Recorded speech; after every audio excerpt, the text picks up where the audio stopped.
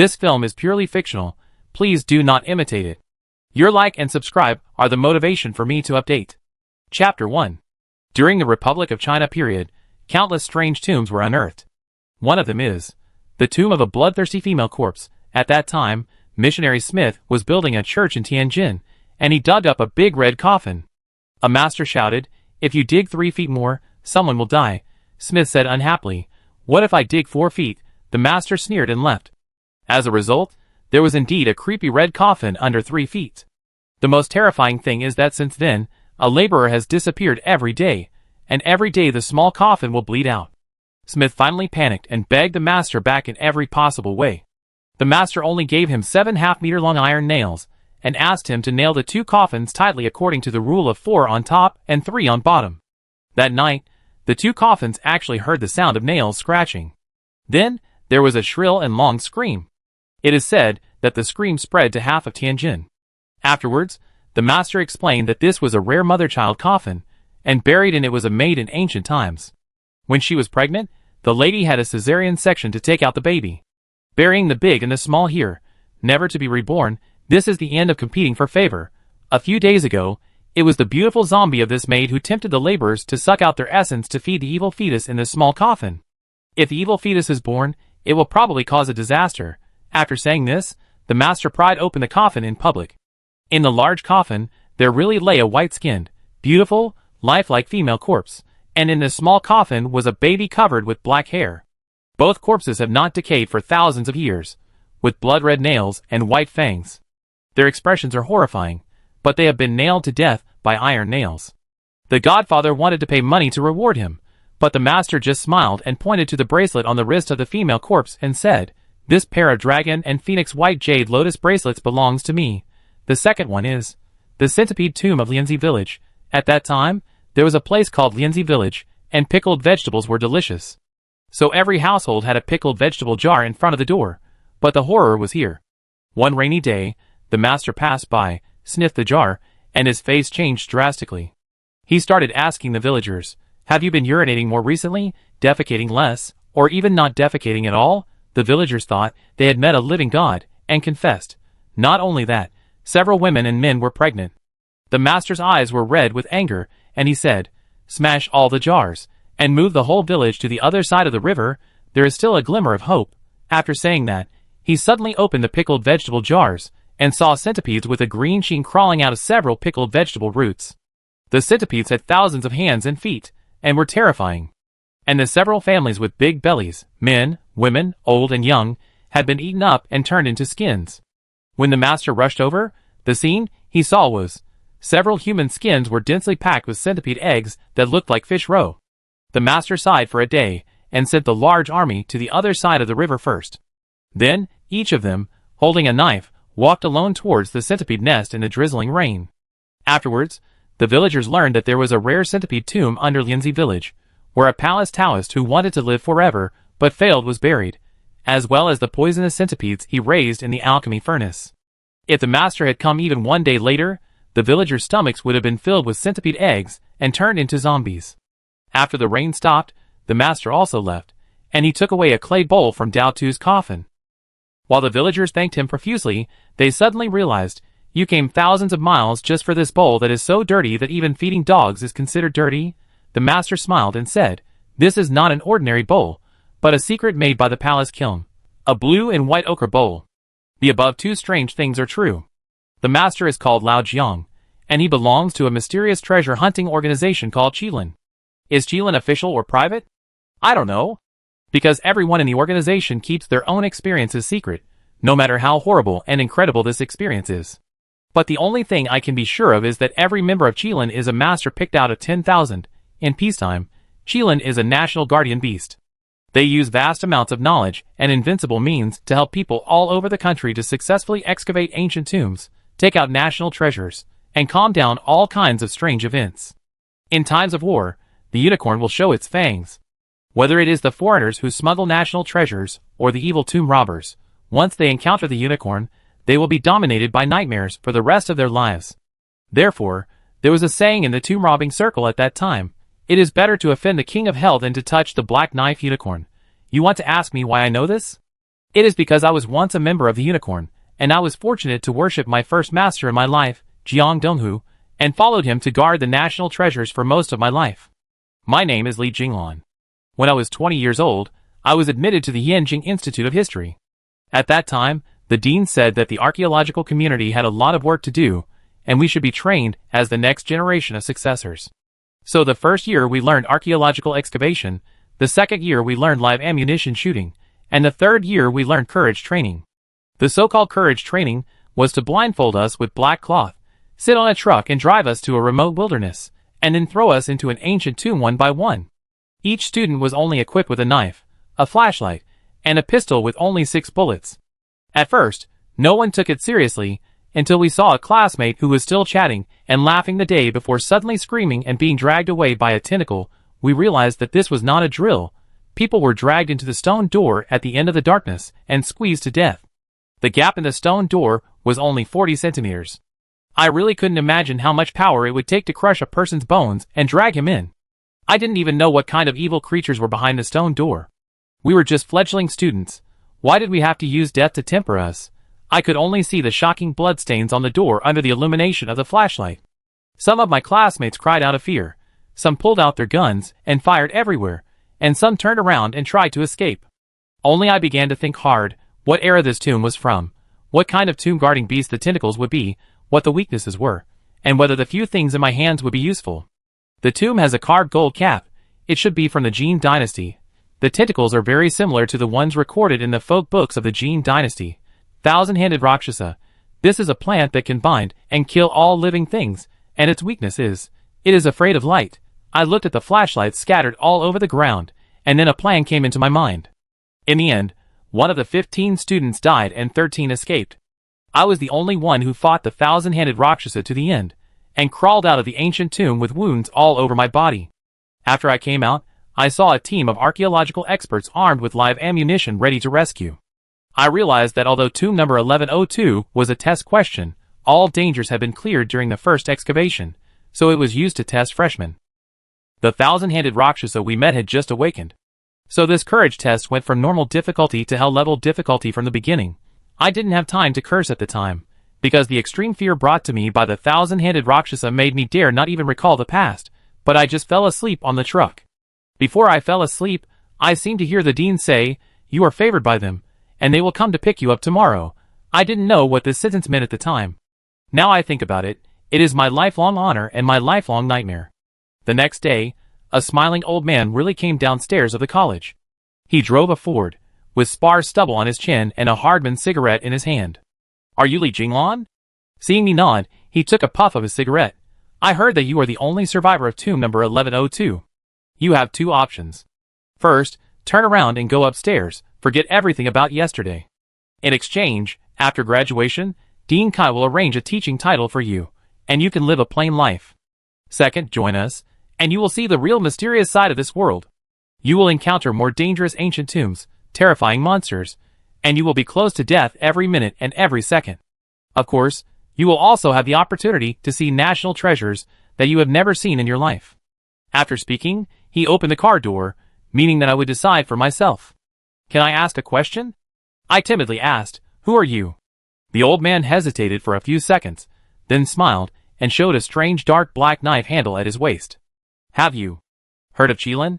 Chapter 2. Qilin. When I heard this word, I couldn't help but take a deep breath. Even if he said he was a Japanese spy, I would believe him, but he actually came from the most mysterious organization in the world, Qilin. There has always been such a rumor in our student circle. Why has the land of Yin country experienced thousands of years of war, but many national treasures have been preserved intact? That's because there is a group of mysterious people who are silently guarding them. Any one of these mysterious people would be an invincible master in the world, who can move mountains and fill the sea, and find dragons and points. But they all chose to hide in the darkness, and transformed into Qilins, who protect the country. In the Qilin organization, ordinary members are called Silver Kirin, and elite members are called Golden Kirin. And the group of outstanding people who are high above wear black knives on their waists to show their honor, and are called Black Knife Qilin. Thinking of this, I pinched my thigh again. The tearing sensation from the wound that has not yet healed makes me believe that all this is not a dream. The Qilin actually exists, and the man who came to pick me up, I timidly glanced at the knife on his waist again. The knife was dark black, as if it could absorb all the light, and I couldn't tell what metal it was made of. "Are you the Black Knife, Qilin?" I asked in a stuttering tone. This time the old man didn't answer, but smiled and led me into the car. He had already got the answer from my eager eyes. The car drove slowly along East Street. The old man pressed a button, and the curtains on both sides of the window glass were automatically pulled up. Obviously, he didn't want me to see where we passed by and where our destination was. I'm not surprised by this. When we archaeology students participate in the excavation of ancient tombs, we will abide by the local confidentiality requirements, not to mention such an organization that never reveals its true colors. But why did they choose me? I couldn't figure it out after thinking about it, so I simply closed my eyes and took a rest. The old man seemed to be a chatterbox. Let me call him Lao Jiang. When he first entered this industry, he was more nervous than me. His hands were shaking as he held the dagger, and he didn't dare to stab the zombies in the belly, making a lot of jokes. Later, I saw a lot of blood, so I was no longer afraid of blood. Lao Jiang's mouth was always smiling when he spoke, so you can get rid of the 1,000-handed Rakshasa in 1102 by yourself, which is already very good. But I always feel that the reason for me to join Qilin is not so simple. After my questioning, Lao Jiang finally told me that Qilin consists of a total of 108 people, and new people will only be selected in special circumstances. I wanted to ask about any special circumstances. Lao Jiang suddenly stepped on the brakes, and after a long silence, he lit a cigarette and said, "My apprentice died half a year ago. Because of my mistake, I underestimated the level of the tomb, and as a result, he was torn to pieces by the golden-haired beast hidden in the tomb. Until now, I can't forget the last look he gave me before he died. Was he blaming me for not saving him, or was he full of regrets, regretting that he shouldn't have joined Qilin? Qilin will always have 108 people, so you replace him, and you will be my apprentice from now on." The smoke rings filled Lao Jiang's face, and it was an indescribable expression. We didn't talk anymore. The car drove for a day and a night, and I was woken up by Lao Jiang when I was sleeping soundly. After getting off the bus, I was stabbed by the sun, and what caught my eye was a dark 4-story building. This building has no signs or department names, just like a lonely tombstone standing in the wilderness. With infinite curiosity, I walked in with Lao Jiang. The entrance to the black building is a long corridor, with a man in a black Zhongshan suit on duty at the beginning and end. The moment I entered the interior, my jaw almost dropped. Who would have thought that this small building with an ordinary appearance was completely transformed inside? Not only is there a foreign elevator, but there is also an automatic underground garage, and the sound of telegraphs is dripping in my ears. Lao Jiang told me that the first floor is the intelligence department, which is equivalent to the ears of Qilin.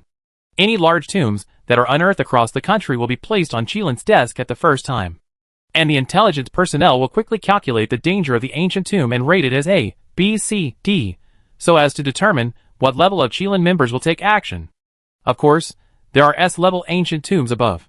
Such tombs are often full of murders. If you have to survive a narrow escape, you must ask the Black Blade Kirin. Following the direction of Lao Jiang's finger, I really saw several people wearing headphones to send telegrams or translating Morse code, and there was even a young girl with twin ponytails. Lao Jiang took me up the escalator and told me that the second floor is the archive room, which is equivalent to Kirin's brain. Because the books inside are almost all unique in the world, they contain a lot of ancient tomb knowledge, dragon hunting secrets, and confidential files of Kirin's handling of strange events over the years. The third floor is where the members of Qilin usually live, but Lao Jiang did not take me to visit the fourth floor. He said that the fourth floor is the secret of the organization, and there is no way for a newcomer like me to go up there.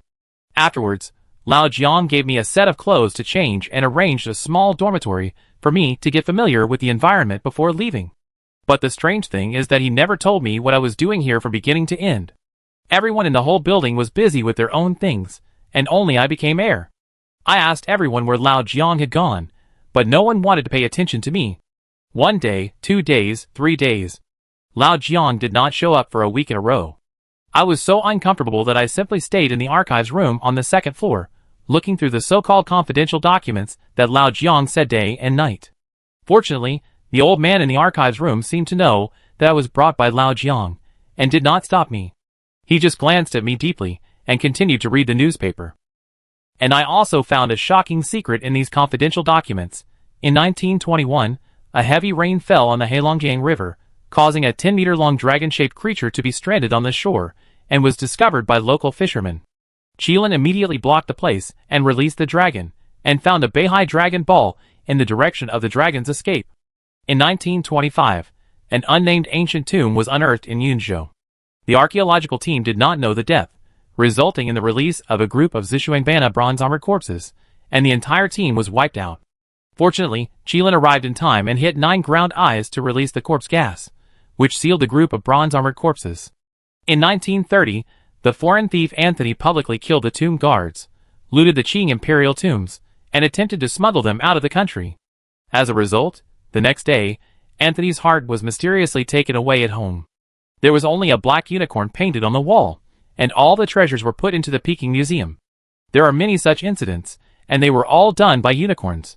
There are several large tombs, and even Lao Jiang led the team personally, because I saw his name in the lower right corner of the file. Jiang Donghu. In a blink of an eye, I have been under house arrest in this black building for 2 weeks. During these 2 weeks, I still haven't seen Lao Jiang. I just eat, sleep, and read documents repeatedly. Qilin's collection of books really overturned my worldview. I didn't believe in many things at first, but until the real cases were placed in front of me, I realized that I was too insignificant in front of this world. And the unique secret book of finding dragon points and tomb diving skills made me feel that the 3 years I spent in the archaeology college were in vain. Compared with these hardcore, what I learned was really a drop in the bucket. In this way, I was confused for a whole month. That night, when I was studying a confidential document about the excavation of the Xinping princess's tomb with a magnifying glass under the light of the archive room, a gloomy face came close to my ear. "Who told you to look at these?" The person who spoke was Lao Jiang. I couldn't find you, and no one else paid attention to me, so I quickly stuffed the file back, and I couldn't tell whether I was excited or ashamed. But Lao Jiang didn't go into it, but asked me to pack a few clothes and go to a place with him. "Is there finally something to do? Tell me quickly, what mission do you want to perform?" I hurriedly grabbed a few things from my small room and followed him downstairs. God knows how happy I am now after holding it in for so long, just like a lark on a branch. "Boy, don't laugh too early." Lao Jiang looked at me with a smile, then took out a crumpled piece of letter paper from his pocket and shook it open for me to see.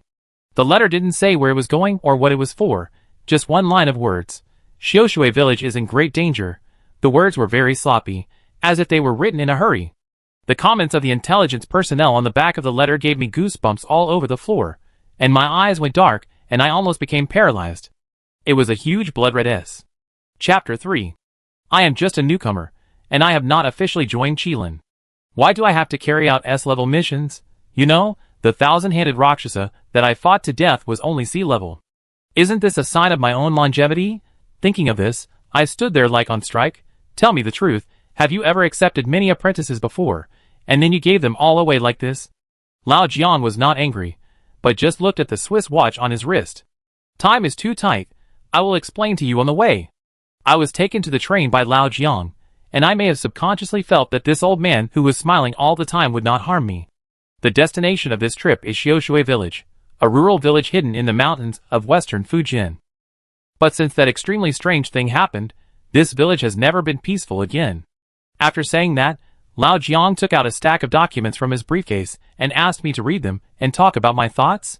It turned out that he knew everything about me peeking at the files in the dark building, and he did this just to test my learning ability. Because Qilin will never leave any waste. The steam train whistled, and I began to quickly look at the whole thing. It all started a month ago. On this day, the villagers of Xiushui village were farming. Suddenly, the sky darkened and heavy rain began to fall all over the sky. It is rainy season in western Fujian, but the rain did not stop. It rained for 7 days and 7 nights, and finally triggered a mudslide in the back mountain. But the strange thing is that the mudslides flowed down the back mountain one by one, but they were not the normal earth yellow, but blood red. From a distance, it looked like lines of blood and tears. Seeing the farmland turned into a pool of blood, the villagers cried out to the sky and the earth, but to no avail, and could only hide in a house to save their lives. However, before they could escape, a flash of lightning suddenly flashed in the rain, crackling the rocks on the back mountain, and then a black rectangular object rolled down along the red mudslide. On the spot, several brave villagers picked up hose and tiptoed over, and found that it was a dark coffin.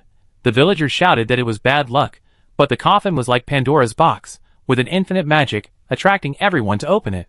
Finally, With the nod of the village chief, everyone worked together to pry open the coffin. Something unexpected happened to everyone. There was no body of the deceased in the coffin, only heavy copper coins and some jewelry. Xiaoshui village is a notoriously poor village in western Fujian. Every household can't eat meat once a year, so they decided to take a risk and sell these copper coins and jewelry. In the story of the antique dealer, they learned that the copper coins are called Kaiyuan Tongbao. One string can be exchanged for 10 brand new silver dollars. The village chief believed that the heavy rain was timely, and the coffin was also a gift from God to Xiaoshui village to make them rich. So even if the blood was still flowing, the villagers did not run away. Instead, every household moved a small stool and sat by the water, waiting for the new coffin to fall. Sure enough, within 2 days, another new coffin fell. This time, the things in the coffin were more valuable. In addition to copper coins, there were also gold ingots. Then on the third day, this is the information that Qilin's spies found out afterwards. The spy didn't know what was in the coffin on the third day. He only knew that after the coffin was born on the third day, Xiaoshui village completely lost contact with the outside world. The cultural relic dealer saw that his business was not going to work, so he went into the mountains to look for it, but he saw an extremely strange scene. More than 50 households in the entire Xiaoshui village were empty. They were definitely not moving secretly, because the stoves in some houses were still hot, the private money was still locked in the cabinet, and even the clothes were hung outside one by one. But people, including the piglets, chickens, and ducks they raised, all disappeared. The cultural relic dealer had many taboos to deal with, and he knew that he might have suffered a great disaster, so he didn't dare to stay and rode his horse down the mountain. When he fled to the forest, he actually found a crazy guy. The guy had tears at the corners of his mouth and his eyes were stupid. Judging from his appearance, he was Kong Ergu, the son of the village chief of Xiaoshui village, who had traded Kaiyuan Tongbao with him. The cultural relic dealer was eager to ask what happened in Xiaoshui village. Where did everyone else go? Kong Ergu was already scared silly, and he screamed every once in a while, "There are ghosts, white-faced ghosts, they are coming to catch me." This matter spread quickly, and Qilin's spies determined that there was a rare tomb of evil near Xiaoshui village, and it could easily flatten a village, and it was obviously not something to be dealt with, so they reported it urgently. Seeing that my brows were tightly furrowed, Lao Jiang smiled and asked me what I saw. I couldn't help but shake my head. There were too few clues in this information. You know, archaeology requires observation, listening, asking and palpation. I can't see the feng shui dragon vein of the mountain, nor do I have photos of the coffin, and I don't even know the specific characteristics of the so-called white-faced ghost. How can I analyze it? The blame lies with the Kirin spy, who was so frightened that he didn't even have the courage to approach Xiaoshui village. But when I found a trace of disappointment in Lao Jiang's brows, I suddenly felt a sense of unwillingness to admit defeat and added loudly, "Although I can't give you an answer, I can guess." The Kaiyuan Tongbao in the coffin shows that this tomb must have been around the Tang dynasty. During the Tang dynasty, western Fujian was a barren land. I guess the owner of the tomb was an exiled minister. At that time, heavy rain poured into the ancient tomb, and it was split by lightning, which happened to break the seal in the tomb and flowed out a lot of blood. According to the Yunyi Nanjing, blood tombs and blood corpses are good at confusing the world, nourishing essence and blood, and can damage the body, so I suspect that this tomb may have spiritual intelligence. The coffin was used by these villagers 2 days ago. Greed deliberately put out the bait. The coffin on the third day is the real terrifying existence, that is, the white face that Kong Ergu saw. Speaking of this, I paused, but what exactly is that white face? I really don't know. I've almost read through the books in the archives. If you see similar cases, you will definitely have an impression. I even think that even Qilin doesn't know what it is. Only the unknown is the most terrifying, so they will upgrade the seemingly simple disappearance to S level and send you, the Black Knife Qilin. What greeted me was the applause of Lao Jiang. He said that he almost made a mistake. I was much smarter than he expected. For people who go to the tomb, it is important to have a skill that can reach the sky. But sometimes it is intelligence that can save lives, but you guessed wrong about one thing. This time, not only did the higher-up send me, but there is also a Black Knife Qilin who will meet in Xiaoshui village. Don't be too afraid of death. Just listen to us, and watch us do it along the way. Lao Jiang laughed strangely. My cheeks twitched immediately. 2 Black Blade Qilins. It seems that the situation is more serious than I thought. Chapter 4. The train finally stopped in Yinghua County. The first thing Lao Jiang did after getting off the train was to go to the market and buy a golden-skinned tortoiseshell cat. I asked him what he bought it for.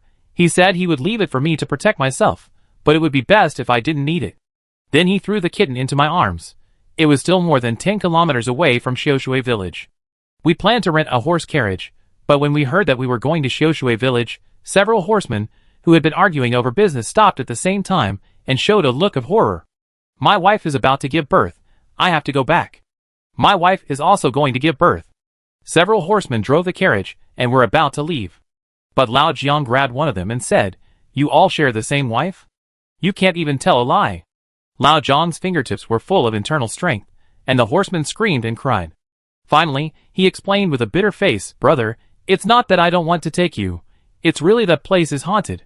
In the past few days, several groups of outsiders came to our county, and they all asked to go to that place. But 2 of them set out together, and there was no news from them." Later, our second uncle, who had the most experience in the car gang, couldn't bear the high price and risked his life to pull it once. Guess what? His old horse came back with the car late at night yesterday, but the car was empty, with only 7 or 8 bloody broken arms. That mountain can eat people. How do you know that the mountain can eat people? Lao Jiang's eyes were full of smiles. The groom said confidently, "If they don't eat people, how can they spit out so many arms? I advise you not to get into this bad luck." After that, no matter how he was asked, the groom was unwilling to utter even a word, obviously still immersed in fear. Lao Jiang and I looked at each other calmly, and finally decided to buy his car for double the money and rush to Xiaoshui village by ourselves. Along the way, Lao Jiang asked me what information I got from the coachman. I thought about it and said, "The news that Xiaoshui village hides an ancient tomb cannot be covered up, and it has been leaked. Those groups of outsiders should be tomb robbers, but we are still in time to go now. It seems that they have suffered heavy losses." Lao Jiang nodded with satisfaction. After driving for several hours, we finally saw 2 towering mountains in front of us. The 2 mountains were like 2 Buddha's hands, holding up Xiaoshui village in the middle. Buddha held his hands and took Kuishing. This was originally a very good feng shui situation. If it were in ancient times, the village could have produced a champion. But now the mountain and the village are there, but the taste has completely changed. Because the trees halfway down the mountain are lush and green, but 80% of the trees halfway up the mountain are withered, as if a monster lived on the top of the mountain and sucked all the nutrients around it. The 2 peaks were covered with dark clouds. Although it had just rained a little, there was still a faint smell of blood in the air. The precious land that once gave birth to Kuishing has now become a place for corpses. Let's go! At Lao Jiang's command, we went up the mountain immediately. We did not walk aimlessly, but followed the smell of blood and soon found a small cave halfway up the mountain. The cave was like a monster's giant sun, swallowing up the surrounding sunlight. Even when I took out a flashlight to shine it, I couldn't see what was inside. This made me feel terrified, but there were bursts of laughter coming from the cave. The laughter sounded like someone scratching his throat with his hands, deliberately making it. It sounded like someone scratching glass with his fingernails, and hearing it once gave me goosebumps all over the floor. What should I do? I looked at Lao Jiang for help. But Lao Jiang pointed at the cave and motioned me to go in first. I could only carefully pull out a dagger and flash it in front of my chest, and go in with a flashlight, as if I was back to the scene of walking alone at night when I was a child. The cave was full of broken bricks, and it should be where the mountain patrols lived. Since Xiaoshui village was massacred, it has been abandoned. But what about the laughter in the depths of the cave? Just as I was thinking, I was suddenly startled by the scene in front of me. I saw that on the walls on both sides of the cave, there were red faces of all sizes painted with blood. Some were laughing, some were crying, and some were screaming with their mouths wide open. These faces were painted very abstractly, just like the level of a 3-year-old child. But for no reason, I felt an unprecedented fear. It was as if all these faces came alive in front of me, and turned into the wronged souls of Xiaoshui village, shouting beside me, "Help! Help!" At the same time, hee. That laughter appeared again. I took a deep breath, looked around with a flashlight, and suddenly a pale face appeared in front of me. It turned out to be a man crawling on the ground with both hands and feet, gray and hazy like a 4-legged snake. He just stared at me and smiled, his white teeth opened and closed, and he said, "Are you looking for me?" I was almost scared to death at that time, but fortunately Lao Jiang had been following me and kicked him away. Later I learned that this man was the only survivor of Xiaoshui village, the son of the village chief, Kong Ergu. Judging from the whip marks on his face, and the ropes tied around his legs, he must have been tortured by the tomb robbers who entered the mountain. But I guess the two robbers were wasting their time, because this guy in front of me was really stupid. His eyes were dull, and no matter what questions I asked, he responded with a sinister smile. It wasn't until Lao Jiang took out a small white pill from his bag and asked me to feed it to Kong Ergu that Kong Ergu stopped grinning. This pill seemed to have a strong calming effect, but the effect lasted only a short time. Because Lao Jiang asked questions very quickly, he first pointed to the wall and asked, "Did you draw all these faces?" "He, me," Kong Ergu replied. "Where did all the villagers of Xiushui village go? Why are you the only one here?" "Dead. Dad, Aunt San, Xiaohua are all dead. There's so much blood. Don't come and catch me, by Leonor." Kong Ergu seemed to have thought of something extremely scary. He crawled to the corner of the cave to hide, but was dragged out again by Lao Jiang. "The last question. You have seen by Leonor, right? Tell me what it looks like." "No, I don't know. Perhaps the last question was too irritating." Kong Ergu laughed again. Even if he was fed another pill, it was useless. "What should I do?" I asked. "It seems that the only way is to use the last method." Lao Jiang sighed and asked me to hold Kong Ergu down no matter what. The next scene made the status of Black Knife Kirin even more mysterious in my heart, because Lao Jiang actually took out 2 silver needles from his wallet. The silver needles were thinner than cow hair, and about as long as the middle finger. Lao Jiang's move was extremely fast. In a flash, 2 needles were inserted into the back of Kong Ergu's neck. Lao Jiang's fingers were gently twisting the needle tails, and white smoke was faintly floating between his fingers. His face was red and blue, just like the internal force infused in martial arts novels. Kong Ergu's dazed eyes also regained their luster at this moment. It was as if the lost soul was found back. Lao Jiang spread a piece of white paper and a pen in front of Kong Ergu and said anxiously, "Quick! Draw the white face you see." This trick was magical, and Kong Ergu really obeyed Lao Jiang's order. But he didn't use a pen, but just like drawing a ghost face on the wall, he bit his own finger one day and scribbled with blood. While drawing, he laughed and said, "White face, white face." At this moment, time became particularly long. It was not until Kong Ergu fell to the ground with a thud that Lao Jiang finally let go of the silver needle and panted heavily. I picked up the drawing paper that was still bloody, and for a moment, I felt as if I was thrown into an ice cave in the coldest days of winter. Is Kong Ergu drawing a ghost? On the white paper, a triangular cone face was outlined. That face had no eyes or nose, only a bright red lip, just like the paper man made during the ghost festival in the countryside. I don't know if it's an illusion, but this thing obviously has no eyes, but I feel like it has countless pairs of resentful eyes, as if they are staring into my heart. I hurriedly called Lao Jiang to come and see, and Lao Jiang's face was also very bad. He said he wanted to rest outside the cave to recover his vitality. I asked, "Is that thing powerful?" Lao Jiang nodded, then took out an exquisite silver revolver, and fired a bunch of red cold fireworks into the sky. This should be the legendary signal gun. We need to get our 4th sister to join us as soon as possible, or we both be stuck in this damn place. Old Jiang cursed as he puffed on his cigarette. Chapter 5. Amidst Lao Jiang's scolding, I learned that the white-faced man was actually a rare blood demon. The blood demon that just came out of the coffin was a skinned corpse, covered in blood, and could only attack and hunt, so it was not scary. But as it sucked more and more blood, it would slowly grow new skin and facial features. At that time, its strength would also grow rapidly, so this blood demon did not expose itself at the beginning, but took advantage of the greed of the Xiushui villagers, tricked them into prying open the coffin, and slowly sucked the blood of the entire village to increase its strength. Now it has grown skin and mouth. If it grows nose and eyes, it will be only one step away from becoming a corpse king. I asked Lao Jiang if the 4th sister he was talking about was another black knife unicorn. Lao Jiang replied, "Yes. The 4th sister sword is the nemesis of this thing. As long as she comes, we will have a 90% chance of success this time." Meow. Just as Lao Jiang and I were talking, a cat's cry suddenly came from the cave. The cry was fierce, as if it was warning the enemy.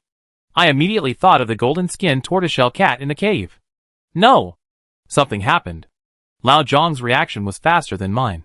He threw away the cigarette and rushed into the cave in 2 steps. When I hurriedly turned on the flashlight, I saw that the cat I brought up the mountain had its fur all over its body, staring with a pair of big copperbell eyes, baring its teeth and roaring in one direction. And in that direction, Kong Ergu was hanged to death by a hemp rope. His face was livid, and half of his tongue was hanging out, but his face was smiling at me. How could this happen? I asked Lao Jiang. How could a madman die under the eyes of two living people? You know, we have been standing nearby just now, and we would have noticed any movement. That thing should have come just now. Kong Ergu was bewitched and committed suicide.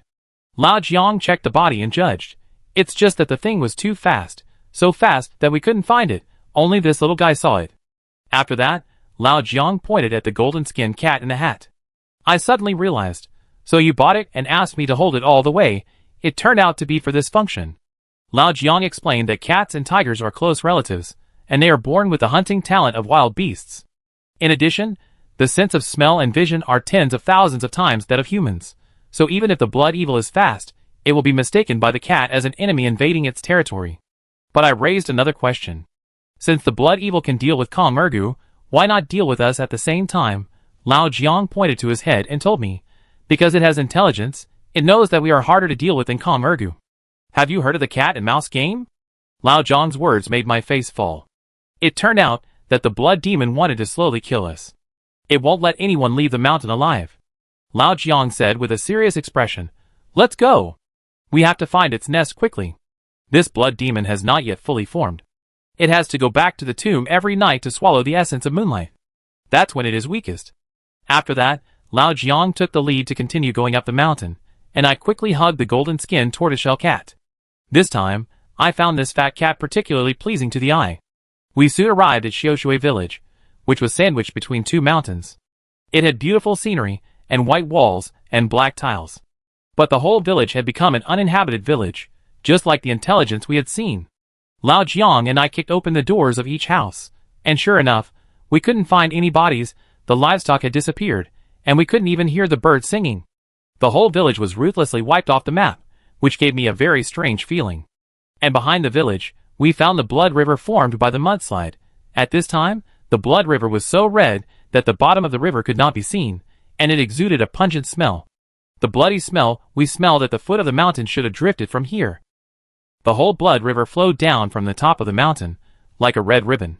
I found a glass bottle and wanted to collect a bottle of water to study what this red substance was against the light. After all, I graduated from the Department of Archaeology, and I know a little about scientific research.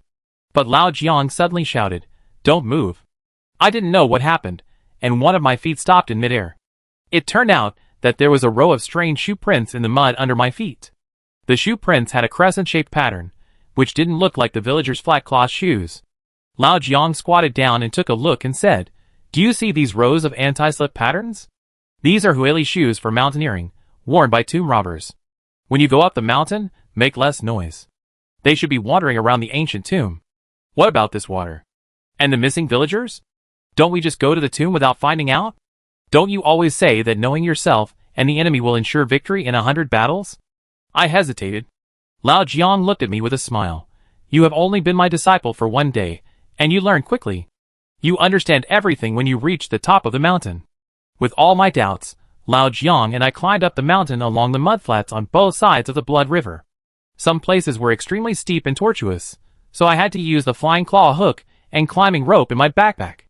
After all, I was an archaeologist, and these were basic skills. Just when I wanted to throw the rope with holes to Lao Jiang, he smiled and walked on the steep slope like flying, and in a breath, he threw me a long way. I can only see this skill in martial arts novels. It's really the black knife unicorn.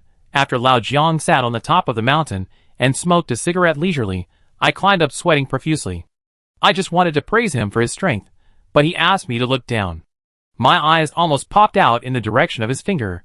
Because we were at the top of the mountain, we could overlook the entire blood river.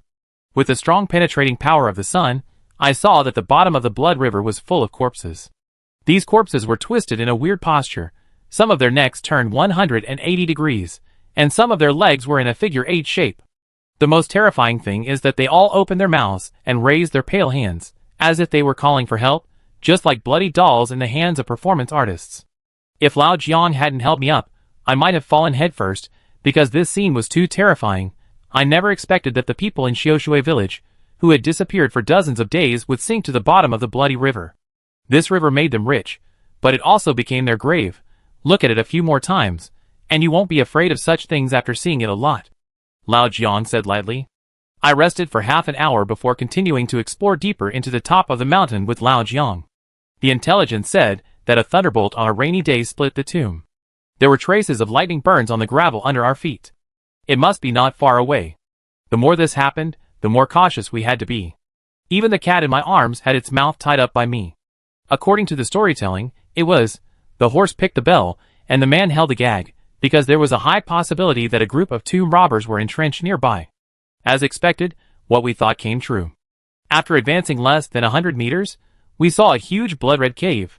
The cave was surrounded by broken gravel, and the scary thing was that blood was still gushing out of the cave. Although the blood was only 2 fingers thick, I knew that this was the source of the raging blood river. At this moment, there were more than a dozen figures gathered next to the cave. These people had machetes, or earth guns on their waists, and their naked upper bodies revealed strong bronze muscles. They were chattering as if they were arguing. This group of people should have been here for 2 days, because there were 2 military green tents set up next to them. Lao Jiang and I hid behind the stone pestle, and could vaguely see several wounded soldiers lying in the tent.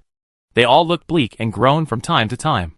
What surprised me was that their injuries were all half of their arms missing from their left and right hands. This reminded me of the horror story the driver told me when I came here. An unmanned carriage came back last night, pulling a cart of bloody broken arms. Zhang de Beatu, this tomb is a cannibalistic beast. Brothers worked for 2 days and 2 nights, and suffered heavy casualties. You still want to force people in, isn't it a bit too unethical? A big man said. Yes, you can do it if you want. I still want to keep my arms to hug my wife at home. Another person also agreed. How dare you? The man in the white turban and fierce face shouted, if you go back empty-handed, how can I explain to the families of the dead brothers? If anyone dares to be a deserter again, I will shoot him. After that, he slammed a box gun on the ground heavily, and the slanted scar on his face immediately shocked the thieves. But soon, the thieves panicked again, because an accomplice, who had just been put into the cave, came out. He was pulled back by the 2 people guarding the cave with a safety rope. At this moment, he had become a bloody man, rolling on the ground and howling. I looked at his wounded body, and couldn't help but gasp. Like the wounded in the tent, he also had both arms missing. Chapter 6. This scene made me shudder. I cast a horrified look at Lao Jiang. Is this tomb haunted? Why do people who enter have broken arms? Lao Jiang smiled and told me that this should be a long and narrow tomb passage, surrounded by natural basalt. The tools of the tomb robbers could not be widened at all, so only one person could go down at a time.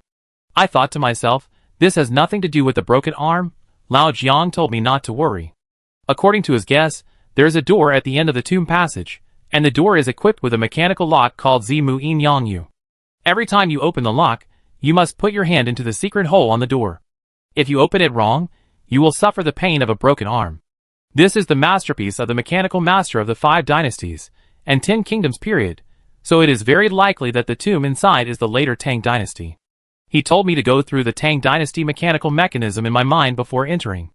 I couldn't help but secretly praise Lao Jiang's vicious eyes. People outside the tomb can actually see through the entire tomb through a clue. Wait, what does his last sentence mean? How can we enter the tomb when there are grave robbers who kill without blinking an eye? Lao Jiang seemed to see the doubt in my eyes, and waved his hand. Of course, we will go in directly. After that, he smiled and turned out of our hiding place. Who is it? The grave robbers were very vigilant. When they saw someone nearby, they were just arguing and shuddered instantly. In an instant, 4 or 5 sharp machetes were placed on Lao Jiang's neck. Little brother behind, you come out too. The leader of the grave robbers raised his head, and suddenly pulled out a gun, and pointed it in my direction. I could only raise my hands, and walk out timidly. I cursed in my heart, Lao Jiang, you have made me suffer. Zhang de Beatu ordered people to tie us up, and then began to question us. He asked us which road we came from. Why did we come to Xiaoshui village? Why did we find this place? Lao Jiang was too lazy to answer a word, just asked Zhang de Beatu to look at the watch. What time is it now? Zhang de Beatu opened his pocket watch and said, 6 o'clock in the evening. Lao Jiang nodded. Then you still have 2 hours before death. Watch the sunset again. This may be the last time you watch the sunset in your life. What do you mean?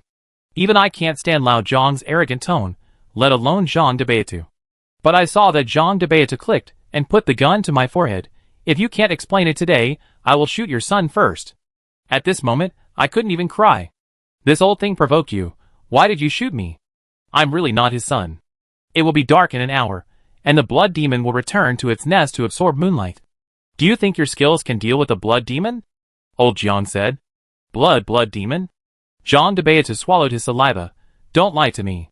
The blood river is surging, and no one will be left alive. If you haven't even heard this sentence, you are not worthy of being Zhang Yilong, the leader of the Jin gang who dominates the tomb-robbing world. How do you know my name is Zhang Yilong? Jean de Beatus' face changed drastically. I also know who cut off a finger on your right hand. There is no treasure in this tomb, only a blood demon that is about to become powerful. Take your wounded and leave while there is still time. Old Jiang said, while showing the black short knife at his waist. You are Qilin, Black Blade Qilin. Jean de Beatus' pupils contracted sharply. Well, if it's any later, she'd probably be angry. Lao Jiang moved his chin, but his face was still smiling. At this time, I and the tomb robbers realized that a murderous woman in black was standing on the blood hole behind. The woman was holding a sword, and her hem fluttered in the wind, as beautiful as the ink splashed by the painter's brush. Because she was wearing a black veil, her face could not be seen clearly. But her eyes were as cold as the frozen soil that had not melted for thousands of years, and she also had a black short knife stuck in her waist. Obviously, she was another Black Blade Qilin who came to meet Lao Jiang. For some reason, Jean de Beatus was more afraid of this woman than seeing the King of Hell. He quickly untied the ropes on me and Lao Jiang, clasped his fists to us, and then led a dozen tomb robbers, carrying the wounded down the mountain in disgrace, not daring to say a word from beginning to end. For sister, you are here. Lao Jiang grinned and flattered the woman in black. I feel relieved when you come. Humph. Unexpectedly, the woman in black just snorted coldly, then looked at me. Is this your new apprentice? Yes. Lao Jiang looked flattering. More reliable than you. The woman in black glared at Lao Jiang angrily. You are not young anymore, but you still do things like you did when you were young, without any sense of propriety. Through the conversation, I learned that the woman in black was the fourth-ranked Black Blade Qilin, named Helan Shui. The sword in her hand is called Karma Fire, which is the nemesis of all zombies in the world. The thumb that was cut off by Zhang Da's head was cut off by her. Halangsu is actually only a few years younger than Lao Jiang, but she looks very well maintained. Whether it is her fair skin or delicate facial features, she doesn't look like a middle-aged person, and she has a sense of coolness. She is just like her name, the cold and beautiful Bai Shui on the Helan Mountains. And I don't know why, no matter what she said, Lao Jiang just touched the back of her head, like a mouse meeting a cat. While Halangsu was the first to enter the blood cave, I quietly poked Lao Jiang from behind and asked, Do you like her? As a result, Lao Jiang covered my mouth with one hand and almost suffocated me to death.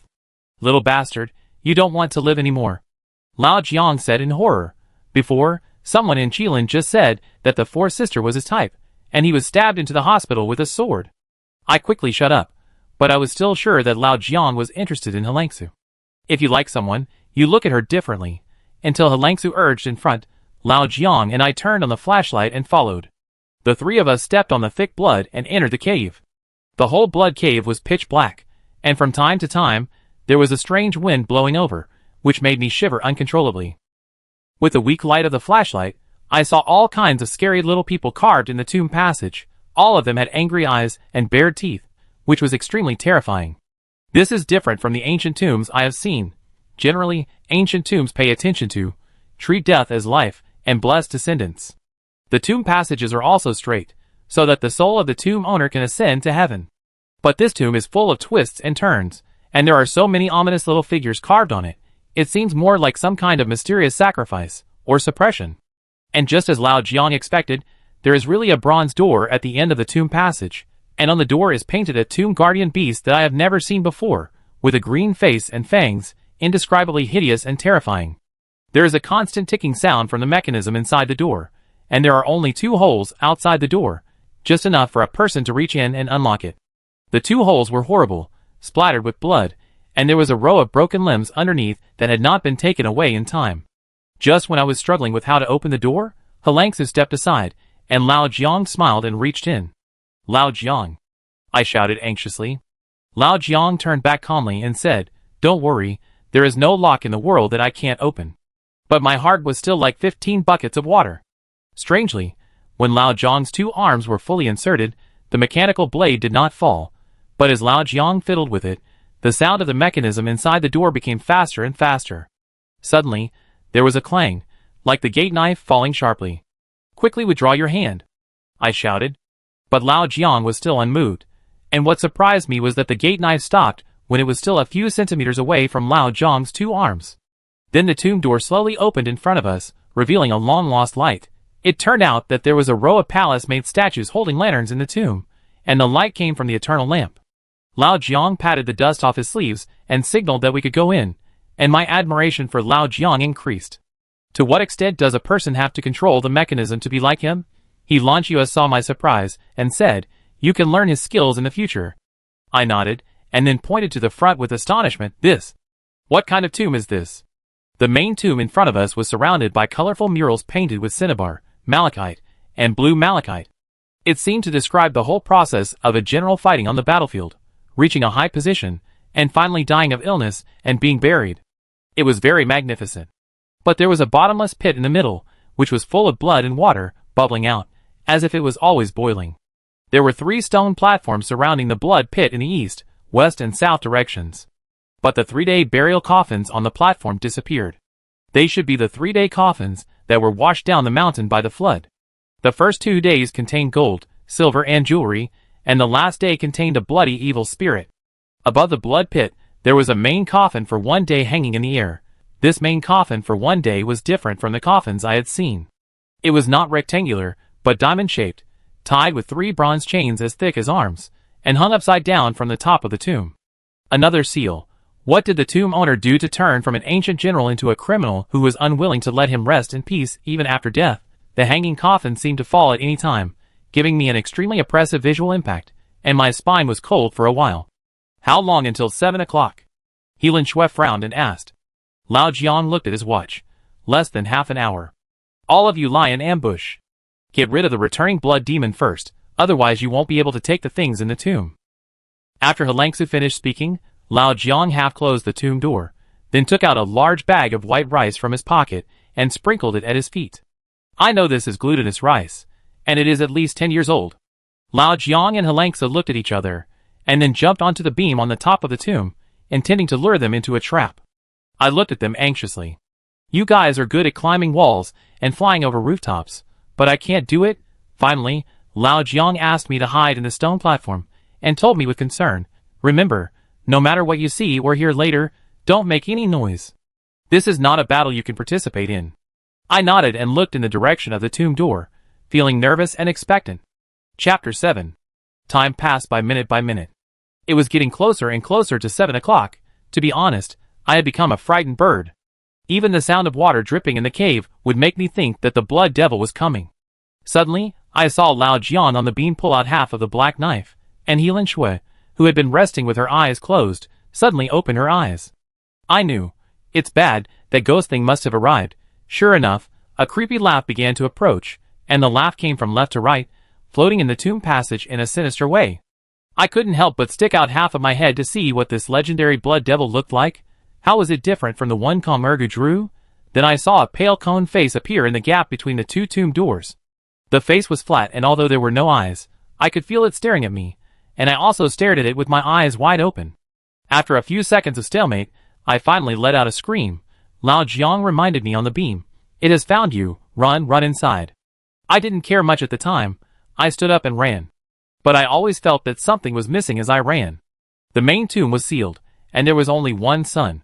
How could I run in? Looking back, the blood demon was attracted in at once, and his 2 feet stepped on the glutinous rice and made a sizzling sound. I immediately understood everything. Lao Jian left me down there, just to use me as bait, and use my living breath to lure this ghost into the trap. At this time, I wanted to spit out all the dirty words I had accumulated for 20 years, but I heard Lao Jiang shout, "Lie down." In a flash, Lao Jiang and Helan Shui drew their swords at the same time. 2 figures crossed behind the bloody devil, and at that moment, it seemed as if the wind stopped, the light stopped, and time stopped. Only a cross-shaped sharp blade, like a thunderbolt in the dark, broke the bloody devil's back. Seeing this scene, I only thought of a poem. The 2 swords crossed and cut the muddy water of the Wusong River. The bloody devil let out a shrill howl, and the wound on its back gushed out deep red corpse water, which smelled extremely bad. But this seemingly fatal blow did not kill it, but instead aroused its hostility. In order to avoid the glutinous rice on the ground, it actually jumped to the top of the tomb, and the blood-red nails on its limbs were firmly dug into the rock. Its head turned 180 degrees strangely and locked me, looking like a white and miserable four-legged snake. I don't understand why this thing has been targeting me. No matter where I run, the blood devil will jump there. Its sharp hooked nails can even scratch 5 deep grooves on the stone platform. What should I do now? I said with a dusty face. Lao Jiang and the other two are still some distance away from me, and their speed is not as fast as the blood devil, so I can't rely on them in a short time. Let the cat out, Lao Jiang said. I realized that there was a cat on my body, and quickly tore the cloth strip on the cat's mouth. It's strange that this little golden-skinned tortoiseshell cat is not afraid of the blood devil at all. It roared at the blood devil with its fur blown up, like a tiger descending from the mountain. I also took the opportunity to get up and wanted to go back to Lao Jiang. Follow the glutinous rice, and don't look back, Lao Jiang yelled, but it was too late to warn. I turned around and just happened to be face to face with the bloody evil. In a daze, I felt my body getting lighter and lighter, as if my soul was about to fly out. The bloody evil's face clearly had no eyes, but I saw a pair of eyes with infinite magic, which wanted to take me to another world. My eyes were dull, and my limbs could not move. Just when I thought I was going to become the prey of this thing, a delicate cry suddenly sounded in the tomb, and there was a clang of swords being drawn. A long sword mercilessly pierced the bloody evil's heart. It was Helan Shui. At this moment, she still maintained the posture of holding the sword with one hand and kneeling on one knee. She was cold and heroic, and the part of the bloody evil that was pierced immediately seemed to be ignited, and clusters of black flames emerged. The more the bloody evil struggled, the more fiercely the flames burned, and finally burned the thing into a dry skeleton, until it turned into ashes. No wonder Lao Jiang said that Helan Shui's sword is the nemesis of the blood evil. This is the meaning of the sword named Yihua. In Buddhist scriptures, Yihua is the fire of hell that can purify all souls. After the blood evil was solved, we can finally open the main coffin with confidence. Although the coffin was suspended in the air that day, it did not bother the three of us. After estimating the distance, I used a cable to form a simple pulley group and quickly lowered the coffin. On the front of the diamond-shaped coffin, there was a line of ancient books printed. The Tomb of the Traitor Wen Tao. It turned out to be Wen Tao. I was shocked. I never thought that I would find the tomb of this famous tomb robber in Xiushui village in western Fujian. According to legend, Wen Tao was a ghost general during the 5 dynasties and 10 kingdoms period. He was called a ghost general because he was full of ghost spirit whether he was fighting or being a person. He once led the digging army to Luoyang in one day and one night, saved the emperor at that time, and was named a king of a different surname. Moreover, his army never accepted military pay and food from the court, and only marched in the middle of the night. Sometimes passers-by would see this army carrying coffins, scattering paper money, dancing and advancing, like a ghost army, so the enemy was frightened before they even fought. The truth is that Wen Tao was originally a tomb robber, and his men were all bandits, so wherever the digging army went, they would dig up all the local tombs of all sizes, and take away the rare treasures, and divide them equally. But the emperor turned a blind eye to these things. After all, who doesn't like a general who doesn't want military pay? Unfortunately, one day Wen Tao suddenly died of illness, and the emperor presided over a grand funeral for him, and the record of him in the official history ended there. However, what disease did Wen Tao have? And where did his digging army go after his death? All of these remain mysteries. After listening to me, Lao Jiang did not comment. Indeed, the tomb in front of me is full of contradictions. A general who was crowned as a king was not buried in Luoyang, the eastern capital, but was exiled to this barren land. The tombstone was also written with traitor, and the coffin was still sealed. How much hatred and resentment was there? However, I have a strong intuition that as long as the coffin is opened, all doubts will be solved. I cast a look at Lao Jiang. Lao Jiang was silent for a moment and said, "Open it." So Lao Jiang and I took out chisels and other tools and pried along the gap of the coffin lid little by little. Who would have thought that it took us more than 10 minutes to kill a blood demon, but it took us nearly an hour to pry open the coffin. Because the coffin was nailed with 28 iron nails, I was sweating profusely when I pried all the nails out. For sister, watch out. These are the 28 constellation soul-suppressing nails. Old Jiang said, the person who designed this tomb wanted to turn the deceased into a blood demon and never reincarnate. It's just that a flash flood broke out in Xiushui village, and there was an accident, causing the wife, who was buried with him, to become a blood demon first. Another seal, I asked, is the coffin safe now? It's not a big problem, but it's always good to have Forest Sister watching. As old Jiang said, he asked me to help push open the coffin board. Lan Qiu had just stood there with a sword across his shoulders, with murderous eyes. After opening the coffin, none of the shocks we expected happened. There was only a dried skeleton in the coffin. The skeleton had a hideous expression and a wide-open mouth, as if it had suffered great despair and torture before death. And on the back of the coffin board, there were lines of bloody words, like a death curse separated by thousands of years. When I saw the scratches mixed in the bloody words, I understood everything instantly. This mummy, or Wen Tao, did not die of normal illness, but was suffocated to death by being nailed in the coffin. I stroked the bloody words with my hands, and a dusty secret slowly unfolded. It turned out that Wen Tao accidentally found an ancient scroll in his later years, which recorded a shocking tomb.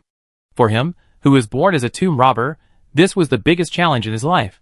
But when he set out with 10,000 digging soldiers, he also encountered the biggest failure in his life. The bloody words did not say what he had encountered, only that they had encountered a curse from the netherworld. Thousands of the digging army had died, and Wen Tao himself had fallen ill. But the more this happened, the more the tomb had a fatal temptation for Wen Tao, so he even gave up being a king of a different surname, and stayed at home, simulating the method of breaking the curse over and over again, hoping to go to the tomb again. However, when the news reached the emperor, it became that Wen Tao was planning a rebellion. In order to avoid suspicion, Wen Tao simply pretended to be sick and died, hoping to escape from Luoyang. All this was known to the emperor long ago. The emperor personally supported the funeral, nailed Wen Tao's coffin shut, and buried him in the barren land of western Fujian, decreeing that this person who betrayed him would never be reborn. At the end of the bloody words, Wen Tao issued a vicious curse to kill the second emperor of the later Tang dynasty.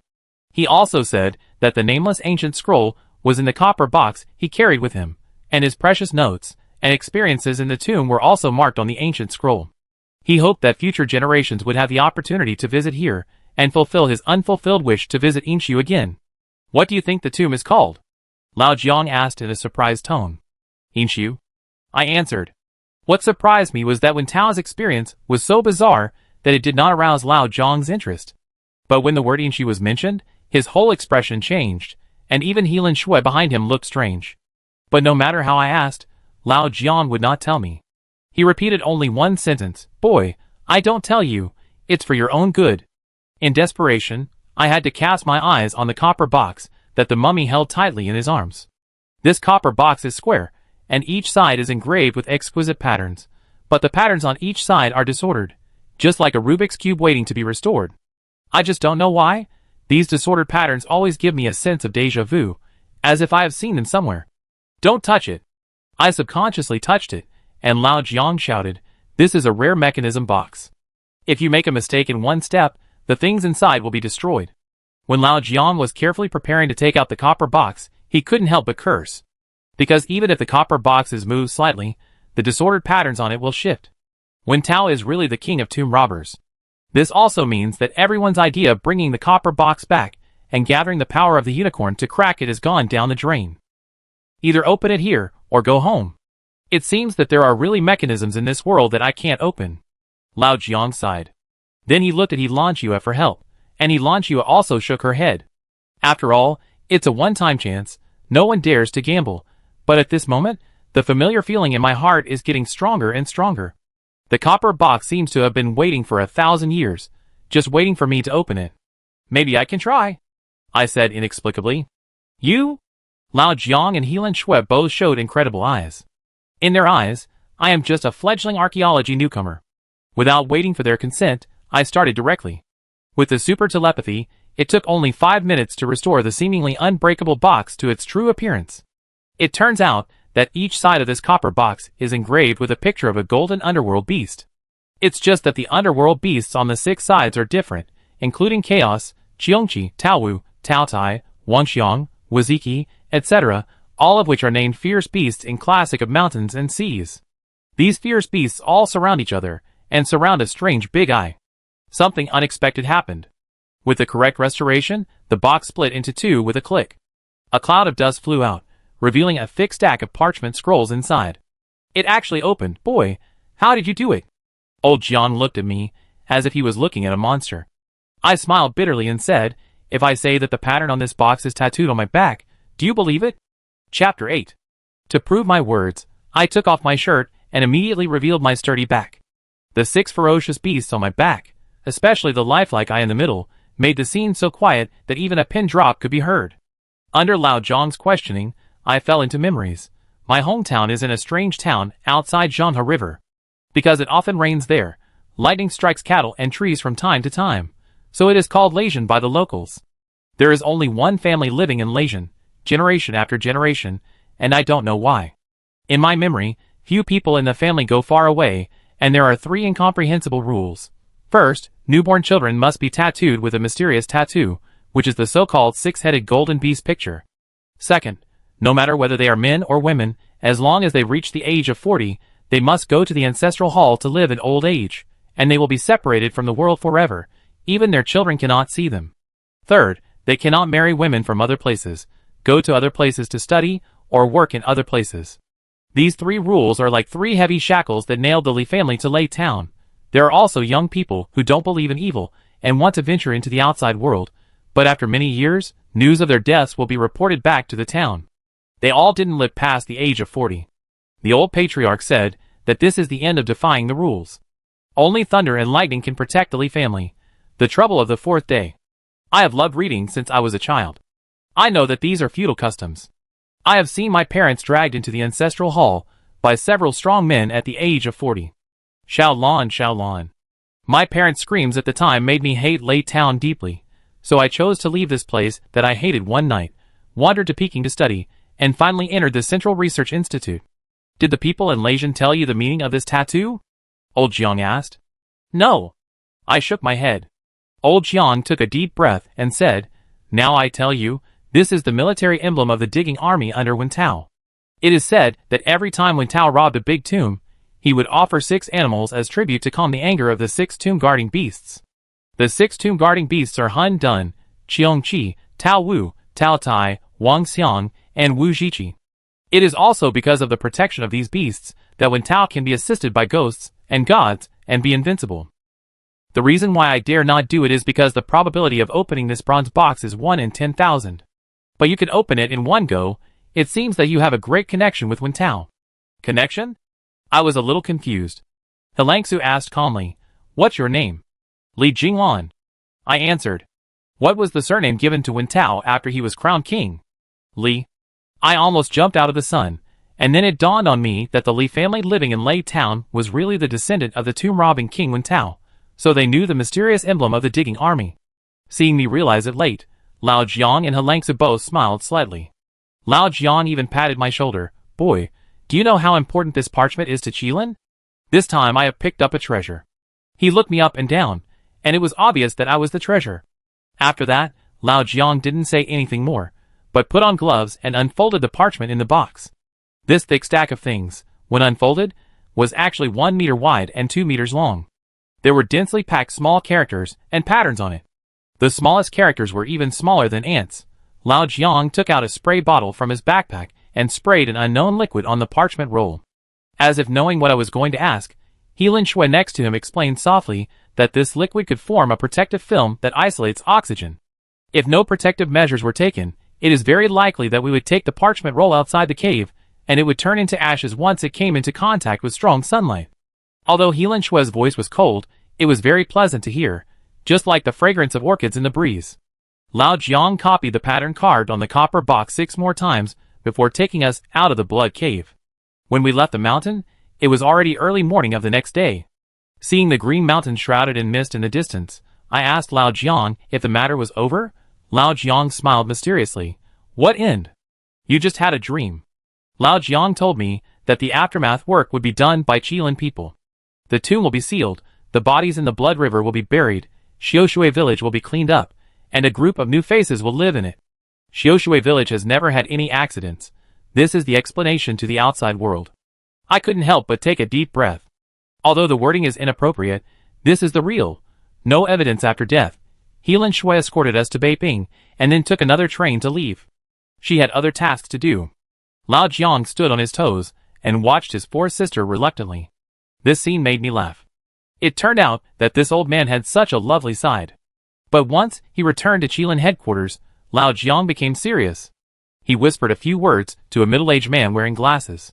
The middle-aged man immediately ordered the entire first floor to put down their work and start looking for clues. For a while, the floor was filled with the sound of telegraphs, and I knew that this huge intelligence department had started to operate. Lao Jiang and several experts began to study the parchment scroll they brought back in a small room. I tried to go in several times, but was stopped by the guards at the door, who said that I had no right to access important secrets. I could only continue to read books idly or tease the golden-skinned tortoiseshell cat I brought back. Because this little guy is fierce and likes to eat meat bones, I also gave it a name, Dahu. Lao Jiang did not come out for 3 days and 3 nights. Only when someone on the first floor occasionally hurriedly handed up a piece of information, the small room would open a crack and then quickly close. But from time to time, I could hear quarrels or the sound of cups being smashed in the small room. What exactly is written on the parchment scroll? What big problem did they encounter? I was still sleeping late until the morning of the 4th day. Suddenly someone patted me. When I opened my eyes, I saw Lao Jiang with a pair of dark circles under his eyes. Seeing that I woke up, Lao Jiang quickly forced a smile and asked me if I was hungry and what I wanted to eat. I said, "Do you have bean juice and fried donuts?" As a result, within 10 minutes, Lao Jiang placed a golden and crispy breakfast in front of me. Looking at Lao Jiang, who was being attentive for no reason, I became alert for no reason and asked, "Master, what's wrong with you?" No, you are my master," Lao Jiang said. I couldn't help but spray out bean juice, most of which fell on Lao Jiang's face. Did he study the parchment scroll and ruin his brain? Lao Jiang seemed to be about to explode, but soon his wrinkled face turned into a smile again. He wiped the soy milk with his sleeve, and brought me a book and fed my cat. At noon, he asked me what I wanted to eat. I rolled my eyes and said, "What if I want to eat mutton hot pot?" Finally, Lao Jiang really got a copper pot for a day, 2 large boxes of sliced mutton slices, and sat there cutting chives while watching me cook the meat. In the evening, I said that I hadn't eaten Quanjued roast duck for a long time, and Lao Jiang just replied, "Okay." Then he went to the cafeteria to give me a hot one. This is how I spent a strange day. The next day I decided to give Lao Jiang a difficult question, saying that I wanted to eat authentic Lanzhou beef noodles. Qilin's headquarters is in the suburbs of Peking, a deserted place, which is almost impossible to do. Lao Jiang obviously knew that I was being arrogant, but he still went downstairs with a glare. About 4 hours later, he placed a bowl of Lanzhou beef noodles with thick soup and red oil in front of me, sweating profusely. Just smelling it, I knew it was 100% authentic. Later, I learned that Qilin used the intelligence network to invite a Hui uncle in the old Beiping alley, and found the beef noodle recipe from Lanzhou, so he made it for me. "Tell me, what do you want me to do?" After eating the noodles, I burped. Seeing that Lao Jiang was still hesitating, I immediately shouted impatiently, "The fox's tail is exposed. If you don't say it, I go to sleep." Finally, Lao Jiang had to smile bitterly. "We may need you to take us to Lasian." "I will never go back to that damn place even if I die," I answered subconsciously. But soon I found that Lao Jiang looked solemn. "Is it because of the parchment scroll? You are so powerful, but you can't crack it? The development of things is beyond our expectations." Lao Jiang said, "This parchment scroll is not made of sheepskin, but made of saltpeter from the skin of a living person. The most important thing is that when Tao wrote down all his experiences in Inshu, and a major secret learned from the tomb robbery in a language that has never appeared in this world. Qilin tried for 3 days, and couldn't find a dictionary for this language." "What language?" I asked curiously. Lao Jiang replied, "A language that is specifically used to communicate with ghosts.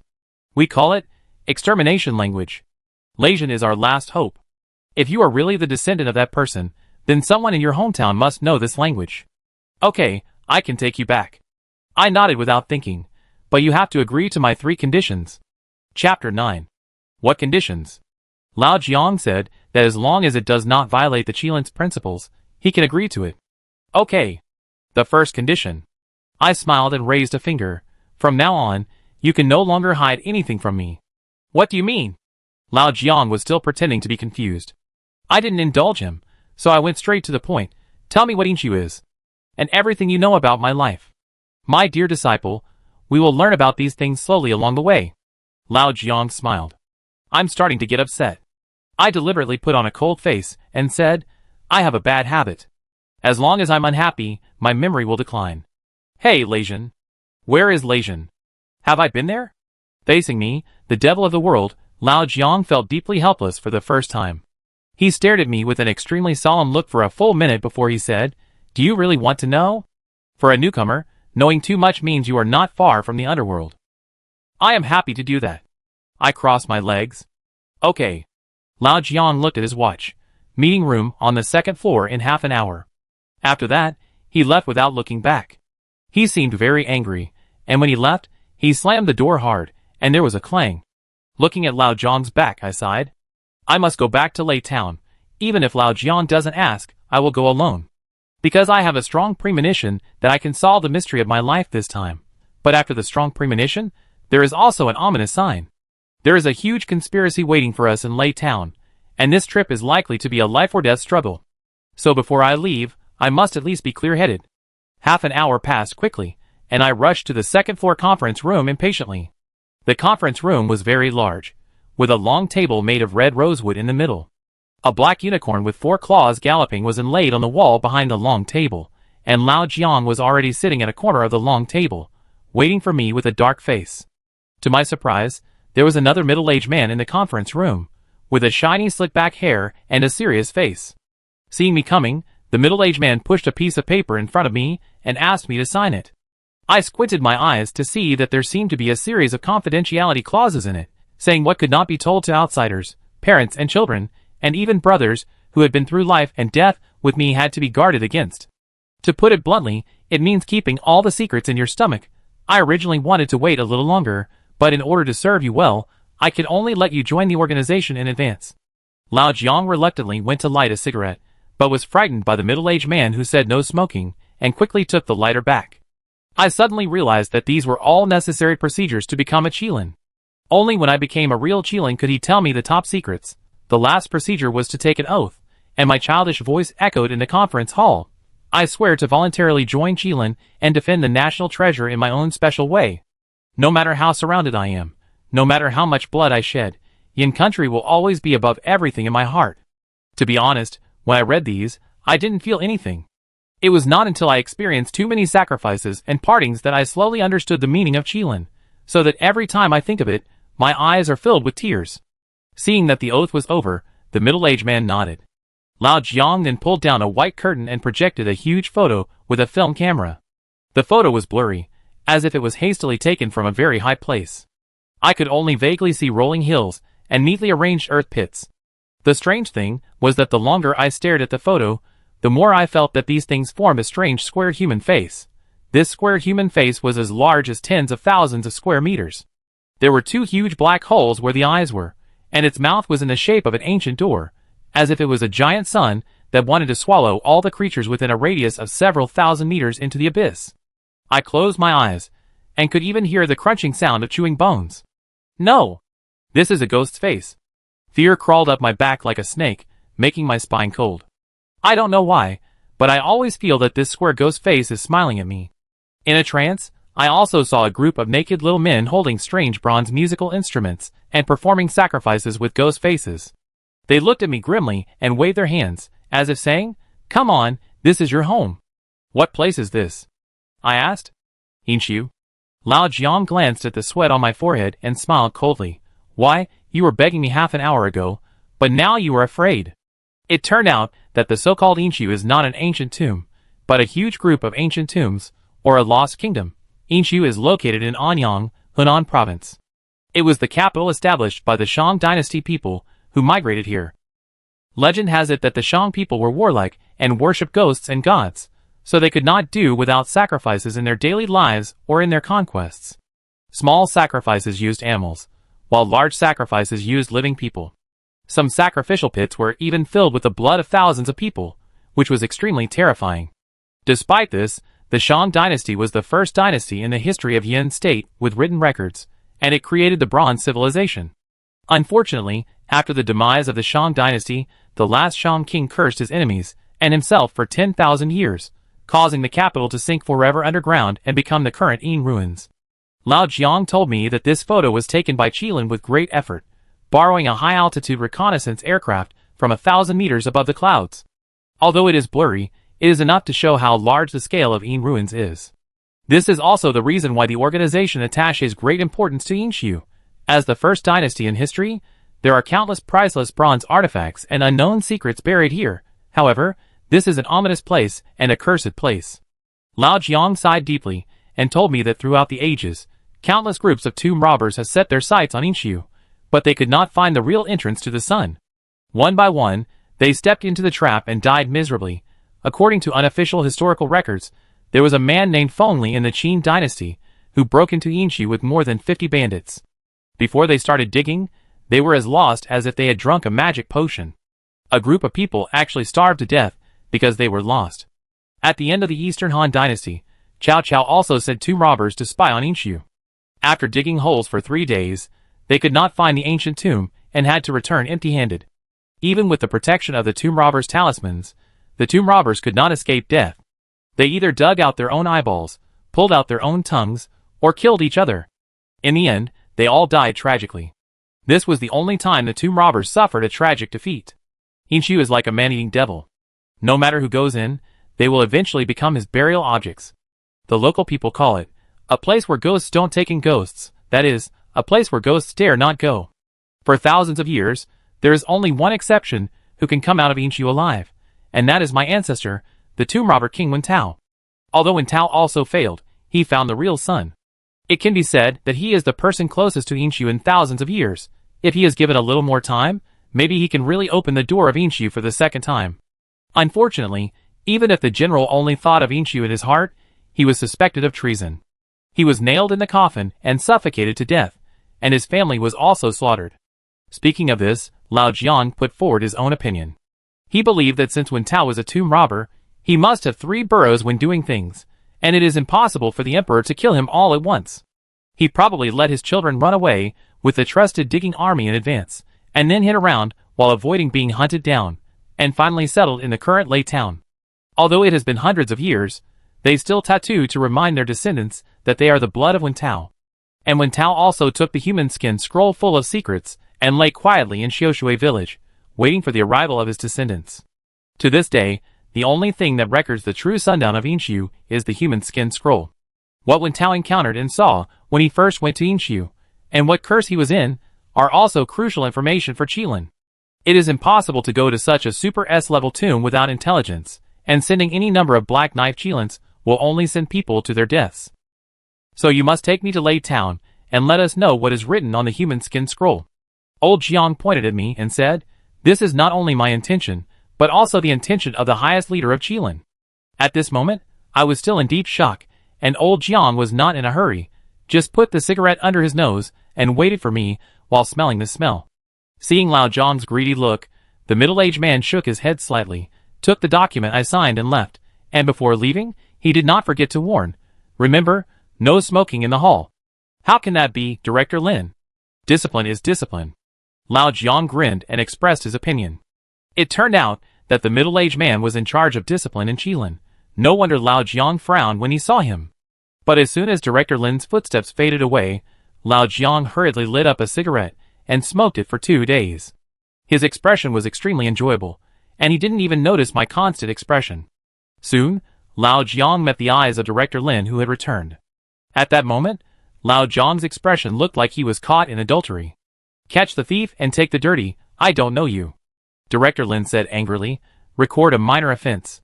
In the end, I was the only one left in the conference room, looking at the photo of Yinshu in fear, and Lao Jiang was looking at the half-smoked cigarette and cursing.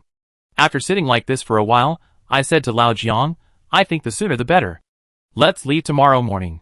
Now I'm going to use my second condition. You have to obey me all the way to Lei Town." Chapter 10. My idea is very simple. I am still Li Jinglan, who escaped from Lei Town when I was a child, but later I went to study in the UK. Now I am back from studying abroad, and I miss my hometown, so I took my housekeeper Lao Jiang back to Lei Town to visit my relatives. This identity is the best at present, because in my impression, people in Lei Town are particularly xenophobic. Lao Jiang kept praising me for being smart, and quickly drove out to buy clothes according to my instructions. I went back to the room, and specially spoke several foreign words in front of the mirror.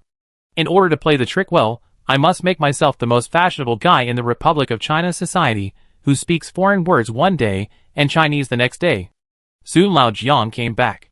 He bought himself a great plaid suit and a sexy red tie. When I changed into a student uniform and put on gold-rimmed glasses, I came out of the room and greeted exaggeratedly, "Hello, my housekeeper Jiang." Lao Jiang was deeply shocked by my acting skills, and said that he couldn't recognize me. We booked the train tickets to Hubei and boarded the train. Lao Jiang also brought a large bag of gifts from Beijing, saying that he wanted to give them to the folks in Lasian. I nodded secretly. My little drama queen finally brought out an old drama queen. After boarding the train, I just teased Dahu, the golden-skinned tortoiseshell cat I raised. If he needed coffee or lunch, I would snap my fingers and tell Lao Jiang to buy it. From time to time, I would say yes. Or no. The female flight attendant flirted with me, and she really thought I was a rich man who had studied abroad and wanted to have a fleeting romance with me. I responded to her in English mixed with half a sentence of Chinese, and after a while, I actually tricked her into giving me a bag of candy for the day. The cat in my arms also enjoyed some high-class treatment. After eating and drinking, it fell asleep. After a day and a night, we finally arrived at a small station at the junction of Jingmen and Yicheng. Lao Jiang respectfully asked me to get off the train with a suitcase. At the last moment, the charming female steward secretly handed me a small note, and then left with a red face. It shows the charm of us, one old, one young and one cat. While I was reading the small note, I led Lao Jiang to the south. The name of the female steward was written on the note, Lin Qiuyue. Unfortunately, this place is still as desolate as I remembered. There was no one in the small station, let alone rickshaws. We could only walk. Originally, Lao Jiang was very patient, but after walking for a few hours, he finally couldn't help it and urged me every once in a while. "Aren't you a master? Masters are afraid of being tired." "Nonsense, you are not the one carrying the box." "I am so hungry that my chest is sticking to my back." Lao Jiang cursed. "Pay attention to your identity. How can a butler say that to a young master?" I deliberately teased him, and then took out a candy from my bag to block his mouth. The cat in my arms was so hungry that it was starving, and it would let out a low roar from time to time to vent its dissatisfaction. "Li Jinglan, you are not taking me the wrong way, are you?" In the end, looking at the vast wilderness, Lao Jiang was a little desperate. I told him not to worry, I would remember this road even if it turned to ashes. When I was a child, I swam across the Zhang River, 1 foot deep and 1 foot shallow to escape from here. I remember every tree and every grass on the road clearly. Because every once in a while, I would escape in my dreams, with the rolling river in front of me and the townspeople and torches behind me trying to catch me. At this moment, the cat in my arms suddenly shuddered, stood up, and raised its ears. I thought it sensed some danger, but I found that its nose twitched, as if it was smelling something. "Dahu, what's wrong?" I asked. The next moment, the cat suddenly broke free and ran forward with a whine. Lao Jiang and I could only chase after it. Lao Jiang ran and cursed, saying that he would make a meal after catching this fat cat. After running for more than 10 minutes, Lao Jiang and I stopped at the same time and became happy, because we saw wisps of smoke floating in the air, and there were people living there. At the same time, the smell of burnt fish meat began to penetrate into our noses. When we ran to the place, we found that it was a crescent-shaped fishing village. There were many fishermen with naked upper bodies processing fresh goods, and some were drying nets. They all had dark skin and looked very healthy. After a while, I found Dahu under a snack stand. He was squatting on the ground, looking at the stall. Wow, cats have a good sense of smell. Lao Jiang and I couldn't run anymore, so we just sat in front of the stall and asked what local snacks were available. "Would you like some freshly cooked fish soup? This is a specialty of our village. The meat is tender and smooth, and the soup is white and mellow." This immediately aroused the greed in Lao Jiang and me. We took out the money and put it on the table, asking him to come up. "Okay." Seeing 2 bowls of fragrant fish soup coming up, Lao Jiang and I drank them up.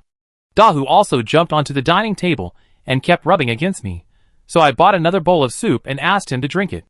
The owner of the snack stand was very happy to see us being generous and taking care of 3 bowls of soup at once.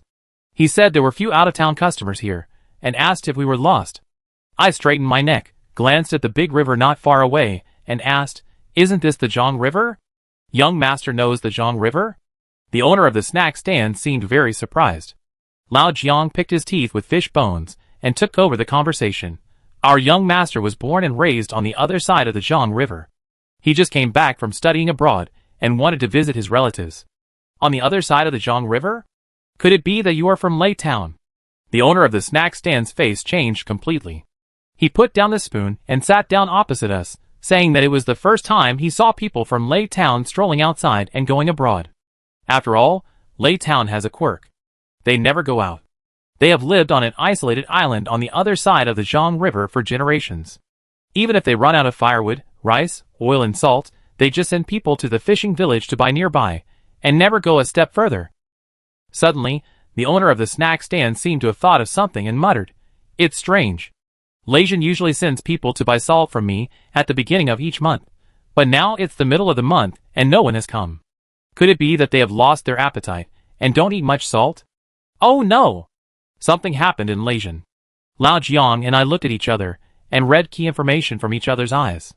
So I asked again, "Has anything strange happened to you recently?" Lao Jiang took out a silver dollar and put it on the table. "Our young master likes to hear strange things. As long as you tell him what he likes, this white dollar will be yours." The snack stand owner shook his head. Nothing strange.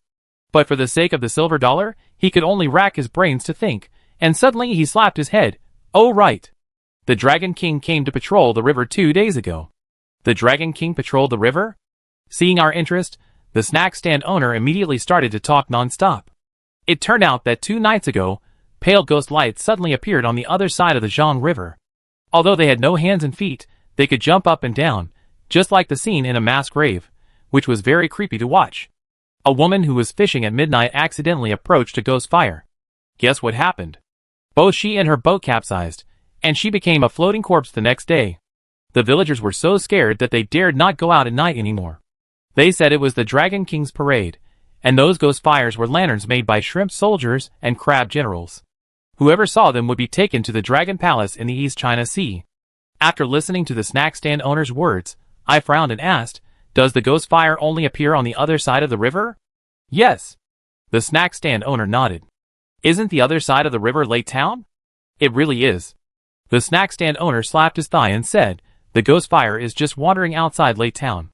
The monthly salt purchase business was missed, and the mysterious ghost fire on the other side of the river. The 2 pieces of information told me and Lao Jiang that something had happened in Lei Town, which made us feel nervous. However, we never expected that the real change would be more terrible than we imagined. "Thank you. The money is yours." I smiled, drank the bowl of fish soup, and asked the boss if he could help us find a boatman to ferry us to the other side. The owner of the snack stand showed an embarrassed expression. "Master, you are from Lei Town. You should know the rules there. Lei Town does not welcome outsiders. If they know that we are the ferrymen, they will never give us business again." I was of course very clear about this, and I chose a more compromising solution at the moment. "Can we rent a small boat? A raft is also fine." The owner of the snack stand said that this was no problem. He had one at home. So with the help of the owner of the snack stand, Lao Jiang rowed the boat, and I held the cat, and slowly drifted to the other side of the river. It happened that the sky was dark halfway, and the thick dark clouds looked like a big pot lid. From a distance, the isolated island seemed to be sending us a distress signal. Chapter 11. I quickly asked Lao Jiang to row faster, but Lao Jiang was cursing, saying that he was the one doing the work all the way. How could an apprentice treat his master like this? "Stop yelling. Look, we're at Lei Town." I pointed ahead, and Lao Jiang's eyes were immediately attracted. But in the distance, there really was a town located on a small island. But this town was too old, like an old house in the Qing dynasty. Around the town, there were 4 huge monster stone sculptures, like 4 giants guarding Lei Town. "This stone statue is quite strange," Lao Jiang said to himself. Just then, a bolt of lightning struck down, and small raindrops hit my face. I knew a storm would come soon. For some reason, after seeing the 4 stone sculptures, Lao Jiang's face became very bad. He stopped talking to me and just rode forward. Even the cat in my arms had its hair standing up, and it whimpered from time to time, as if there were invisible enemies hiding in Lei Town. I stroked Dahu's head and comforted him softly. In front of me appeared a tall door-frame archway with 8 big characters clearly written on it. "Lijiao Lei Town, no strangers allowed." I raised my eyebrows at Lao Jiang proudly, meaning that I was not taking the wrong path.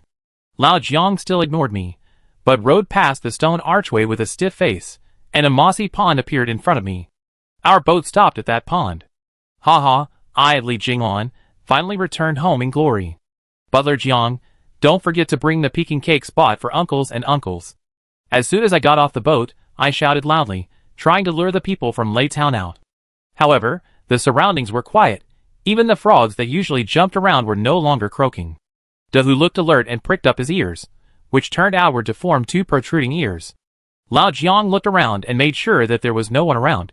Then he said with a serious expression, "Your hometown is not just ordinary evil." "Evil?" Lao Jiang hummed and explained. "The archway we entered was carved into the shape of a coffin head, which is called attracting yin in feng shui. It is easy to bring the yin qi from the Zhang River into the town along the water, forming a yin house.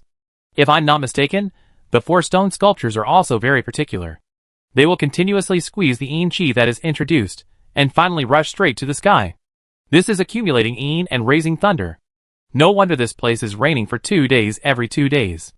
There will be thunder and rain in ahead. The one who made this layout is definitely not an ordinary citizen. Now I am 100% sure that this is the hiding place of Wen Tao's descendants. This trip is not in vain." Old John's face was full of joy. He walked into the town with a big bag and a small bag, shouting as he walked, "Fellow villagers, Master Jinglan is back." He looked familiar and polite, as if he was the one who returned home in glory. I hung the pocket watch that I had prepared long ago in my jacket pocket, pushed the gold-rimmed glasses on my nose, and followed him slowly. After a while, rows of small bungalows appeared in front of me. At this time, Lei Town was unusually quiet. Only the strings of bronze bells hanging under the eaves were blown by the wind when we passed by.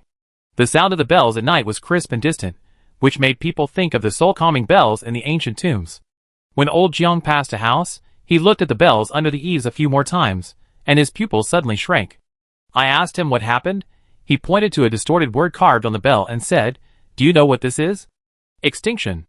I was pleasantly surprised. Lao Jiang's observation skills were amazing. I had lived in Lei Town for more than 10 years, and had not noticed this detail. I only knew that hanging wind chimes was a custom in my hometown. As long as there is a bell under the eaves, no matter how far away, the dead relatives can hear the call from home. I didn't expect that there was an extinction word carved on it. It seems that there are really people in Lei Town who understand this. Lao Jiang took out his notebook and carefully traced the incomprehensible word, and then asked in a pretentious manner, "Master Jinglan, how far do I have to walk to your home?" "It's right in front of you, housekeeper Jiang," I replied. "It stands to reason that townspeople start patrolling at the stone archway, and any unfamiliar faces will be expelled. But we not only docked, but also walked such a long way, and didn't see a single patrolling townsperson. Could it be that something really happened in Leijian? It was completely dark." I took out a Western-style flashlight from my pocket and turned it on. Following my memory, I took Lao Jiang to my childhood home. I don't know how long we walked, but I suddenly felt like someone was following us. When we walked, he walked. When we stopped, he stopped. Although the drizzle was drizzling, and the ringing of the bells was getting more and more urgent, Lao Jiang and I still heard the footsteps hidden in the rain. Lao Jiang gave me a calm look, and then pretended to ask in a low voice, "Master Jinglan, why do you live in such a place? Is it haunted?" I comforted him to be brave. Then he suddenly turned his head, showing the flashlight to the corner of the street, and shouted, "Who is it?" My speed was so fast that the other party had no time to hide. Under the flashlight, an old woman with a hunched body and wrinkled face appeared. The old woman was holding a white lantern in her hand. One I was missing, and the other eye looked at me grimly, which reminded me of the story of the Dragon King patrolling the river mentioned by the owner of the fishing village. Hu called out, and the man laughed dryly twice. "The old woman is not a ghost, ha." As soon as the voice fell, the closed doors of every household opened, and stiff figures stood at the door with white lanterns, staring at us.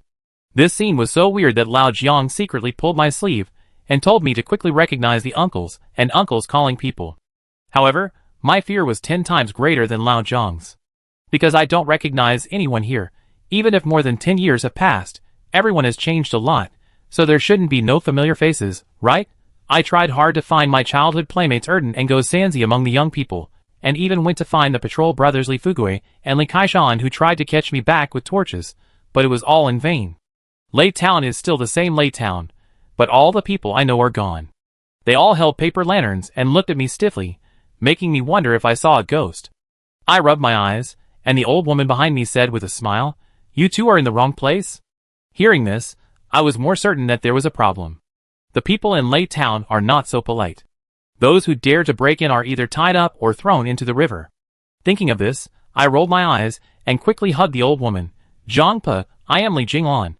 I didn't expect that you are so old after studying abroad for more than 10 years.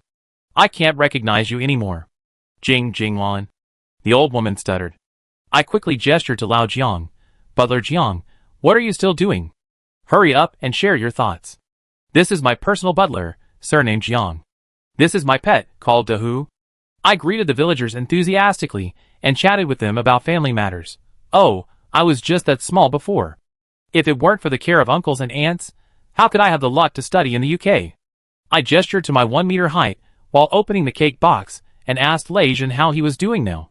The townspeople showed me a wary look, and I quickly pointed to a house on the left.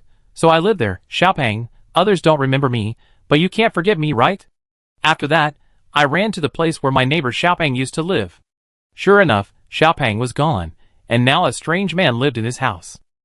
The man was about my age, tall and thin, not fat at all, but I deliberately held his hand and told him all the bad things we had done together in the past.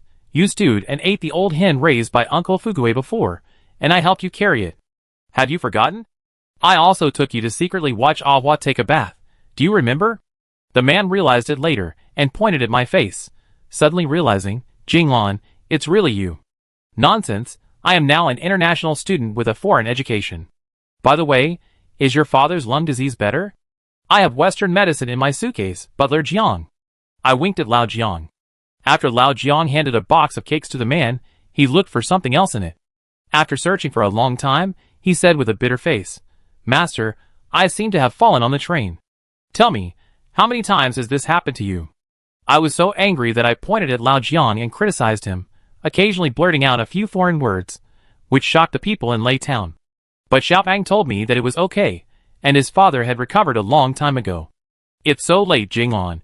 You must be tired from taking the train. Let's talk about the past tomorrow. The old woman suddenly stepped forward and stopped me from talking endlessly. I also had this idea, but I looked at my original home and said with embarrassment, it's a pity that after I left, no one cleaned up the house.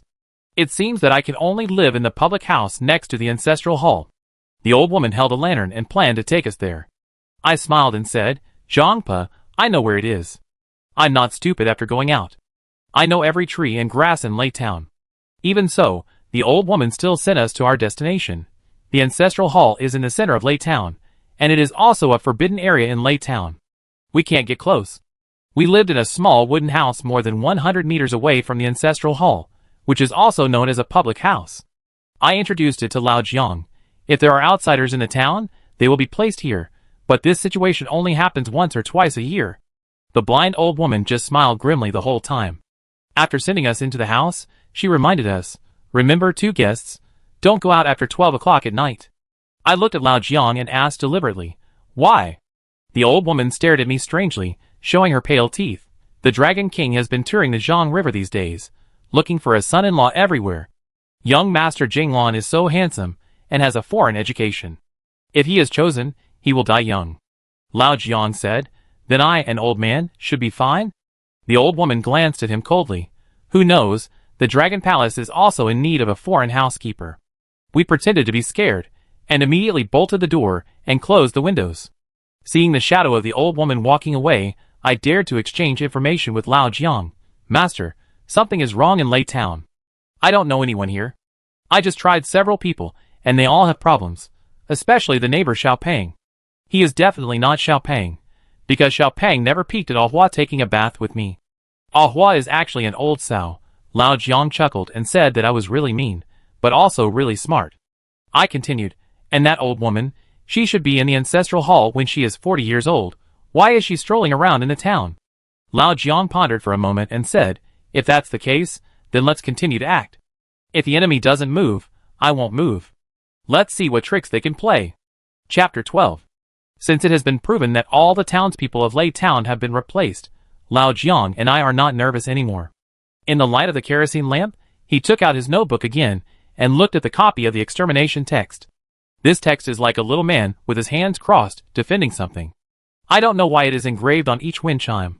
Lao Jiang told me that although he is not an expert in text, he has studied Oracle Bone script for a while. This text should represent the meaning of protection. He suspected that it was no coincidence that when Tao's descendants fled for hundreds of years, and finally chose to settle in Lei Town, there must be something in Lei Town that can protect them. At this point, Lao Jiang murmured to himself, Lei Town, how many secrets do you have hidden? waiting for us to dig. Then, master, shall we go out tonight? I asked. Under the light, Lao Jiang showed a smiling face. Since we are here, why don't we go? And we have to go after 12 o'clock. It seems that he is just like me. The more he is told not to do something, the more he wants to do it. The cat on the table also meowed excitedly. There were still a few hours before midnight, so we took a nap first, and put on shoes in the dark immediately after the time. However, the cat was already snoring, making it seem like it was the one who was rushing during the day. I quickly pinched its butt and whispered to remind it, "Wake up, it's time to do the work." In the plan of Lao Jiang and me, De Hu is also a crucial link. This guy is obviously tired. He glanced at me lazily, and planned to continue sleeping. Lao Jiang took out the cooling cream from his arms, and rubbed it on De Hu's nose. De Hu's whiskers twitched immediately, and his whole face wrinkled into a bun. Seeing that De Hu had woken up, we, an old man, a young man and a cat, took action in the dark. Lao Jiang was very smart. He deliberately let the cat out of the door first, and then we pretended to chase the cat, running out of the house, while carefully observing the surrounding environment. The strange group of townspeople seemed to really think we were foreign students visiting relatives, and there was no one watching nearby. But we still did not relax our vigilance, and our steps were very light and slow, for fear of ringing the wind chimes on both sides of the street.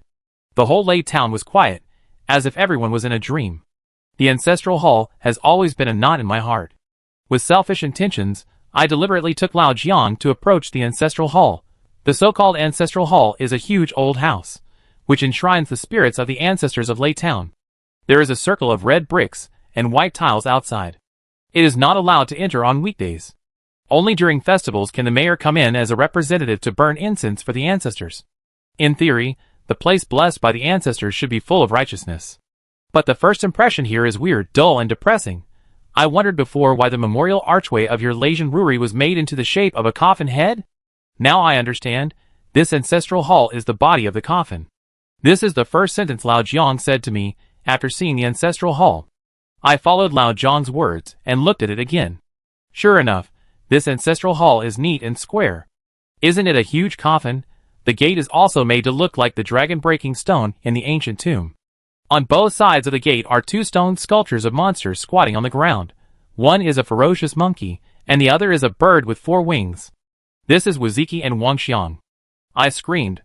These two monsters have appeared on my tattoo, on the box left by Wen Tao, and now they appear in the ancestral hall. Old Zhang's sight was attracted by the huge bronze stick standing in the center of the ancestral hall. Although this stick just emerged from the yard, Old Jiang insisted that this thing was not simple. "Boy, do you know the origin of this thing?" he asked. I introduced. My parents seemed to tell me when I was a child that this copper stick is the oldest object in Lei town. Legend has it that it was built by the first generation of ancestors. At that time, a lot of manpower and material resources were spent, but its specific use is still a mystery. The mayor only said that it is for blessing and exorcism. Old Jiang nodded thoughtfully, and wanted to take me over the wall to take a closer look at the copper stick.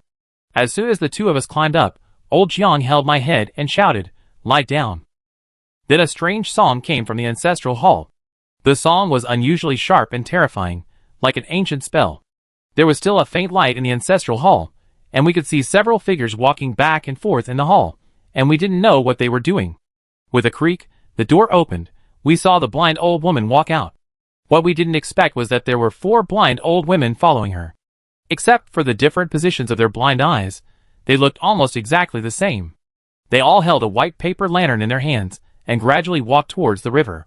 I looked at Lao Jiang and asked him if he would follow or not. Lao Jiang nodded, and nimbly carried me to the corner. Although the old woman was blind in one eye, she walked quite fast. I had a little difficulty following her. The blind old woman walked all the way to the huge stone sculpture by the Zhang River. I hid in the bushes, and didn't dare to get close, but I found that the group of strange townspeople with stiff faces that I saw earlier had gathered there. The lanterns those people carried were also white, but they were burning green fire inside. The green lanterns floated in the darkness, just like the Dragon King patrolling the river. The blind old woman ignored them, but ordered people to dig a pit under the stone sculpture with a hoe, and then buried a large bag of mysterious things in it. Lao Jiang and I were a little far away, so we couldn't see clearly what it was. We only saw densely packed lanterns circling around the stone sculpture, singing ancient ballads in their mouths, which gave me goosebumps. I don't know how long they sang before they stopped. After that, They started to dig around the island with hoes and shovels, as if they were looking for something. This made me feel very strange. Even if they were looking for something, shouldn't they look in the townspeople's homes? What kind of thing would be buried by the river in the wilderness? There is nothing here except graves. Because in my impression, from the moment of birth, the people of Lake Town have to choose a monster stone sculpture as their zodiac sign. Which stone sculpture they choose will be buried nearby when they die. But they are all babies, and have no consciousness, so after the baby is born, the direction of the finger is considered to be the location of the grave. When I was a child, I told my parents that this was unlucky. How can you think about death as soon as you are born? But my parents said that this is a custom passed down from generation to generation in Lake Town. If you are alive, you are a person of Lake Town. If you die, you have to be the eyes of Lake Town and guard this place. I don't know how long the group of people dug. I almost fell asleep while standing, but they didn't stop until a rooster crowed in the distance. The blind old woman said, "Hello, the mountain tiger is coming. It's time to go back." After the Cho hour, it is the Yin hour, and the Yin hour often corresponds to the tiger in the 12 zodiac signs. But I don't know what the mountain tiger mentioned here means. Anyway, no matter what, the blind old woman and the group of people did leave.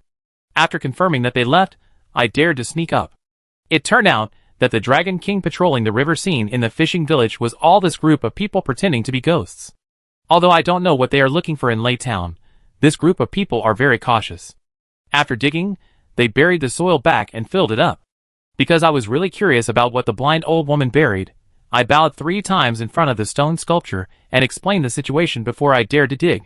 After all, I am from Lake Town, and I cannot disrespect the statue that has protected Lake Town for hundreds of years.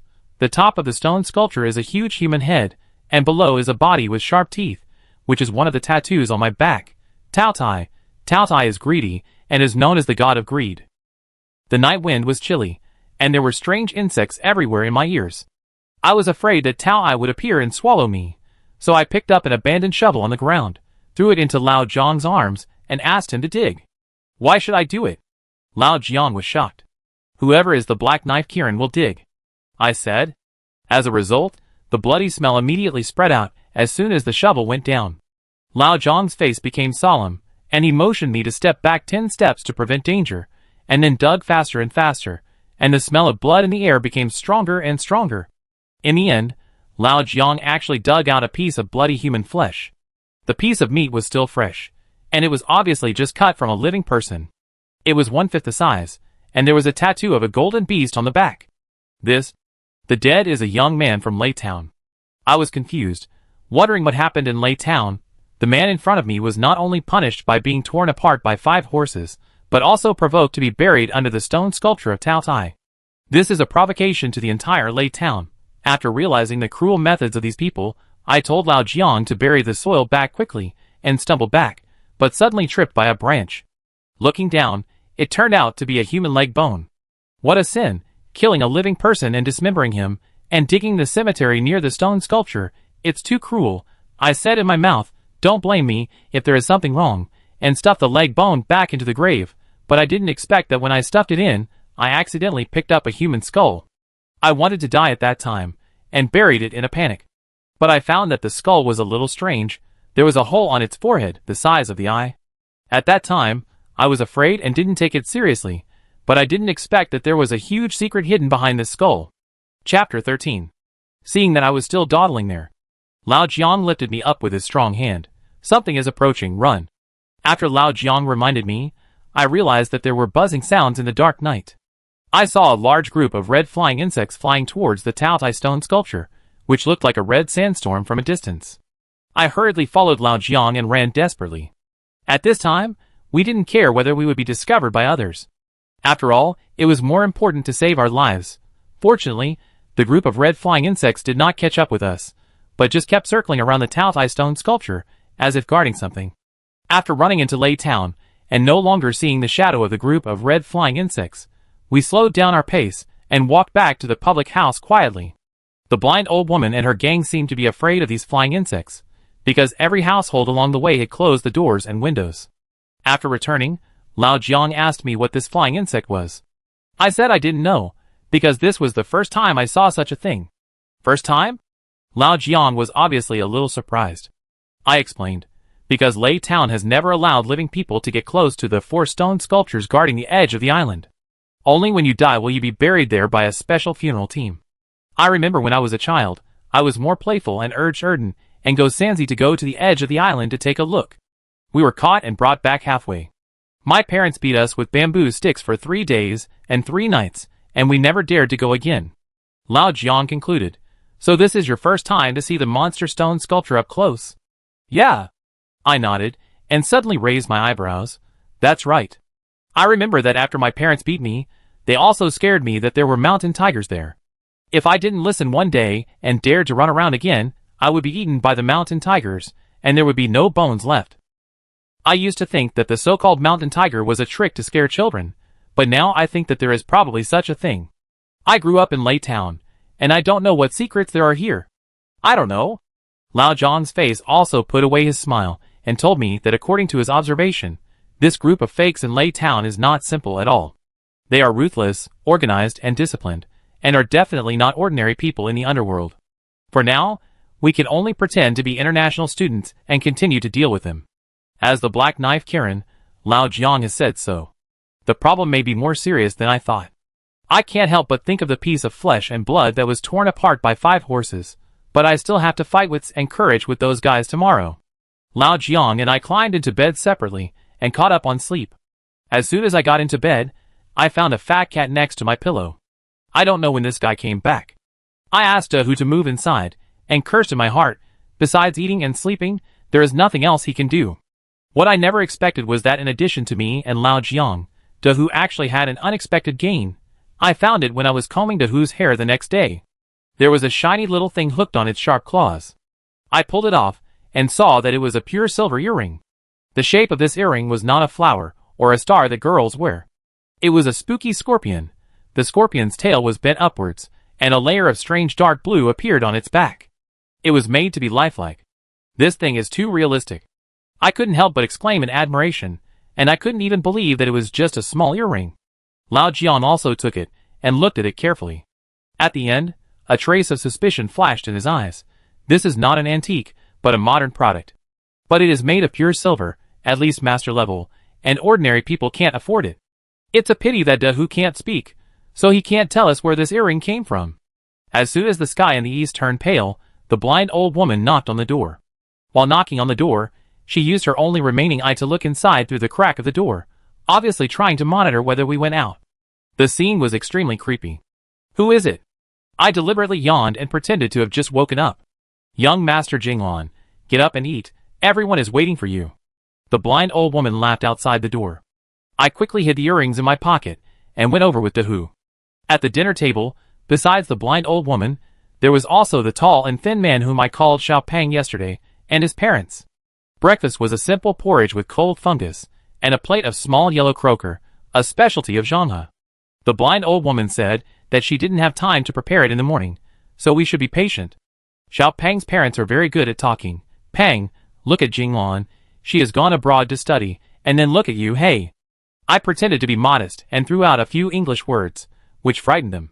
Xiao Pang quickly stood up and asked me to teach him a few English words. Just then, I found that Xiao Pang had a hole in his right ear. I signaled Lao Jian with my eyes, and then I drank porridge while observing other people calmly. I found that everyone present, including the blind old woman, had pierced ears, and they were all on the right side, but people in Lasian don't pierce their ears at all. Could it be that the scorpion earrings that Dahu brought back came from them? Lao Jiang ate the yellow croaker, and then asked nonchalantly if there was anything wrong in the town recently. He seemed to hear someone singing last night, and there were noisy noises, which woke him up several times.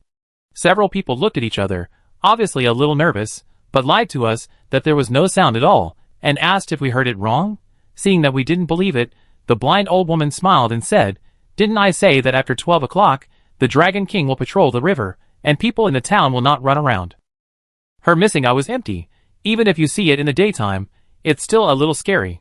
I didn't dare to look at her, but Xiaopeng took my hand and asked me if I still remembered the past.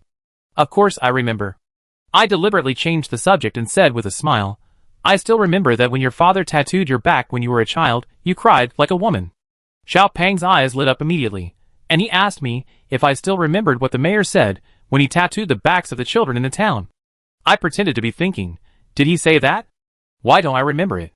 Xiao Pang continued to ask tentatively, then do you remember that there is a treasure passed down from generation to generation in our late town, that treasure kin? Before Xiao Pang could speak, the blind old woman suddenly coughed, as if she had dropped her chopsticks on the ground and bent down to pick them up. I looked at Xiao Pang again, and Xiao Pang had shut up at this time. The only thing I could hear was the blind old woman's faint voice. Young Master Jinglan, there's a lot of mud on the soles of your shoes. I help you and Butler Jiang wash them off later. Old Jiang and I looked at the soles of our feet at the same time, and then we realized that our soles were still stained with black mud from the Taotai stone sculpture last night. Oops. I thought to myself. Fortunately, Lao Jiang thought quickly and apologized to me immediately. Master, it's all my fault that I was too anxious to go to bed last night and forgot to change your shoes. Yesterday, we stepped into the mud when we went ashore, and it smelled really bad.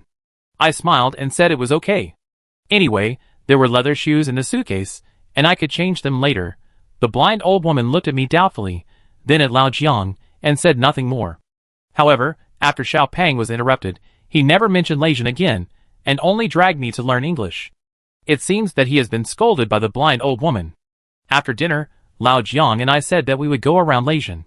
I have been studying abroad for more than 10 years, and I haven't burnt incense to the ancestors in the ancestral hall. Xiao Pang looked at the blind old woman, who nodded and said, it's right to be filial. But she has to accompany us to the ancestral hall, because of what Lao Jiang said before. When I came to the ancestral hall this time, I felt like I was in a coffin. Every step I took seemed like someone was blowing cold air behind my neck. The blind old woman sneered and inserted the key into the dragon-breaking stone door, then slowly pushed it open. The creaking sound echoed in my ears. What came into view was the courtyard in the ancestral hall, and the strange bronze giant stick. In the daytime, the bronze giant stick is much clearer than at night. The surface is shining with a layer of metal-specific luster, and there are also complex patterns carved on it, which seems to depict a group of little people climbing up the ladder to the sky. The ladder in the picture is endless. It is estimated that it is as high as the giant stick. I don't know what special meaning it has. When passing by the bronze giant stick, old Jiang couldn't help wanting to study it, but I pulled him hard, signaling him not to show his hand. We're here. As the blind old woman pushed open the inner room, we saw a plaque with the words blessings to descendants in front of us. On the altar under the plaque, there were 4 or 5 layers of tablets, densely packed, all with the position of XXX of the Li family written on them. But the highest layer was particularly empty. Logically, shouldn't this place be for the oldest ancestor? But it seemed that what was placed there was not a tablet, but a square frame covered with a black cloth, which looked particularly weird. The blind old woman asked me and Butler Jiang why we didn't come in. I said to her, you forgot that only men from the Li family can enter the ancestral hall. Butler Jiang is a servant from outside. How can he have this qualification? After I said this, the blind old woman couldn't go in either. She forced a smile and said, look at my memory. I was so happy that Master Jinglan came back that I actually forgot this rule. Then she handed me the incense in the bamboo basket. I took it politely and kowtowed 3 times under the tablet respectfully. In fact, I didn't have much affection for Lasian. Instead, I had a hint of hatred. Because my parents were dragged into this ancestral hall, and their lives and deaths were unknown. After burning incense, I planned to leave. However, at this moment, the cat jumped onto the altar with a shadow, as if it was frightened by something. Dahu, don't make trouble. I quickly waved my hand in a low voice. Looking at the rows of tablets, I was deeply worried about Dahu. You know, the ancestral tablets on the altar are not placed randomly. The older the age, the higher they are placed. As a result, Dahu went all the way up until the last row, and actually stared at the thing covered by the black cloth, and was eager to try. I hurried forward to catch it, fearing that this cat would kill me and Lao Jiang. As a result, this fat cat jumped too fast, and when it jumped, it actually lifted a corner of the black cloth. Although the cloth fell down quickly, I felt like I fell into an ice cave in the cold winter, and I was trembling for a moment, and couldn't say anything. Is it shock, fear, or incredible? I can't describe my fear at that time, because I clearly saw the thing hidden in the black cloth. Chapter 14. When I walked out of the ancestral hall, my clothes were soaked. Old Jiang saw that I was in a state of dismay, and knew that something had happened. He cast a concerned look at me, and wanted to ask me what happened, but I just dragged him back. Young Master Jinglan, aren't you going to go somewhere else? The blind old woman asked at the door. No. Old Jiang stood up to cover up for me. Young master's parents died in the ancestral hall, and I was reminded of them all of a sudden. Then remember to come to dinner tomorrow. We have prepared many delicious dishes. The blind old woman smiled and said goodbye to us. After returning to his residence, Lao Jiang quickly closed the doors and windows, and after confirming that no one was following him, he said, "What happened just now?" At this moment, my heart was still pounding, watching Lao Jiang say a sinister word. Can you believe it? My ancestor Wen Tao is actually a monster. Monster? Lao Jiang was originally smoking, and when he heard this, he coughed several times. I quickly poured Lao Jiang a cup of tea and repeated the scene that just happened in the ancestral hall. It turned out that Dehu's mischief at that time actually made me see that the portrait covered by the black cloth was the portrait of the ancestor. The ancestor in the portrait had a square face and wore a bright red military uniform, but he actually had a third eye on his forehead. In order to highlight the importance of that eye, the painter painted the third eye particularly ghostly, and I even felt that the eye blinked at me. Remember last night, I accidentally fell into the graveyard next to the Taotai stone sculpture? At that time, I saw the skull of a middle-aged man, and there was also an eye socket-sized hole on his forehead.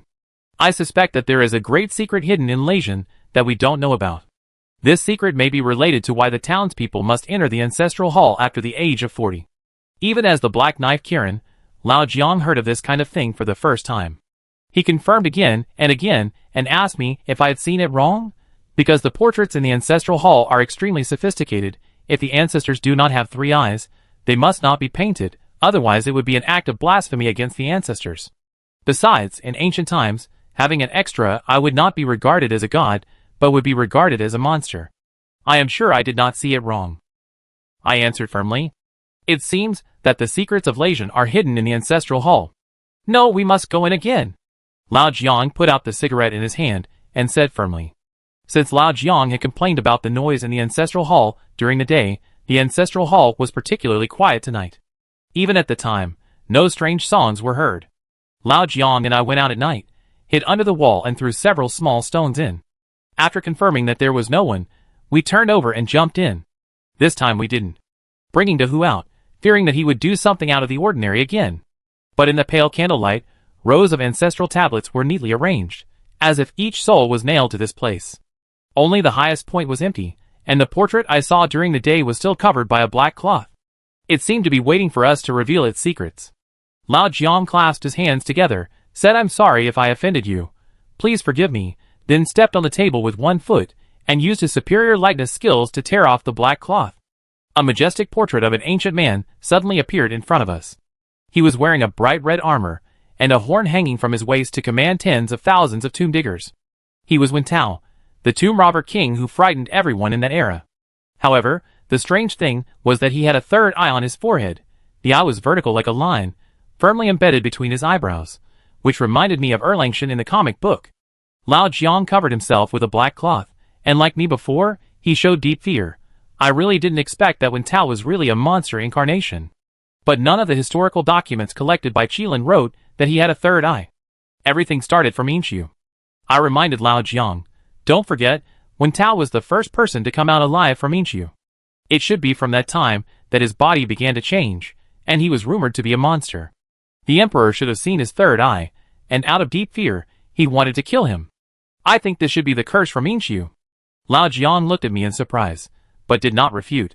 Perhaps in his heart, this guess was the closest to the truth. However, just when we were about to leave, Lao Jiang waved his hand. "Wait!" I looked at him, and found that Lao Jiang suddenly came to the west wall at this time. The 3 old gods of Fu, Lu, and Shou were painted on the wall.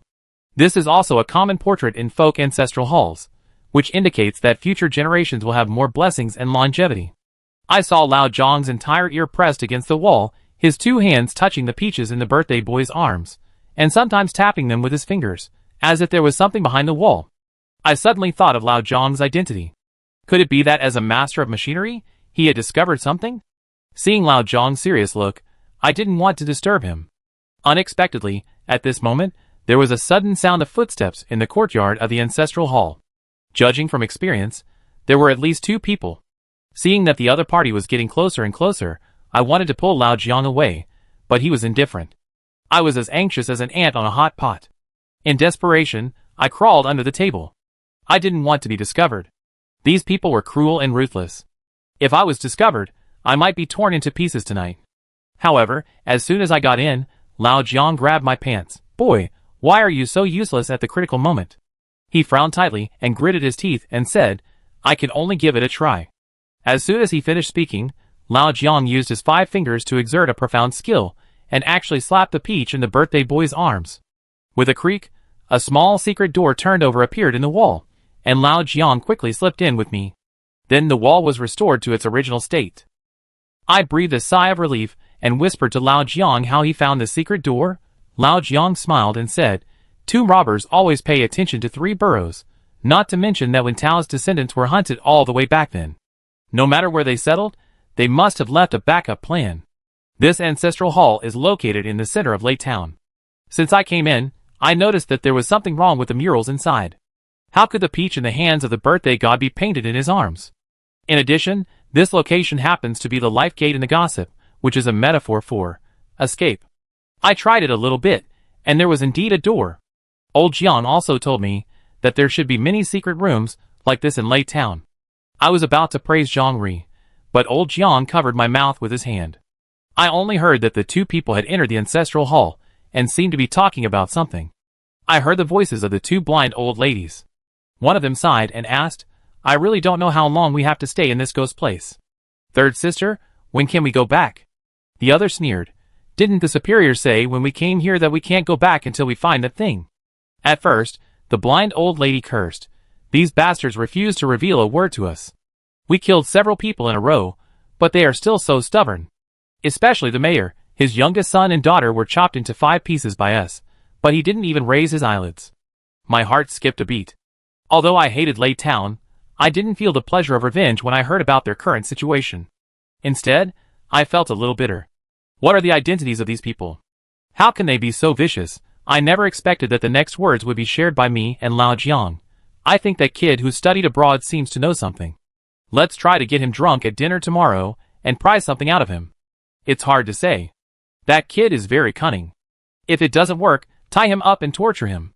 He looks so delicate and tender that he won't be able to bear it for long before he confesses. Hearing the 2 blind old ladies say this to me, Lao Jiang was so happy that he kept mocking me with his eyes. But the next moment his smile froze on his face. But we have to kill that old kid first. Once the old kid dies, won't the kid be at our mercy? Old Jiang gritted his teeth and angrily pressed the scabbard of the black knife. I could only hold back my laughter and remind old Jiang to put the overall situation first. The voices of the 2 blind old ladies became smaller and finally turned into whispers.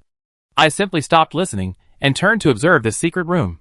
There was only a moldy wooden bed in the secret room, which should be used for the people of Lei Town to temporarily hide when they encountered a catastrophe. There was a stack of books on the wooden bed. I flipped through them and called old Jiang over, because I actually found a genealogy of Lei Town. We blew away the dust and found that the first-generation ancestor was indeed Wen Tao.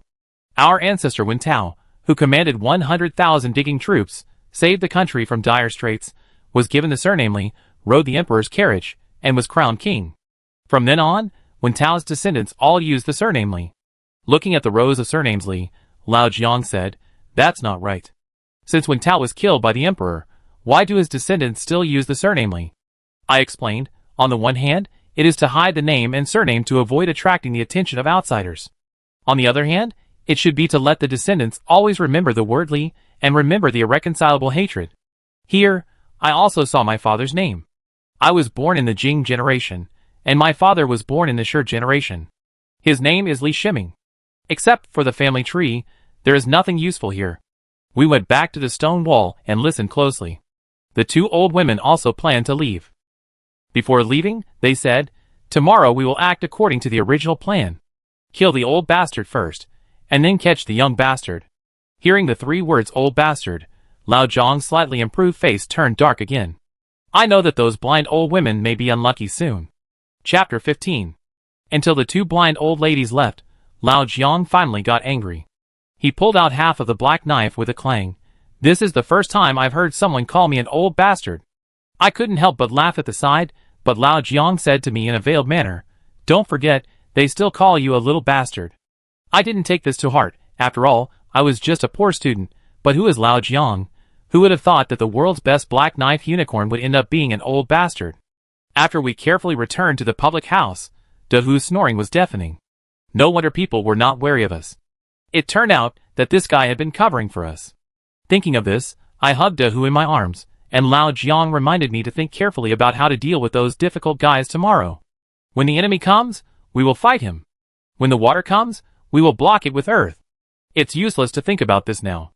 I said this, but what I thought in my heart was that we had to kill the old cub first, so of course, Lao Jiang had to worry about the countermeasures. After that, I hugged the cat and fell asleep sweetly. The next morning, the blind old woman knocked on the door on time and asked us to drink some porridge to fill our stomachs first, and then she would treat us well at noon. We smiled and agreed, but we knew in our hearts that this was a Hongmen banquet. These people don't want to continue acting anymore. Today is the day to show their true colors. Before going to the Hongmen banquet, Lao Jiang took out a pill for me to take, saying that it can detoxify to prevent the other party from doing anything dirty. Lao Jiang also changed into a pair of high boots and hid the black knife inside. This time, the food and wine were set out on the bluestone street. It was an open-air banquet, with smoked meat, white fish soup, crispy grilled fish, fried beef, etc. This made me wonder if they had looted all the food from every household. Even if it was Chinese New Year, people in Lei Town would not be willing to eat these dishes together. The blind grandmother poured wine for us, saying that it was the old-aged wine in the bottom of the box, and poured a full bowl for me and Lao Jiang. Xiaopeng kept persuading us, saying that we hadn't seen each other for so many years, so we had to drink more. I drank it all in one gulp, and said with a little melancholy, "It's a pity that I didn't see Erden and Go Sanzi. We had such a good time before." Xiaopeng laughed. "You have only been back for a few days. Why are you in such a hurry? You will see them soon." I don't know why this wine makes me dizzy after drinking it. I suddenly had an idea and deliberately asked Xiaopeng, "By the way, do you remember when we were young, we stole the strange copper box from the mayor's house that day and were beaten half to death by our parents? Alas, I just don't know what is hidden in the box." I deliberately pretended to be very sad, took off my gold-rimmed glasses, and wiped my tears. Xiaopeng looked extremely excited. "The copper box?" I nodded and said, "Yes, it was the square box with monsters carved on all four sides." Xiaopeng could no longer hold back and grabbed my hand. "Do you remember where the mayor put the box?" I said I didn't remember at first, but when I caught the murderous intent in the eyes of the blind old woman next to me, I immediately said, "Haha, I lied to you. I still remember that place clearly." "But Xiaopeng, didn't you steal the box with me?" "Why now?" "Ouch, why does my head hurt so much?" "Hey Xiaopeng, why do you have two heads and two noses?" I pointed at Xiaopeng, and my head tilted and fell on the table. Old Jiang was also pretending to be drunk, and he fell silent while talking nonsense. After I fainted, Xiaopeng shook me and shouted, "Master Jinglan, Master Jinglan?" Li Jinglan. Seeing that I didn't react, he stood up and sighed. "Who gave so much medicine?" Really, I almost got the thing from him. But he said the thing was at the mayor's house. We searched the house 3 times and couldn't find it. I really don't know what the mechanism is. The blind old woman sneered. "Since the kid has seen the box left by Wen Tao, it means that our trip was not in vain. I don't believe that the box can still fly out." My heart skipped a beat. I didn't expect that a small test would actually prove that they really came for the secret left by our ancestors. It's just that the box was not in Lei Town that day, but in Xiushui village. Xiaopeng and his men tied Lao Jiang and me up with hemp ropes. The blind grandmother wanted to search us, but Xiaopeng said disdainfully, "These 2 kids are so stupid, there's no need to search." In their eyes, we were just 2 foreign devils who were easy to fool and couldn't make much waves. Lao Jiang and I pretended to be unconscious until we were moved to a place. The place was stinking and full of feces and urine, which reminded me of a large shed in Lei Town that was specially used to raise cattle and sheep. The blind grandmother thought it was smelly here, so she handed Lao Jiang and me to Xiaopeng and left. Xiaopeng and his parents threw us into a simple cell, picked up a basin of cold water and poured it on us. Lao Jiang and I were soaked, and the alcohol was gone immediately. It turned out that the whole shed had been transformed into a prison cell. There were messy noises, shouts, and figures next door. I guess other residents of Lei Town were imprisoned.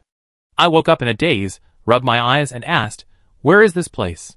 "Xiaopeng, why are you standing here?" Xiaopeng sneered, "You are already a sheep in the tiger's way. Why are you still so stupid? Learning English has made your brain stupid." I wanted to pretend that I didn't understand, but Lao Jiang quickly got into the role and said pitifully, "Young master, you are thinking that the bad guys are your brothers. I said that this town is not right." "Old boy, don't interrupt." The fake Xiaopang immediately kicked Lao Jiang and grabbed my collar to ask about the whereabouts of the copper box that day. I said I didn't know, and the fake Xiaopang immediately winked at the two accomplices behind him. "Humph, it doesn't matter if you don't know, you will beg to tell us later." One of the two people patrolled back and forth with a whip, and the other sat there and used a knife to cut bamboo sticks. The fake fat guy didn't forget to explain that they would first whip Lao Jiang until his skin was torn, and then use thin bamboo sticks to drive into Lao Jiang's fingernails one by one, so that he could experience what it means to have a heart connected to 10 fingers. My scalp tingled when I heard that, but just as the other party was about to make a move, a blade suddenly slipped out of Lao Jiang's sleeve. He pinched the blade with 2 fingers and cut the hemp rope cleanly. Not good. The guy holding the whip realized that something was wrong and whipped him. Lao Jiang smiled and pulled out the black knife in his boots. I saw a flash of white light in the dim environment, and the guy covered his neck and fell down with blood. All this happened in a flash. When the fake little fat man wanted to escape, his other accomplice was also slashed in the throat. Lao Jiang picked him up in 2 steps and threw him in front of me. Then the knife flashed and cut the hemp rope on my body. The fake little fat man collapsed on the ground, trembling. He was about to ask Lao Jiang who he was, but his eyes fell on the black knife that Lao Jiang had taken back. You are actually the black knife Karen?" Lao Jiang smiled and acquiesced. The fake little fat man knelt on the ground, not daring to move. At this time, he was completely shocked by Lao Jiang's powerful aura, and dared not play any tricks anymore. The things were all done by the gang outside. I am just a small character. Please spare my life. The fake little fat man raised his head tremblingly. Old Jiang, however, was playing with the black knife in his hand with a smile on his face. "I'm not an adult, I'm just an old boy in your day." Old Jiang's appearance scared the fake little fat man to the point of peeing. There's a saying, eat bones and sleep on skin. The forest laughs. Old Jiang's smile on the surface, but not on the body is really scary. Just when the fake little fat man's mental defense line was completely broken, Old Jiang finally started to talk. "Tell me, who are you? What is the purpose of coming to Lei Town? Where did you take all the people in Lei Town? If you don't answer 1 question, I cut off your left ear. If you don't answer 2 questions, I cut off your right ear. If you don't answer 3 questions, I take your life." After that, Old Jiang pointed to the 2 corpses on the ground and said, "They just died not long ago, you die quickly, and you can still be a companion on the road to the underworld." Chapter 16. How could the fake little fat man stand the shock from Lao Jiang? His legs trembled, and he quickly confessed, "We are a group of tomb robbers. We heard that there is a treasure hidden in Lei Town. As long as we have this treasure, it can help us find a big tomb, so we are greedy. As for the villagers of Lei Town, they are locked up next door." "Tomb robbers?" Lao Jiang smiled coldly, spread his hands, and showed the scorpion earrings that Dahu picked up. "I have been in the tomb robbery world for 30 years, but I have never heard of any group of tomb robbers wearing such a thing on their ears. Do you want to deceive me? We are really just tomb robbers." After seeing the earrings, the fake little fat man's face changed drastically, and his voice became lower and lower. Suddenly, he grabbed a handful of lime powder and threw it into the air. Fortunately, Lao Jiang and I were prepared and covered our eyes with our sleeves at the first time. "Go to hell." The fake little fat man grinned and stabbed me with a dagger. Because the lime powder was still floating in the air, the whole room seemed to be filled with a layer of white mist. I couldn't see clearly where the dagger stabbed me. I only knew that this guy was coming towards me. "Lao Jiang, save me!" I shouted. "He is stabbing your abdomen now. Turn sideways, he will be slow for a second. Take advantage of this second, hit his elbow, his dagger will fall, then pick up the dagger and stab him to death." Lao Jiang's voice sounded behind me.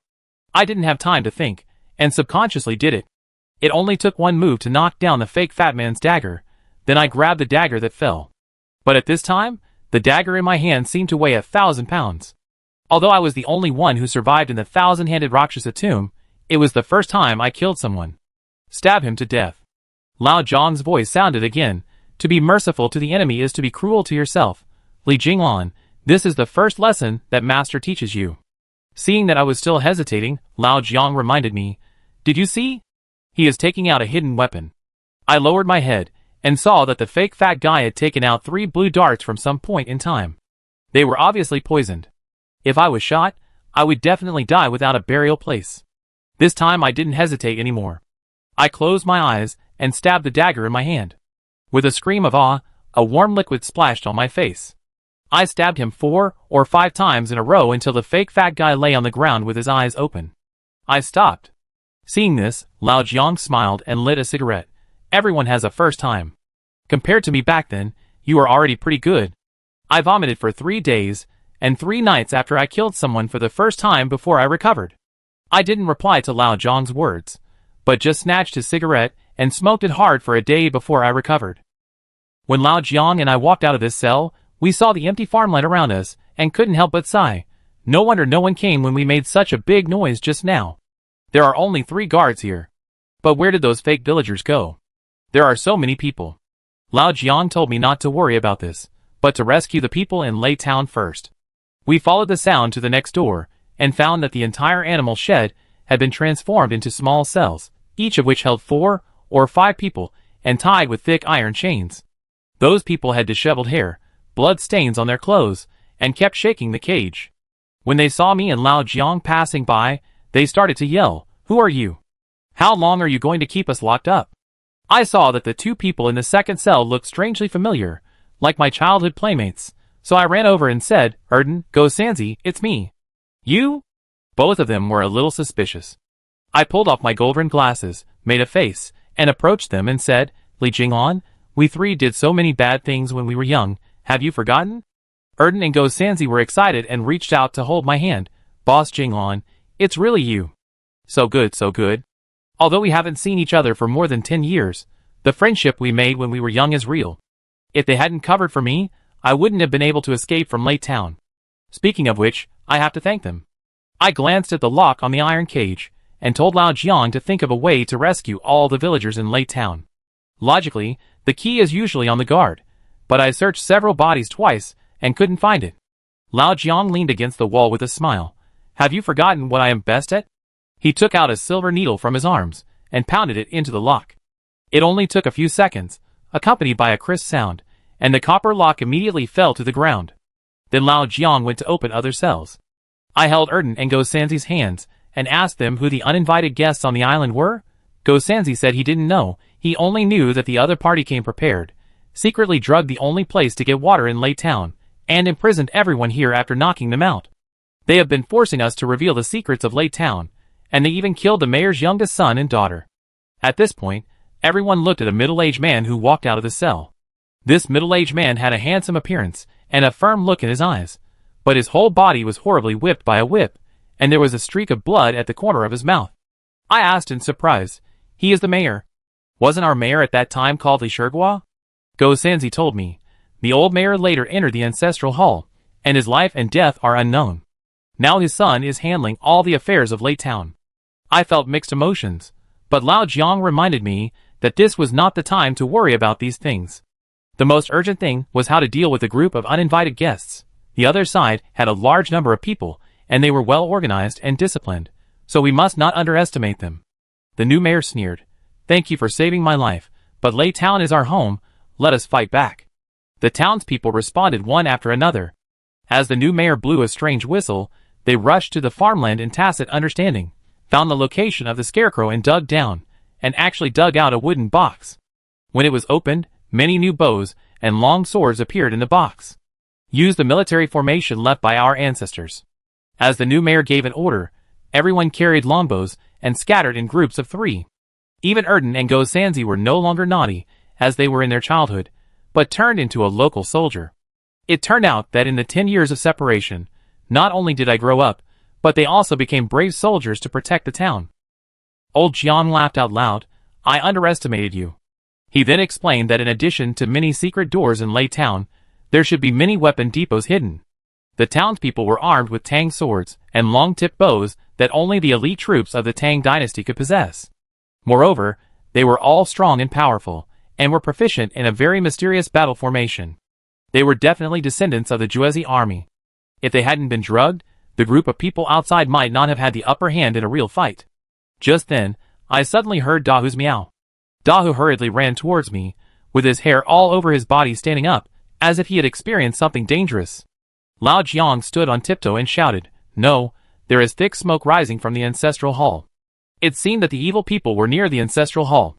When he heard that something happened in the ancestral hall, the new mayor's face immediately changed, and he quickly ordered all the townspeople to go over. But what I never expected was that they did not charge head-on, but after crossing the fields, they disappeared into the house, the well, or the woods. It turns out that Lei Town has dug tunnels everywhere, and has long been prepared to prevent foreign invasions, but I was too young at the time, and was not qualified to know these secrets. Lao Jiang and I followed Go Sanzi, and went into his tunnel. The tunnel went straight to the ancestral hall, and then we saw that almost all the fake townspeople gathered at the ancestral hall. They were all wearing black clothes, and holding torches in their hands. The blind old ladies kept scolding, "A bunch of old immortals, I know where you are hiding. It doesn't matter if you don't come out, burn them for me, and smoke them out until you come out." I was stunned. What did the blind old woman mean by this?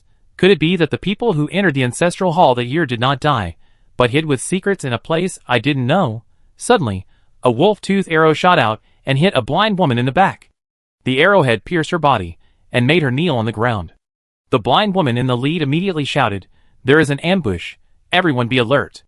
However, once the people of Lasian set up their military formation, they can be said to be invincible. They can appear anywhere, and their arrows never miss a target. As long as one arrow is fired, it will definitely kill a person. Go Sanzi showed off to me proudly, "Jinglan, now I will show you my brother's trick of shooting consecutive arrows." I saw him draw his bow, and shoot 2 wolf-tooth arrows one after another. An enemy had just blocked the first arrow with a dagger, but the second arrow coldly pierced his throat and fell down unbelievably. Even Lao Jiang, who was used to seeing the martial world, nodded secretly and said, "Even the descendants are so powerful, no wonder the digging army back then could rob so many tombs." Although the group of people pretending to be Lasian were very strong when they were released individually, they soon began to collapse in the face of this kind of military formation. Now there are only 2 blind women left. Seeing that they want to escape in the chaos, Lao Jiang patted my shoulder, and I immediately jumped off the wall with him to chase them. The blind woman, who had been entertaining us before, was very surprised to see the 2 of us. "It turned out to be you too." Lao Jiang put his hand on his waist with a smile on his face. The other party recognized it at a glance, and the surprise immediately turned into anger. "Qilin, it turned out to be Black Knife Qilin, no wonder it ruined our good deeds." However, the 2 blind women couldn't defeat the black knife in Lao Jiang's hand even when they attacked together. Every time the black knife was unsheathed, they were forced to retreat a step, but I don't know what the other party's origin is, and Lao Jiang has been unable to take it down. At the critical moment, I raised the longbow I had just borrowed from Go Sanzi, aimed at the blind old woman and pulled the bowstring. However, the other party dodged too quickly, and the arrow shot out. The arrowhead only brushed her face, but unexpectedly it took off a wrinkled human skin mask. Under the human skin mask was a cold and beautiful girl. Her skin was very white, small nose, peach eyes, and a melon-shaped face that was extremely beautiful. Even if she was wearing shabby clothes and a gray old woman's wig, it was difficult to hide her stunning beauty. Chapter 17. I didn't expect that the old and ugly blind woman was so young and beautiful in her true form. I couldn't help but stare at her in amazement. The girl bit her lips in hatred, pulled out a long whip with thorns from her waist, and swung it at me. She shouted angrily, "Kill you, little bastard!" She rushed towards me desperately, and Lao Jiang felt that something was wrong. He wanted to come over to protect me, but he was entangled by another blind woman and couldn't get away. I was about to draw the bow, but the whip seemed to have eyes, rolled up my longbow, and threw it out. Now I know how big the gap in strength between the 2 sides is. I ran into the crowd without thinking, but I was whipped hard on the back, which made my skin and flesh burst, and I almost cried. This woman is so beautiful, but she is so cruel. Just as I turned my head, the girl put on the human skin mask again and sneered, "Anyone who sees my appearance must die." The long whip came straight to my neck, and at the critical moment, a wolf-tooth arrow shot out and saved my life. I looked over in surprise, and it turned out to be the new mayor. Other residents of Lei Town also bent their bows and arrows and came.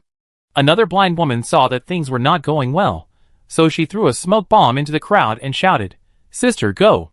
We were so smoked that we couldn't open our eyes. When the smoke cleared, the blind woman and the graceful girl were nowhere to be found. Lao Jiang then came back to me and asked about my injuries. I glanced at the black knife on Lao Jiang's waist, and the pain in my back became more severe. I couldn't help but complain. "I almost thought you had to accept a new disciple again." "No way, you are definitely the last one. Lao Jiang laughed, but when he checked my back, he took a deep breath and showed a look of heartache. You are so badly injured. Lao Jiang took out a small bottle and sprinkled the white powder evenly on my back. He said it was Yunnan Baiyao, which can stop bleeding quickly and heal the wound. At the same time, he bandaged me simply and reminded me not to touch water during the next few days. At this time, the group of enemies died or fled, and Lei Town returned to peace. The new mayor did not show any joy, but arranged for the residents to fetch water and put out the fire in a panic. I thought he was afraid that the ancestral temple would burn down, but I never expected that after the fire was put out, the new mayor ordered everyone to return home and not go out without his whistle. Only then did I remember what the blind old woman said when she burned down the ancestral hall. A bunch of old things, I know where you are hiding. The space of the ancestral hall is only so big, could it be? There is something else in this ancestral hall? No resident resisted the order of the new mayor, and they all obeyed silently. Go Sanzi and Erden warmly invited me to visit their homes. I was about to go back to recuperate, but the new mayor stopped me one day. Jinglan, you and the old man stay. I wanted to ask the new mayor what was wrong, but he lit a torch and walked into the ancestral hall while motioning me to follow. He stopped in front of the bronze stick in the courtyard of the ancestral hall, took a small hammer, and knocked on the stick 9 times. In an instant, a huge echo spread from the ground, shaking our souls numb. What are you doing? I asked curiously. Lao Jiang was muttering to himself. How can this echo come from underground? Suddenly he realized, I know. Half of this bronze stick is connected to the underground. There must be a large space underground, or that is the real Lei Town. Lao Jiang's words were a bit unbelievable, but the new mayor nodded and said, You are right. A long time ago, in order to avoid being hunted down, our ancestors had to move everywhere, but in the end they found that no matter whether they lived in the mountains or in the forests, the enemy would eventually find them. So they came to Zhanghe and put forward a bold idea, which was to build a town underground first, and then build a town on the ground. Build an identical town. So from the beginning, there were 2 Lei towns here. The new mayor explained. Later, as time went by and dynasties changed, there were no more enemies chasing us, and we all lived peacefully in the upper Lei Town, while the lower Lei Town was used to hide an unspeakable secret. After that, the new mayor glanced at me. Jinglan, I know you hate Lei Town, hate us for dragging your parents into the ancestral hall and turning you into an orphan. But please believe me, I will let you see the truth soon. Just as I was about to say something, I suddenly felt a landslide under my feet, as if a small earthquake had occurred with the ancestral hall as the center. The leaves on both sides fell down, and the dust in the yard was also lifted. It lasted for nearly a minute, and the yard actually split open a huge gully in the middle. The gully was flat and smooth, obviously not formed naturally, but a mechanism. Seeing this, the new mayor held a torch and lay down beside the crack and shouted, Dad, are you all okay? An old voice came from the dark crack. Fortunately you came in time, otherwise we would have been trapped underground. It was the old mayor who answered. I will never forget that voice. It was he who ordered my parents to be locked up in the ancestral hall. I angrily cursed at the gully. Old man, where did you hide my parents? By the light of the torch, I saw that although the gully was gloomy and dark, there was really the outline of a small town. There were small bungalows built in the hollowed-out ground, and at least 70 or 80 people lived there. The lower half of the bronze stick stood in the center of the bungalows.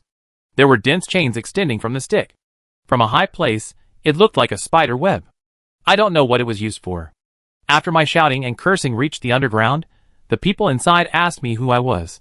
The new mayor quickly explained. He is the ghost boy who escaped more than 10 years ago, Li Jinglan. We were all kidnapped by a group of enemies. Fortunately, Jinglan appeared in time to save us. After that, he took me and Lao Jiang down. It turned out that there was a row of soft ladders on the gully. We easily got to the underground, and the people below also lit all the lights for lighting. For a while, the fire was bright, and this thunder array built underground was like a miracle. As soon as I landed, I was ready to settle accounts with the old mayor. Before I could find a stick, an elderly woman suddenly rushed out. Jinglan? Is it our Jinglan? The moment I saw the woman, I felt my mind was blank. Although the other person was wrapped tightly in black cloth, with only half of her face exposed, I immediately recognized that this was my mother. Mother? I asked stiffly. Son, my son. The woman rushed out and hugged me tightly in her arms. Even though our appearances have changed a little after more than 10 years, we can still recognize each other as long as we meet again. She is my mother, the mother I miss day and night. I looked at the old mayor on the side. He was also wearing a simple black robe with a circle of black cloth wrapped around his forehead, which looked extremely weird. But he looked at me kindly and said, "It's great that you can go home safely. What is going on? Isn't the old mayor a bad guy? How come?" I asked my mother, "Where is your father?" My mother turned her head and sighed, "Your father passed away." Then my mother told me that entering the ancestral hall was their own choice. They didn't blame the old mayor. Instead, they should thank him. Otherwise, they would have died at the age of 40. I was more and more confused, but Lao Jiang asked seriously, "Is it because of the curse?" "Curse?" The black-robed people around who heard this word were all shocked. Lao Jiang continued, "Since I came down, I found that all of you have a circle of black cloth around your heads. Isn't it to cover the third eye? Don't worry, I won't treat you as monsters. I just want to know the truth. If I were a bad person, I would never bring Jinglan home, let alone help you drive away those enemies. But you have to think clearly. If you continue to hide the secret, the group of people will come again." The old mayor looked a little annoyed, and he looked at his son. The new mayor shook his head again and again. "Father, I didn't say that, they just guessed it." Seeing the old mayor's reaction, Lao Jiang and I knew that our previous guess about Lei Town was basically correct. In order to make the old mayor believe us, Lao Jiang immediately detailed what happened in the past few days, and said that a mysterious force had set its sights on Lei Town. We saved Lei Town by accident. For this, the new mayor also said something good. It was indeed Jing Lan, and this old gentleman, who killed several enemies and rescued us from the cage. If they hadn't arrived in time, the group would have set fire to the ancestral hall and smoked out the ancestors underground. The old mayor said that he had a premonition of the incident in Lei Town the first time, so he closed the underground world. But he was still a little hesitant about the secret. "How can I be sure that you haven't been bribed by the other party? Did you deliberately act out this drama together to deceive the secrets of Lei Town?" My mother stood in front of me without hesitation and said loudly, "Jinglan is not that kind of person. He is my son. He will not harm his hometown. But you haven't seen each other for more than 10 years, people's hearts always change." The old mayor walked back and forth with a cane. Just then, Lao Jiang took out a copy of the 6 underworld beasts from the copper box in Xiaoshui village that day. The old mayor was shocked when he saw the pictures, and someone next to him asked, "Hey, isn't this the tattoo on our backs? Where did you get this thing from?" The old mayor asked in a low voice. I didn't answer, but called Lao Jiang. Lao Jiang no longer hid, and carefully took out the human skin scroll. "This is the note left by your ancestor, the tomb robber King Wen Tao. The extermination text written on it cannot be recognized by anyone in the world, but it is the only chance to break the curse. Now, do you still doubt us?" Chapter 18. Looking at the thin human skin scroll that was as thin as a cicada's wing, but revealed a hint of gloomy ghost inside and out, the old mayor's expression froze. I only heard him say in a trembling voice, "The extermination text, this is really the extermination text that has been lost for thousands of years." After a while, he reacted and asked me and Lao Jiang where I got it. I no longer concealed it, and told me how Xiaoshui village killed the bloody evil, and how to open the copper box. The old mayor's face was happy, and his eyes changed when he looked at me. Jinglan, I didn't expect that you would have such an adventure after leaving Lei Town. Could it be that everything is arranged by fate? It seems that the prophecy is true. Lei Town is finally saved." The old mayor murmured to himself. Lao Jiang and I looked at the old mayor together and asked in confusion, "What prophecy?" At this moment, the old mayor no longer had the hostility just now, but came over to touch my head lovingly and shouted, "Good boy." This confused me, because this title was full of awe. The old mayor is the most senior person in Lei Town, and he can be said to be a man of great reverence. I am just a child who ran away. Why should he be in awe of me? Old Jiang continued the previous question and asked the old patriarch Lei Town what kind of curse was it. This time, the old mayor no longer concealed it, but sat down with the crutches, and said faintly, "It all started with our ancestor Wen Tao. Wen Tao started as a tomb robber, and later because he saved the emperor, he became a general with military power at the time, and trained an invincible tomb-robbing force, the Digging Army. He led the Digging Army to rob countless ancient tombs and obtain countless treasures, but when he entered a mysterious tomb, he suffered a terrible curse from the netherworld. At that time, in order to rescue Wen Tao, the Juezi army suffered heavy casualties. Although Wen Tao came back alive, he got a strange disease. He began to be afraid of light. As long as he came into contact with sunlight, his skin would ulcerate, so he had to stay at home. As the disease became more and more serious, Wen Tao would roll around in pain on the bed late at night. He often shouted that something seemed to be growing on his forehead, and it was so painful and itchy. He would even scratch the center of his forehead until it was bloody and frighten the maidservants to scream. At the same time, Wen Tao's diet was also undergoing drastic changes. He could no longer eat vegetables and cooked meat. Instead, he developed a desire for raw meat, especially those with blood, just cut from animals. Once, he even ate his own parrot alive. The maids saw Wen Tao biting the parrot's neck, blood oozing from the corner of his mouth, but with an evil smile on his face, which made them feel that the master in front of them was not a living person at all, but a monster crawling out of hell. Wen Tao no longer drinks clean water, only blood can be swallowed. He no longer eats anything else, only raw meat. Once he stops eating these things, his body will continue to become diseased. And most importantly, Wen Tao's forehead actually grew a third eye. At that time, the rumor that Wen Tao was the incarnation of a monster was spread more and more by the servants who escaped. In addition, Wen Tao held military power and could usurp the throne at any time, which made the emperor completely want to get rid of him. Fortunately, Wen Tao left a will before his death, asking the 500 most trusted soldiers of the digging army to escape from Luoyang with their children. This group of people avoided countless pursuits and finally found a paradise. But what they never expected was that just a few years after settling down, a bigger nightmare appeared. They were also cursed like Wen Tao. After repeated analysis, they finally determined a few points. First, anyone who went to that tomb would be cursed. Second, this curse is incurable and will break out when they reach the age of 40. So, they began to experience the same pain and mutation as Wen Tao. Some people even committed suicide because they couldn't bear it. But more people still stick to their mission, but later they found that this curse will spread to the next generation. It is just as the old saying goes, tomb robbers hurt their virtue and bring disaster to their descendants. Jinglan, you are not that old yet, so you naturally can't feel the horror of this curse. The old mayor wiped his tears and took off the black cloth on his forehead, and a hideous and ghostly one eye suddenly appeared there. He said slowly, your forehead will also grow a third eye like ours. You will also live underground because you are afraid of light, just like us. Hearing this, I couldn't help but look at my mother. My mother nodded to me with tears in her eyes. Yes, it was because of the disaster of the 4th day that your father and I were dragged into the ancestral hall. At that time, the curse had already taken effect. Your father and I rolled on the ground in pain. It was the old patriarch who saved us. At this time, I suddenly remembered the scene of my father gnawing on a wild dog with blood all over his face a week before the incident, and the scene of my mother always wrapping herself tightly before going out. Everything seemed to be explained. The old mayor continued, Jinglan, do you know why we moved to so many places and finally settled in Lei Town? Because the natural environment of Lei Town is very special. There will be thunder half of the time every month. In those days, our ancestors erected 6 stone sculptures of underworld beasts in Lei Town and erected this bronze stick, just to accumulate yin and raise thunder, guide lightning underground, and rely on the deterrent power of thunder to suppress the curse on us. But that curse is too terrible. It's so terrible that even thunder can only alleviate the strange diseases in our bodies. Generation after generation, year after year, we have tried all methods, but can't completely eradicate this vicious curse. What about my father? I asked. The old mayor sighed sadly, and didn't dare to look me in the eye. The method of accumulating yin and raising thunder is not suitable for everyone. Some people will relieve their pain, while others will be attacked on the spot, and your father belongs to the latter.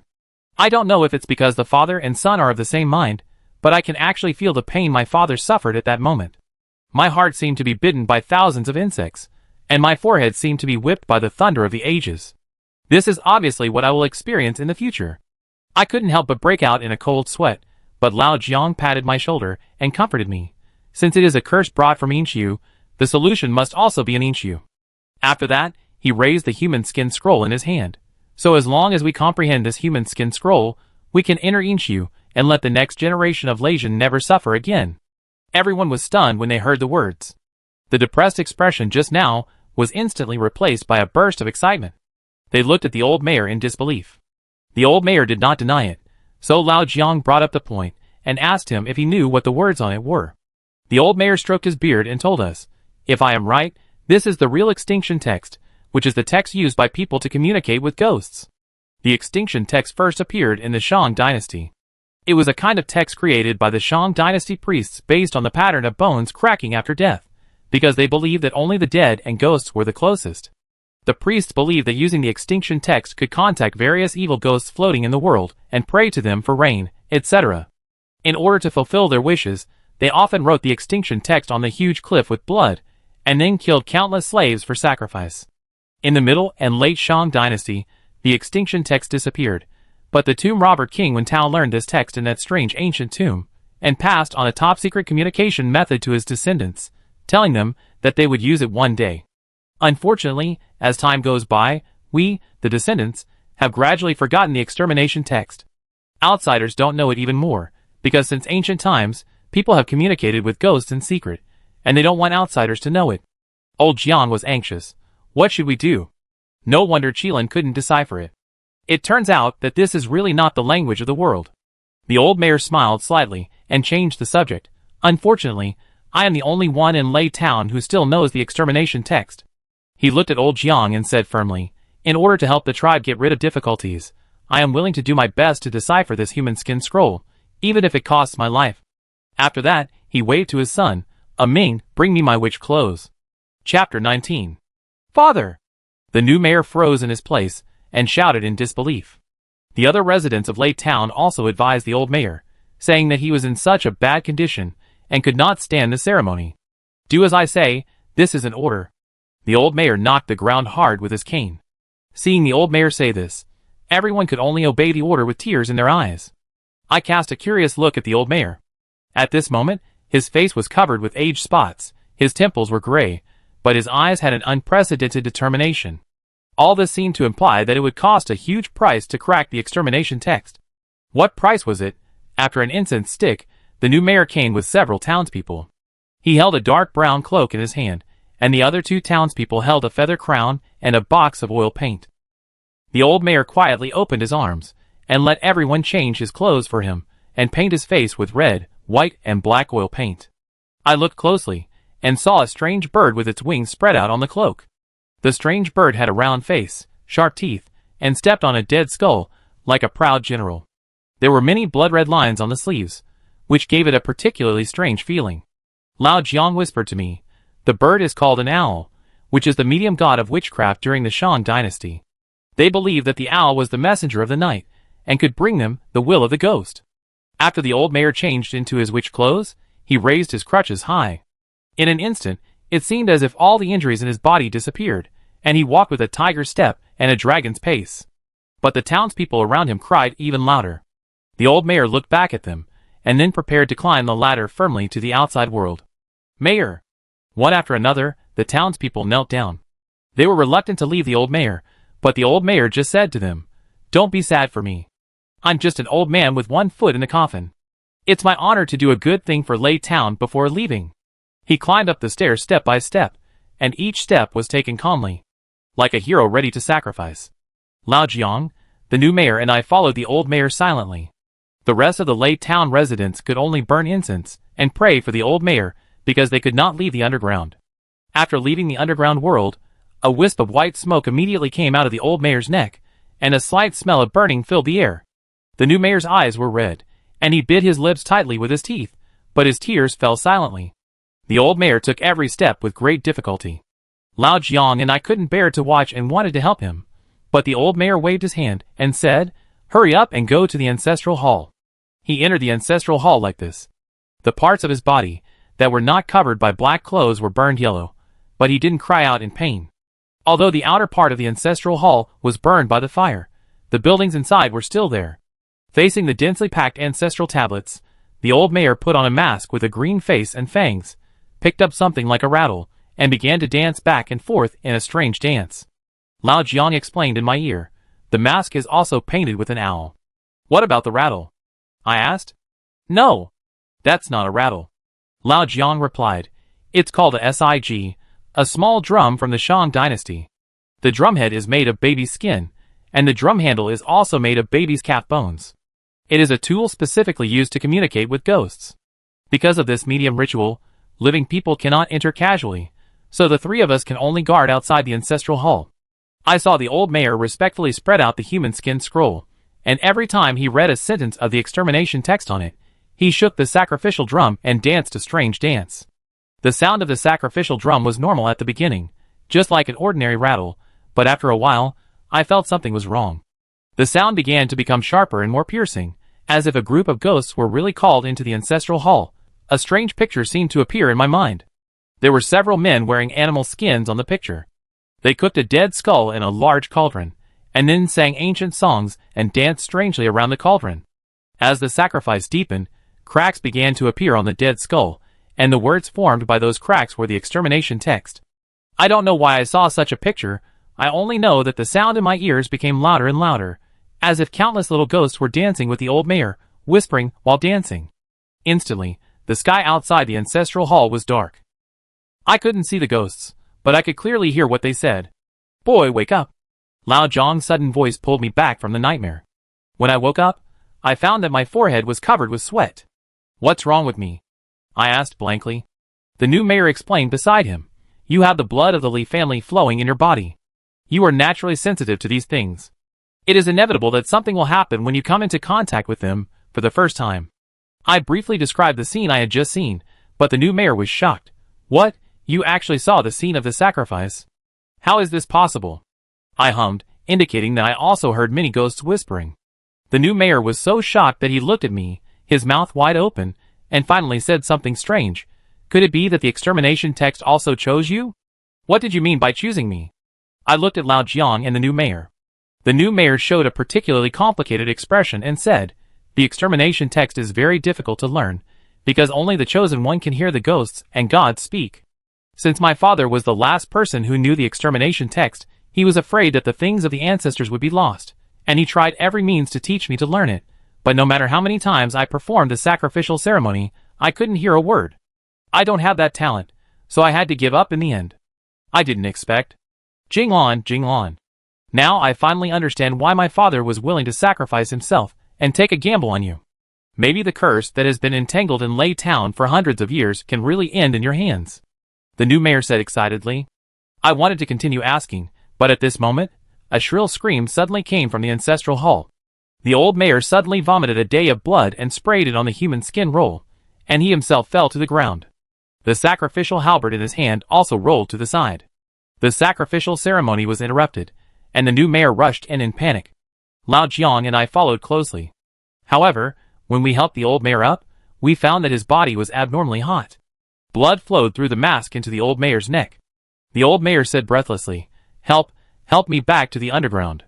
We didn't dare to delay, and Lao Jiang directly carried the old mayor on his back, displayed his superior light skills, and jumped down to the ground without touching the ground. After I put the human skin scroll and the sacrificial dagger into my pocket, I hurried after him. The old mayor finally felt better after returning to the dark space, but after taking off the mask, we found that his entire face was disfigured. Other residents quickly brought cold water and ice cubes to cool down the old mayor, saying that he had worked hard and comforting him that he would be fine. The new mayor helped the old mayor drink several cups of medicine soup in a row. After more than half an hour, the old mayor barely squeezed out a sentence. "I have cracked half of those extermination texts. Wait until tomorrow. Tomorrow I will be able to crack them all. Ming, help me back to the house." Seeing that the old mayor only had 1 day left, Lao Jiang and I had no heart to urge the old mayor to tell us the results of the cracking. We just wanted him to recover first. Lao Jiang said to me, "According to Li Shiguo's daily qi, you are also selected by the extermination. When you have a chance, you can learn from the old mayor, so that I will have a living translator in the future." I asked Lao Jiang what the benefits were. Lao Jiang rolled his eyes and said, "In this way, you can walk sideways in Qilin, right? And let the fourth sister and others see whose apprentice is the most powerful." I thought so, but then I scolded, "Your apprentice is really worth it." Anyang hadn't seen me for a long time, so she took me back to the house, and said she would make steamed salted fish for me. The underground buildings are basically the same as those on the ground, all flat-roofed houses. I was making a fire next to them, and Anyang was cooking. She asked me what the relationship was between Lao Jiang and me. I said Lao Jiang was my master. Anyang said that I had been naughty since I was a child, and I should learn from my master well in the future, but never cause trouble. I smiled and said, "Don't worry. I am not only a college graduate, but also work in a mysterious department, and I am doing things for the country and the nation." I talked to my mother for a long time, and I couldn't bear to sleep even when it was late at night, because I didn't know when I could come back after leaving this time. Unexpectedly, there was a knock on the door early the next morning. There were also cries outside, and when I came out, I realized that the old mayor had an accident. Chapter 20. Lao Jiang and I looked at each other, put on our clothes, and went to the old mayor's house. On the way, we both blamed ourselves very much, thinking that it was very likely that the old mayor's illness worsened and he died because he helped us to decipher the extermination text. After all, the old mayor's face was extremely bad at that time. When we arrived at the door of the old mayor's house, a large number of Malaysian residents wrapped in black clothes had gathered there. Seeing their painful appearance, my heart ached even more. The new mayor's wailing came from the house. Facing the sudden departure of his father, he was obviously extremely sad. I pushed the door open with trembling. I originally wanted to apologize, but suddenly my eyes widened, because I saw the old mayor's body. He didn't die of illness, but was killed by someone. At this moment, the body still remained lying on the table, with a dagger stuck in the back. Who did this? I gritted my teeth. Lao Jiang quickly went over to check and found that there was a lifelike poisonous scorpion carved on the dagger. The murderer was self-evident. The beautiful girl dressed as a blind old woman immediately appeared in my mind. She was so beautiful, but her heart was so vicious. I couldn't help but clench my fists and said hatefully, "I will definitely kill you and use your head to commemorate the wrong souls of Lake Town." In addition to the knife in his back, the old mayor had a fatal wound on his neck and his hand was bleeding. In addition to the traces left at the scene, the experienced Lao Jiang quickly made a judgment. The old mayor should have been writing the text he had deciphered during the day and night, and didn't notice that a murderer sneaked into the room. The murderer stabbed the old mayor in the back with a dagger, trying to take the manuscript away, but he didn't expect that the old mayor was not dead yet, and instead held the manuscript tightly in his hand. So the murderer pulled out a dagger again and cut his neck, and then took the manuscript away. What should I do? The old mayor is the only person in the world who knows how to destroy literature. I couldn't help but worry. This is what the old mayor exchanged for his life. Is it going to be easy for the murderer? What about the curse of Lake Town? The new mayor also became anxious. Did my father sacrifice himself in vain? I asked Lao Jiang to think of a solution quickly. Aren't you the Black Knife Karen? You must have a way, right? Lao Jiang didn't expect this to happen. He pressed his temple anxiously. At this moment, Lao Jiang caught a glimpse of the feather pen and a thick stack of blank paper on the table, and said in surprise, "I have a way to restore the text written by the old mayor." I didn't quite understand what Lao Jiang meant, so I asked him to explain it more clearly. Lao Jiang carefully held the stack of papers under the light, and asked me to observe it carefully. Under the light, there were indentations on the white paper, but they were not obvious. Lao Jiang told me, when the old mayor was writing, he should have put the stack of papers underneath, and he used a feather pen with a very hard pen tip. So in addition to the paper he wrote on, the paper below was also pressed to produce writing. After that, Lao Jiang suddenly took out a small glass bottle from his arms, poured the graphite powder inside on the paper, and then told the new mayor to fetch a basin of clean water. After the new mayor did as he was told, Lao Jiang put the paper into the water. After waiting for about half an hour, when Lao Jiang smiled and asked me to look at the basin, I was stunned. Because the paper floating on the water surface had become like a magic trick, with dense black words appearing one by one. Lao Jiang quickly took out his notebook to copy, but as he copied, his expression became solemn, and even the hand holding the pen was shaking. He was actually afraid. I hurried over, but was blocked by Lao Jiang. "Master, have you forgotten what you promised me before you came?" I reminded. Lao Jiang turned his back to me, closed the notebook and said, "Don't worry, I will tell you when I go back." Just when I wanted to continue asking, the new mayor suddenly shouted and said that he found a strange thing that did not belong to Lei Town at the head of his father's bed. Lao Jiang and I hurried into the inner room, and saw that the new mayor was looking at a rectangular box at this moment, looking it up and down. The box was military green, with a few small buttons on it. It was the first time that the new mayor had seen this thing. He suspected that it might have been left behind by the murderer. After all, Lei Town could not possibly have such a thing. My eyes lit up and Lao Jiang and I shouted in unison, "Recorder." Seeing that the new mayor was confused, I explained, "This is a cassette-type pocket recorder produced abroad. It can record people's voices and then play them back. However, this thing is very expensive and only some agents can use it. The identity of the murderer must be extraordinary." Lao Jiang sneered and said, "This should be a gift he left for us." "What do you mean?" I looked over in surprise. Lao Jiang didn't answer, but just pressed the button of the recorder. Such a small machine could actually make a sound, which scared the new mayor, and Lao Jiang and I also pricked up our ears, because the murderer left this recorder, and he must want to tell us something. At first, there was a crackling sound in the recorder, and then a group of people were talking. Look, what have we unearthed? This is simply the biggest discovery of this century. If we can successfully excavate this ancient tomb, it will definitely go down in history. Captain Lin, you are going to be famous. No! History will remember everyone today. Hiss hiss. Suddenly, the conversation was interrupted by something, and the group of people in the recorder seemed to be running. They ran stumblingly, as if something was chasing them from behind, mixed with hysterical screams and bursts of shrill howls. What is that? That's hell. Help, help. Amidst the series of cries for help, I seemed to hear some strange music, mixed with the whispering of the little ghosts that I heard during the day, as if something was trying to get out of the recorder. My head started to hurt again, and I gritted my teeth and wanted Lao Jiang to turn off the recorder. But at this moment, the strange music stopped abruptly, and a man's evil voice sounded in the recorder like a ghost that suddenly appeared. I know what you did back then. Back then? What back then? While I was still confused, Lao Jiang's face turned pale, as if the voice was from someone he feared the most in his life. He swayed and fell to the ground. I quickly turned off the recorder, but after several minutes, a trace of blood appeared on Lao Jiang's face. He grabbed my hand and shouted urgently, "Hurry! We must return to Qilin immediately." His lips opened and closed, as if he had aged several years in an instant. I had just reunited with my mother, but I didn't expect to be separated so soon. My mother expressed her understanding, and said that I had grown up and naturally wanted to make my own way. "Don't worry, Jinglan, I will take good care of myself and concentrate on doing your things. Mother will wait for you to come back." I nodded heavily, bowed deeply to my mother, and was willing to get up. What I never expected was that when I said I would leave Lei Town the next day, the new mayor asked me to wait and stuffed a cloth bag into my hand. "What is this?" I asked. "This is what my father entrusted to me last night. He said that if he encounters any accident, I should pass it to you." The new mayor smiled and said, "This is also a token of each generation of mayors. From today on, you are the mayor of Lei Town." This sentence shocked me. I hurriedly opened the cloth bag and found an ancient thread-bound book, a Lei Town genealogy, and an envelope with the words, "Jinglan's personal letter." After I opened the letter, I was suddenly speechless and choked up while reading it. "Jinglan, when you see this letter, I am no longer here, but I still want to have a good chat with you from the bottom of my heart.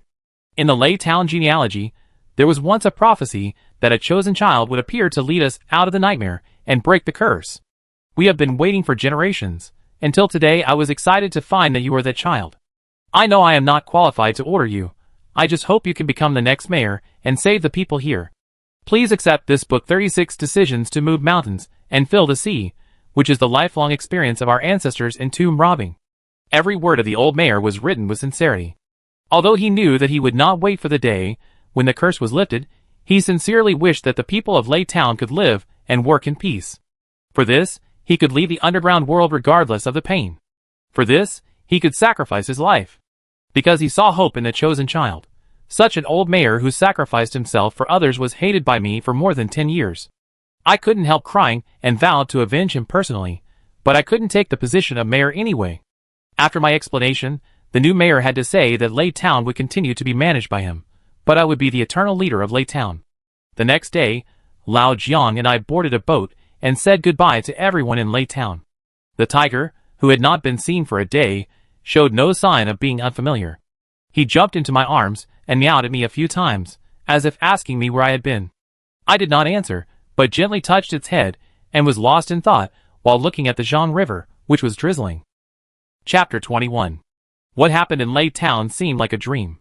Anyang is still alive, and she is still waiting for me to return. The old mayor said that I am the chosen child, and only I can break the curse of Lei Town. I couldn't help but touch my forehead. I wonder if I will really grow a third eye at the age of 40. After traveling all the way through the night, Lao Jiang and I finally caught up with the car. Because there were still dozens of hours in the car, I simply flipped through the keepsake 36 Decisions to Move Mountains and filled the seed left by the old mayor. It is said that this was left by our ancestor Wen Tao, and it records his lifelong experience of tomb robbing. As soon as I opened the first page, I was so excited. This book actually divided tomb robbing into 36 key points: finding dragons, acupuncture points, observing stars, looking at qi, breaking through barriers, beheading tigers, and slaying dragons. Wen Tao even said, If the descendants of the Li family can learn one or two, they will benefit endlessly in this life. I have to say that 36 decisions to move mountains and fill seas has a kind of magic that makes me unable to put it down once I pick it up. Even if Lao Jiang called me several times in the middle, I didn't hear it.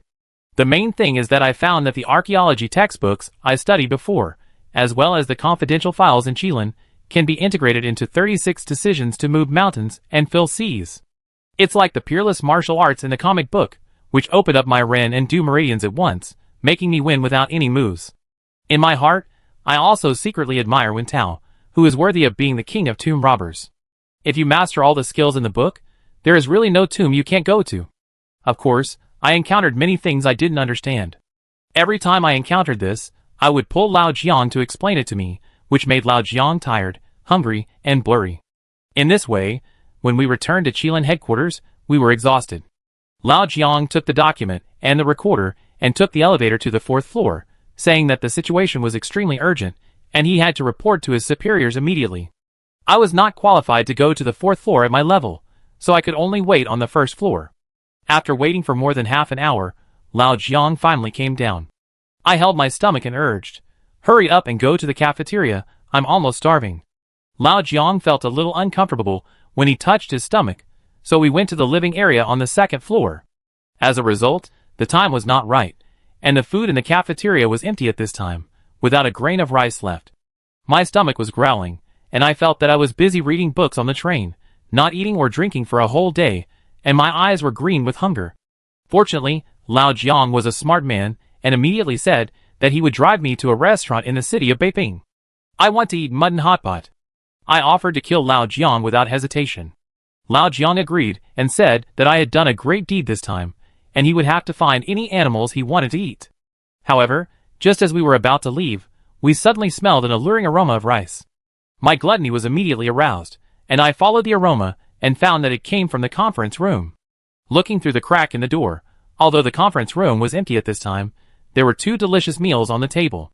There were meat and vegetables, as well as a bowl of jade tofu soup. On one of the meals, there was a big chicken leg with juice overflowing. "Master, look." I pushed open the door and said, "What do you mean there is no rice?" It's obvious that they wanted to give us a surprise. Considering that we had done a great deed in Lei Town, they specially opened a small kitchen for us. Lao Jiang also nodded. I guess it must be prepared by Director Lin. He is a person who is hard-mouthed but soft-hearted. After saying that, he picked up the food and ate it, and did not forget to light a cigarette. I hurriedly reminded, "Master, isn't smoking prohibited here? Have you forgotten the lesson last time?" "What do you know?" Lao Jiang said disdainfully. "We are now heroes. It smells really good. TSK, this chicken leg is really delicious." I couldn't help but exclaim in admiration, and my 5 internal organs were dancing with joy. However, at this moment, I keenly noticed a crisp and pleasant bell sound outside. But I was so hungry at this time that I didn't take it to heart at all. Until the door of the conference room was opened, a figure shouted angrily, "What are you doing?" I had been biting meat for a whole day, and when I looked back, I saw a girl about 16 years old wearing a water-green short-sleeved shirt and skirt, with a silver bell tied around her ankle and several thin silver rings on her wrists. Strangely, she was carrying a huge bamboo basket on her back.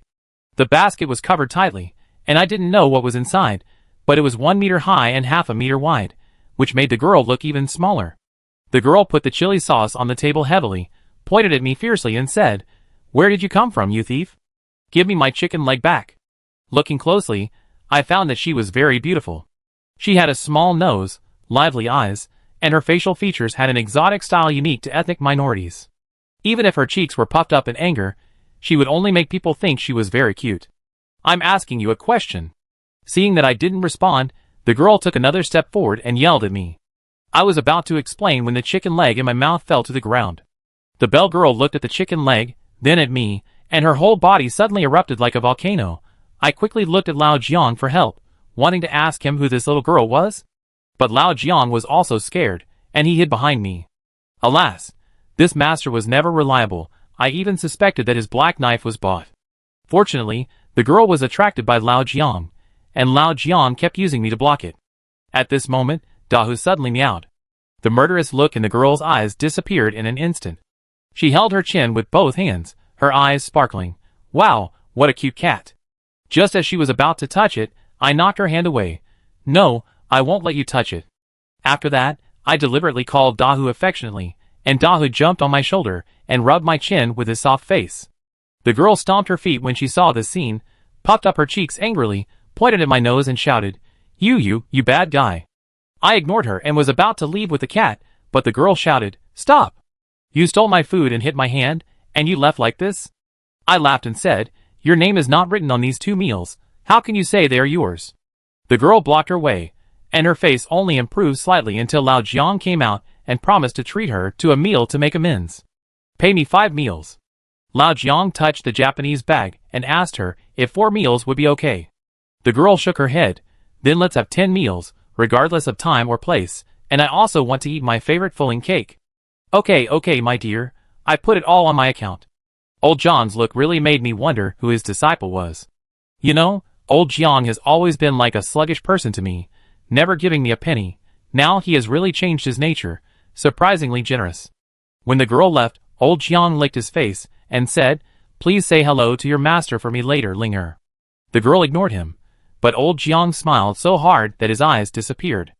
I looked at old Jiang with resentment on my face. Are you still the black knife, Karen? Old Jiang didn't indulge me and coldly put his hand on his waist. Why, do you want to try my knife? I felt a chill on the back of my neck and quickly buried my head in my food. But I was very curious, who was that girl, and how could she shock old Jiang? Just now, Lao Jiang mentioned saying hello to him. Could it be that the girl's master is someone important? After dinner, Lao Jiang went to work and asked me to wait for news. I went back to my room and fed Dahu a good meal, and then planned to sleep with the cat in my arms. Until Lao Jiang woke me up and told me that there was an emergency meeting in the conference room at 3 p.m. Because I was the hero of this mission, I could make an exception and attend. But his face was very bad, and his eyebrows were tightly furrowed, which also indicated that this meeting was not simple. I keenly realized that the content in the extermination text might be very scary, so scary that even Qilin was not sure. When I went out in the afternoon, I deliberately didn't bring Dahu with me, but I met the bell girl on the 2nd floor. This time, she still carried the bamboo basket that was more than 1 person tall, and showed off her little fist to me.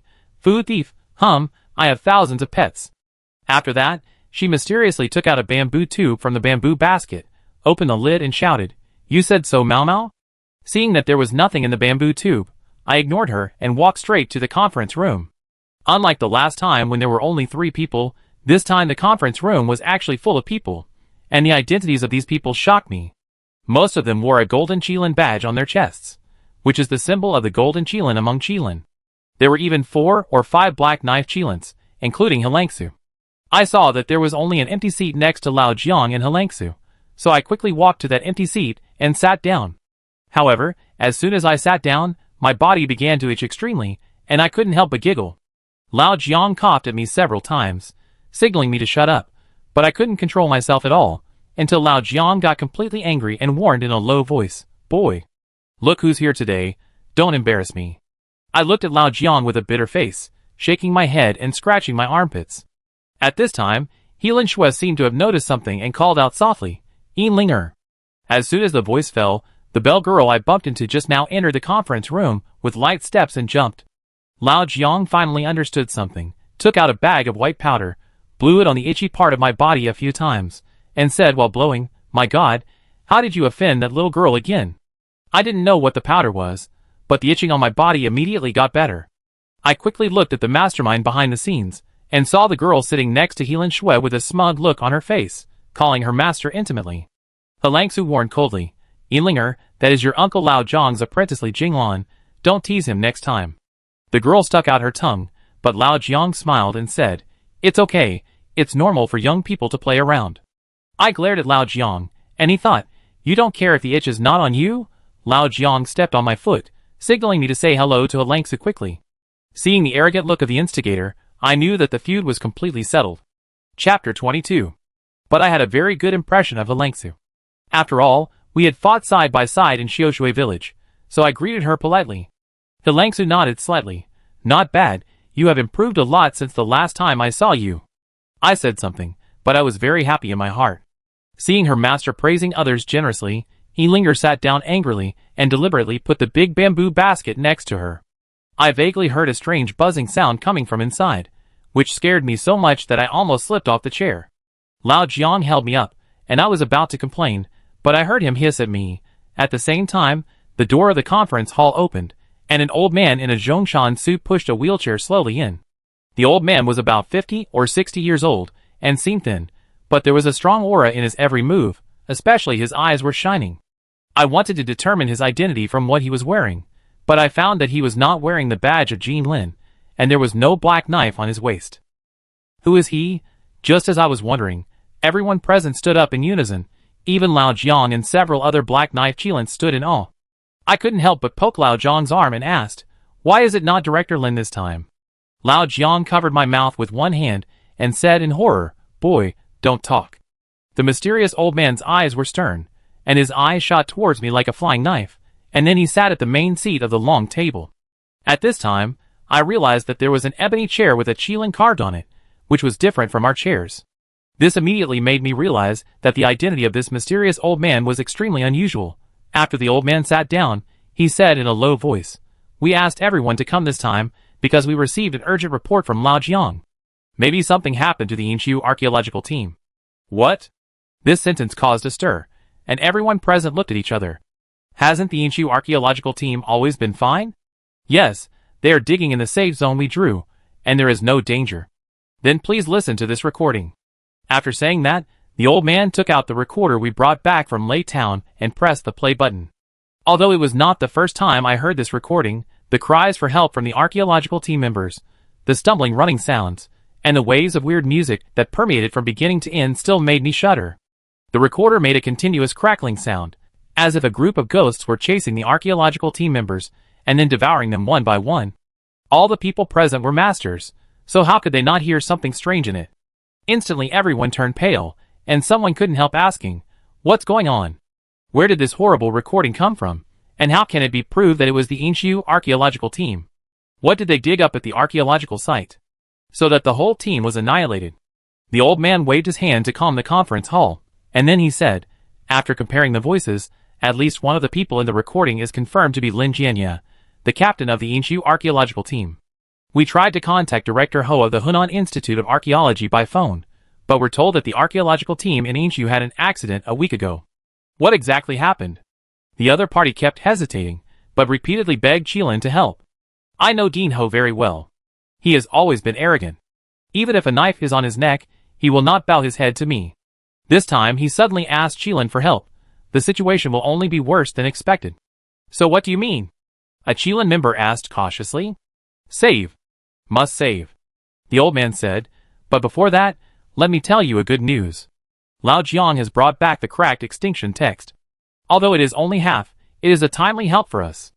After speaking, the old man turned on the projector, and a series of dense texts immediately appeared on the screen. Although these were all copied by Lao Jiang, the content inside caused a very strong visual impact to everyone present, because it turned out to be the death note written by the tomb robber Wen Tao. In the first year of Tianqing, Wen Tao accidentally obtained a mysterious ancient scroll, which recorded a lost royal city. This royal city was buried under the wasteland, and it contained countless treasures and murderous traps. Wen Tao, who loved tomb robbing the most in his life, was immediately attracted. He felt that this was the biggest challenge in the world, so he gathered 10,000 digging troops and rushed to Anyang, Hunan, but he didn't expect that this would become his lifelong nightmare. On February 6th, the first year of Tianqing, Wen Tao dug 3 feet near Yinshu, but still found nothing. Finally, with the help of the mysterious staff which, he found the real setting sun of Yinshu by the different directions of the sundial in spring, summer, autumn and winter. Wen Tao also recorded the method of finding the setting sun in detail, including the 4-image deduction, the 3-circle orientation, etc. Seeing this, I suddenly remembered the book 36 Decisions on Moving Mountains and Filling Seas in my hand, which recorded that the ancient royal tombs often corresponded to the stars in the sky, relying on the destiny of heaven to keep the dynasty alive. The emperor's palace is called Zaiwiyuan, the court of officials is called Taiwiyuan, and the market of the people is called Tianshiyuan, collectively known as 3 Yuan directions.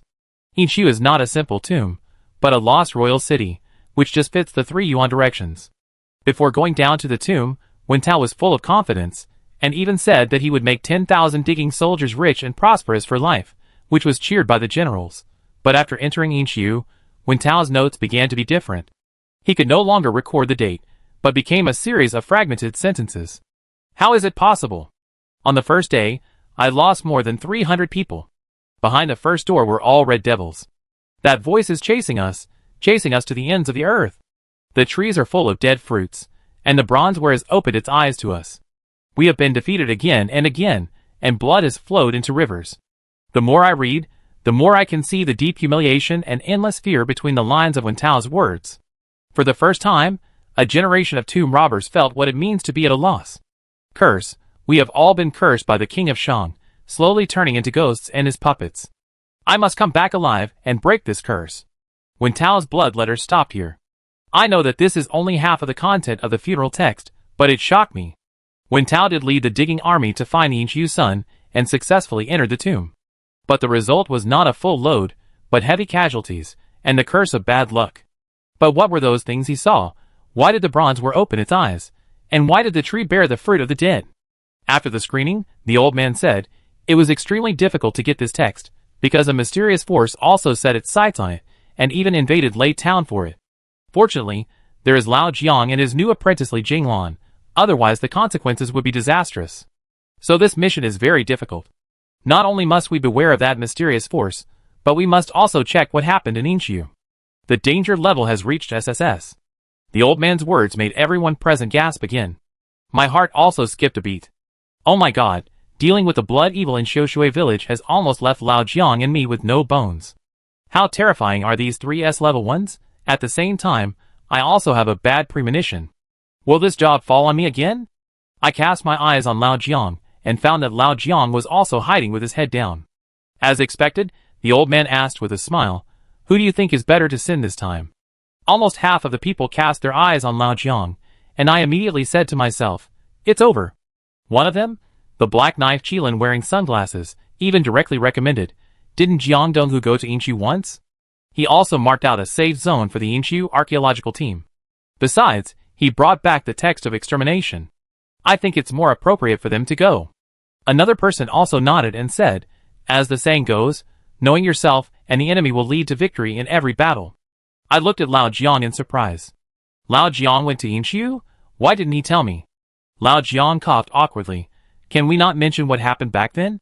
Yes, my fourth sister and I went to Yinshu, but we only entered the outer periphery of the underground royal city. And you should know what we encountered that time, and how much psychological trauma we had.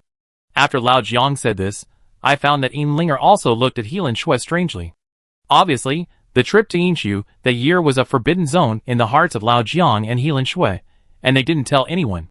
But what kind of psychological shadow would they suffer from if they were so good at fighting? I suddenly remembered the last words of the man in the recorder. I know what you did back then. The recording just played also seemed to have deliberately cut out this sentence. My intuition told me that this sentence is the key to solving all the mysteries. Chapter 23. I didn't have time to think about it. The old man sitting in the middle had already made the final decision. Okay. This time, the task will be handed over to Jiang Donghu and Hilangsu. It's just right to take your apprentices to experience some experience. Take them?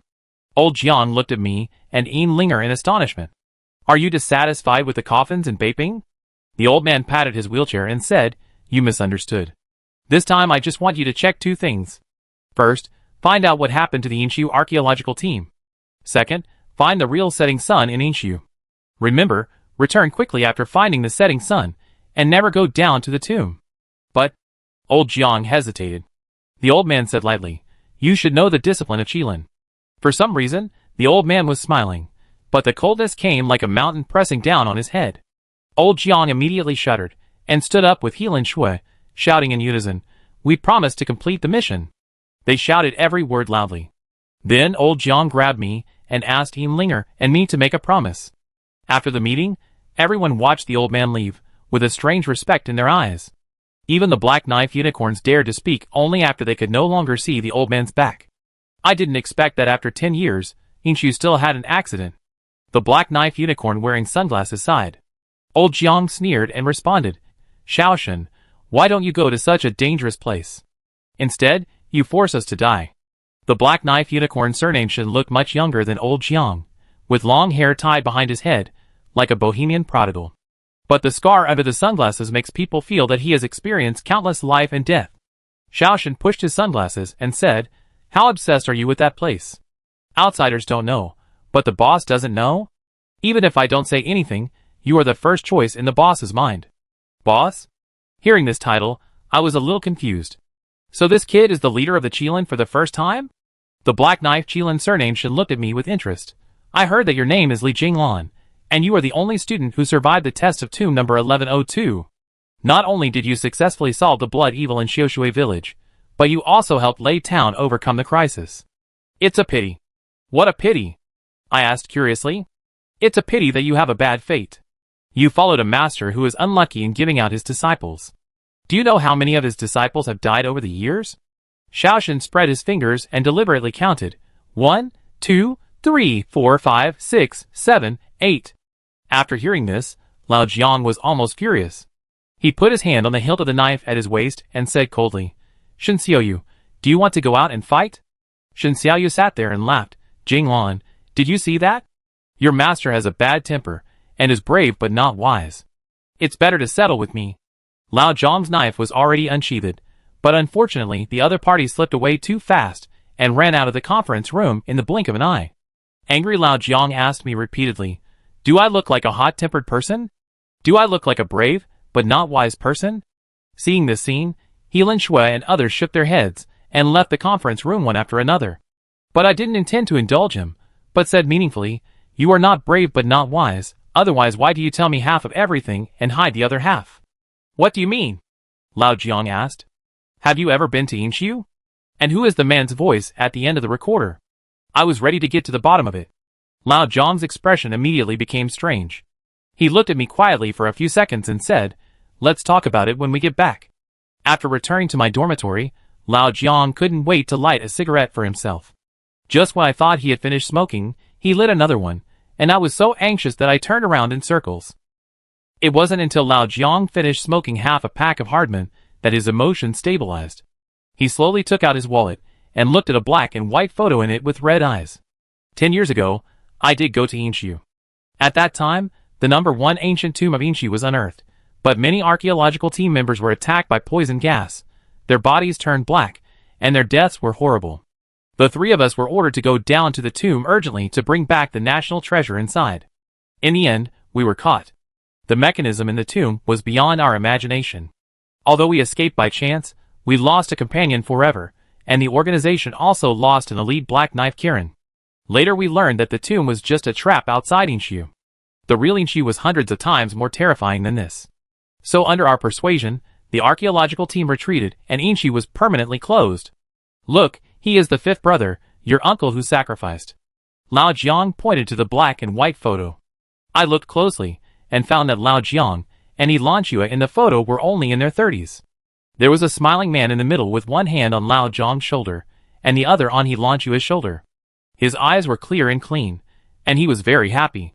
"We have been to ancient tombs together, and we have fought zombies together. We are closer than brothers, but he is gone in the blink of an eye."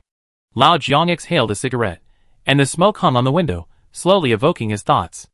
Lao Jiang told me that the situation was critical at the time, and he could have rescued the other party if he had just stretched his hand forward a little bit. But just a little bit short, he saw the other party being swallowed by the terrifying mechanism, and not even a bone was found. I saw the 5th brother fall with my own eyes. It has been 10 years, and I really didn't expect to hear his voice again. I looked at Lao Jiang in surprise. "What? The man's voice at the end of the recorder is Uncle Wu." Lao Jiang nodded and said, "Yes, it is the 5th brother.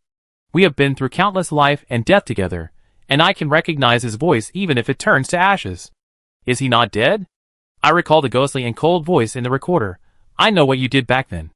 This voice did not have the joy of reuniting with Lao Jiang at all, but instead carried deep resentment. Could it be that there were some unknown secrets hidden back then? Was everything really as Lao Jiang said, that the other party died in a trap? Lao Jiang did not answer my question, but continued to have red eyes, until there was only one cigarette left before he said, "Shen Xiaoyu is right, I have an obsession with Yinshu. Even if the boss doesn't give orders, I will go to that ghost place secretly. Is Lao Wu dead or not? Why did his voice appear in the recorder? I have to find an answer. Even if it means I will be torn to pieces. This is my hard knot, and also the hard knot of my four sister. Lao Jiang pinched out the cigarette butt and looked at me. Hurry up and pack all your clothes. I go get the pass and leave early tomorrow morning. I have to put my head on my belt to solve their knot. That Shen Xiaoyu was right. Lao Jiang is definitely the apprentice Terminator. After Lao Jiang left, I was about to clean up Dahu's food, but Lao Jiang suddenly appeared and said, "By the way, don't bring the cat this time." "Why?" In response, Lao Jiang only replied me one sentence. "Do you want to collect Dahu's body? If you don't want to collect the body, don't bring it." At that time, I didn't know what Lao Jiang meant until I saw the things in the bamboo basket carried by Yin Linger one day, and I understood everything. But if I leave, the cat must be entrusted to someone else to take care of. When I went out to look for someone at night, I happened to run into Shen Xiaoyu. Dahu didn't feel strange this time, and he jumped into Shen Xiaoyu's arms. If this guy wasn't loyal to me, I really suspected that he was an enemy spy arranged by Shen Xiaoyu to be by my side. I saw that Dahu liked Shen Xiaoyu very much, so I planned to entrust Dahu to him for care, but Shen Xiaoyu suddenly said, "Well, what do you think about changing the master?" "Well, I take the cat back." I politely refused. Shen Xiaoyu laughed loudly, and at this moment, the smile on his face suddenly froze, and he leapt in disgrace with the cat. I looked back, and saw that Lao Jiang was on his way with a knife. Shen Xiaoyu heard the sound of the black knife coming out of its sheath. Chapter 24. Shen Xiaoyu dodged so quickly. I really wonder if he got the title of Black Knife Kirin by being a first-rate runner. Just as I was about to run away, Lao Jiang grabbed my neck and asked me the same two familiar questions. "Li Jinglan, do you really think I have a bad temper and am unlucky with my disciples?" "No, we just happened to meet." Looking at the black knife that was about to be placed on my neck, I hurriedly explained. But Lao Jiang said, "I saw you entrusted Dahu to him." The tone was like that of a jealous young wife. I knew it was meaningless to argue any further, so I could only change the subject. "Master, we will leave Beiping tomorrow. If I don't take care of the business of Donglishan, I'm afraid we won't be able to eat authentic shabu-shabu." When Lao Jiang heard about shabu-shabu, his mouth almost drooled, and he immediately put his black knife back into the sheath. "What are we waiting for? Let's go!" The mutton dipped in sesame sauce and chives tasted amazing. After eating 5 large plates of mutton, Lao Jiang completely forgot about Shen Xiaoyu.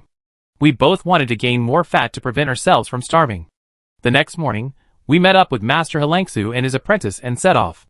The strange thing is that Yin Linger carried a big bamboo basket that was more than 1 meter tall. You know, we are going on a long journey this time. It's okay to carry it normally, but it's stupid to carry such a thing when running so far. After noticing my gaze, Yin Linger raised her bracelet at me arrogantly, pouted her lips and threatened, "If you look at me again, I will dig out your eyes." That day, as if I was a pervert. "I'm not staring at your face, narcissistic." I couldn't help but mutter, "It's no wonder that he doesn't grow tall when he carries such a big bamboo basket with his 1.5 meter height." To be honest, that's what I thought, but Lao Jiang covered my mouth with his hand. "Boy, I really don't plan to change my apprentice in the next 6 months, so you should cherish your life." "What's going on?" I looked at Lao Jiang, and Lao Jiang explained to me in a low voice, "That bamboo basket is Yin Linger's life. If you want to live longer, stay away from that basket." "The things in that basket are scary?" I asked. At this time, Helangsu suddenly glanced in my direction, and Lao Jiang swallowed and said, "Don't worry about it. Anyway, even I am afraid of the things in it. Just put away your curiosity." Seeing that Lao Jiang had said so much, I had to take my eyes back from Yin Linger's back, but she seemed to know and deliberately turned her head to show me a victorious smile. "What's so great about it? Didn't she say before that all the people in there were her friends? Then I also have the golden-skinned tortoiseshell cat." Dahu dared to show his teeth to Shueisha. I raised my chin and walked ahead of Lao Jiang proudly. With the mysterious official pass, we had a smooth journey and arrived in Anyang, Hunan the next night. However, what I didn't expect was that Yin Linger's nose was more sensitive than a dog's. She followed the smell and came to an old temple beef restaurant. There were so many people there that there was no vacant seat. We could only check in at the next door. "Boss, 2 rooms." The shopkeeper looked at us with an ambiguous expression and said, "Okay." Unexpectedly, he mistakenly thought that Lao Jiang and He Lanchua were a couple, and Yin Linger and I were a couple, so he kindly arranged us together. Lao Jiang's eyes were full of laughter, but he glanced at He Lanchua with fear. Yin Linger cursed, "Li Jinglan, you rascal, don't take advantage of me." "I took advantage of you." "I was going to say you took advantage of me." Yin Linger and I couldn't help but quarrel. while He Lan Shue was straightforward. But with a clang, the hellfire sword behind her appeared directly in her hand, and then pointed at the shopkeeper's throat. So you and this big brother are not husband and wife. I understand. I understand. The shopkeeper quickly rearranged, with beads of sweat falling from his forehead. I suspect this may be the closest he has ever been to death. After the two couples' rooms were changed into 2 business rooms, the shopkeeper trembled as he handed us the keys, apologizing. I'm sorry, I'm really sorry. The Langsu nodded to Yinlinger, and after Yinlinger took the key, she jumped and followed behind Langsu. I really suspected that she was a rabbit in her previous life, and she carried such a big bamboo basket to pound medicine. Compared with the indifference of Langsu and her apprentice, Lao Jiang was much more enthusiastic. He kept chatting with the shopkeeper while holding the key. You almost fulfilled something that I dared not dream of in my life. Seeing Lao Jiang's laughing face, I really couldn't bear to urge him to leave.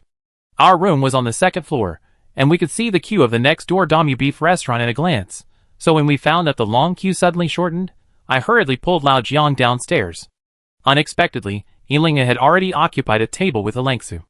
Considering that there were no seats elsewhere, Lao Jiang pulled me over and said with a smile, "Let's share a table, share a table." Yinlinger raised her chin and snorted disdainfully. He Lan Shue indicated that it was okay, and whispered to Yinlinger, telling her to change her arrogant temper, otherwise she would suffer a great loss in the future. Lao Jiang smiled and said, "It's okay, Linger is so cute, who doesn't want to spoil her?" After saying that, Lao Jiang waved his hand and ordered several more plates of onion yellow beef, telling Yinlinger not to be polite to him. "Eat as much as you want, Uncle Jiang will treat you." Yinlinger didn't know how to write the word polite at all.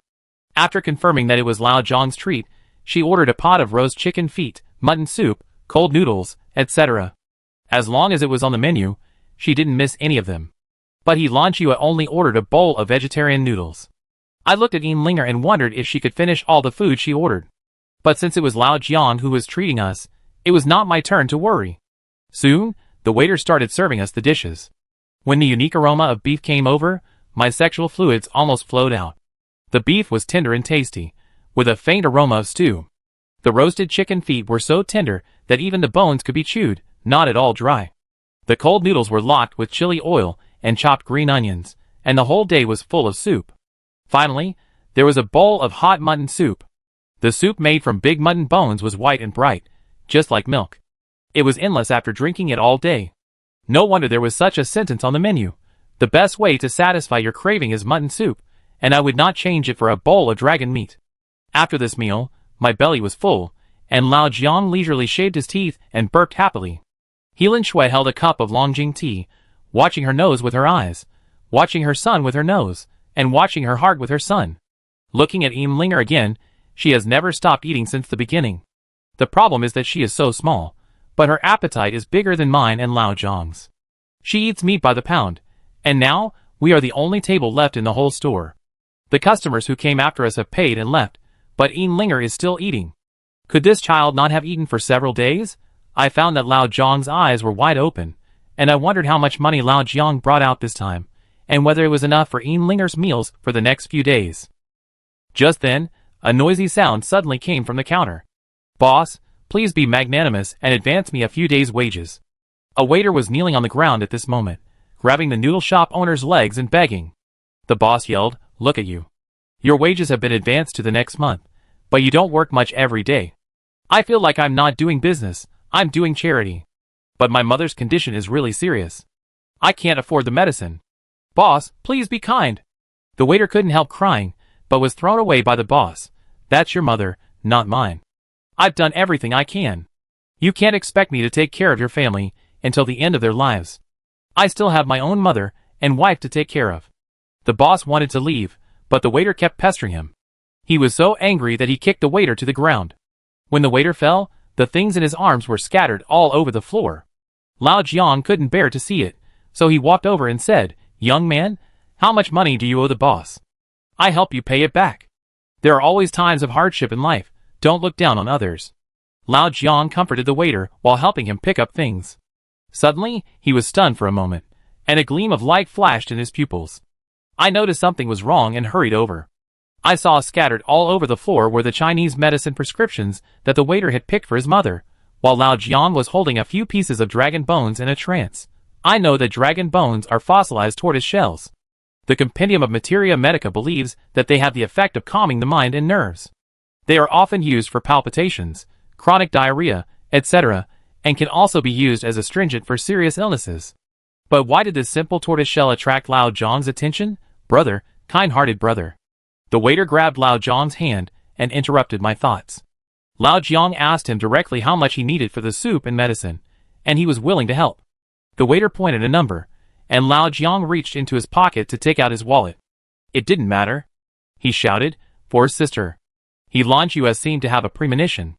She came over with a handful of dollars and scolded Lao Jiang fiercely, "You are always like this." Lao Jiang was not angry either.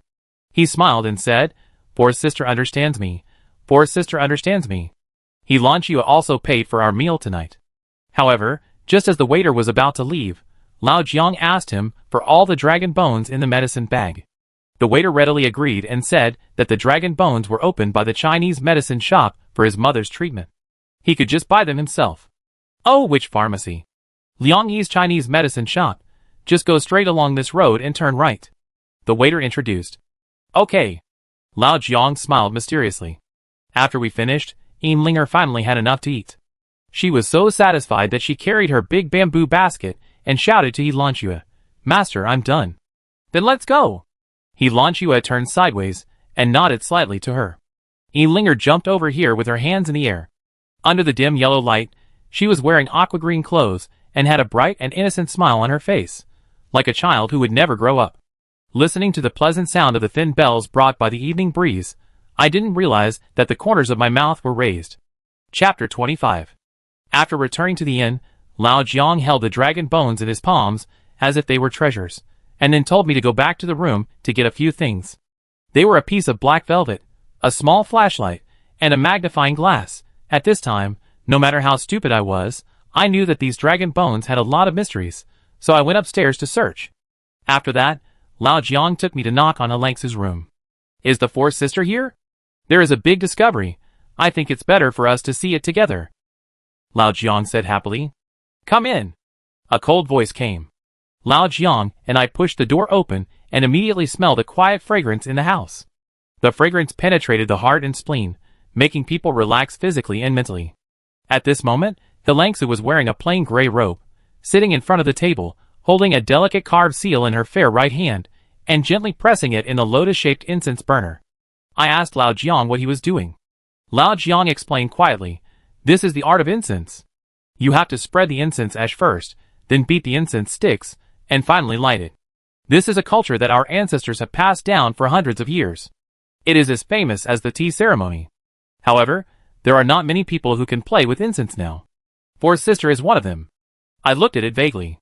The Langsu, which was filled with fragrance, did have a different kind of beauty. However, compared with the tranquility of the Langsu, Linger next to her kept making noises. "Master, why did you let that old guy and the little guy in? Master, they are so annoying." Helangsu glared at her. "Linger, I asked you to learn the art of incense from me so that you can experience the nourishment of the heart in the process. You will be married in the future, so you should lower your voice and don't jump when you walk, otherwise who will dare to marry you in the future?" Linger was very dissatisfied and snorted. "Then why hasn't the master married yet if she is so quiet?" Before Helangsu could answer, Lao Jiang sat down and said, "I will marry you. As long as the fourth sister is willing to give me this opportunity, I will." "Lao Jiang, don't you want the thing on your neck anymore?" Helangsu glanced coldly at the sword hanging on the wall, and Lao Jiang immediately took out the dragon bone.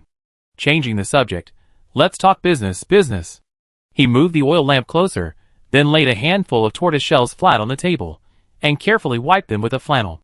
I noticed that Helan Shue's incense was ready, and a lifelike lotus appeared in the incense burner. After it was lit, a wisp of fragrance rose from the center of the lotus, which was more intense than the previous fragrance. I licked my lips, as if I had drunk the sweetest mountain spring water of the day. The skills of the ancients should not be underestimated. I couldn't help but exclaim. Lao Jiang took a magnifying glass and studied the dragon bones, adding, "Don't underestimate these incense. Last time we entered an unknown ancient tomb, Bor's sister used incense to help everyone find the sunrise. I remember that the incense seemed very magical at that time. The smoke actually floated down, just like the gurgling water, and penetrated into the cracks of the ancient tomb. Faced with Lao Zhang's endless chatter, Helangsa coughed and signaled him to hurry up and do the business in his hands. But I became very curious and asked her if this kind of incense could really find the day. Was it a joke? I have only heard of people lighting candles and ghosts blowing out lanterns before, but I have never heard of burning incense at a grave. Helangsa nodded slightly and explained softly. Backflow incense is also called dead person incense. Normal burning incense goes straight up, but backflow incense goes the other way, like water flowing down.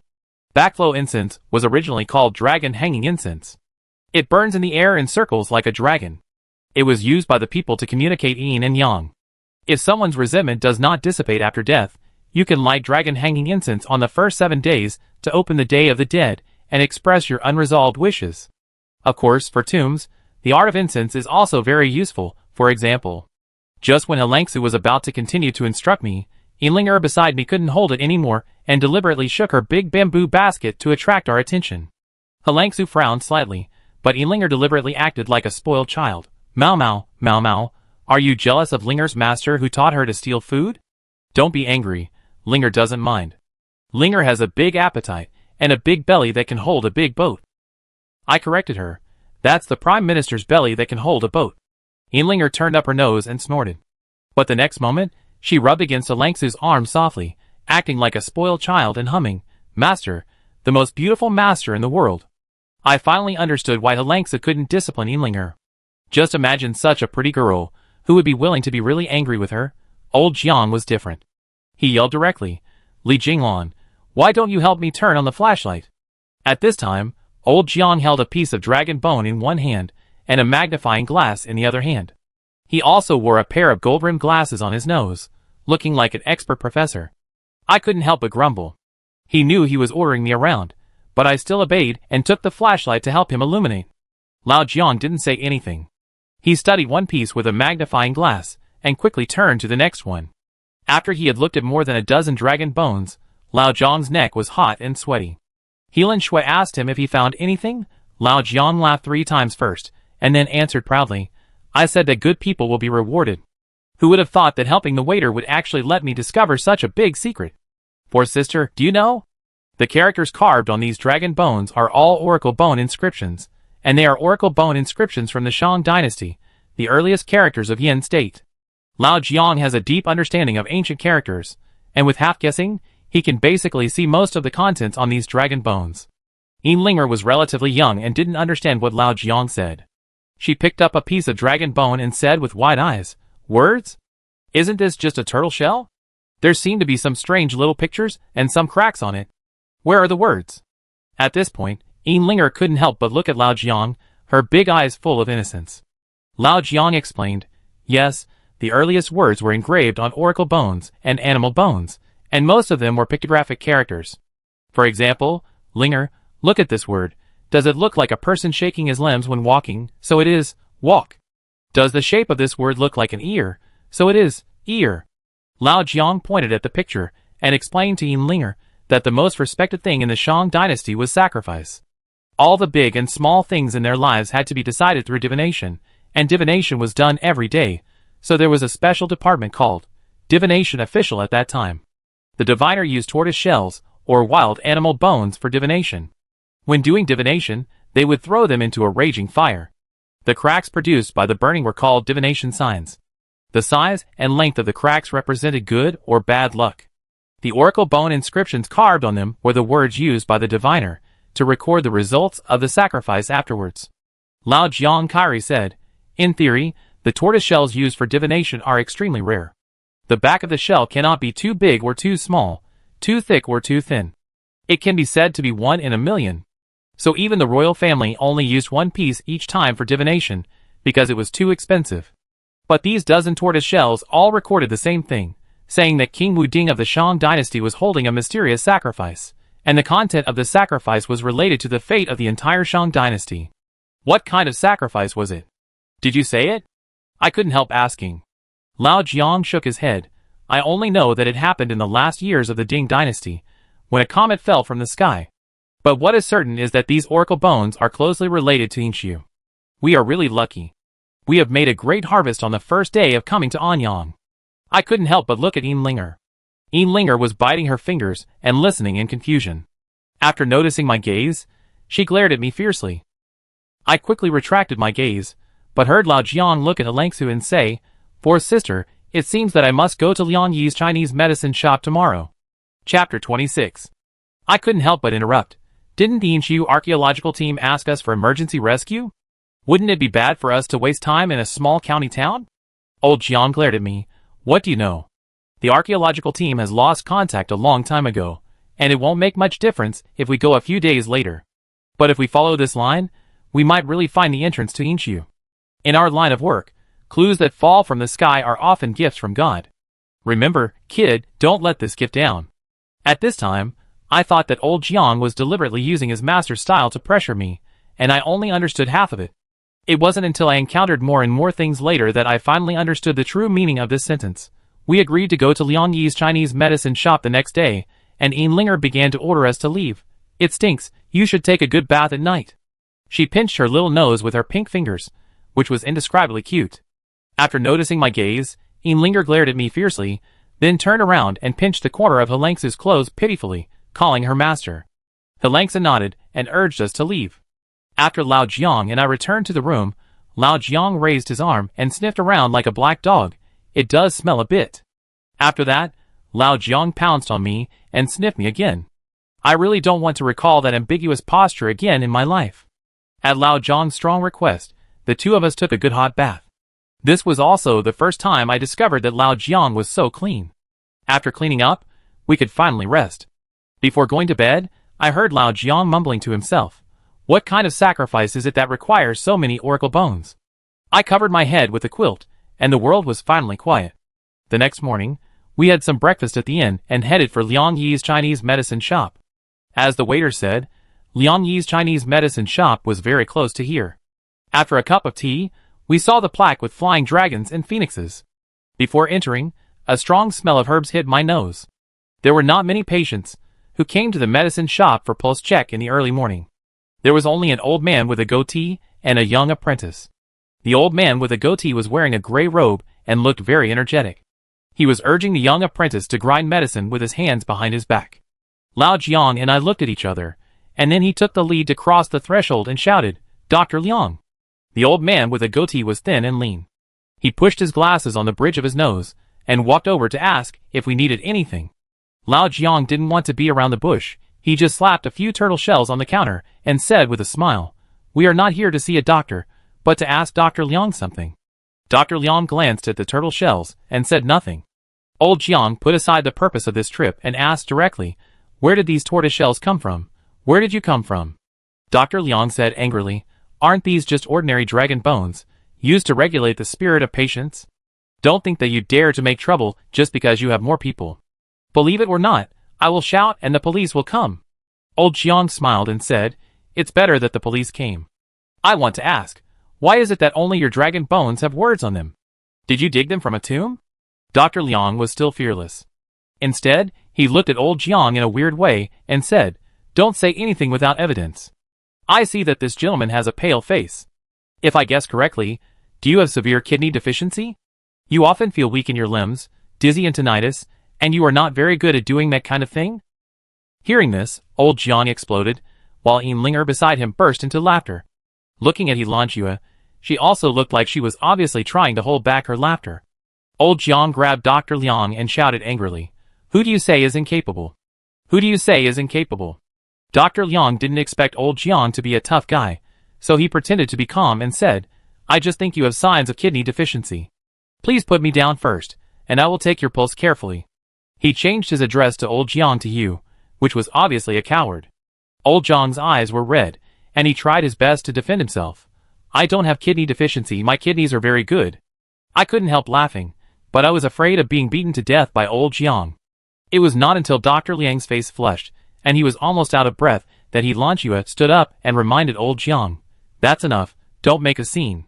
Although old Jiang was almost angry to death, he still listened to Helanjua and let go of Dr. Liang. Dr. Liang sat down on the ground, breathing fresh air in the sun, and the apprentice dared to come over to pat his back to relieve his anger. Lao Jiang looked at Helanjua with grievance, like a little wife. "For sister, I am really not weak." Helanjua didn't have time to care about him, and raised her chin directly at him. suggesting that he take out the things. Lao Jiang hadn't recovered from the grievance just now, and asked Lan Chua what it was. I hurried forward to remind him. Before leaving, didn't Qilin give you a pass? Lao Jiang immediately took out the mysterious document and raised it in front of Dr. Liang.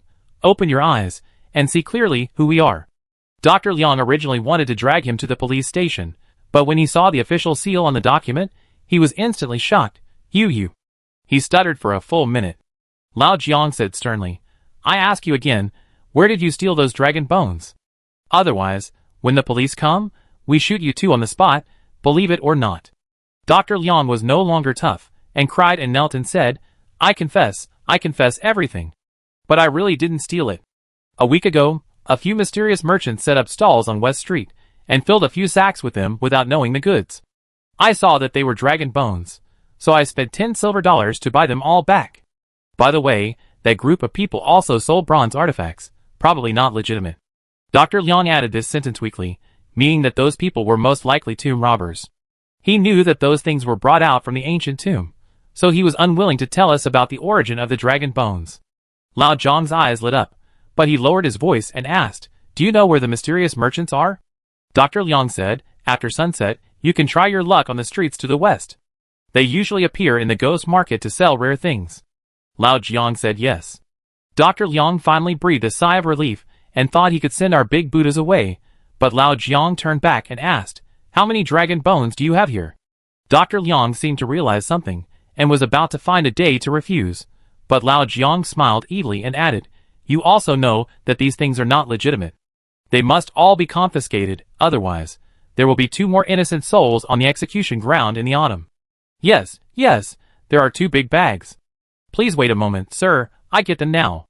After that, Dr. Liang took the apprentice back to the inner room. Chapter 27. Taking advantage of this time, Lao Jiang went out to find the telephone company to make a phone call. When he came back, the 2 sacks of dragon bones had covered the entire floor of the pharmacy. Dr. Liang and his apprentice bowed and asked Lao Jiang to check. Lao Jiang snorted coldly and asked me to light the lamp for him. However, when Lao Jiang quickly went through the dragon bones, his expression immediately became gloomy. I asked, What's wrong? You will know if you look at it yourself. Lao Jiang sighed. Only then did I realize that although the dragon bones on the ground were also engraved with words, they were basically the same as what we got last night, and they still recorded the mysterious sacrifice. If we only rely on these things, we will be busy all day. Lao Jiang threw the dragon bone in his hand on the ground and cursed, Keep looking. I don't believe that there will be no clues after catching those tomb robbers. After that, he planned to take us away. Before leaving, Dr. Liang asked if we would take the dragon bone with us. Lao Jiang turned around with a sneer. I called and someone will come to clean it up in an hour. Remember someone said that my kidneys are not good just now? Then please do push-ups while waiting. After we stepped out of the door, Lao Jiang made a special comeback. Remember, don't be lazy. Through the window, I found that Dr. Liang was sweating, but he had to follow Lao Jiang's instructions. Lan Shui glared at Lao Jiang. You have to care about this. This is about the dignity of a man. Lao Jiang answered seriously. Besides, I have always had a bad memory. If there is any grudge, I have to take it on the spot, otherwise I will definitely forget it in 2 days. Linger deeply understands this. Uncle Jiang, this is a good habit, keep it up. Lan Chua asked Lao Jiang if he had any new discoveries. Lao Jiang shook his head and said that although there were many dragon bones in the Chinese medicine shop, the content recorded was similar to what we knew. There are 2 types of oracle bones in the Shang dynasty. One is subtext, and the other is mother text. The subtext records the time, place, and event, and the mother text records the royal secrets behind the event. At present, all the oracle bones in this batch are subtext. He believes that one of the pieces unearthed at the same time must be the mother text. Only if we find the mother text, our trip will be meaningful. The most urgent thing is to find the group of tomb robbers. I have a hunch that the things are still in their hands. Lao Jiang thought. However, the oracle bones in the Chinese medicine shop are also cultural relics, so he notified the nearby Qilin eyeliner and sent them to the archaeological department in time. Lan Chua nodded sideways. We walked towards the street in the west. It was only noon when we got there. Linger rubbed her belly and stood in front of a stall, sniffing and looking at the golden fried buns in the big pot. Her eyes almost fell into the pot. Gulp, gulp, I clearly heard the sound of Linger swallowing the water. Looking at Linger again, her little hand tightly grabbed the corner of Shue's clothes, and she called her master softly, not letting her go. You are not here to do business. You are clearly cheating for food and drink. Shue knocked on Linger's forehead helplessly, but Lao Jiang immediately made the decision, and asked the boss for 4 large bowls of 3-nose stick and a bun. He also called it, only when you are full can you work well. After sitting down, Linger asked Lao Jiang what 3-nose stick was while drooling. Lao Jiang told her that it was a delicacy from Anyang that was made by mixing eggs, starch, sugar and water, and then stir-frying them. It does not stick to the pan, chopsticks or teeth, hence the name 3-nose sticks. This gentleman is knowledgeable. When the meal was served, the boss praised Lao Jiang and asked if we were not locals. Lao Jiang cleared his throat and said that he was a passing merchant who heard that there was a ghost market after sunset, so he wanted to come here to buy some treasures. The boss smiled and replied, "Then you have found the right person. My shop has been here for many years. I know which stalls in the ghost market sell genuine goods, and which ones are unconventional." Lao Jiang was moved and asked him if there were any people selling turtle shells and bronzes recently. To be honest, my old man is quite interested in bronzes. I didn't bring him anything on this trip, so I was thinking, hey, please give me some advice. After Lao Jiang finished speaking, he slapped a silver dollar on the table. The boss threw the white towel and said with a smile, "You mean Wang Liuzi and his group? That group of people are just a few ruffians who hang out together and have to go into the mountains every day. You can learn something else, but learning to dig graves is a bad thing that will cut off your descendants." The boss obviously knew them, and told Lao Jiang in a subtle way that those people were tomb robbers, and their things were not obtained from legitimate sources. Lao Jiang and I looked at each other, and knew that there was something going on, so we quickly asked about the other party's residence. Although the boss was still trying to persuade us, he still revealed a sentence because of the reward. They usually hang around Erlong Mountain. There is a dilapidated temple there. You can go there to buy goods. Okay, thank you, brother. When we finished asking, Linger's bowl was empty, and she looked at Lao Jiang with bright eyes. "Uncle Jiang, can I have another bowl?" "No problem." Lao Jiang was still rich and generous, and Linger turned around and shouted to the boss, "2 more bowls." But after eating, as usual, he used Langsu's wallet. After all, we all know Lao Jiang's character. The rich man let him fill up, and his pockets are emptier than anyone else. Erlong Mountain is near the county town. It is a bare hill. We walked for an hour, and soon found the abandoned Bodhisattva temple, halfway up the mountain. Lao Jiang asked Langsu and his apprentice to wait outside, and then took me to break into the door. But Lao Jiang, who finally wanted to show off, found that there were more than a dozen burly men sitting inside, and each of them was stronger than us. They were roasting a wild boar, and preparing to cut the meat. Seeing the stranger kicking the door, one of the leading men chuckled, "Brother, are you going the wrong way?" Old Jiang's eyes were sharp, and he pulled open the black knife on his waist. "Take a good look at who I am. Now leave the things behind and chop off one of your fingers. I can still let you live. This group of tomb robbers are new thieves, and don't know Qilin at all. You look at me, I look at you, and ask each other, where did this pair of lunatics come from?" Everyone shook their heads, and then went to find weapons to kill us. At the same time, old Jiang's black knife was unsheathed, and his whole body flashed into the house with the sharp blade. Only a few sounds of air tearing like silk were heard, and the people in front fell to the ground one after another, covering their severed fingers and rolling around, and the fingers of the body that had left were still moving reflexively. What a fast knife! I thought to myself. Someone saw that I was not easy to deal with, so he came up with a knife to cut me. I quickly jumped out of the window and fled. 3 or 4 people chased me. When I ran to the back of the temple, and found that there was only a thin iron chain bridge on the cliff halfway up the mountain, my heart sank. I subconsciously wanted to call Lao Jiang, but a black figure blocked me and spit out 5 words to me coldly: "Retreat to the bridge." The person who came was Shue. At this time, Shue still carried the sword on her back, and the black hair on her forehead fluttered in the wind in the valley. She didn't even bother to draw the sword, but just stood at the end of the bridge like a black eagle. Hee, I have no way to escape, and here comes a pretty woman. The 3 or 4 big men looked at Shue with tears in their eyes, and then approached her with green eyes. But they obviously underestimated Shue. Because Langsu was faster than Lao Jiang, I only saw a few black afterimages passing by, and the big men were thrown off the bridge, leaving only the shrill screams echoing on the cliff. I can no longer describe my feelings at this moment. I just know that Langsu was too powerful at that moment. It happened that Lao Jiang had also finished the battle, and ran over to ask for credit. For sister, all the people in the temple have been captured alive. The Langson nodded slightly and said, I won't live long here. When we returned to the ruined temple, the leader had already covered his bleeding hand and handed over all their treasures. There were still many dragon bones and bronze utensils in it, but they were basically small drinking utensils such as Ju, which were not of much value to us. Lao Jiang noticed a blood-red bone mixed in the dense dragon bones at a glance. His eyes instantly became happy, and he took the red bone in his hand. I asked Lao Jiang if this was the so-called mother text. Lao Jiang didn't say much because the two robbers were still there, and only asked where they stole the things from. The big brother in the lead looked embarrassed, and Lanchua suddenly said coldly, I will count to 3, and if you don't tell me, I will throw you off the cliff. In fact, we don't know how to rob tombs at all, we picked it up. It turns out that there are really people in the world who are not afraid of death. Lanchua picked him up, and was about to walk towards the cliff. The big brother was so scared that he wet his pants. We really picked it up.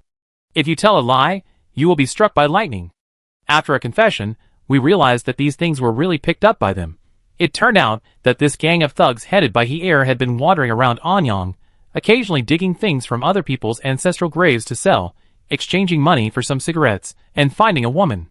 Until 10 days ago, they found that an archaeological team was quietly entering the depths of Inshu. Although He Er did not have the ability to find dragons and points, he was keenly aware that the archaeological team might want to dig a large tomb.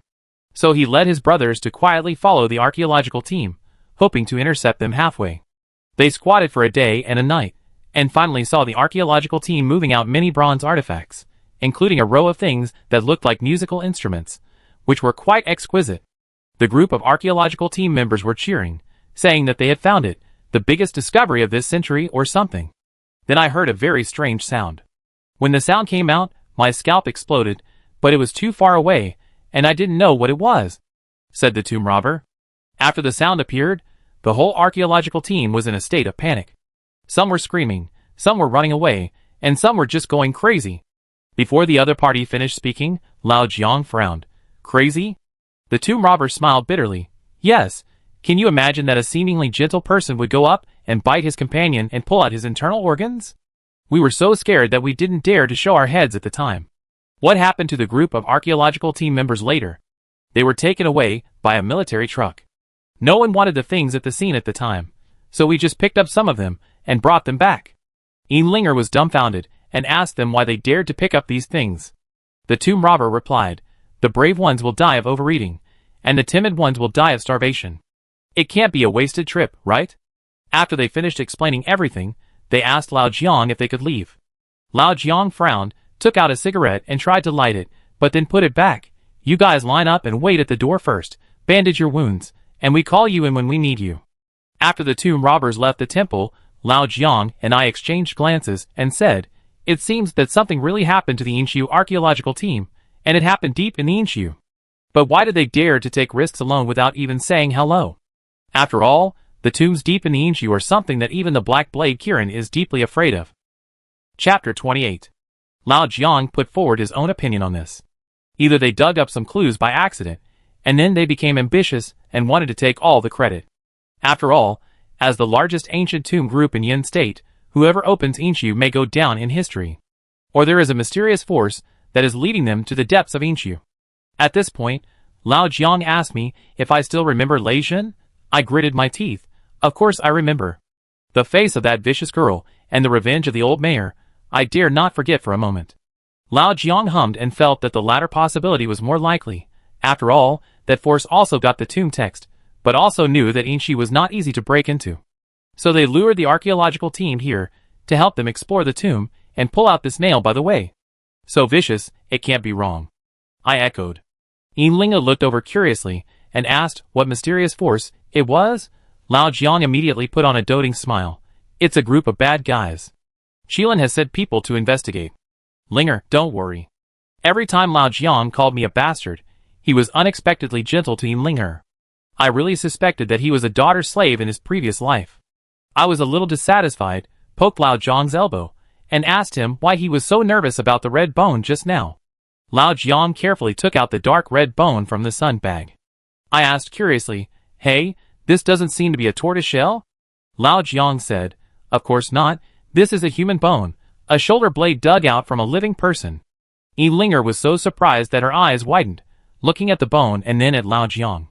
Lao Jiang explained, "As early as in the oracle inscriptions, there were records about human sacrifices. At that time, people were unequal. The lowest slaves were called human sacrifices, which means that they could be killed and traded at will, just like the sacrifice day." Lao Jiang also told us that the reason why this bone is blood red is probably related to the blood sacrifice of the Shang dynasty.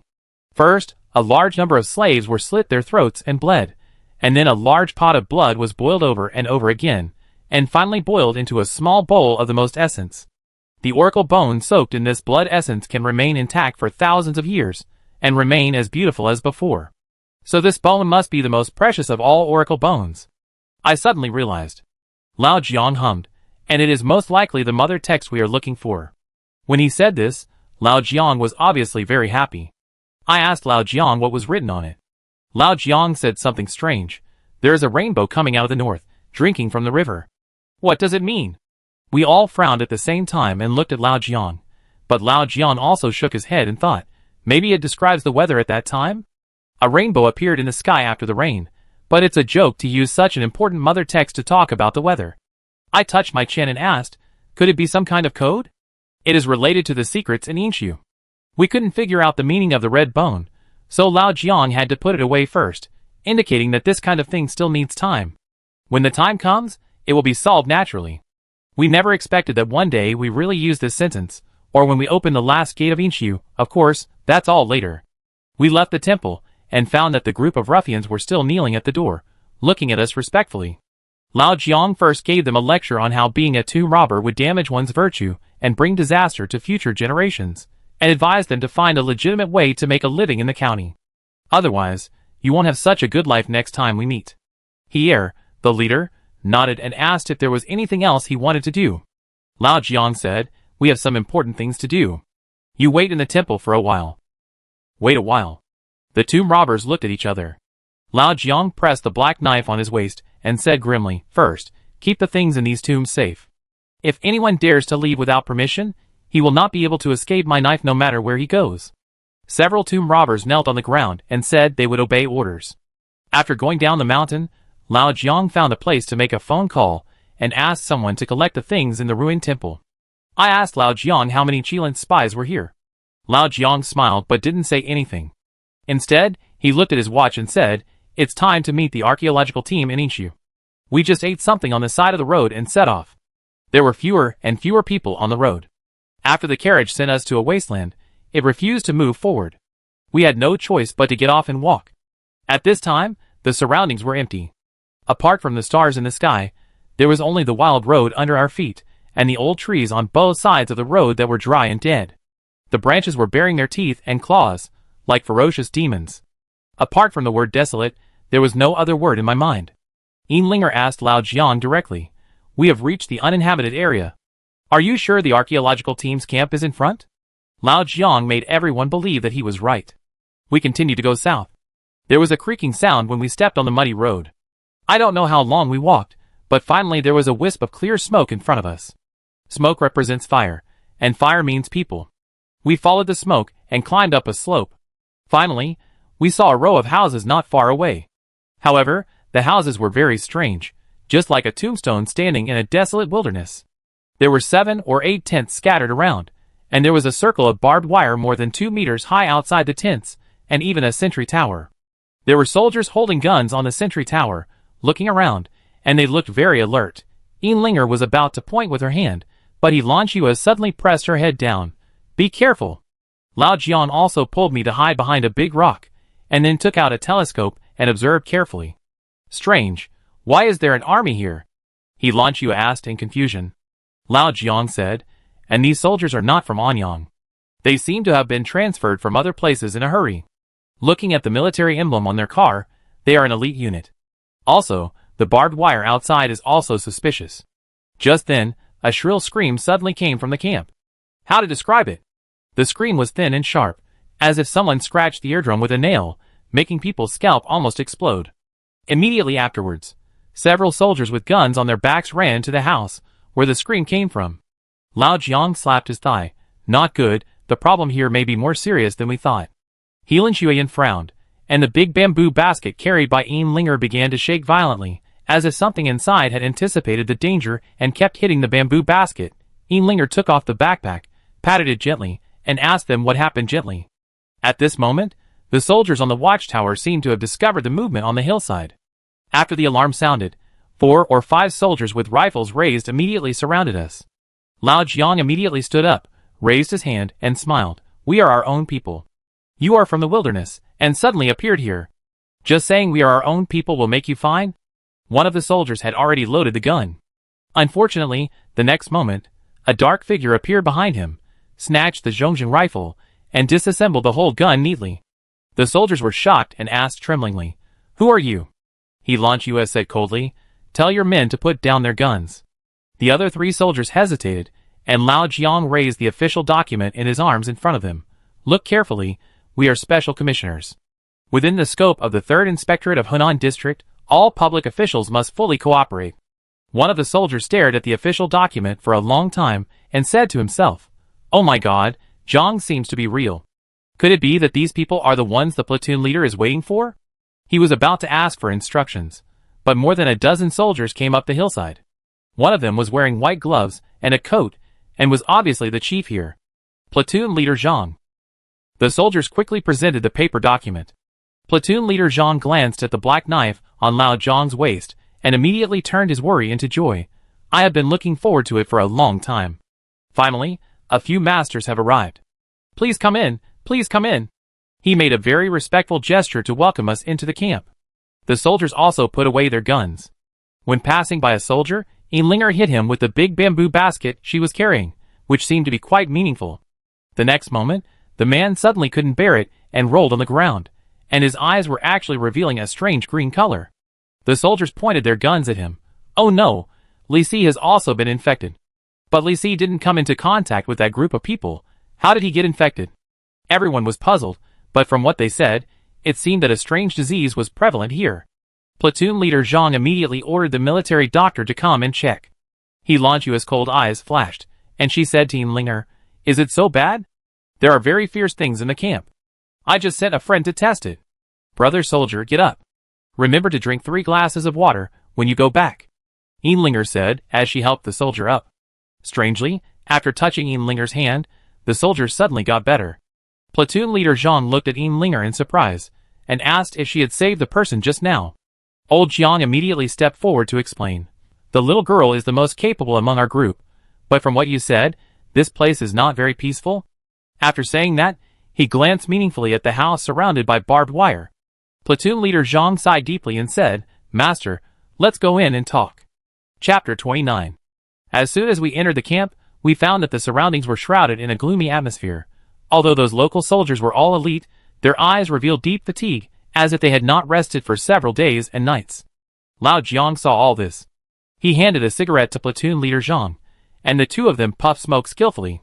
Platoon Leader Zhang hesitated several times, as if he had something to say.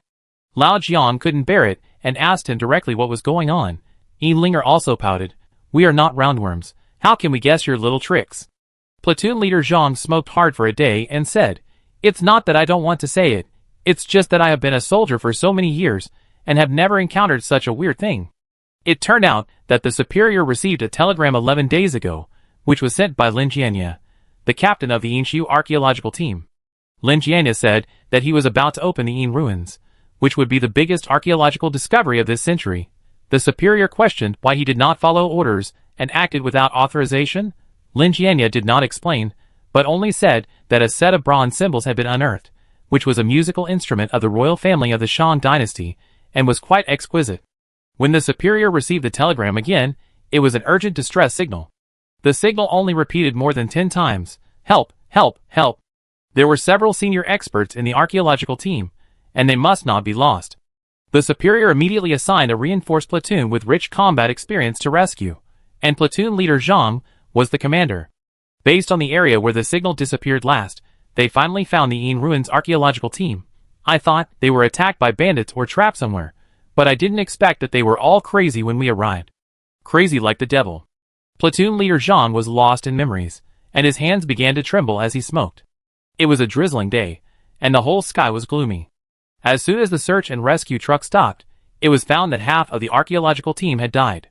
The remaining ones had red eyes like zombies, gnawing on their companions' flesh and blood. Those things, who were not sure whether they were human or not, had very sensitive ears. Although they heard the sound of the truck from a distance, they were very well disguised. As soon as the soldiers approached, they opened their white teeth and pounced on them. Several soldiers had their necks bitten and fell to the ground in pain. Fortunately, these soldiers were elite and reacted quickly and opened fire immediately. "Did you shoot?" Before Lao Jiang finished speaking, platoon leader Zhang made a calming gesture. "Don't worry, there will be a day. We only shot those who were really out of control, and kept those who were unconscious and had no lethality, and those who were not aggressive and were within the controllable range." I suddenly remembered the small houses surrounded by barbed wire, and asked platoon leader Zhang if those people were locked up in the houses. Platoon leader Zhang hummed and replied, "I asked my superiors that day, and my superiors asked me to stay in the archaeological camp and imprison those people first. I immediately sent a team of excellent military doctors to check the physical condition of these people. After all, these people were still fine before they set off. It's impossible for them to go crazy for no reason." "What are the results of the examination?" Lao Jiang asked with narrowed eyes. Platoon leader Zhang sighed, raised his hand to smoke again, but found that the fire had reached his buttocks, so he quickly threw it under his feet and stomped it out. He lit up another cigarette, took a puff of smoke, and then looked at us leisurely. "Have you ever heard of a ghost haunting your waist?" "Ghost around waist?" We looked at each other, and Linger suddenly thought of something. "I have never heard of ghost around waist, but we have the saying of snake around waist in Miaojiang. If someone hits a snake or pokes a snake nest, the snake king will target you and leave his mark on your waist. At first, it is just some red rashes, and as time goes by, it will gradually become a row of snake teeth marks. By that time, it is too late to find out, so there is such a saying, snake around waist, coffin head, life will end in 7 days." Platoon leader Zhang said, "Ghost around waist is similar to snake around waist, but one is being entangled by a ghost, and the other is a snake. Both have a strange red rash on the waist, and then turn into a row of teeth marks." Old Jiang Kairi said, "Let's do this later. Take us to the house to see what kind of madness they have, so I can know how to save them." Platoon leader Zhang was shocked and his face turned pale. "We still have to rely on them. No, what if they bite you?" I asked platoon leader Zhang, "Weren't those people tied up?" Platoon leader Zhang smiled bitterly. "How could it be that they weren't tied up? But those people were too good at escaping from prison. We clearly put handcuffs and leg chains on them, but they still killed the sentries and sneaked out, and they were caught after running for several kilometers. I'm really. As he spoke, platoon leader Zhang slammed the table with his fist. He closed his eyes, and wet tears flowed slightly. "I have killed several brothers. These people are even more devilish than the devil. And after being bitten by them, the wound will quickly fester, and some wounds will be hot as if the blood is boiled. Anyone bitten by them will not survive the next day." While talking, there was a sudden burst of shrill howling and screaming outside. Platoon leader Zhang stood up and cursed in that direction. "Here they come again, they come again." I asked Lao Jiang what happened. Platoon leader Zhang told us that those people would make particularly shrill howls in the small dark room at night. Some would hit the wall, and some would draw ghostly symbols, as if something was calling them from somewhere. Especially in the second half of the night, the ghosts howled as if a group of evil ghosts from hell were imprisoned. Only at noon did we dare to escort the military doctor in to check if there were any people who were better. The rest of the time, we didn't dare to open the door at all. Lao Jiang asked him if there were any people who were better. Platoon leader Zhang shook his head. "Because we searched and rescued in time, only the archaeological team leader Lin Jianya was in good health. He was just seriously injured and had been in a coma. We put him in the innermost room and kept him alive with nutrient solution for 24 hours. The daily task of the military doctor is mainly to observe the changes in Lin Jianya and find a suitable antidote from him." Since just now, Lao Jiang's brows have never relaxed. Even though platoon leader Zhang has repeatedly warned him, Lao Jiang still wants to see the crazy archaeologists with his own eyes. "Master, you must think clearly. If something happens, we can't afford it." Platoon leader Zhang wanted to persuade Lao Jiang, but Lao Jiang looked at He Lanxue and asked her what she meant. "For sister, are you afraid?" He Lanxue smiled and glanced at the sword behind her. "Even if they are afraid of me." Linger also stood up. "Master wants to go, then Linger should go too." A series of tinkling bells sounded, and it seemed that everything became less terrifying. Seeing that we had made up our minds, Platoon Leader Zhang did not intend to persuade us. He helped us prepare a few protective suits, and sent a few soldiers to escort us in. "Then I trouble you." Old Jiang bowed to Platoon Leader Zhang to express his gratitude. But he and Helengsu did not have the habit of wearing armor. Originally, I thought it was better to have it than not, but Linger also looked fearless. If I was the only one among the 4 people to wear it, wouldn't it seem that I was too afraid of death? I was forced to follow the crowd, and could only refuse the armor with tears. Platoon Leader Zhang ordered people to open the several large locks outside the house, but he did not intend to go in. After all, someone still needed to take charge of the overall situation here. If the people who could take charge went in to die, the soldiers outside might not be able to escape this disaster. With a creak, the dusty iron door was opened. The soldiers who led the way turned on the searchlights on their heads. In the pitch black, I actually saw a pair of eyes reflecting blue light. Just like wolves in the dark night. One by one, the people with ferocious features roared and rushed towards us, but their feet and hands were bound by iron chains, and they could not break free for a while. The soldiers beside me reminded, "Z sure is when they are the strongest, but you still have to be careful now."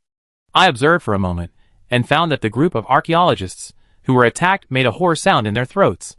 They were obviously not like zombies or ghosts, but I felt that they were scarier than both. They looked exactly like us, but their eyes were full of the desire and murderous intent of wild beasts. "Lao Jiang, what do you think that is?" On all 4 walls, there were strings of strange symbols painted with bright red blood, which were large and eye-catching. Lao Jiang stared at the red words in amazement, and replied in surprise, "Extinction, extinction, these are all extinction. How can they write extinction?" Just as Lao Jiang was shocked, I suddenly heard a sound above my head, and subconsciously looked over, only to see a humanoid creature crawling on the ceiling. Before I could open my mouth, the sound of handcuffs rattling sounded, and the man rushed towards us. I only heard a delicate shout, and Lanchua had already strangled the other person's neck and threw him against the wall with an expressionless face. Lao Jiang yelled like a dog, "Thank you, for sister." Lanchua didn't even look at Lao Jiang, but reminded me to be careful. "Don't think you have several lives." Linger also laughed at Lao Jiang, asking him how he became the Black Blade Kirin, and why it was always his master who saved him. Lao Jiang laughed awkwardly. At this time, the soldiers around him reacted, and pulled out their pistols in panic. The people here seem to have only the whites of their eyes. They don't look like they are possessed by evil spirits, but rather like they have lost their souls. I said to Lao Jiang.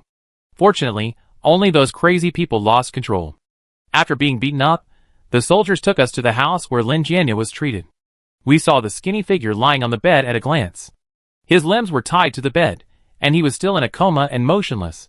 The soldiers told us that the military doctor would come to give him infusions and injections every day to keep him alive.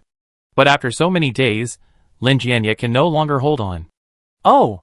Old Jiang lifted up Lin Jianya's clothes, and saw a circle of dense red rashes on his waist and abdomen, and there seemed to be white worms wriggling in those rashes.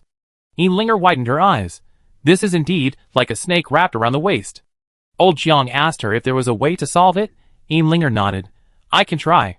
After that, Linger put down her big bamboo basket and sang a little song inside. "Mau mau mau mau, you are the most handsome. Luluya Lulu, you are the most obedient. Come out quickly to help your mother, and feed you Xingxinghai tomorrow." I was confused and didn't know what Linger was talking about, but I saw Linger suddenly spread out her hands, but there was clearly nothing on them. She stretched her hands to Lin Jianya's belly, and only heard a rustling sound, and Lin Jianya's belly began to swell rapidly. I looked at Linger and then at Lin Jianya, and then couldn't help looking at Lao Jiang, but found that Lao Jiang was not surprised at all. The soldiers were also confused and asked if the patient's stomach would explode. Linger raised her neck and snorted, "I'm saving him." After a while, Lin Jianya's belly began to disappear, and then red and black worms crawled out of his belly button, row by row, line by line. Suddenly, a pair of cold hands without temperature grabbed me. I saw Lin Jianya on the bed suddenly opened his eyes, and stared at me. His pair of pale eyes had no pupils at all, and the corners of his mouth raised a strange arc. "It's coming out. It's coming out." I can't describe how horrible that moment was. I just know that I got goosebumps all over the floor. It's like seeing a ghost in broad daylight. Chapter 30. Is it coming out? What is it? I was puzzled, and Lin Jianya just held me tightly, his fingernails almost digging into my flesh. "Master, help me." Beads of sweat fell from my forehead, and I finally couldn't hold on. But Lao Jiang just shouted strangely, "Li Jinglan, what are you mumbling about all the time?" I looked at the hand that was holding me, but found that Lin Jianya didn't wake up at all, and was still lying on the bed. "But just now, someone clearly grabbed me just now. If you don't believe me, just look." I rolled up my sleeves, and the result was a white and clean arm, without a single red mark on it.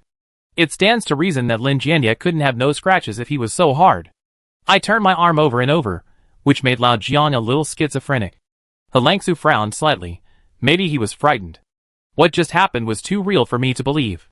Lao Jiang said that he didn't hear the sentence. "It's coming out." At this time, Linger had used insects to help Lin Jianya absorb toxins several times. The transparent insects were round and looked full. Linger said that this was a special kind of resentment.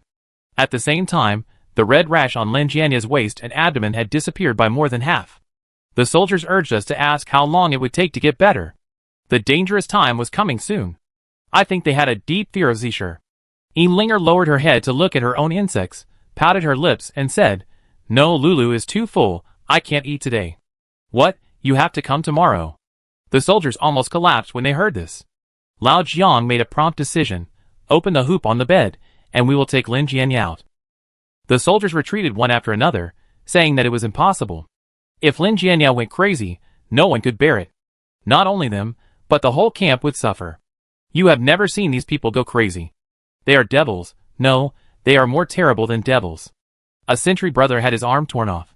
If I was not used to sleeping with a gun in my hand, I would have died too. That picture seemed to have become a nightmare engraved in his bones. These people were not at ease with the prison, so how could they let someone out? Lao Jiang asked Linger. "In your opinion, will Lin Jianya go crazy if he goes out?" Linger said that she couldn't say for sure, but as long as she sucked Lin Jianya's poisonous blood a few more times, there would be no big problem after the resentment in her body was discharged. "Oh, I have another treasure." Linger took out a bamboo tube from the big bamboo basket and opened it. "Sleepyhead, get up and work." Instantly, a brown thing flapped its wings and flew out. Linger hummed something in its ear, and the thing disappeared. Linger said that Lin Jianya's imprisonment could be opened now.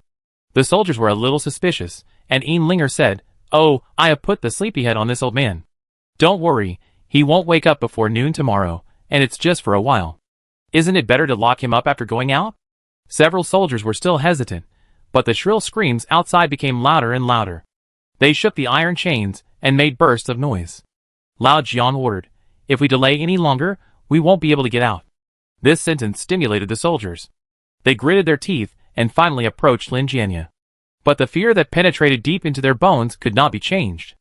As soon as the soldier unlocked Lin Jianya, he ran out with several other soldiers, as if he was afraid of being bitten by wild dogs. Lao Jiang supported Lin Jianya and called me to help him.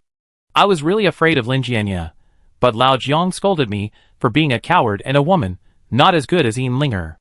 I gritted my teeth and supported Lin Jianya with Lao Jiang, and Lanjua carried a sword on her back to help me clear the way. At this time, it was close to midnight, and the people in the archaeological team became more and more crazy. They drove the iron chain towards the west and climbed forward desperately. Their hands kept digging the ground, scratching until the flesh was bloody. The nails of several people had been scraped off, and the bloody flesh exposed the white bones, but they still enjoyed it. At this time, they didn't look like a person at all. They dug the ground with their limbs, and the corners of their mouths were dripping with sun water, like slaves without dignity. Suddenly, I looked into someone's eyes. His eyes had no pupils, only whites, but I could clearly feel an excitement and enthusiasm that was hard to conceal, as if he was being called by something. I quickly turned my eyes back, but my vision was filled with those bright red blood words. I don't know why, but at this moment, I suddenly seemed to understand those annihilation texts, which vaguely read, "My King Wu Ding, invincible in battle. My Queen Fu Hao, invincible in attack. The great Shang dynasty, conquered all directions. But those who rebel will be abandoned by both humans and gods." As those words emerged, I felt my forehead getting hotter and hotter, as if something was about to come out. My whole body felt like it was burned by fire, and it was hot and unbearable. I lost my strength in an instant, but fortunately Lao Jiang grabbed me and said, "Boy, what's wrong?" I wanted to say that I was in great pain, but my throat was so dry that I couldn't say a word. Fortunately, Helangsu noticed something was wrong, and she led the way in front, and at the same time told Linger, "Protect Jinglan." After leaving the house, the soldiers outside quickly locked the big lock. The cold wind blew on my body, and I finally felt a little more comfortable. I was about to thank Ealinger, but Ealinger had already let me go, and pouted to Alangsu to take credit. Alangsu didn't have time to pay attention to her, because after seeing us bring Lin Jianya out, platoon leader Zhang completely regarded us as plague gods, and more than a dozen soldiers pointed their rifles at us. Oh no, to be precise, they were aimed at Lin Jianya. Old Jiang asked him coldly, "Are you going to rebel?" Platoon leader Zhang's face had turned blue, and he asked with trembling lips why we brought Lin Jianya out. "He will kill the rest of the people." Old Jiang told the other party that they had misunderstood, and lifted up Lin Jianya's clothes to show, "Don't worry, he is not aggressive now." The moment old Jiang lifted up his clothes, all the soldiers retreated tacitly, and platoon leader Zhang also covered his nose. "Look carefully, Lin Jianya's ghost waste has been reduced by half. We can completely cure him in the next few days, and we guarantee that he will not wake up before noon tomorrow." What a joke. Platoon leader Zhang was interrupted by the military doctor beside him before he finished speaking. In order to prevent special situations, after we went in, he called out the military doctors to stand by. At this time, the military doctor clearly saw the improvement of Lin Jianya's condition, and said incredulously, "How is it possible? He is really half cured." The others also expressed disbelief, saying that it might be some deadly bacteria, or even a curse from evil spirits. How could it be cured? Ealinger briefly explained her method, and the military doctor looked at Ealinger with a look of surprise, shock, and deep admiration. At such a young age, he has such ability. It's incredible, incredible. Ealinger raised her chin proudly and said sweetly, "Thank you, uncle." After hearing the words of the military doctor, platoon leader Zhang immediately ordered people to put down their guns and apologize to us. "Dear masters, Zhang is blind and has misunderstood you." Seeing that his body was about to bend, Lao Jiang quickly helped him up. "Now is not the time to be polite. Just in case, let's find a place to lock up Professor Lin." "Don't you believe in my sleepyhead?" Ealinger pouted. Lao Jiang explained, "It's for insurance." Fortunately, Ealinger didn't care so much. Platoon leader Zhang was very experienced in this regard. He took us to a tent to rest, and put Lin Jianya in shackles next to him. I kept staring at Lin Jianya, but I don't know if Ealinger's sleepiness was too effective. Lin Jianya's body suddenly twitched at midnight, and he murmured a strange sound. Other than that, nothing else happened. But that strange sound was very rhythmic, one after another, like the rhythm of some musical instrument. At the same time, my forehead began to hurt again. Chapter 31. Early in the morning of the next day, Ealinger woke me up. "Stop sleeping, lazy worm." As soon as I opened my eyes, I saw Lin Jianya, whose face was blue and eyes were bloodshot, beside the bed. I jumped up in fear, and hid behind Lao Jiang.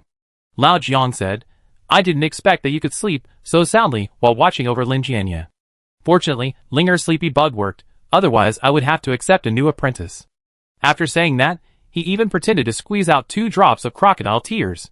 Ealinger became proud again, and walked to Lin Jianya with her head held high like a young lady, and continued to open the bamboo tube to release the transparent bug. "Go, my little Lulu." The rash on Lin Jianya's belly rose and fell, and I couldn't help asking Lao Jiang, "Who is Ealinger? She is obviously just a little girl. How can she know so much?" Lao Jiang said, "I have reminded you a long time ago, don't mess with this little ancestor. She is from Mujiang. Although she is only a silver scale now, she has the strength of a gold scale, and even has the hope of becoming a black knife unicorn in the future." While Lao Jiang was talking, he reached for a cigarette in his bag, but he was scared and put it back as soon as he took it out, because a murderous look glanced at him. He stared at Lao Jiang coldly, and Lao Jiang looked flattering. "For sister, I will be embarrassed if you keep looking at me like this.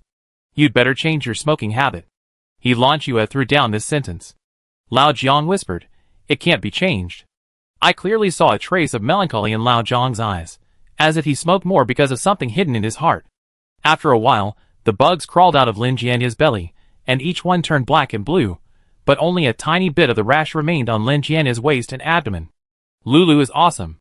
Ealinger smiled, and put the bugs back into the big bamboo basket. Lao Jiang came over to ask her how many days it would take for Lin Jianya to recover.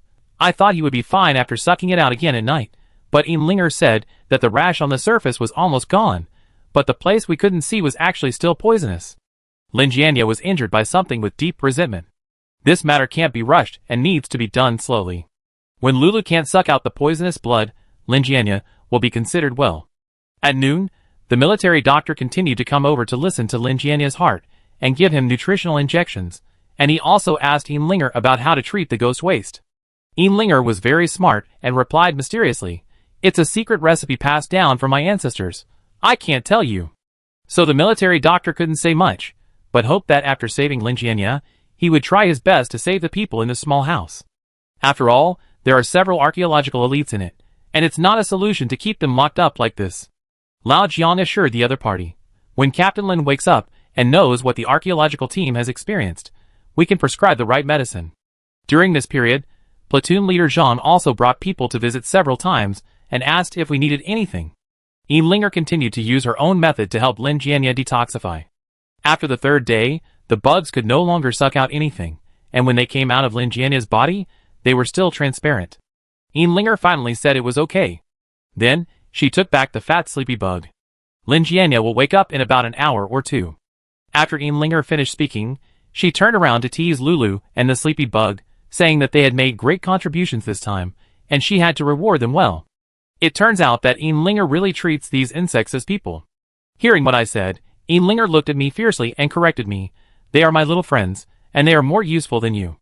Okay, heroes. I dare not provoke this little ancestor, lest I be teased again. Lao Jiang is also a guy who does not play by the rules.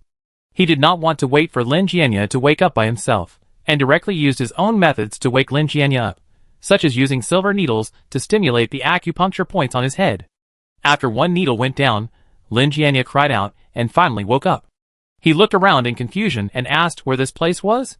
He looked at us in confusion and asked who we were. Lao Jiang casually showed the black knife on his waist, revealing his identity. "Only 10 years have passed. Have you forgotten me? Do you still remember who helped you scout the Yin ruins back then? You are the Black Knife Unicorn back then?" Lin Jianya's spirits finally lifted. Hearing that his throat was so dry that it was almost smoking, I quickly handed him a glass of water and some food. At the same time, I couldn't help but glance in the direction of Lao Jiang. It seemed that he knew Lin Jianya. Lao Jiang didn't notice my eyes, but simply explained the current situation, and then asked Lin Jianya, "Tell me, what exactly did your archaeological team experience? How did it become like this?" Lin Jianya had just woken up, and his mind was not very clear. He drank some water, and said that this was an archaeological secret. It was not until we found platoon leader Zhang, and he confirmed that we were specially sent that Lin Jianya scratched his hair in pain. Alas! It's all my fault. I wanted to discover the secret of Inshu so much that I was ready to take a gamble, and ended up hurting everyone. Lao Jiang handed him a cigarette and soothed him. "Brother, take your time." Lin Jianya took the cigarette with trembling hands, and fell into memories. It turned out that half a month ago, the archaeological team unearthed a bronze plate used for sacrifice outside the Yin ruins, and there was a map engraved on the bronze plate. According to the instructions on the map, they decided to take a gamble and leave the safe zone without authorization and go to the depths of the desolate Yin ruins. At that time, we just wanted to give it a try, thinking that if it didn't work, we would withdraw. Anyway, it was not far from the safe zone. But they never expected that they would actually dig out a lot of treasures in this excavation. Have you ever thought about it? Precious oracle bones were thrown into the pit in piles, and there were 4 or 5 such pits. At that time, I felt that we had to dig further, and as long as we dug further, more treasures would be born. Lin Jianya said that the original tentative excavation plan changed after the discovery of those oracle bones. All the team members were surprisingly tacit, and agreed to continue digging. The huge greed made them forget the warning of Qilin, because everyone knew that the whole world still did not recognize the authenticity of the Shan dynasty. As long as they opened the Yin ruins, they could push the first country in Yan's history with a verifiable text to the Shan dynasty, and their names could be recorded in history. Do you know what Yin ruins means to the Yin people? It can push our history forward by 1,000 years, and we can proudly tell the world that we were no longer eating raw meat and drinking blood. We have text and advanced bronze smelting technology. Yes, in addition to a large number of oracle bones, they also successfully dug up a lot of bronze artifacts. We dug several sacrificial pits until we found the largest one. There was a very large musical instrument inside, which was made entirely of bronze and covered with royal patterns. We couldn't believe that a musical instrument thousands of years ago could be so exquisite, and that people at that time even understood music. But, Lin Jianya hesitated. "But what?" Old Jiang asked. "It's just that at that time, I and a dozen team members all felt that this instrument had a bit of a gloomy feeling. The temperature was clearly 26 or 27 degrees, but when we approached that thing, we felt cold all over, even to the bone marrow.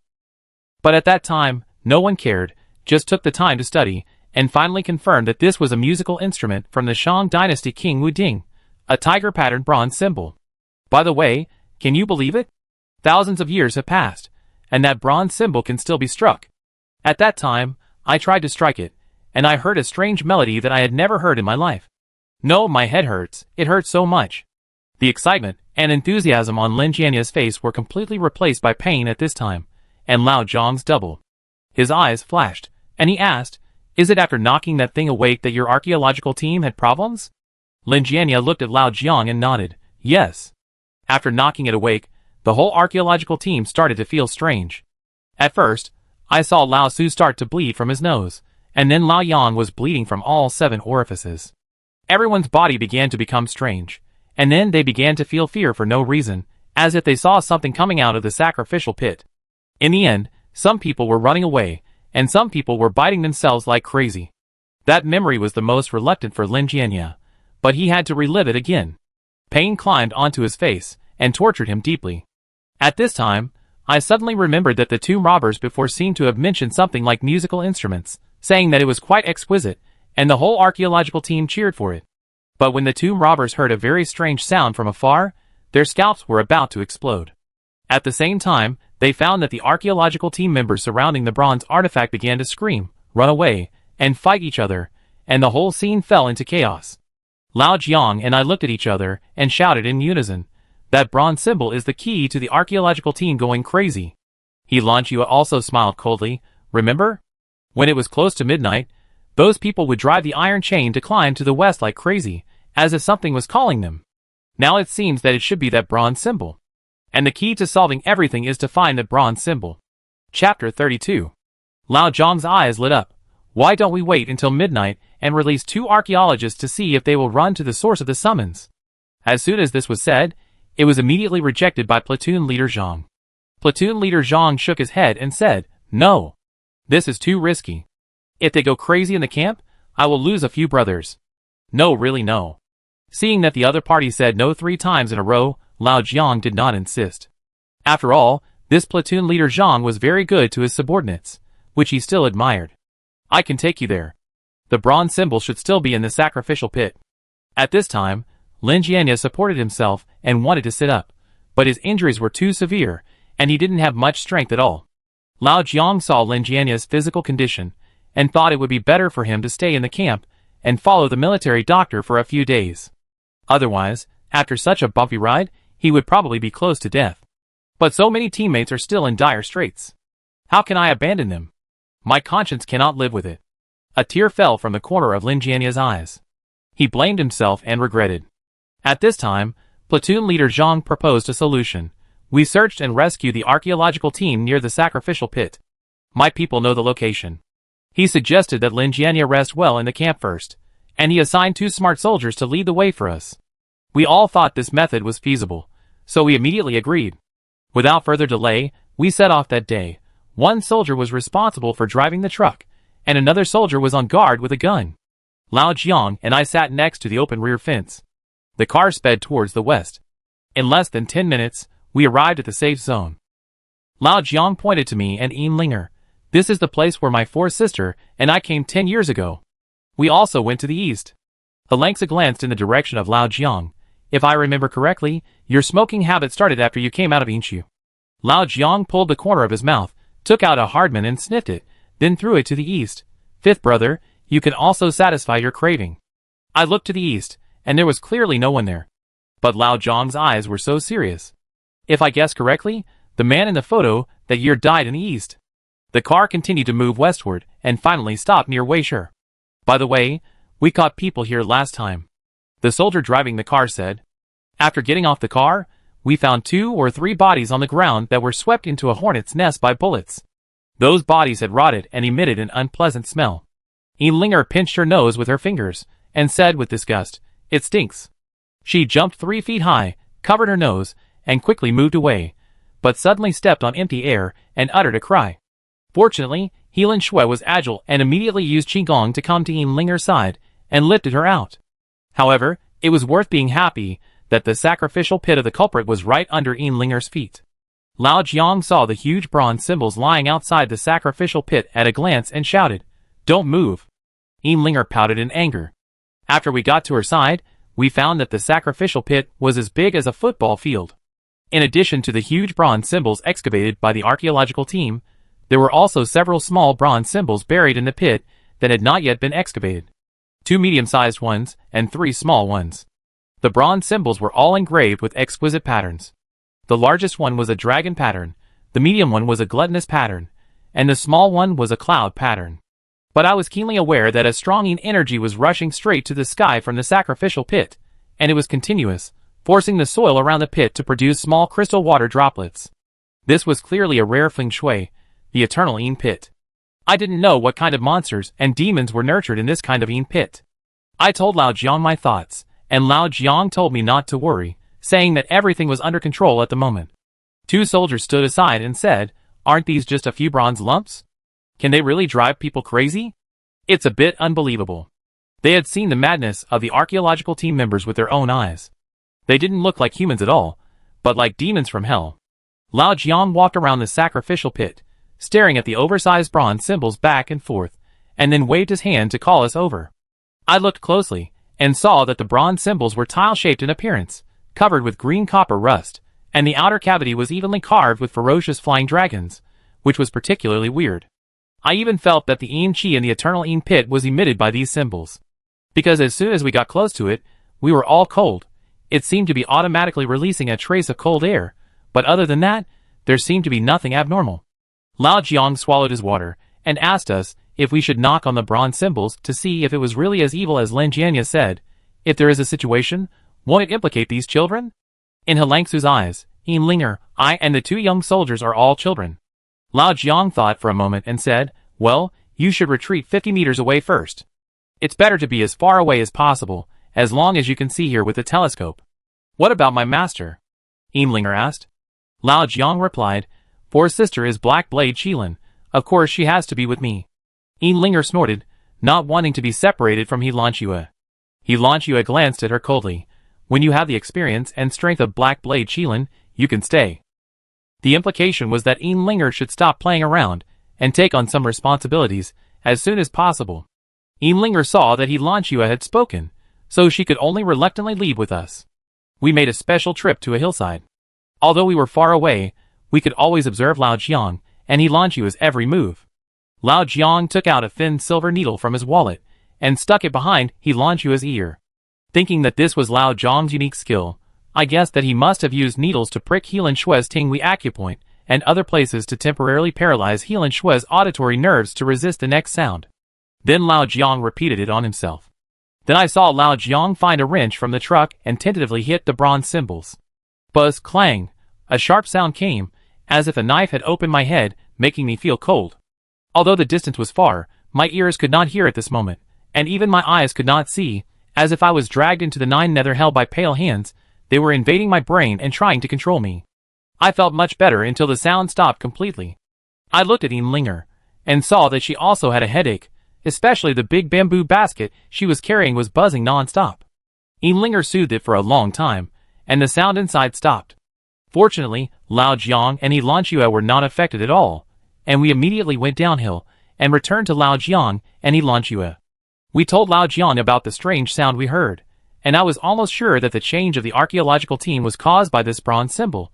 Then if we smash it now, will those crazy people wake up? Yin Linger was eager to try. Lao Jiang showed a painful expression. This is a cultural relic from the Shang dynasty. It's a pity to destroy it like this. But if we don't destroy it, what will happen to those experts? We can't let them live like ghosts forever. A local soldier asked. Helan Shui said, I'm afraid that if the bronze symbol is destroyed, they won't be able to return to normal. The most urgent thing to figure out is why this bronze symbol affects people's minds. The person who tied the bell must be the one to untie it. Looking at the bronze symbol, I suddenly remembered that Lin Jianya once said that this bronze symbol was a musical instrument during the reign of King Wuding of the Shang dynasty. The bronze symbol is different from the chime bells.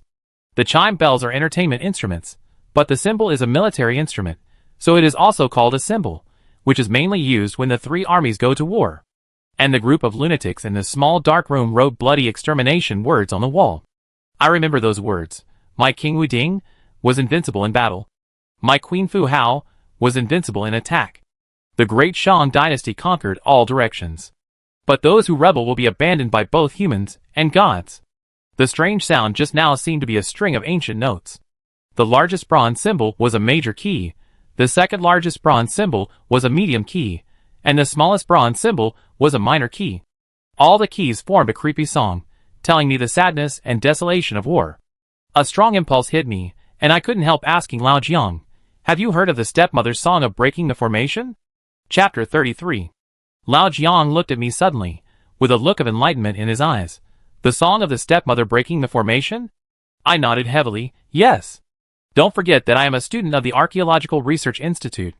Although I don't understand it as well as you, I still remember that when the teacher talked about the history of the Shang dynasty, he focused on King Wu Ding of the Shang dynasty and his wife Fu Hao. Legend has it that Fu Hao was not only a beautiful queen, but also a powerful general. She was as brave as a man and once led warriors to attack the 5 directions. She was honored as the goddess of war by the Shang dynasty people, and made great contributions to Wu Ding's expansion of territory. In addition, Fu Hao was entrusted by her husband Wu Ding with an important task to manage the sacrifices of the whole world. Every time she went to war, she would ask for good or bad luck through divination. It is said that when she went to war against a tribe, the hexagram was not auspicious, but Fu Hao insisted on going to war. When the 2 armies were fighting, she ordered people to play military music, and a song of stepmother breaking the formation was played. All the generals were unstoppable, and successfully captured the tribe. At that time, I thought the so-called song of stepmother breaking the formation was just to encourage morale, but now it seems that the truth is not so. Lao Jiang looked at me in surprise, and was silent for a long time before. He gave a thumbs up and said, "You're good, kid. You've learned a lot." I continued, "If the song played by the bronze symbols just now was the stepmother's battle song, then the people who heard it would be controlled, their brains would be filled with bloodlust and killing, and they would naturally not feel pain, and fight 1 against 100. Only such an army can be invincible in the world." Linger hissed and asked if this was too cruel. Lao Jiang told her, the society at that time was different from now. The Shang dynasty did not regard slaves as human beings at all, and would kill slaves to sacrifice to the heavens at any time, so the slaves who rushed to die at the beginning must have been slaves. One of the soldiers present didn't mind this, but asked with shining eyes, "If these bronze symbols are used on the battlefield now, wouldn't our combat effectiveness increase several times?" Another soldier retorted, "But this thing is too evil. What if after the war, we all become devils who bite people?" I know that Lao Jiang didn't want to destroy these bronze symbols. After all, these are cultural relics, but no matter how precious cultural relics are, they are not as good as the entire Inshu archaeological team. He stood aside with a frown, and Helan Shui said, "I think it's not that simple. We are not proficient in music. How can the sound we make casually confuse people's minds? Unless there is something else in these symbols, if we don't understand it, even if we destroy them, the archaeological team will not wake up." Lao Jiang thought it made sense, so he lowered his body, asked me to light a flashlight for him, and began to carefully examine the largest bronze symbol with a magnifying glass. As I looked at it, I found that something was wrong with the inside of the bronze symbol. "Look! How come there are so many dense lines inside?" Lao Jiang pointed his finger. I looked in the direction he pointed, and indeed found that there were lines of light red inside the black hole. Those lines were very thin, and could not be seen without a magnifying glass. These lines were like the surface of a lake blown open by the wind, with ripples. "What is this?" I was also puzzled. But a voice in my subconscious told me that the secret of the Inshu archaeological team's madness must be related to these red lines. At this moment, Lao Jiang walked back and forth in front of the sacrificial pit with his hands behind his back, as if racking his brains to think. "Right. I understand." While I was still guessing, Lao Jiang slapped his thigh and asked back, "Have you ever heard a record?" Records were not uncommon in the Republic of China. I also heard the full moon and the beautiful flowers and Rose, I love you in the dance hall, but I soon understood what Lao Jiang meant. "You mean?" I looked at the red lines again. Lao Jiang nodded and said, "The principle of the record is to record the sound with lines and then play it. So in fact, the song of the stepmother breaking the formation just now was not played by us, but after we struck the bronze symbols, The lines inside it played by themselves. But these things are too delicate, you can't see them with the naked eye. How did people make them thousands of years ago?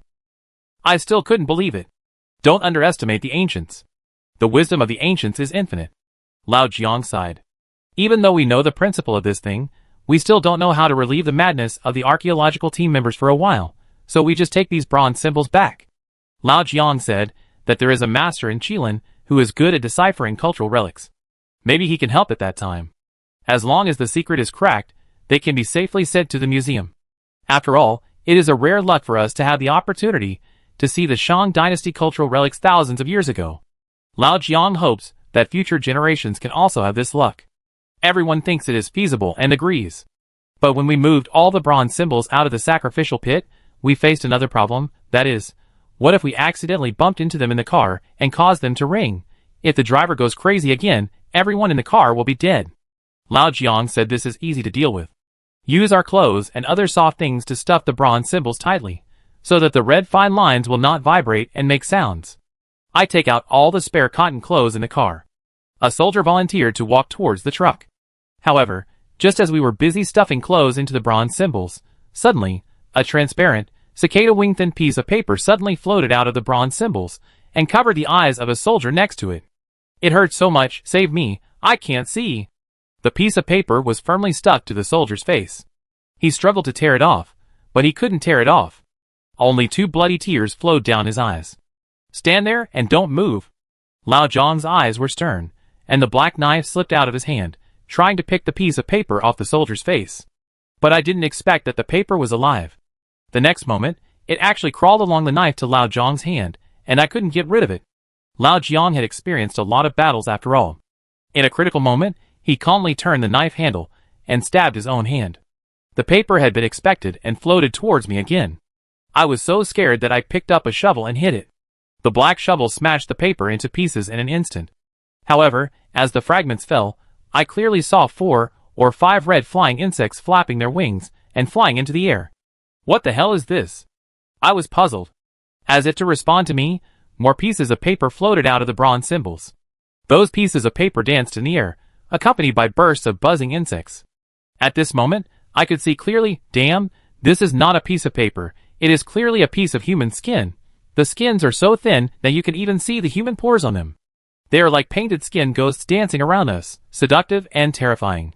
Lao Jiang shouted at me, boy, this is human skin parasitized by blood flies. Don't let them touch you, otherwise they will eat you up in a minute. A piece of human skin flew towards Lao Jiang, and was split into 2 pieces by Lao Jiang's black knife with a flash of silver light, and a group of red flying insects emerged. I guess those things also know that Alangsu and Lao Jiang are not easy to deal with, so they turned to attack me and Linger. Linger shook her bamboo basket, and those human skins dared not approach. Only I and a poor soldier ran and shouted for help. The soldier's eyes were covered with blood, and he loaded the bullets in a panic and fired at the human skin. But they were so agile that they dodged a bullet with a casual float. I gritted my teeth in anxiety and grabbed his rifle without hesitation, and shot down 2 human skins that floated over. Just when I was about to relax for a day, Lao Jiang suddenly shouted, "Run!" Usually when Lao Jiang called me in this tone, it was extremely urgent, so I didn't think twice and ran away, leaving the gun behind. But the soldier next to me was not so lucky. I saw a group of dense red flying insects, like a blood-red tide, instantly wrapping his body. The soldier struggled twice before he died. His arms, neck, calves and other exposed skin were all covered with those red flying insects. The scene was extremely terrifying, and the air was filled with a bloody smell. Fortunately, the IQ of these insects was not high.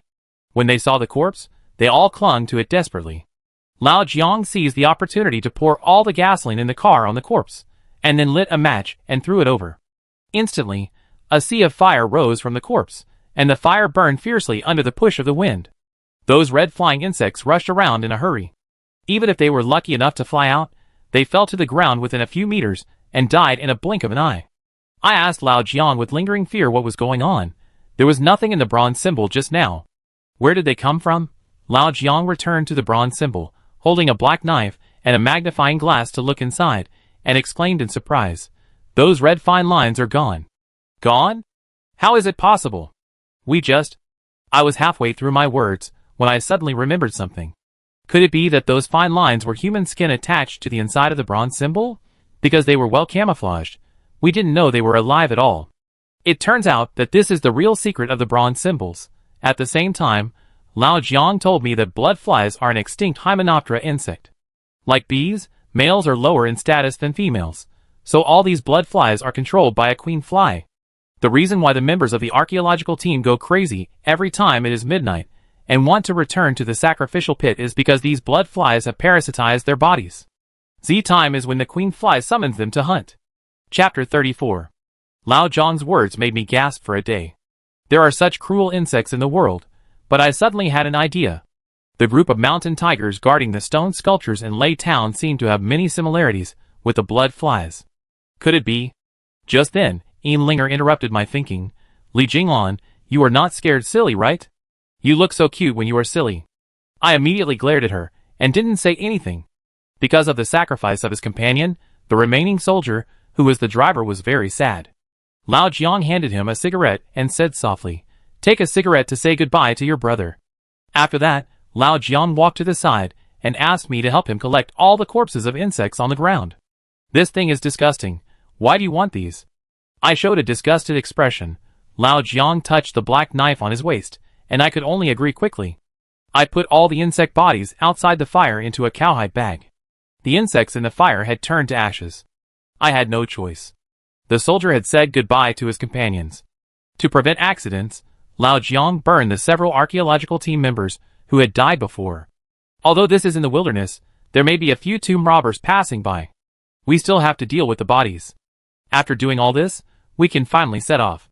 The inside of the bronze symbol was filled with soft things by us, and no strange noises were made along the way. When we returned to the camp, it was already dark. I heard the car sound. "The people are back, the people are back." The local soldier in charge of night watch shouted excitedly on the watchtower. After a while, platoon leader Zhang led his men out and asked us excitedly if the matter had been resolved. Everyone. He realized halfway through his words that one person seemed to be missing. Platoon leader Zhang looked around, and the local soldier accompanying him lowered his head and said in a deep voice, "Report to the platoon leader, Dongzi is gone." Platoon leader Zhang tried his best to control his grief, but he couldn't help but cover his chest and said with a bitter face, "It's an honor to sacrifice for the cause of archaeology." After that, he told a subordinate beside him to remember to give Dongzi's family a pension. We were also a little unnatural, but platoon leader Zhang pretended to be relieved and changed the subject, asking us what we had gained from this trip. Lao Jiang told him, "We brought the bronze symbol back, it's in the car." Everyone's emotions immediately became tense, and Lao Jiang assured them that the demon in the symbol had been subdued by us, and now the bronze symbol was just a simple cultural relic. And he specially wrapped the bronze symbol to prevent it from making sounds. Now it's time to wake up the people in the small house. "Do you really have a way?" Platoon leader Zhang asked. Lao Jiang nodded, briefly described what happened in the sacrificial pit before, and then asked me to take the cowhide bag full of dead insects and find a casserole. "What? Prepare a pot? Did I hear it wrong, or do you plan to stew these insects?" I found it a little difficult to understand. Linger understood immediately.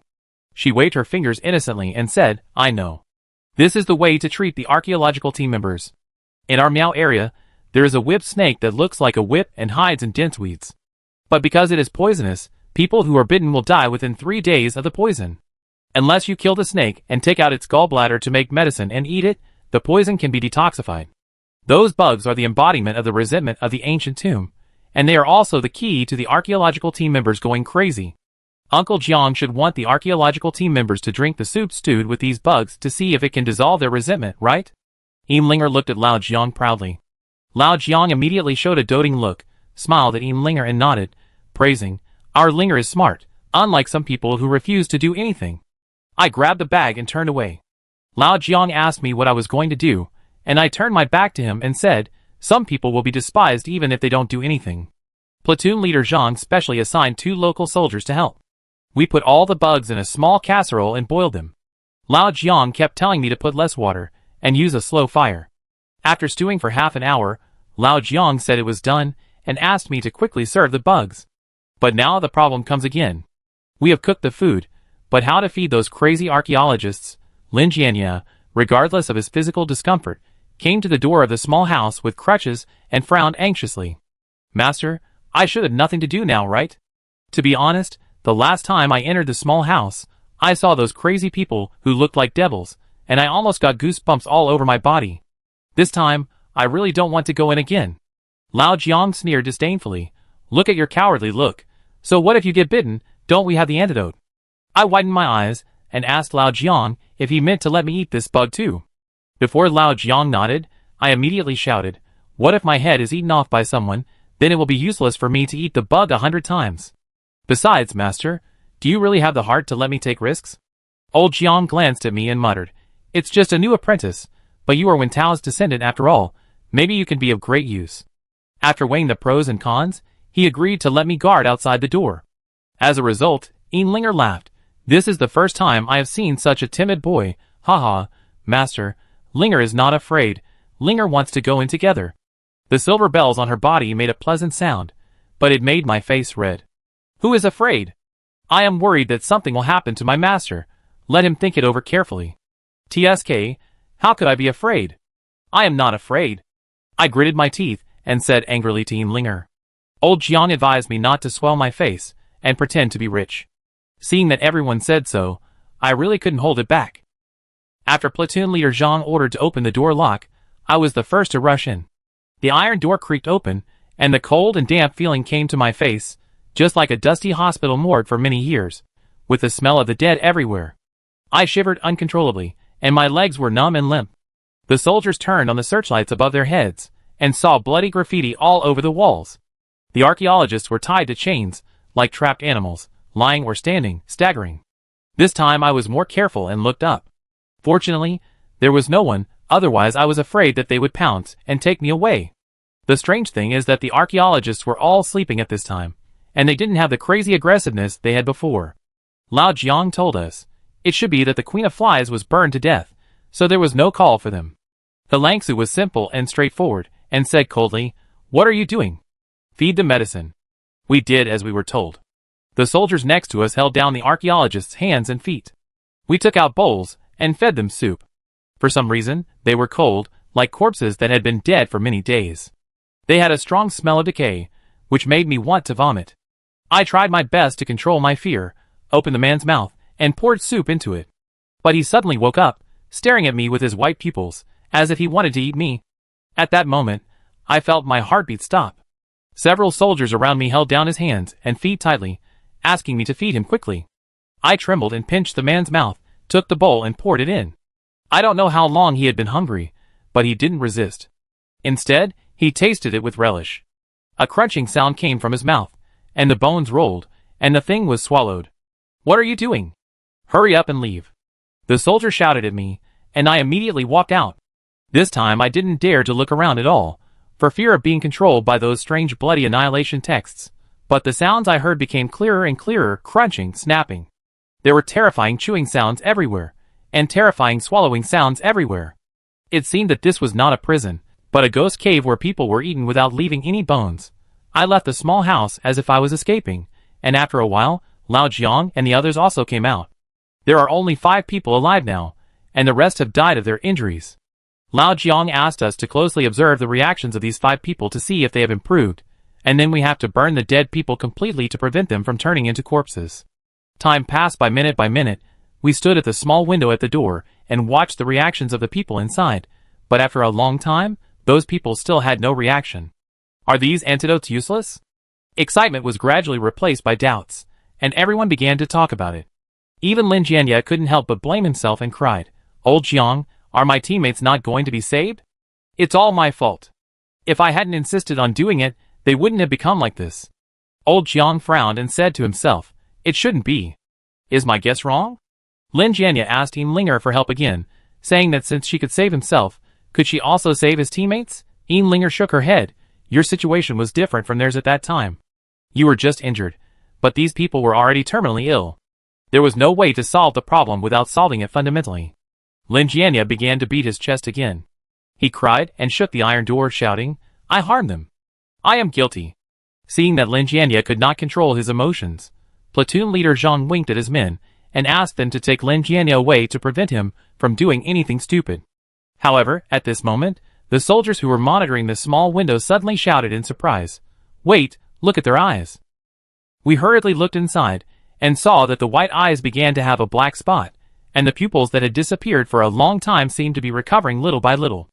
And they no longer dug their limbs on the ground and began to stand on 2 feet. In other words, they were changing from beasts back to humans little by little, and gradually turning back to normal people.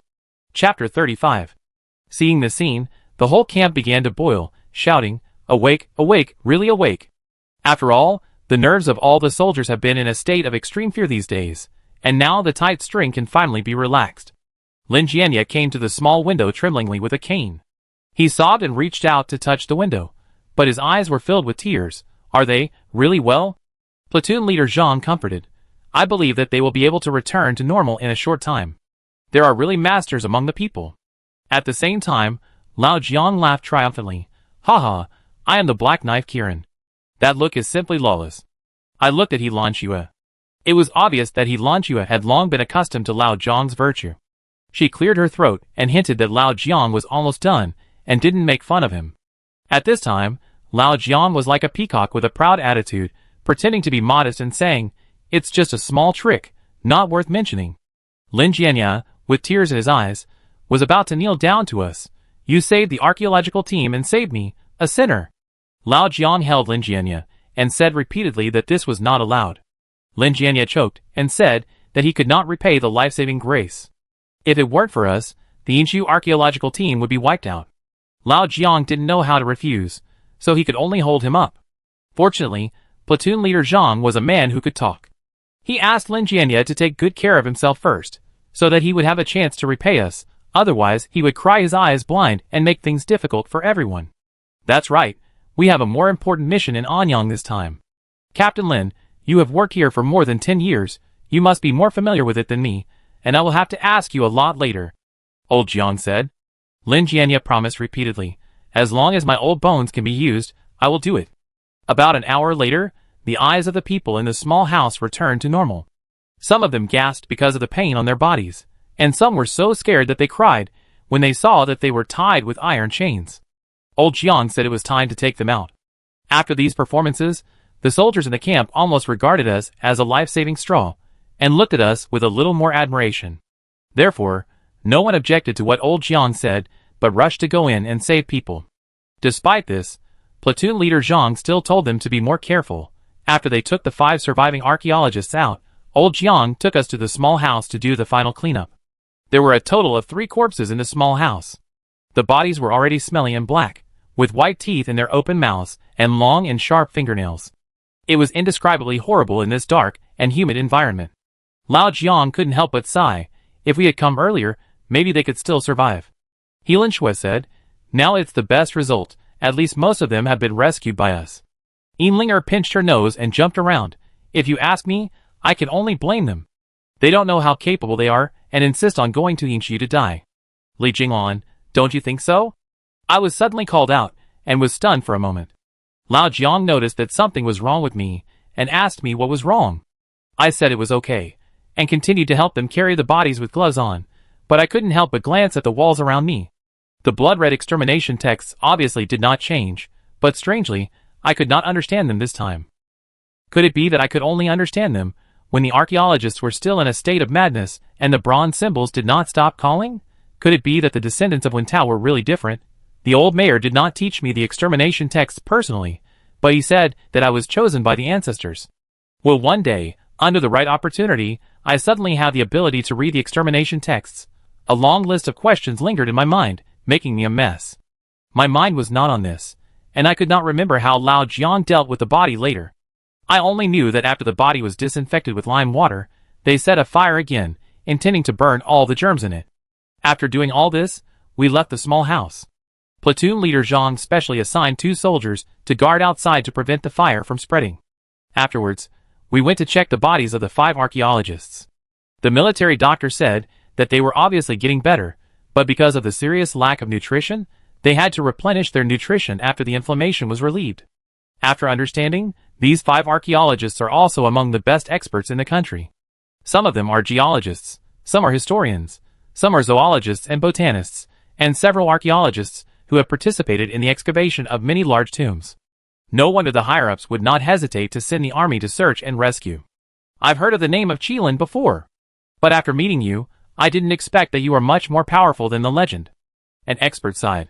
Lao Jiang was very useful, but Lan Xue was modest, and said that the praise was exaggerated. We stayed in the camp for many days. The soldiers fed us well, and were very respectful. I had the illusion that I had become a great leader. Linger puffed her cheeks and reminded me, that's because they gave us face. You just took advantage of it. I couldn't help but mutter, aren't you just a silver Lin?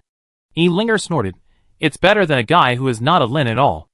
I went back to find Lao Jiang and asked him when I could become a formal member.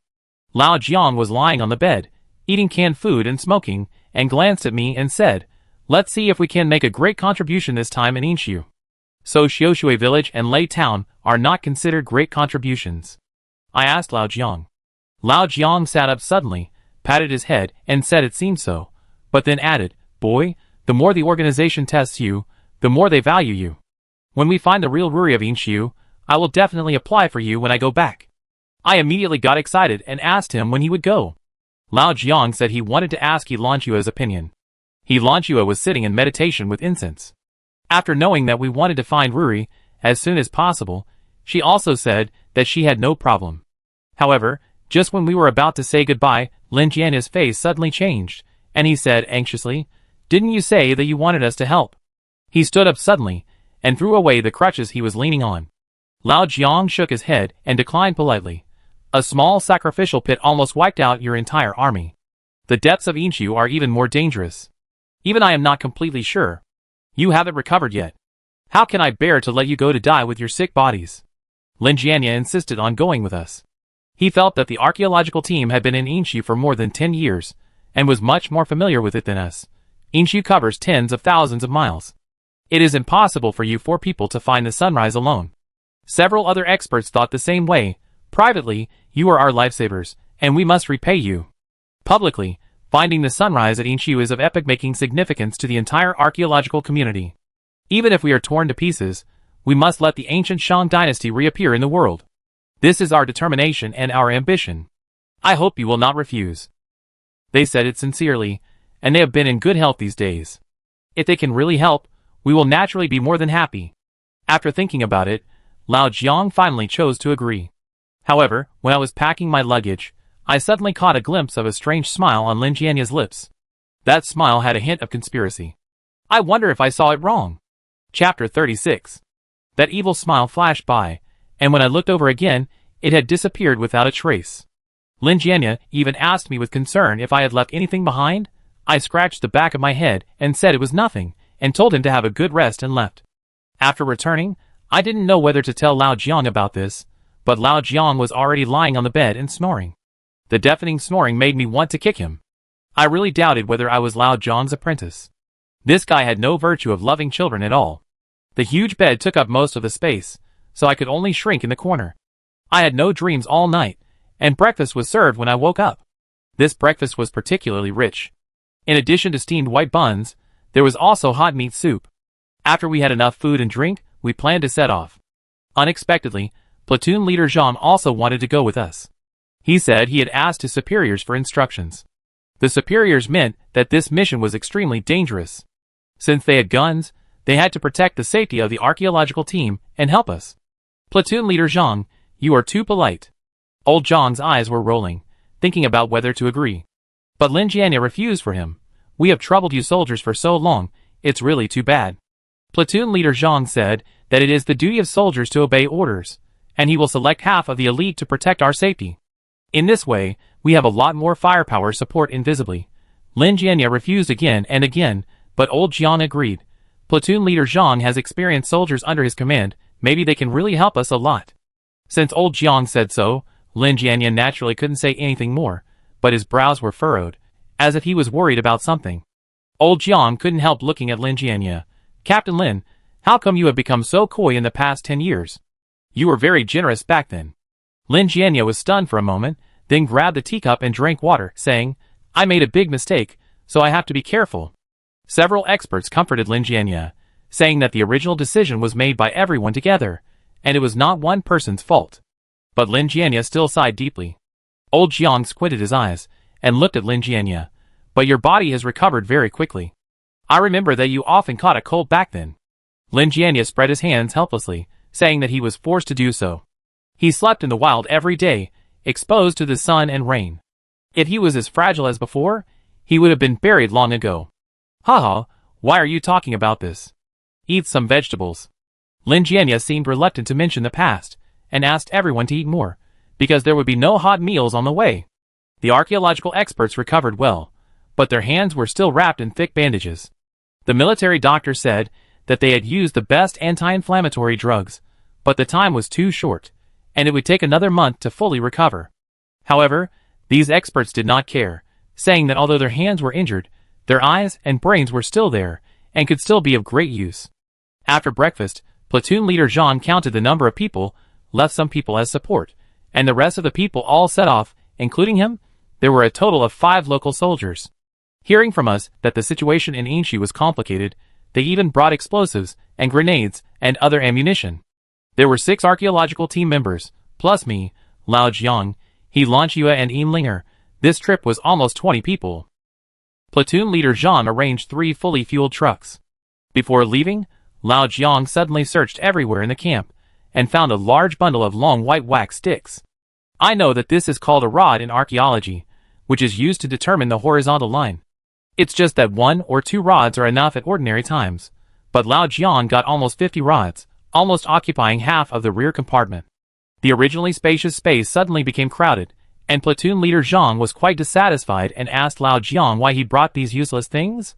Lao Jiang glanced at Lin Jianya and said with a smile, "They are very useful, you will know when the time comes." Lin Jianya stood on Lao Jiang's side without hesitation and said to platoon leader Zhang, "Just follow Mr. Zhang's suggestion. He has a lot of experience. We will definitely follow him." After everyone sat firmly, the group set off in a mighty manner. The 4 of us Qilin and the Yingxu archaeological team took 1 car. Platoon leader Zhang took the white wax rods in the second car, and the remaining soldiers sat in the last car. In the words of platoon leader Zhang, it is convenient for us professionals to communicate with each other, and they only protect and do not touch confidential information. Lao Jiang asked the soldier who was driving to drive north, while he held the compass and map in his hands. The rolling wheels rolled up the sand and dust, which made our eyes blurry. Yin Linger was a little curious, and asked Lao Jiang if he had taken the wrong one. "Shouldn't it be a compass?" I laughed and pointed at Yin Linger and mocked her. "You are Yin Lin, but you don't even know this." Yin Linger was so angry that she glared at me. She looked so cute. Lao Jiang also glared at me, but smiled and explained to Yin Linger that the compass is more important than the compass in archaeology. It can use the magnetic field to indicate the north of the earth, so that you won't get lost when traveling far. Every profession has its own specialty. Linger, you are good at insect magic. It's normal that you don't know this. Old Jiang said. Yin Linger said oh in a long tone, and then she sweetly said thank you Uncle Jiang. Old Jiang was obviously very happy. He laughed so hard that his eyes disappeared, and he praised Yin Linger for being a good boy. There were several bumps on the road. He Lanchua and Old Jiang both reminded Yin Linger to be careful. This made me wonder if I had a master. Why didn't anyone treat me well? Or was it that Yin Linger was a real treasure, and I was just picked up? Captain Lin, do you still remember this place? Old Jiang suddenly looked at Lin Jianya. He seemed to be reminiscing, but in fact his eyes were always locked on the changes in Lin Jianya's face. Lin Jianya replied, "How could I not remember? We dug some bronze wine vessels here before. But thanks to you, you marked out a safe zone for us, otherwise we would definitely be killed by the Yingxu trap." On the way, Lao Jiang asked questions wherever the car drove to, and asked several private questions, such as in which year Lin Jianya entered Yingxu, when his wife gave birth to the second child, and whether the second child was a rooster or a rabbit. I looked at Lao Jiang in a strange way, wondering when he cared so much about others so gossipy. But then I thought, Lao Jiang didn't seem to be asking simply, but testing something. Could it be that this Lin Jianya really had a problem? But after Lao Jiang asked to circle, his attitude towards Lin Jianya obviously improved a lot. What was going on? In the second half of the journey, Lao Jiang was no longer talking, but silently holding up a huge map, which was exactly the same as the aerial photo of Yingxu that I had seen in the Qilin conference room before. The rolling hills and the neatly arranged earth pits formed a strange square human face. The face was huge, its eyes were 2 huge black holes, and its mouth was in the shape of an ancient gate, like a giant sun in the abyss, swallowing all the lives within a radius of tens of thousands of meters. No matter how many times I saw that photo, the horror it brought to me never diminished a bit. The back was like a venomous snake crawling up, hissing a warning. I swallowed my water and looked at Lao Jiang. Lao Jiang took out a marker and drew a red circle on the eyes, nose and mouth of the face, saying, "I think the suspicious points are in these places, and one of them will definitely find the sun." Several experts looked at each other, saying that these places span more than tens of thousands of meters. Do they have to check them one by one? This is too unrealistic. Linger also curled her pink lips and said that if we look for them one by one, we don't know when we will find them. I turned my attention to the bundle of ties on the second car, thinking that Lao Jiang must have thought of a solution, otherwise he wouldn't have brought these things. In response, Lao Jiang just lit a cigarette, glanced at the sky, and said mysteriously, "After dark, it will be easy." Chapter 37. The truck stopped only once on the road to let everyone go to the bathroom. Besides that, we ate and drank on the bus. Because the road was full of potholes, the bus was very slow and bumpy, and the further we drove, the more desolate it became. There were several times when Lin Jianya couldn't wait and asked Lao Jiang when he would stop. Lao Jiang only answered, "Soon, soon." His eyes were like glued to a compass, and he couldn't bear to move them away. What surprised me was that Linger was able to sit still this time, looking around, and seemed to be curious about everything. She would ask Kalangsu from time to time, "Master, look, that fluffy bird is so cute. Master, why are all the trees here bare? Master, look, there is still." Kalangsu was almost driven crazy by Linger, and kept repeating 6 words, "Close your eyes and meditate." She asked Linger to stop nagging and take a good rest, but Linger couldn't stop at all, which made me feel very confused. After all, she is a Chilean person, so she shouldn't be so ignorant. Linger pouted and tore a leaf. "You always find me annoying, so why don't you find a dull apprentice? That humming look is so cute." The breeze brushed the ends of Linger's hair, and the thin bells swayed one by one, just like ringing in my heart. I smiled and took care of Linger. Even though she was talking nonsense, I answered her with interest. "Yes, very cute, yes, very special." Linger raised her chin proudly, but her attitude towards me was obviously better. I asked Linger if it was her first time to come to Anyang. Linger nodded, snorted angrily, "Master rarely takes me on missions, and I rarely come to the north before." "So you used to stay in Miaojiang?" I remember Lao Jiang once said that Linger was from Miaojiang. Linger hummed and said that she followed He Lanchua 2 years ago, when Qilin. Just as he was about to continue, Lao Jiang suddenly coughed. I looked over and found that Lin Jianya was staring at us without blinking. After noticing my gaze, he laughed and said, "I didn't expect Qilin to have such a young and lovely girl. There are so many talented people, and each generation is better than the previous one." After that, Lin Jianya looked at Lao Jiang and asked him what he thought. Old Jiang narrowed his eyes and looked at Linger lovingly, saying, "Our Linger is amazing. She is young but very capable." "Is she more capable than you when you were young?" I was trying to turn the tables on Old Jiang. Old Jiang was about to deny subconsciously, compared to me, of course. An angry look swept over, and Old Jiang immediately changed his mind. "Of course she is much more capable than me." Linger nodded with satisfaction, took out a bag of small dried fruits, and started eating. I boldly asked Old Jiang what he thought of me, but he continued to stare at the compass as if he didn't hear me. "Oh, it's really unfair treatment. Is this the master? She is someone else's daughter's slave. Okay." I turned my head away in anger, but I couldn't help but think of Linger's words in my heart. She was indeed from Miaojiang, and she was Qilin who came 2 years ago. But judging from Lao Jiang's reaction, she was not just joining Qilin. There seemed to be some story behind it. Lao Jiang was worried that Linger might let slip, so he interrupted the conversation deliberately. In the afternoon, more and more people began to ask when they stopped, especially the experts. Although they had rested in the camp for a while, their bodies had not yet fully recovered. Lao Jiang asked everyone to hold on, and platoon leader Zhang also ordered to continue moving forward. Finally, when it was almost dusk, Lao Jiang suddenly pinched the compass and shouted to stop. After the soldiers stopped the car, Lao Jiang said to the back, "Let's camp here and rest." At this time, the sun was setting in the west, and we stopped in a completely unfamiliar place. But I saw that the surroundings were extremely vast, with a high sand dune in the middle. The boundless desolation and the sunset were connected, which was indescribably magnificent.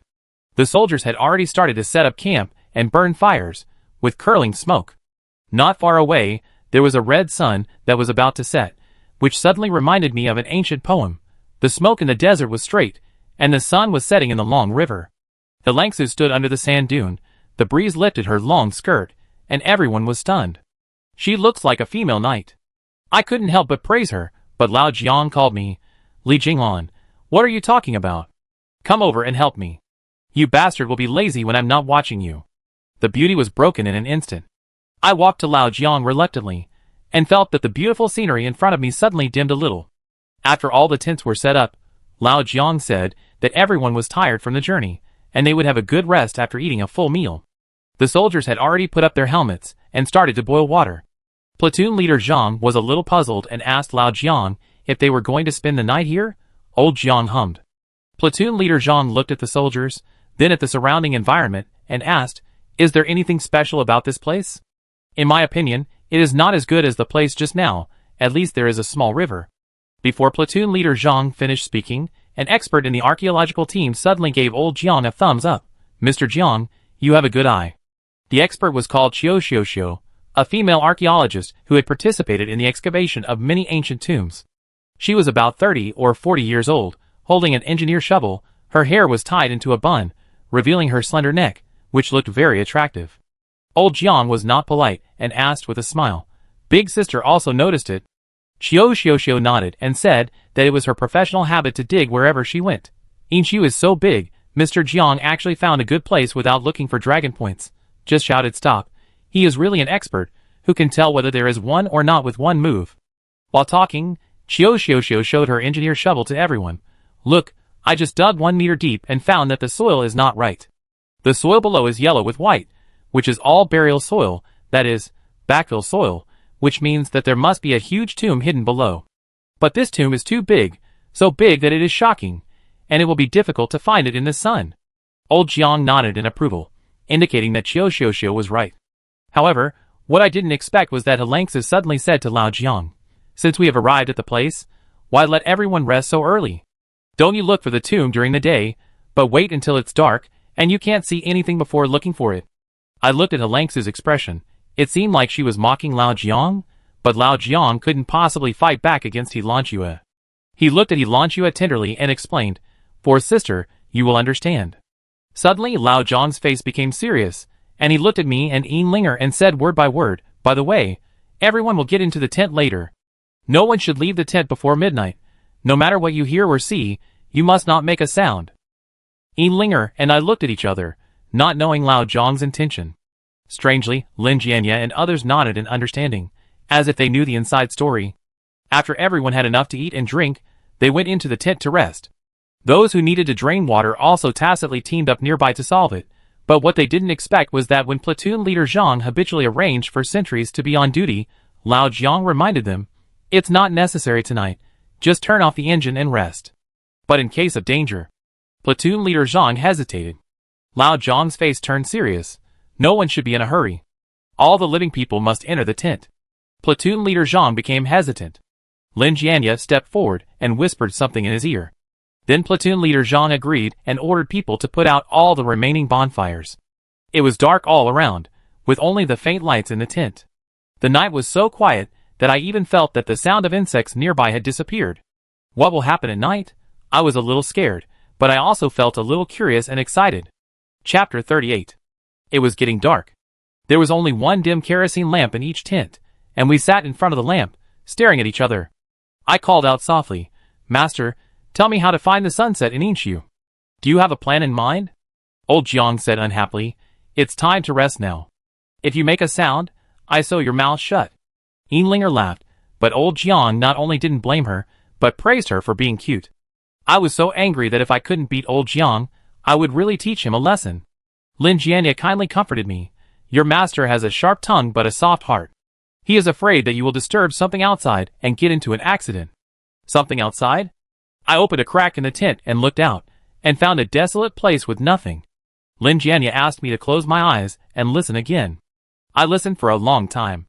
Except for the sand brought up by the night wind, there was not even the sound of insects. Lin Jianya nodded and told me, "Yes, it is the sound of sand." "Huh?"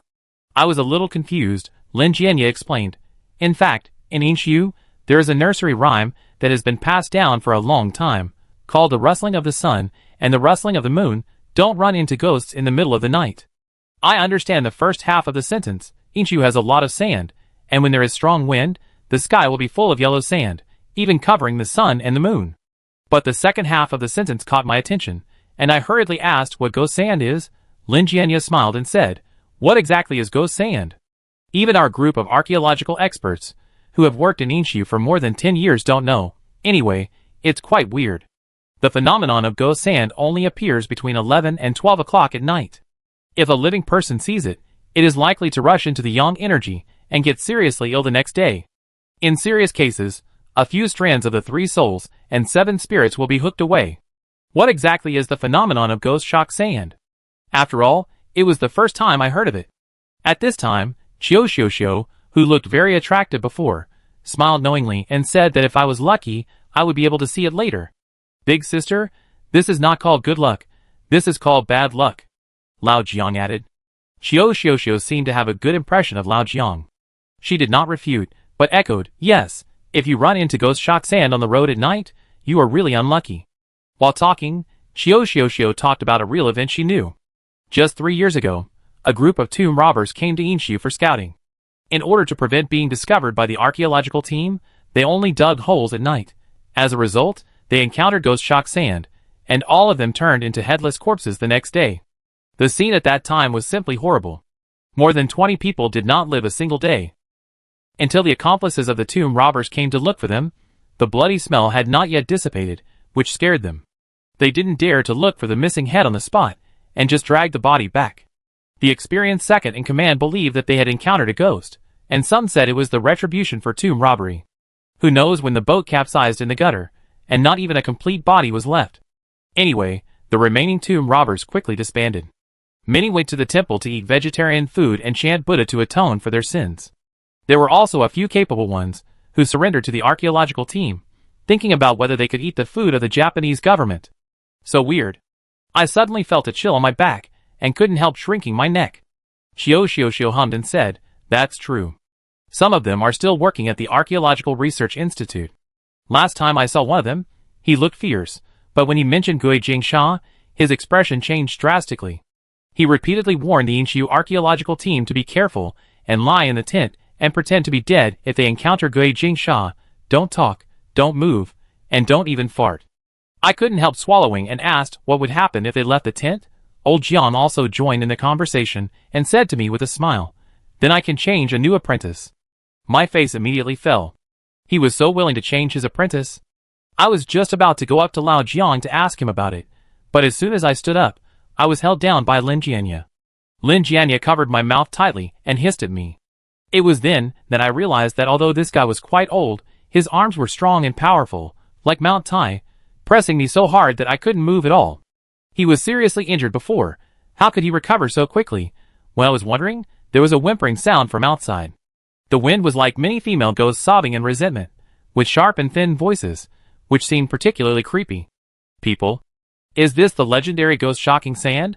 Along with the sound of the wind, grains of sand hit the tent, making a bang, bang, bang sound. Then, footsteps were heard in the originally empty wilderness. Yes, I heard it right. It was a row of neat footsteps. Tap, tap, it was like thousands of troops, stepping on my heart. My heart almost jumped out. I turned my head with a horrified look and found that everyone in the tent held their breath, and Lao Jiang and Ilan Xue were standing in the front, one holding the black knife, and the other drawing the long sword, alert. Lao Jiang cast his eyes towards me, and shook his head slightly. It seemed as if he was saying, "Don't talk, don't move." Soon, the footsteps were getting closer and closer, and I saw countless long black shadows reflected on our tent, one row after another, walking straight forward in the moonlight. The scene was simply creepy. And looking at the outline of the shadow, there were armor and spears, and it seemed that they were ancient Earth soldiers, but they had no heads. Could it be a ghost? The 4 words "ghost soldiers" passing through flashed through my mind, but even if they were ghost soldiers, what about the shadows? Would ghost soldiers have shadows? My mind was full of questions. Lin Jianya seemed to realize his previous gaffe, smiled at me apologetically, and stopped pressing me. But I lay uncontrollably in the tent, observing the outside carefully. Although I was very scared, there was a strange excitement burning in my blood. In a trance, I felt my forehead was very hot, and I felt dizzy. It seemed that a heroic female general appeared in front of me, standing on a mount overlooking the army below. Those troops wore bronze armor, and there were rows of chariots in front. Although it looked very simple to me, it was the most powerful army of that era, and the aura of this female general could suppress this powerful army. Suddenly, a familiar bloody extermination text popped up in my mind. My King Wu Ding, invincible in battle. My Queen Fu Hao, invincible in attack. The mighty Shang, conquered all directions. But those who rebel will be abandoned by both humans and gods. Every word seemed to be engraved in my brain. Those shadows passed by our tent one by one, holding weapons, as if they came from the netherworld. There's something going on outside. A soldier suddenly screamed in fear from another tent, and the walking shadows stopped. Platoon leader Zhang and his men were in the tent next to them. Old Jiang was so anxious that he was afraid that they would bring about a fatal disaster, but he also knew that it was not the time for him to go out. Meow meow. I quickly imitated the call of the tiger, but old Jiang came over and patted me on the head. I imitated the cat's meow. Is there anything wrong with that? Seeing the shadows outside shift their targets and stop in front of our tent, I knew that I might have really done something bad with good intentions. But I saw that the first few headless black shadows were 2 or 3 meters long, standing there eerily, as if they were going to break into the tent the next moment. My breathing stagnated, and at this moment, I completely forgot to think. Chapter 39. It seemed that Lao Jiang and Helan Shui were about to attack, but at the critical moment, Linger released a group of strange insects. Those insects looked a bit like fireflies, with their tails hooked with stars of light. But their heads were golden yellow, and if you look closely, they really looked a bit like tigers. Those insects flew out through the gap of the tent, and the tall and thin ghosts attracted by the dots of light turned around in place. One of the shadows raised a spear, but the spear fell, and did not hurt the flying insects. The shadow continued to repeat the mechanical action, but it was still useless. At this time, I heard a desolate horn sound from afar, as if ordering the ghosts to return to the team. The group of headless shadows did not delay any longer, and finally left in a team. Until there was no movement outside the tent, I finally breathed a sigh of relief. I was about to speak, but I took back the words when they came to my lips. After all, who knows how sharp the ears of those shadows are? If they come back halfway, it will be a disaster. After a long time, we can no longer see the group of shadows, and no longer hear the ghosts crying. Only the whistling sound of the wind blowing the sand back and forth. The hanging heart finally settled down. Lao Jiang glanced at his watch, exhaled and said, "It's past 12 o'clock, it should be fine." I patted my chest quickly and couldn't help saying, I was really scared just now. That thing was outside our tent. Xiao struck a match, relit the kerosene lamp, and then blew out the match and said, "Thanks to this lovely little girl, we have to thank her." Linger raised the corner of her mouth, looking very proud. I asked her what the flying insects were called, and why they were not bright in the bamboo basket. Linger said, "You are stupid, of course they are not bright when you sleep. I met these little cuties when I was lost in the Shirwan mountains of Miajiang when I was a child. Later, they followed me all the time. Their names are little stars. You can also call them lifesavers." I was choked by Linger and couldn't speak. After a long while, I managed to say, "I just think it looks like my big tiger, just asking casually." Linger didn't bother to pay attention to me, but looked at Lao Jiang like a curious baby, asking him what happened outside just now. Could the tall and thin figure really be a ghost soldier? When Lao Jiang was about to explain, there was a rustling sound from the tent next door. Platoon leader Zhang lowered his voice, and carefully asked if the crisis was resolved now. He saw that we were chatting here. Lao Jiang answered them, "Yes, there will be no big problem after 12 o'clock." After a while, Platoon leader Zhang and his men came in from the tent next door, and they seemed to feel safer with us. But we had limited tents, and couldn't fit too many people, so Lao Jiang directly suggested to build a bonfire, and go outside to chat. The soldiers built 3 large bonfires, and everyone gathered in front of the bonfires, discussing the horror scene just now. It was clear that a group of strange soldiers passed by outside just now, but how come they disappeared in the blink of an eye? Originally, they thought it was a sneak attack by bandits, but soon found that the other party had no head, so they didn't dare to rush out rashly. Lin Jianya and Xiao told them the story of Ghost's shocking sand again.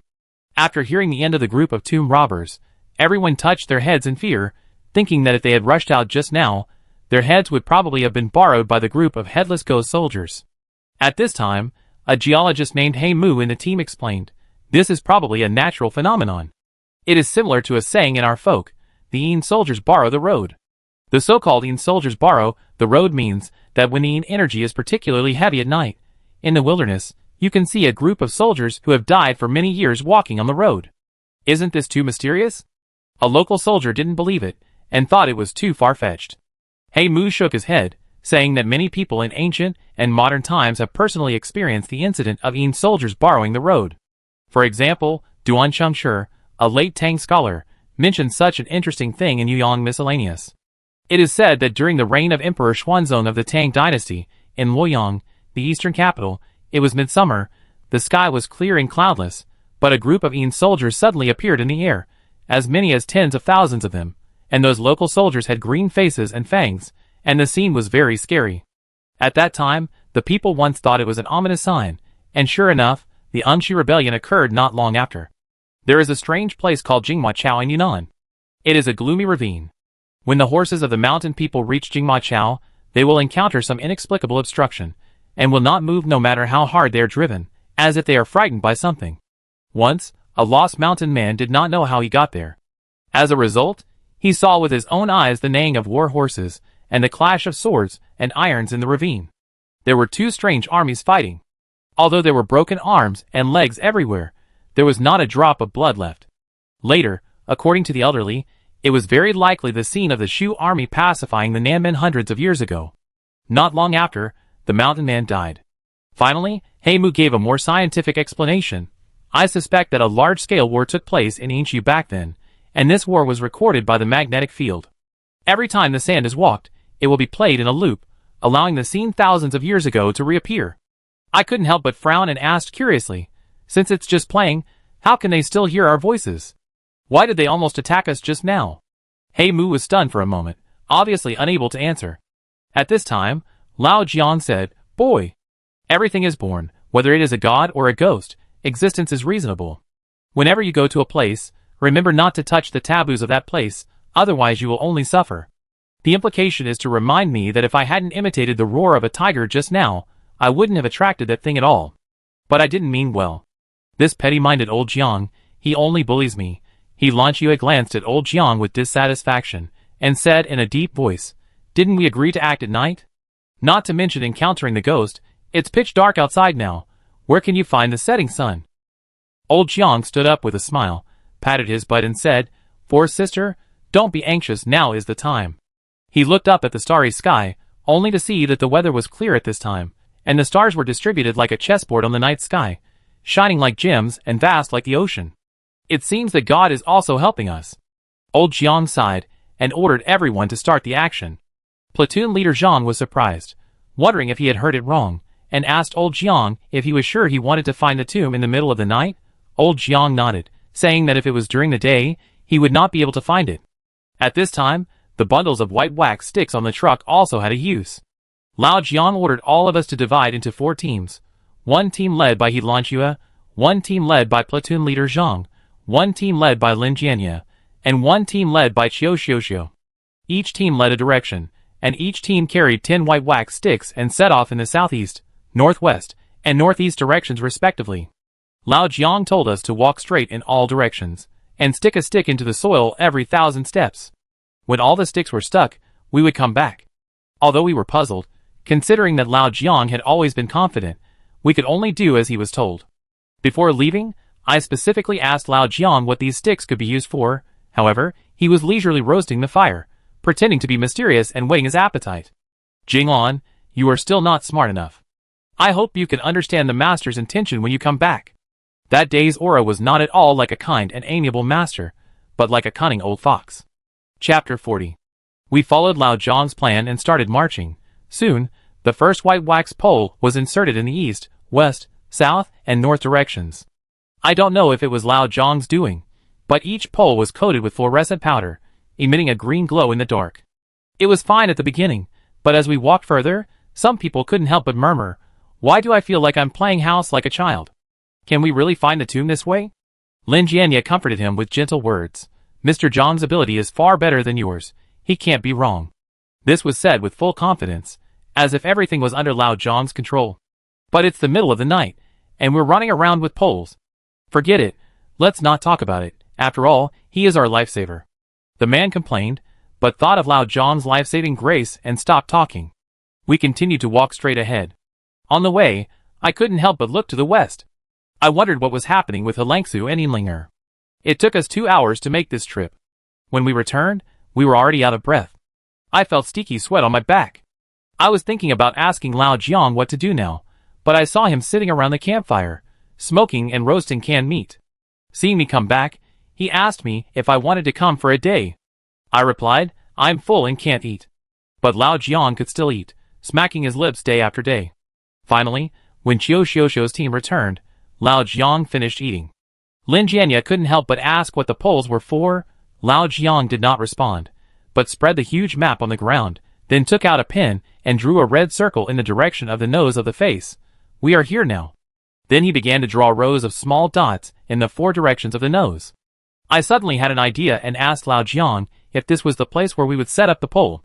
Lao Jiang nodded and asked me if I still remembered the extinction text that the old mayor had cracked before. That is, the death note left by Wen Tao. I suddenly remembered, on February 6th of the first year of Tianqing, Wen Tao dug 3 feet deep near Yinshu, but still found nothing. Finally, with the help of the mysterious staff he found the real setting of the sun in Yinshu with the different directions of the sundial in spring, summer, autumn and winter. Wen Tao also recorded the method of finding the setting of the sun in detail, including the 4-elephant deduction, the 3-circle orientation, etc. Could it be that Lao Jiang is using Wen Tao's method to find the setting of the sun in Yinshu? I didn't feel it when I set up the pole before, but after the map was marked by Lao Jiang, I finally realized it.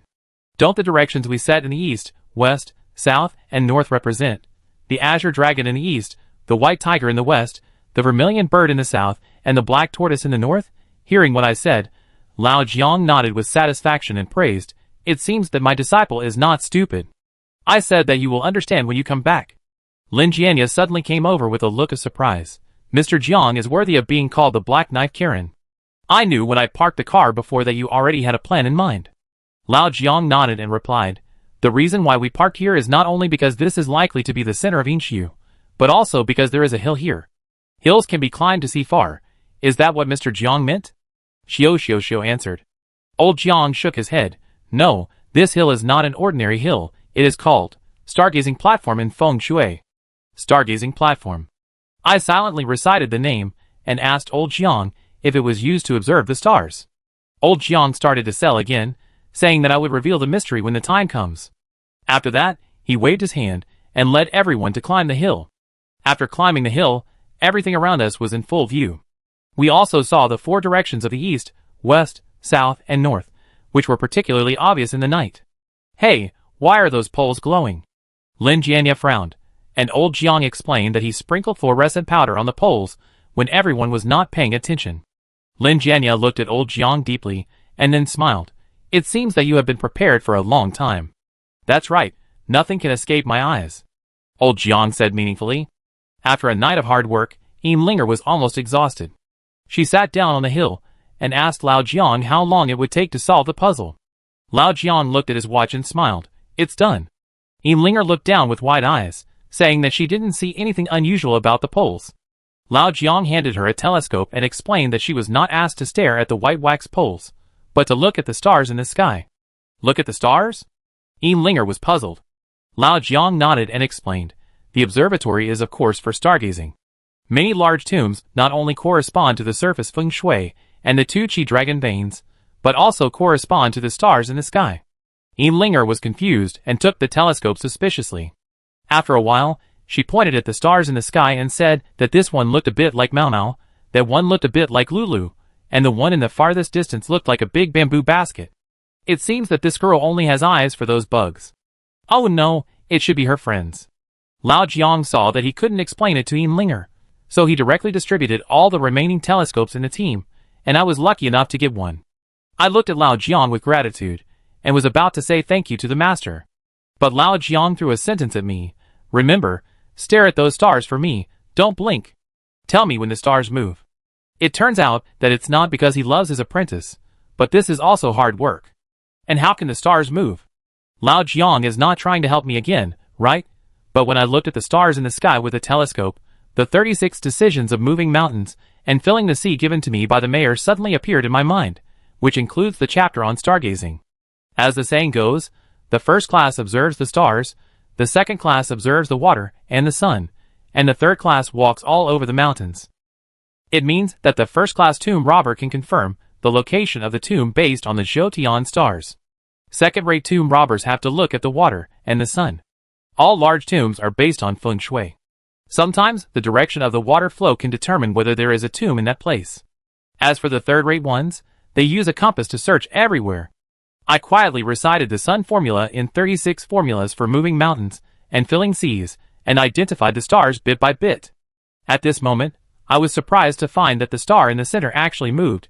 More than a dozen stars suddenly sped up the flashing speed, forming a mysterious pattern. As they became brighter and brighter, the pattern became clearer and clearer, and finally turned into a big bird with its wings spread. The big bird spread its wings above the night sky, as beautiful as if it was inlaid with pearls. Suddenly, the big bird moved. I don't know if it was the visual difference or because of the stars. The picture I saw was that the bird actually moved slowly in my sight, dancing its wings and falling down. Fortunately, I did not forget to remind Lao Jiang.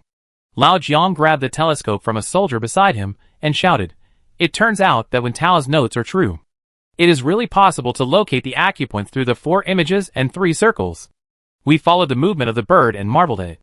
At this time, Lin Jianya also cried with joy.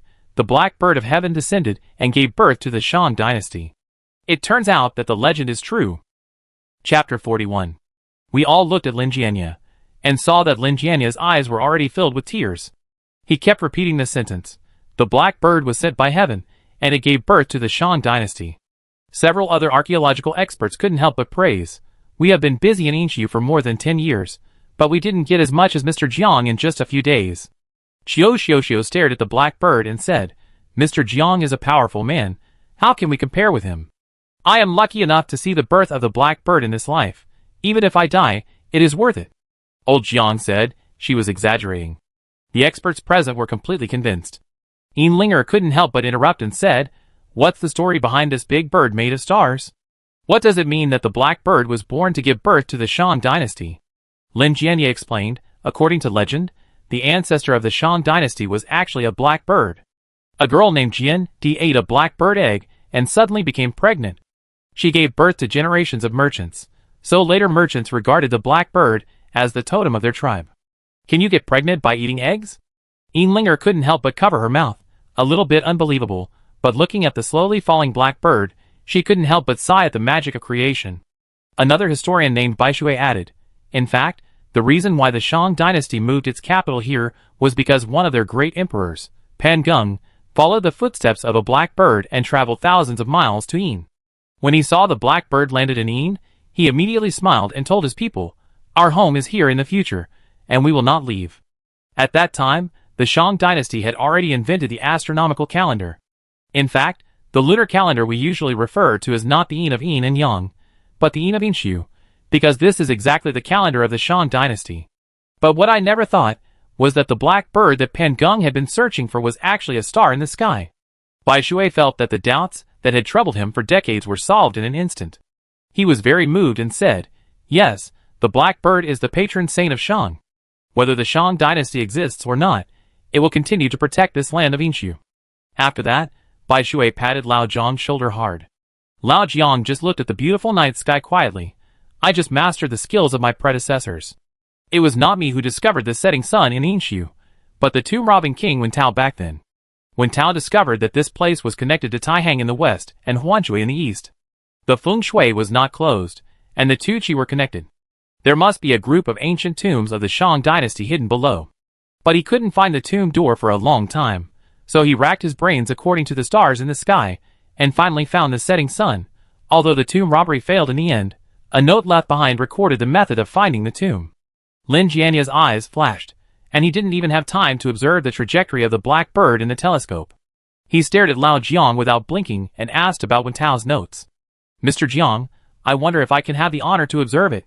Lao Jiang laughed and said that the writing on it was all extermination, and even if he took it out, Lin Jianya couldn't understand it. Facing Lao Jiang's refusal, Lin Jianya said shamelessly, "If you don't take it out, how do you know I can't understand it?" Lao Jiang ignored Lin Jianye. Lin Jianye wanted to ask again, but Lao Jiang glanced at him in surprise. At this time, I hurriedly shouted to Lao Jiang, "Master, the black bird is about to land." Lao Jiang immediately ordered everyone, "From now on, everyone stare at the bird and don't blink." Seeing that Lin Jianye was still stunned, Lao Jiang snatched his telescope and said, "Captain Lin, I know you are tired. Let me do the hard work for you next." A few seconds later, we witnessed a historic moment with our own eyes. The deep blue bird slid down from the night sky and finally stopped at a position in the north. Then it scattered like fireworks, and the stars that just formed the bird returned to their original positions. Now we finally understand why Lao Jiang asked us to run so far to tie the poles, because under the effect of fluorescence, we clearly saw the bird stop on the third tied pole in the north and then disappear. That is the constellation of Xuanwu in the north. Old Jiang pointed there and said in surprise, "If nothing unexpected happens, that place is one of the real sunken places of Yinshu." At this time, the history expert Baishui couldn't help but add, "I believe that the Emperor Pan Geng also chased the black bird here, and then built the capital here according to the stars." Baishui suddenly recited a complex classical Chinese sentence. "Go! Live!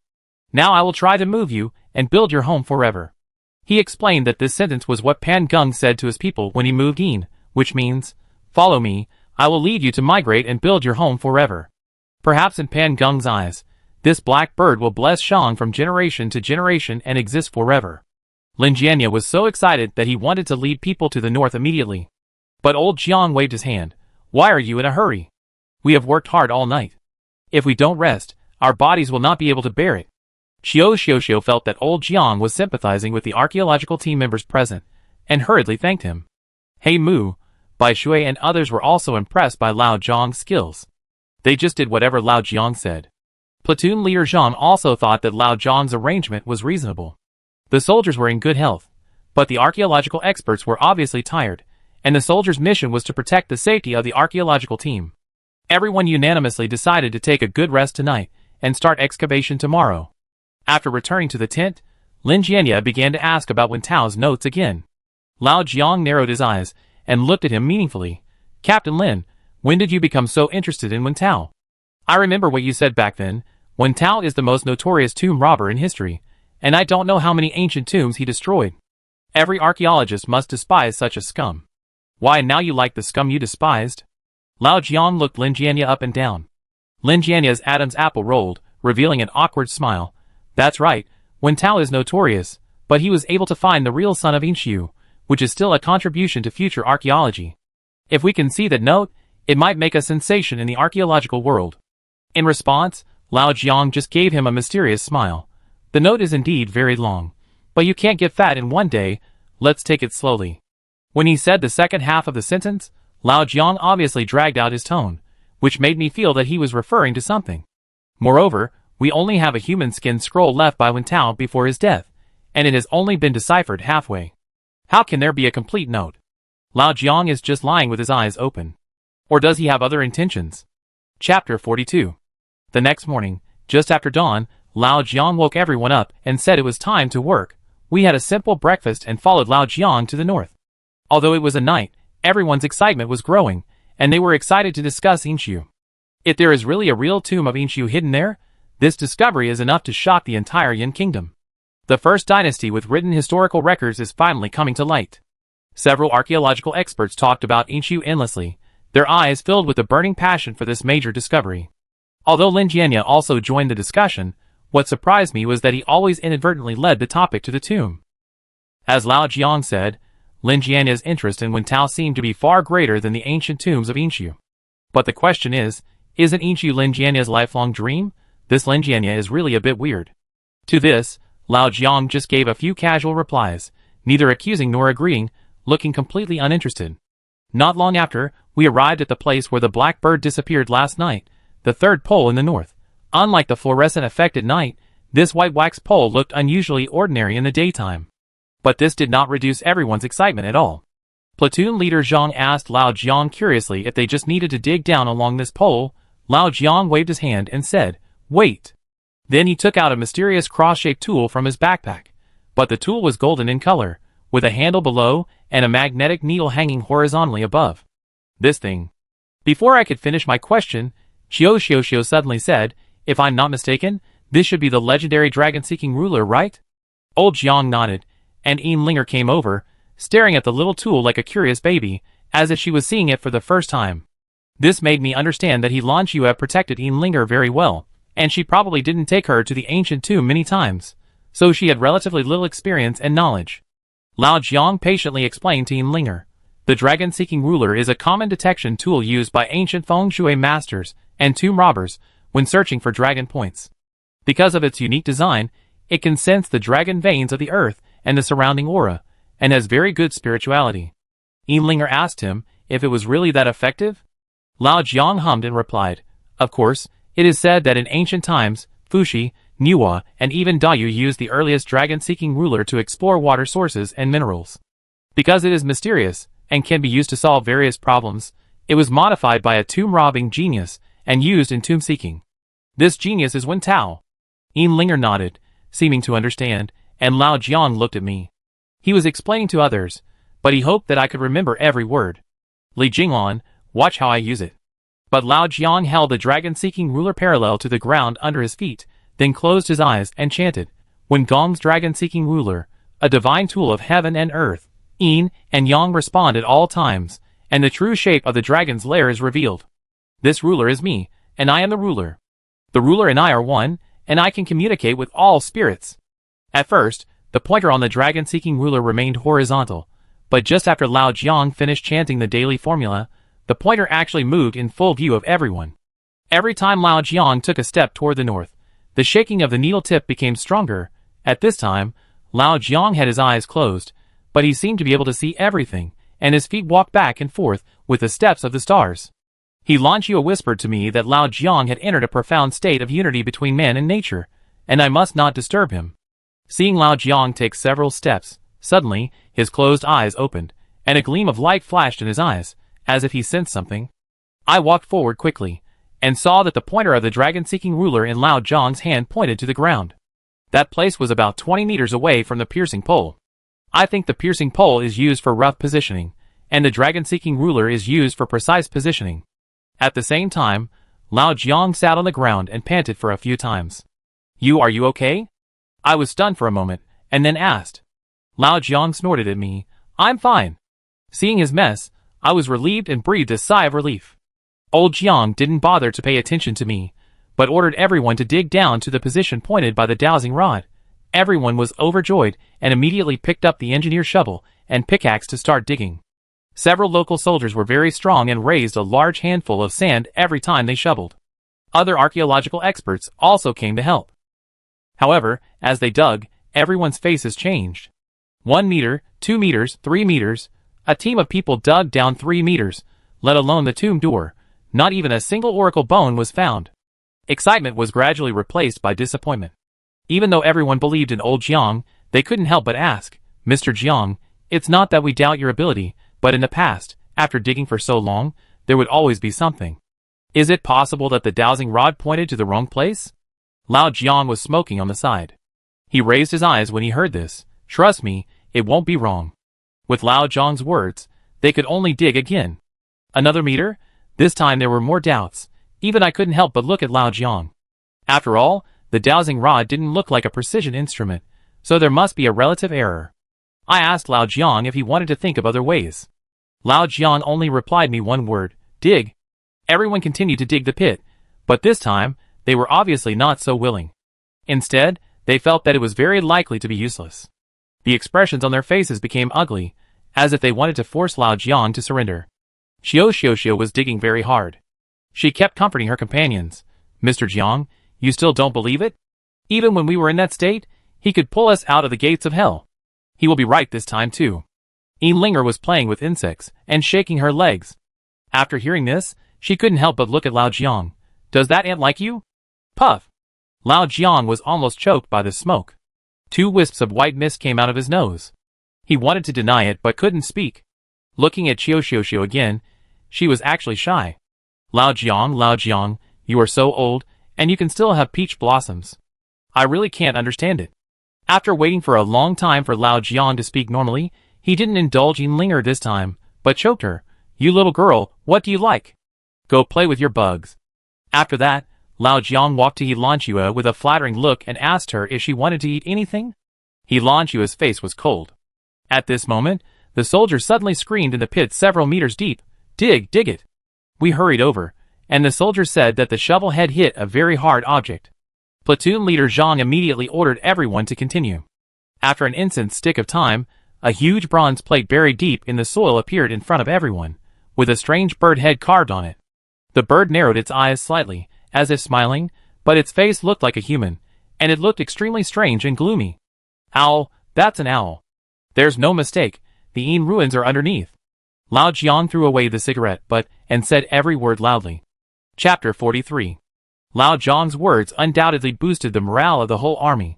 Now everyone stopped complaining about being tired, and worked hard to dig along the bronze plate to both sides, wanting to see how big the tomb door was.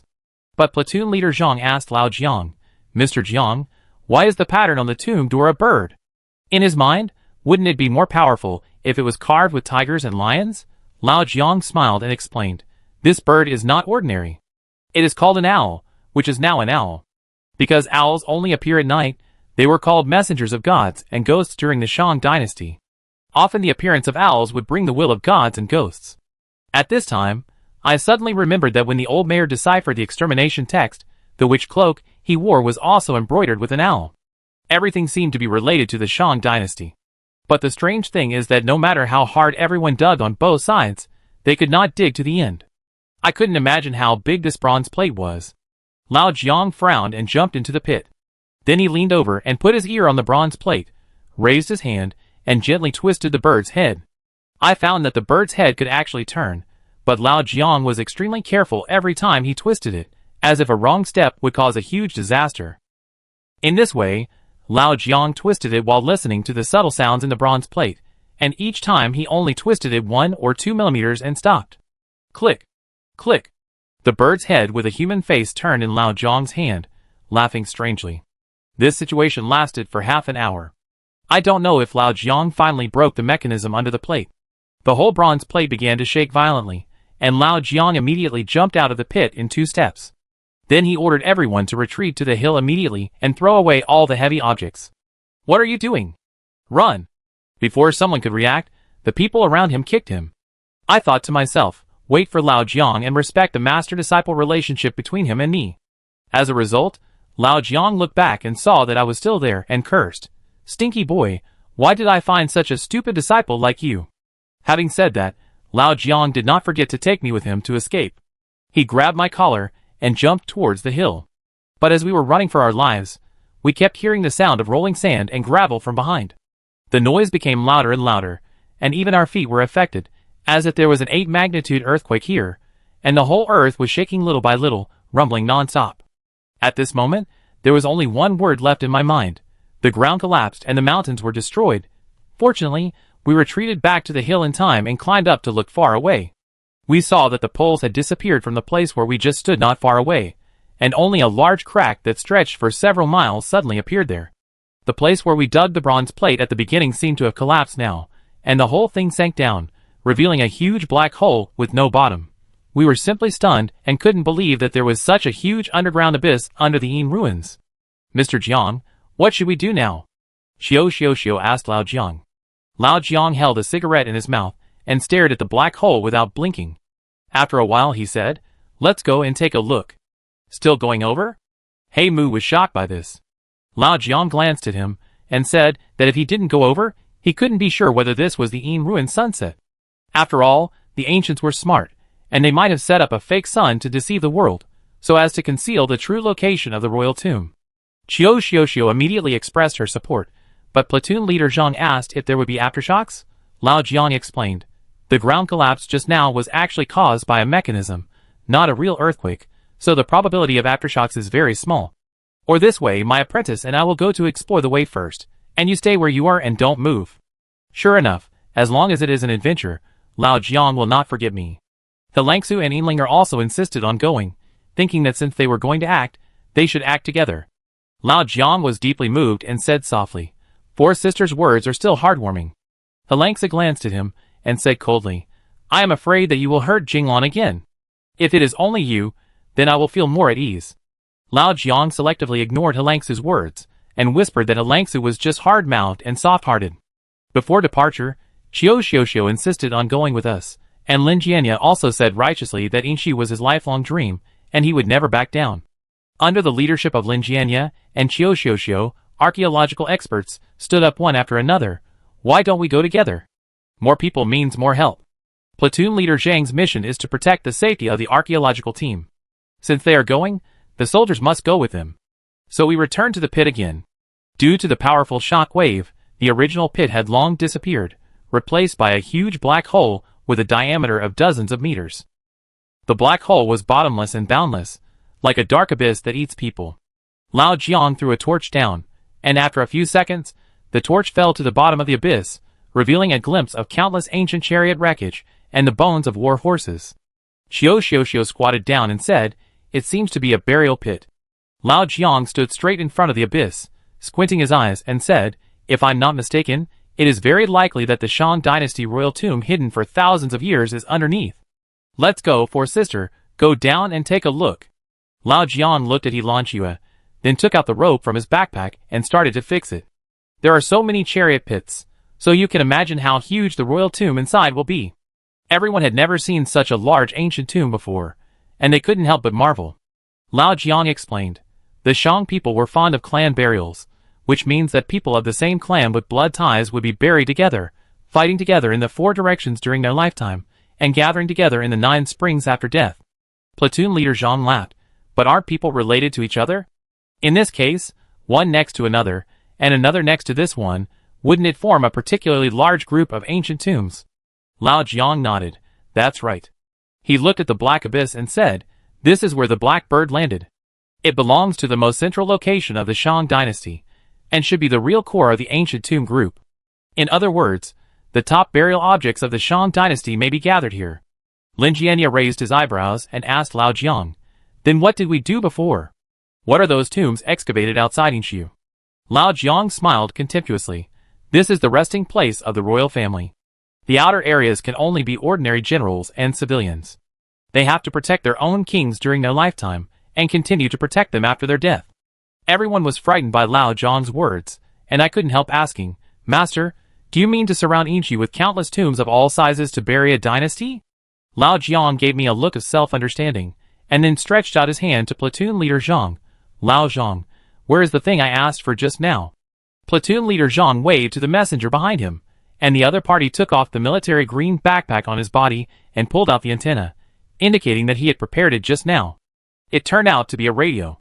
But what did Lao Jiang want the radio for? I didn't expect Lin Jianya to be more curious than me. He went up to Lao Jiang and asked him directly, asking platoon leader Zhang to prepare the radio. How come he didn't know? Lao Jiang smiled mysteriously. "It's too early to tell you. I'm afraid you'd be tired." As soon as he finished speaking, Lao Jiang skillfully sent a string of strange Morse codes to a mysterious address. I learned Morse code in college, so I quickly read it out. 0562. At the same time, I saw the panic on Lin Jianya's face, which flashed by. Chapter 44. After the mysterious number was delivered, Lao Jiang suddenly changed his mind and stopped lowering the rope. I asked Lao Jiang what happened. Lao Jiang said that this huge abyss seemed to be where the black bird landed, and the feng shui was excellent, but because there were too many burial pits, I don't know how much resentment of the killed slaves had accumulated. For thousands of years, all these resentments have been lingering in Yingxi, waiting for the arrival of living people, even when Tao almost lost his entire army back then. How can we get anything good if we go down rashly? Let's wait for the big army to come. Anyway, the task assigned by the higher-ups is just to find the sun. After Lao Jiang said this, Linger and I nodded. Lin Jianya persuaded him, "Mr. Jiang, the moment of witnessing history is right before our eyes. Are you asking us to give up? In order to bring Yingxi back to light, our archaeological team has paid so much blood and sweat over the past decade, and sacrificed so many colleagues. Are their sacrifices in vain? Or should we give the credit to others?" Lin Jianya's words were very inflammatory, and soon the team exploded. The other experts stood on Lin Jianya's side, and their eyes turned from gratitude to hostility when they looked at us. "Yingxi is our responsibility, and we must be the first to go in." "Yes. I agree with Captain Lin." Even Qiu Xiuxiu persuaded Lao Jiang that everyone had finally come to this point, and they would not rest in peace if they didn't go in and take a look. Besides, if we go back to wait for the main force, who knows if the pit will still be there in 4 or 5 days, and whether it will be taken over by other tomb robbers. After all, there must be many people eyeing the fat piece of Inshu. And Lao Jian looked at Lin Jianya with a smile throughout the whole process. At this moment, Lin Jianya also looked at Lao Jian with a cunning look, without avoiding it all. The collision of the two people's eyes almost sparked sparks. What is this Lin Jianya selling in the gourd? Why is he so eager to go to Inshu? Why does he want to instigate the relationship between the team members and Lao Jiang? This person is getting weirder and weirder. I don't know how long it took. Lao Jiang finally lit a cigarette and said, "Since you all want to go down, let's go." After that, he went to work alone. After fixing the rope, Lao Jiang slid down first, followed by those archaeological experts. I didn't expect that they looked weak, but they were actually very skillful. Even Qiu Xiuxiu slid down heroically holding the rope, without any fear or retreat. In the end, only me, Hilangsu, and Yinlinger were left. Yinlinger stretched her neck to look at the black hole under her feet, swallowing her saliva with difficulty. When Hilangsu asked whether she would go down first or we would go down first, Yinlinger grabbed the corner of Hilangsu's clothes, blinked her big eyes and said, "Master, can you hold me down?" Hilangsu responded sternly, "You are doing this again. You said the same thing last time." "But you held me last time," Yinlinger retorted. Hilangsu said coldly, "But last time you clearly said that you would definitely go down the hole by yourself next time." Yinlinger put her hands together and made a pitiful look. "Master, I promise this is really the last time." I don't know if Yinlinger said too much the last time. Hilangsu didn't continue to pull with her, just flicked her clothes, pulled the rope and quickly fell down. In other words, now there are only Yinlinger and I. Lao Zhang's urging voice came from the bottom of the pit. "Li Jinglan, you little bastard, hurry up." I hurried to the rope, but was pulled by a soft object on the corner of my clothes. Turning around, I saw Yinlinger biting her lower lip with her white teeth, and her beautiful eyes were faintly flashing with tears. "Brother Jinglan, can you take me down with you?" "Good guy, this is the first time I see Yinlinger like this. Usually, she is always baring her teeth and claws to eat people, but now she is so pitiful that it really makes my heart ripple." Before I could react, Yinlinger's eyes suddenly turned, and her whole face turned back to a fierce look. "If you don't take me down, I will let Mau punish you." The speed of changing her face is really amazing. I wasn't afraid of Yinlinger, I just felt that it was pitiful for a little girl like her to stay up there, so I could only hold her waist and slide down with her. Yinlinger's big bamboo basket was a hindrance, but she insisted that I find a way, so I could only hold her and drag the big bamboo basket down. Halfway down, I suddenly thought of something, and asked without thinking, "Are you afraid of heights?" Yinlinger glared at me fiercely. "You are afraid of heights." I groaned and deliberately said, "What is that? There is something under your feet." Yinlinger subconsciously looked down, but she only saw a bottomless black abyss, and the rope tied between us did not move. It's not Yinlinger's style to not talk back after being cheated. When I looked over curiously, I saw that Yinlinger's small face, which was as big as a palm, was already pale with fear. She was actually afraid of heights. I felt extremely regretful for my actions just now. When I was about to apologize, I met Yinlinger's eyes full of tears, and her lips were tightly bitten. It was obvious that she was extremely wronged. My heart hurt a little more. I thought about how to make up for it, but Yinlinger choked and said fiercely, "Li Jinglan, I will remember you." It was like a child who wrote down his bullying in his little notebook and waited for revenge one day. I felt a chill on the back of my neck and quickly accelerated the speed of sliding down. When we finally landed, Yinlinger jumped away from me, as if she was avoiding the plague god. Lao Jiang came up and kicked me in the ass. "What are you doing?" I didn't say anything back, but looked at Yinlinger with apology, but Yinlinger snorted and turned her head to the side. At this moment, the archaeological experts had already played their professional advantages, and quickly occupied several advantageous positions in the abyss. After confirming that there was no danger, they lit the torches. But because the abyss was too big, this little light was undoubtedly a drop in the bucket. Platoon leader Zhang immediately took out his pistol, and fired 3 flares in succession. After the first flare was fired, everyone could barely see the outline of the abyss, but the light still did not reach the edge of the abyss. After the second flare, it was basically clear. It was not until the third flare was fired that the entire deep pit finally appeared brightly before our eyes. We found that this huge dark deep pit seemed to be formed naturally. A rough estimate is that it is at least 20 meters high, so as we descend, it will become darker and darker below. because the light outside can't shine in at all, and on the surrounding rock walls, there are huge bronze animal heads carved. This time it's no longer an owl, but a glutton with eyes wide open, mouths wide open, and sinister fangs.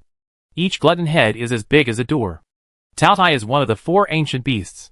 Its biggest characteristic is greed and love of food. So many gluttons here are warning us that if we dare to get close to the royal tomb, we will be eaten without leaving any residue. At this time, Lin Jianya suddenly raised a torch, looked around and said, "If I'm not mistaken, this should be an extremely rare underground pit eroded by groundwater." Linger pouted her mouth, put her hands on her waist and said, "Can a naturally formed one be so big?" Hey Mu, an expert in the archaeological team, smiled and mentioned an old story. Back then, I was still. Before joining the Jiangnan archaeological team, when I was doing research with a Northwest geological team, we once discovered an underground space in Qinghai, which was as big as a city. The scientific expedition team at that time even found a skeleton suspected to be a dragon. The skeleton was more than 20 meters long and had dragon horns on its head. They suspected that dragons might really exist and have never been extinct. They just live in environments that we can't usually touch, such as the deep sea and the sky. Lao Jiang was interested now. He smoked for a day and asked Hey Mu what happened later. Hey Mu sighed and replied, "Who knows what happened later?" After reporting to the superiors, it was no longer our responsibility, and I was assigned to Jiangnan from that time. Lao Jiang and I looked at each other and suspected that the scientific expedition team might have really discovered something, so the superiors decided to break up the entire team and assign them to various parts of the country. And this mysterious adventure in Qinghai should have been sealed in the secret archives. But I didn't know at the moment that I would have the opportunity to personally access the secret file, and even nearly bring about a fatal disaster. Chapter 45. This huge abyss is filled with chariot pits, at least hundreds of them. The so-called chariot pits are when a certain number of chariots are buried with the dead nobles in ancient times, so that they can ride in chariots and reach the underworld after death. We went forward with torches to check. Linger pointed to a pale rectangular skull in the pit under her feet and shouted in surprise, "Oh my god, what's the head of this?" "Horse," I replied. Linger snorted proudly, and I squatted down. In addition to horse bones, there were many chariot wreckages in the pit, such as rotten reins, worn-out wheels, etc., but they were all covered with a thick layer of dust. If it were back then, with hundreds of fully armed chariots, you could start a war. In my mind, the scene of wheels rolling and countless Shang dynasty warriors holding bronze spears charging the enemy appeared. At this time, Bai Shui, a history expert in the team, said, "In the past thousands of years of slave society, carriages and horses have always represented identity and status.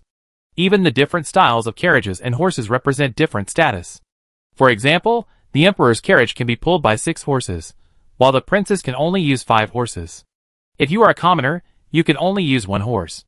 If you don't follow this rule, you will be guilty of usurpation. If it is a minor crime, you will be punished, and if it is a serious crime, your entire family will be exterminated.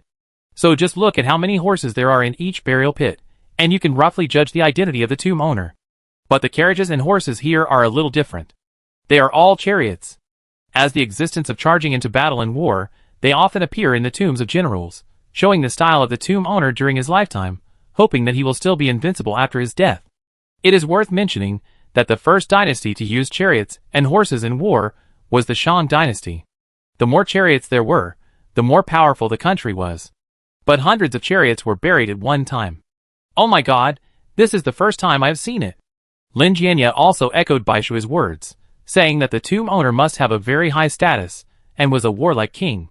He then began to talk about the importance of chariots when the Shang dynasty attacked the surrounding tribes. At that time, rebellions often occurred on the northern border, so the wife of King Wuding of Shang, Fu Hao, led the army to fight. This heroic female general immediately aroused the blood of the army. After all, even the queen was the first to charge, so they had no reason to retreat. No! I was looking around at the chariot pits and suddenly raised my head. Lin Jianya was obviously a little unhappy, but he still asked me with a smile what was wrong with what he said. I ignored him and said to Lao Jiang, "Master, have you noticed that there are a total of 150 chariot pits here, but nearly 50 of them are empty? The horses and chariots inside are gone." A soldier interrupted, "Maybe there are not enough chariots and horses for burial." Lao Jiang's face darkened, and he counted quickly and said, "No. It can't be this reason. The only explanation is that there is something wrong with these empty chariot pits, or even We are already surrounded by traps. Speaking of this, Lao Jiang immediately ordered a retreat. He Mu thought we were worrying too much. After all, thousands of years have passed, and there is no guarantee that these old objects will not turn into ashes. However, just as he was laughing at us for being too cautious, a strange sound suddenly rang out. Dingling. Dingling. Dingling. He Mu wanted to speak, but his smile froze on his face, because the sound of the chain pulling echoed in the abyss. Lao Jiang shouted, "There is a mechanism, hurry up, pull the rope and retreat." But it was too late at this time. I saw that the Taotai sculptures on the surrounding rock walls all opened their mouths, revealing the dark and crooked secret passages inside. The secret passages were not a way out, but a lane, because I was surprised to find that chariots emitting cold air were driving out of them, a total of 8. All our escape routes were blocked. Those chariots were all made of bronze, with a hint of green light all over their bodies. Even the horses pulling the chariots were made of mechanisms, and there were stiff puppet knights sitting on them, holding bronze spears in their hands, and their movements were in unison. But none of them had facial features, just extremely cold square faces, as if they were death knights from the underworld. It makes people shudder just by looking at it. What is this? Platoon leader Zhang asked in panic. However, no one could answer him, because this kind of mechanical chariot was the first time we had seen it. Only Lao Jiang smiled bitterly, and held the black knife on his waist, saying, "I told you that the Shang dynasty's mechanical chariots were unparalleled in the world, but I didn't believe it. This time we have touched a hornet's nest. What should we do now?" I looked at Lao Jiang. "Everyone disperse, don't act rashly. Let's find out the bottom of this thing first." Lao Jiang narrowed his eyes and said. As a result, one of the soldiers in the team was too scared, and the gun in his hand went off. The sound of the gun was like thunder in the sky, which made all 8 chariots move. Phew, that was the neighing of the mechanical horse, and then the knight on the chariot in the front raised the bronze spear high, as if his soul was awakened at this moment. Then the chariot rolled over the soldier who had misfired at a rapid speed. The soldier was obviously panicked, shaking like a sieve. He couldn't hear Zhang platoon leader calling him to shoot. At the critical moment, Zhang platoon leader pulled the bolt and loaded the gun, and shot the head of the puppet knight. In an instant, the head of the puppet knight was like a bursting watermelon, and wood chips flew everywhere. I just wanted to relax for a day, and praise the platoon leader for his excellent shooting skills. But I saw that the chariot had no intention of stopping. The puppet knight, who had lost his head, was still waving the bronze spear, and cutting the soldier in front of him in half. At the moment when the blood spurted out, the soldier's internal organs flew several meters away.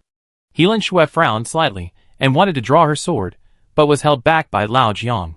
Whoosh! Whoosh! Several other chariots followed the charge, and sharp bronze spears swept through the darkness, making a whistling sound with the wind. The whole team was forced into a dead end. Platoon leader Zhang shouted to Lao Jiang to think of a way. Lin Jianya also began to mock Lao Jiang in a yin-yang way, saying that Lao Jiang, as the black knife Karen, did not see through such a big mechanism early. Lao Jiang suddenly roared, "Stop arguing." Then his eyes flashed with brilliance, and he carefully observed the movements of the chariots. Slowly, his eyes locked on the wheels of the chariots. At the same time, I also discovered the mystery. We shouted almost at the same time, "Yes, this thing has tracks." It turns out that the reason why these chariots attack in a straight line every time is because the wheels slide along a track.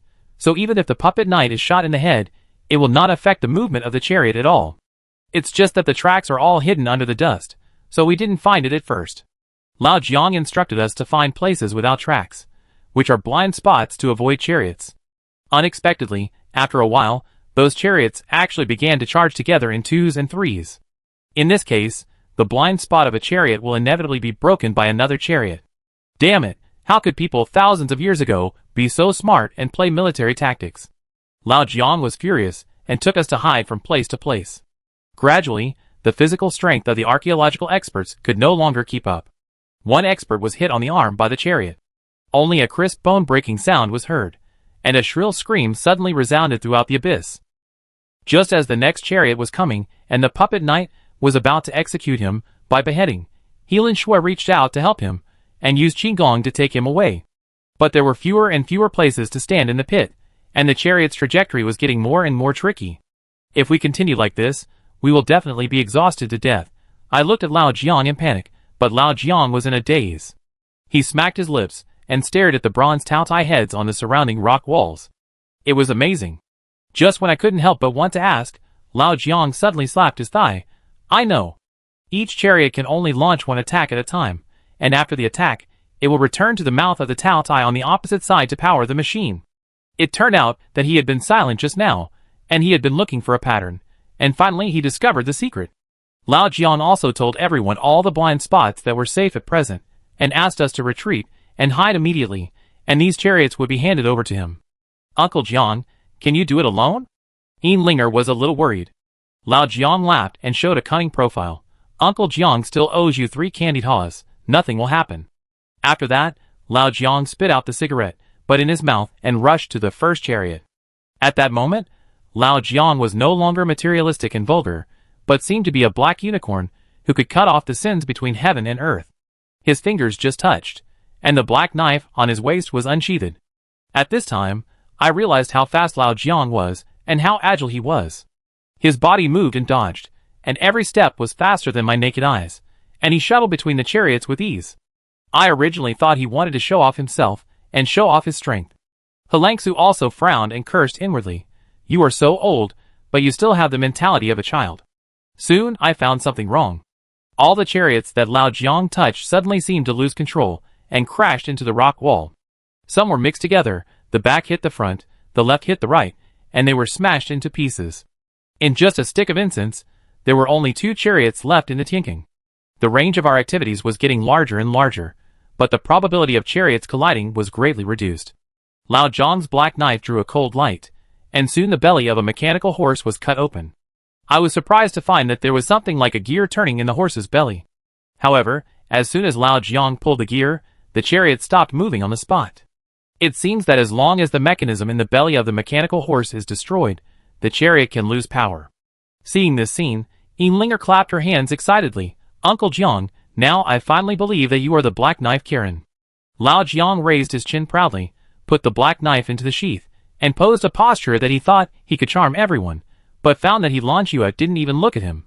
For sister, am I powerful? Lao Jiang simply asked the question himself.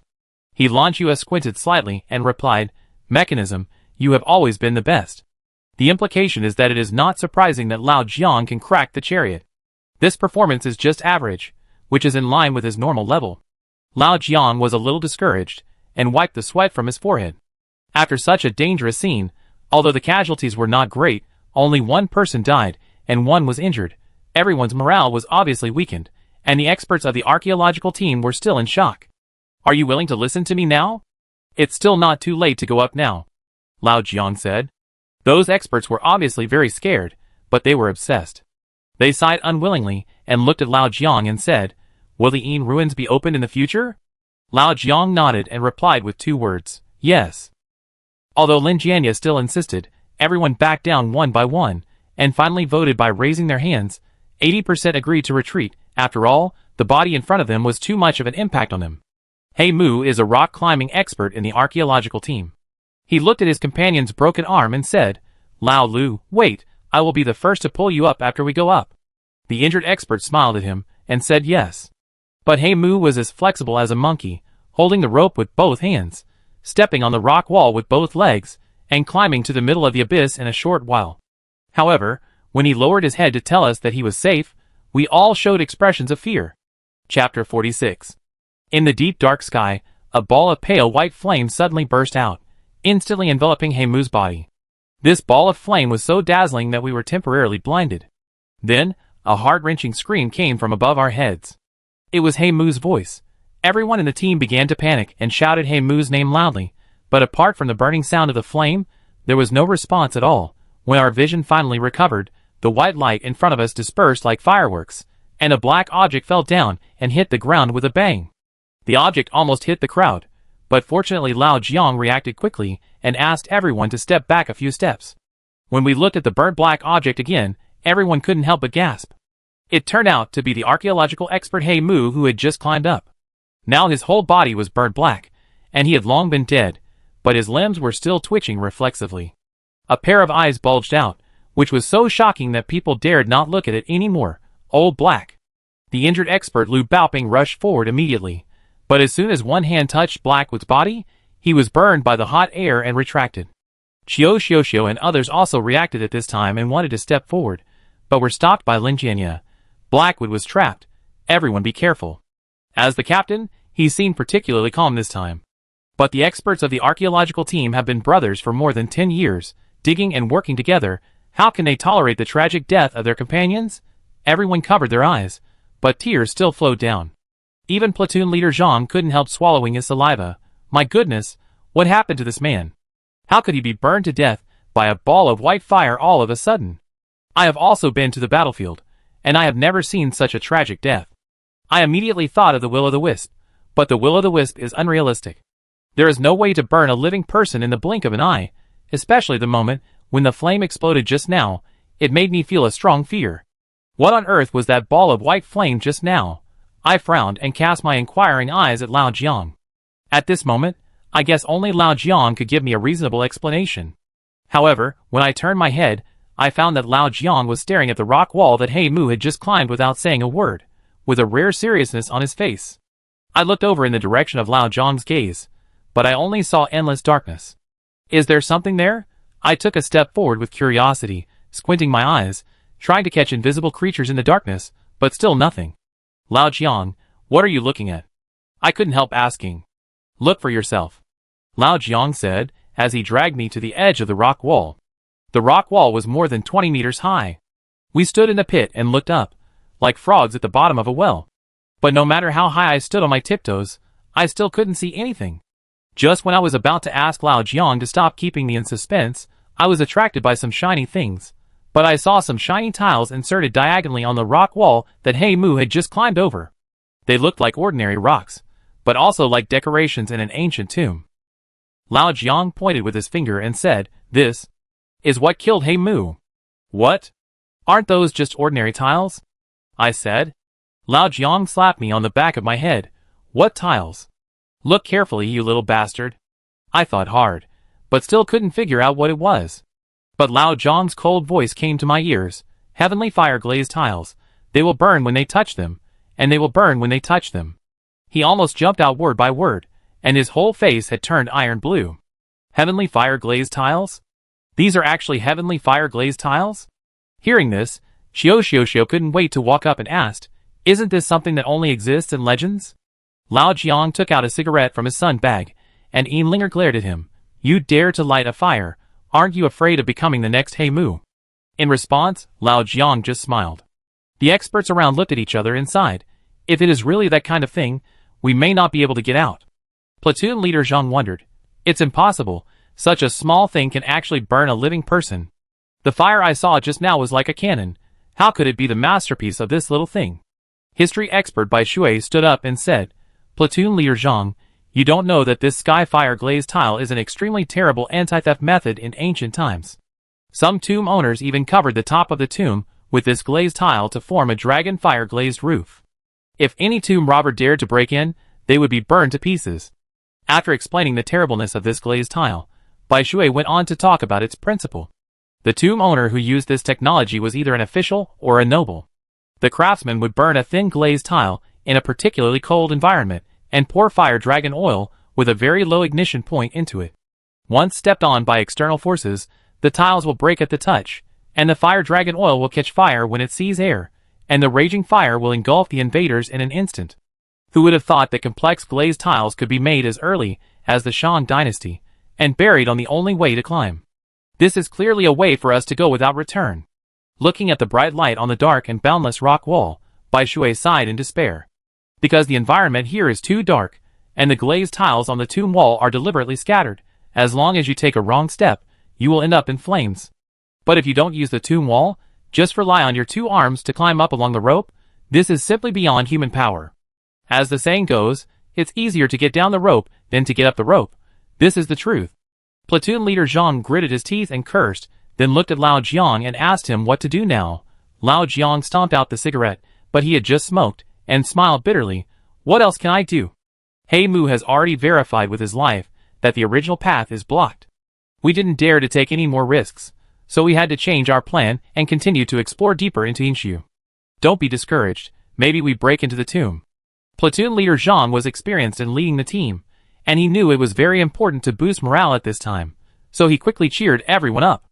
But this Tianqing was pitch black in all directions, as if we were in the underworld, and for a moment we really didn't know where to go.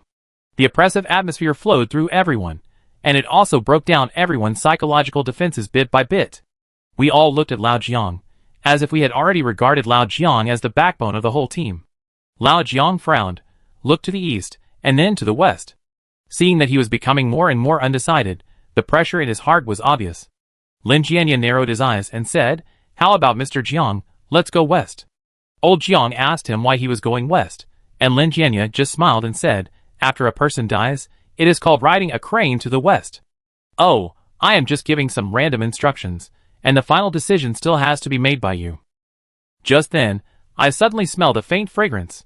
I saw Helangsu holding up a lotus incense cup at some point, with a lit tower incense standing on the top, and wisps of white smoke flowing down the incense cup, like a gurgling stream, and like a living thing.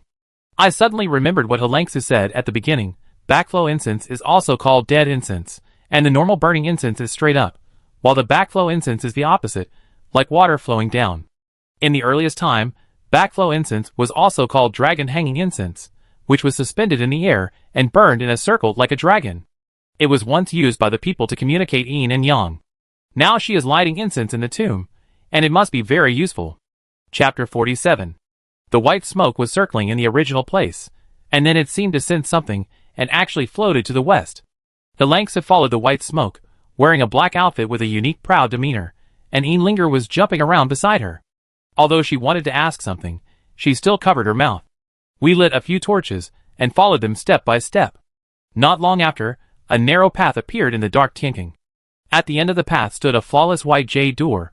More importantly, there was a lifelike bird carved on the jade door. The bird spread its wings and sang loudly, as if it would rush out of the jade door and fly to the sky in the next moment.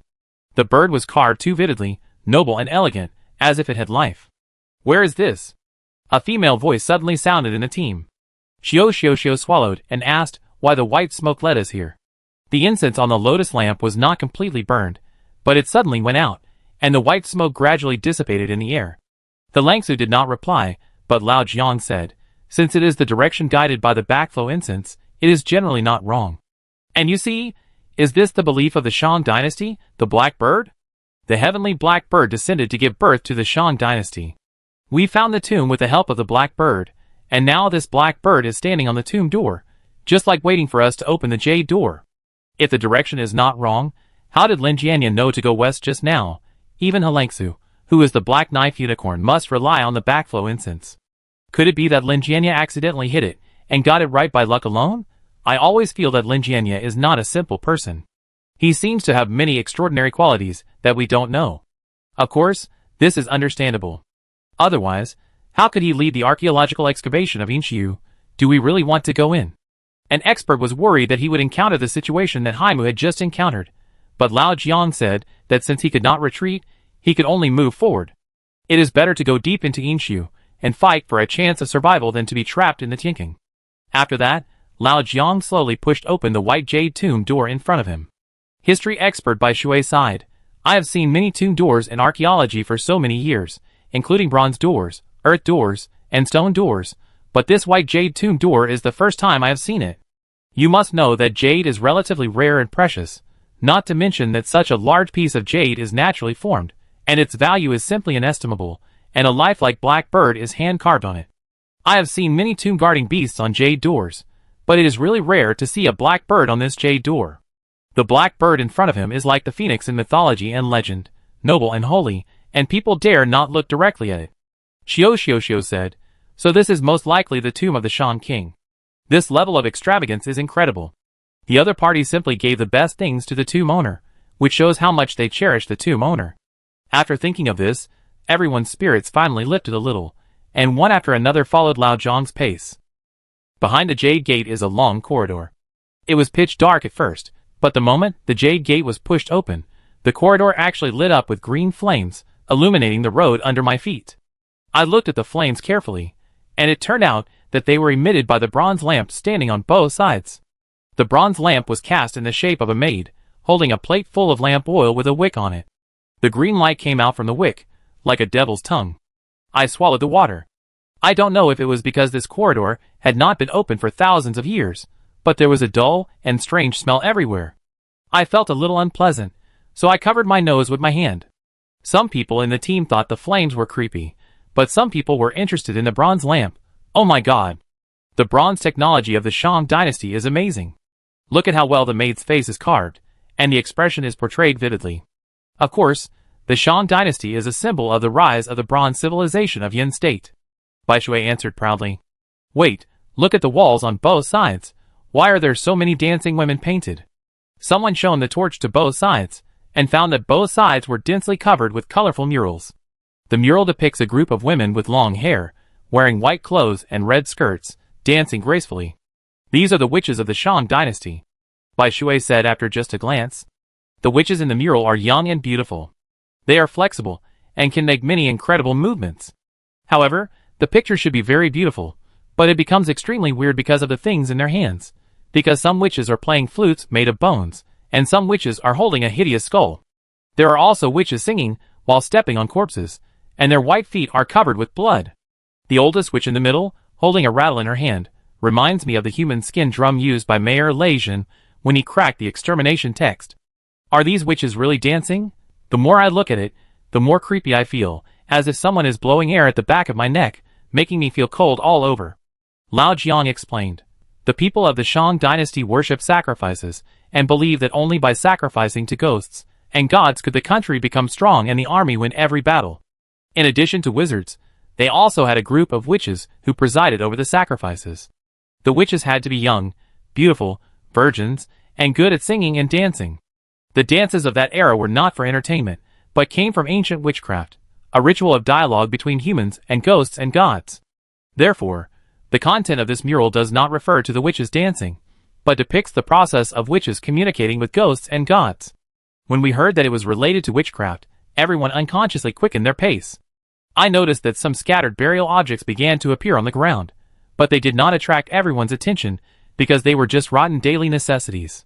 At this moment, I was suddenly attracted by a small round object in the corner. It seemed to have a kind of magic, tempting me to pick it up. When I took it in my hand, I saw that it was just a bronze mirror. I knew it was used by women at a glance, and there were graceful lines carved on the back. But for some reason, there was always a voice calling me in my heart, calling me to look in the mirror. However, just when I was curious and wanted to take a look, I was stunned, because the face reflected in the mirror was not me, but a woman with seductive features. The woman's face was painted with pale makeup, and there was a red line under her eyes. It was the witch who played the bone flute I just saw on the mural. Just at this moment, the woman in the mirror smiled at me. Her smile became more and more exaggerated, and her mouth became wider and wider, and finally filled the entire mirror. I felt like I was electrocuted, and I was so scared that I quickly threw the mirror away. Chapter 48. However, the moment the mirror fell to the ground, the pale woman actually crawled out of the mirror, with her long hair loose, dragging her body, and grabbing me with her equally pale hand. She also made a series of creepy laughter. I shouted Lao Jiang's name, asking him to save me, but Lao Jiang, who was just talking, seemed to have evaporated from the face of the earth, and there was no trace of him at all. He Lin Shui, Yin Linger, Lin Jianya and others were also gone. Everyone disappeared in this corridor. No matter how I shouted, there was only the witch crawling towards me little by little. Her stiff limbs and creepy laughter were like a female ghost asking for her life. I ran back panting, trying to get rid of this terrifying thing, but I was horrified to find that more and more pale women fell from the mural and crawled towards me with her. Just when I was panicking, a pair of cold arms suddenly wrapped around my neck. I looked back and saw that half of the body of a witch had emerged from the mural behind me. She coiled around me like a snake, and a seductive face came close to me. A feeling of ice rising from the soles of my feet made my heart cold. I used all my strength to kick her away. I finally jumped a few meters away, but I saw that the road I came from was already crowded with witches one after another. They stretched out their pale arms and surrounded me. I shouted loudly for them to stay away from me, but no one listened. I wanted to escape, but I couldn't. I could only be pressed down by the countless witches, and I was so anxious that I almost cried. Gradually, the delicate and beautiful faces of the witches seemed to be like melted wax, dripping down bit by bit, revealing a terrifying and gloomy skull. But their bodies still maintained the skin of young girls, and they surrounded me and danced a weird dance, not to mention how disgusting it was. Lao Jiang, where on earth have you gone? I was chanting Lao Jiang's name in my heart, still hoping that Lao Jiang would show up in time, and then at this moment, those pale and cold hands all grabbed my neck. The pain of suffocation spread to my chest little by little, but these ghosts did not intend to let me go. They laughed triumphantly, as if they were going to drag me into hell to be buried with me. Am I going to die? The curse of Lei Town has no chance to be broken, and Yan will have to spend the rest of her life in the dark underground. I don't know why, but I suddenly thought of Dahu, such a naughty fat cat. Will anyone take care of it in the future? I really hope it can always have meat to eat, and always be chubby. I closed my eyes in despair. Break. However, at this critical moment, a strong and masculine man's voice exploded in the corridor, and I opened my eyes in a daze, and saw Lao Jiang's face. At this moment, his eyes were shining, and a powerful aura burst out from his body. His right hand was like a sword, pointing at my forehead. It was this finger that woke me up from despair. I don't know what magical power Lao Jiang used. The shout just now was like an invisible sword, which shattered the several witches around me into pieces. At this time, the other witches could no longer laugh. They screamed and wanted to crawl into the mural in fear. But they disintegrated one by one in front of Lao Jiang and turned into ashes. What's going on?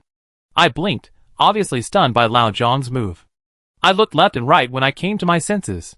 The whole corridor of the tomb was quiet, and the murals on both sides were intact. Where was the female ghost?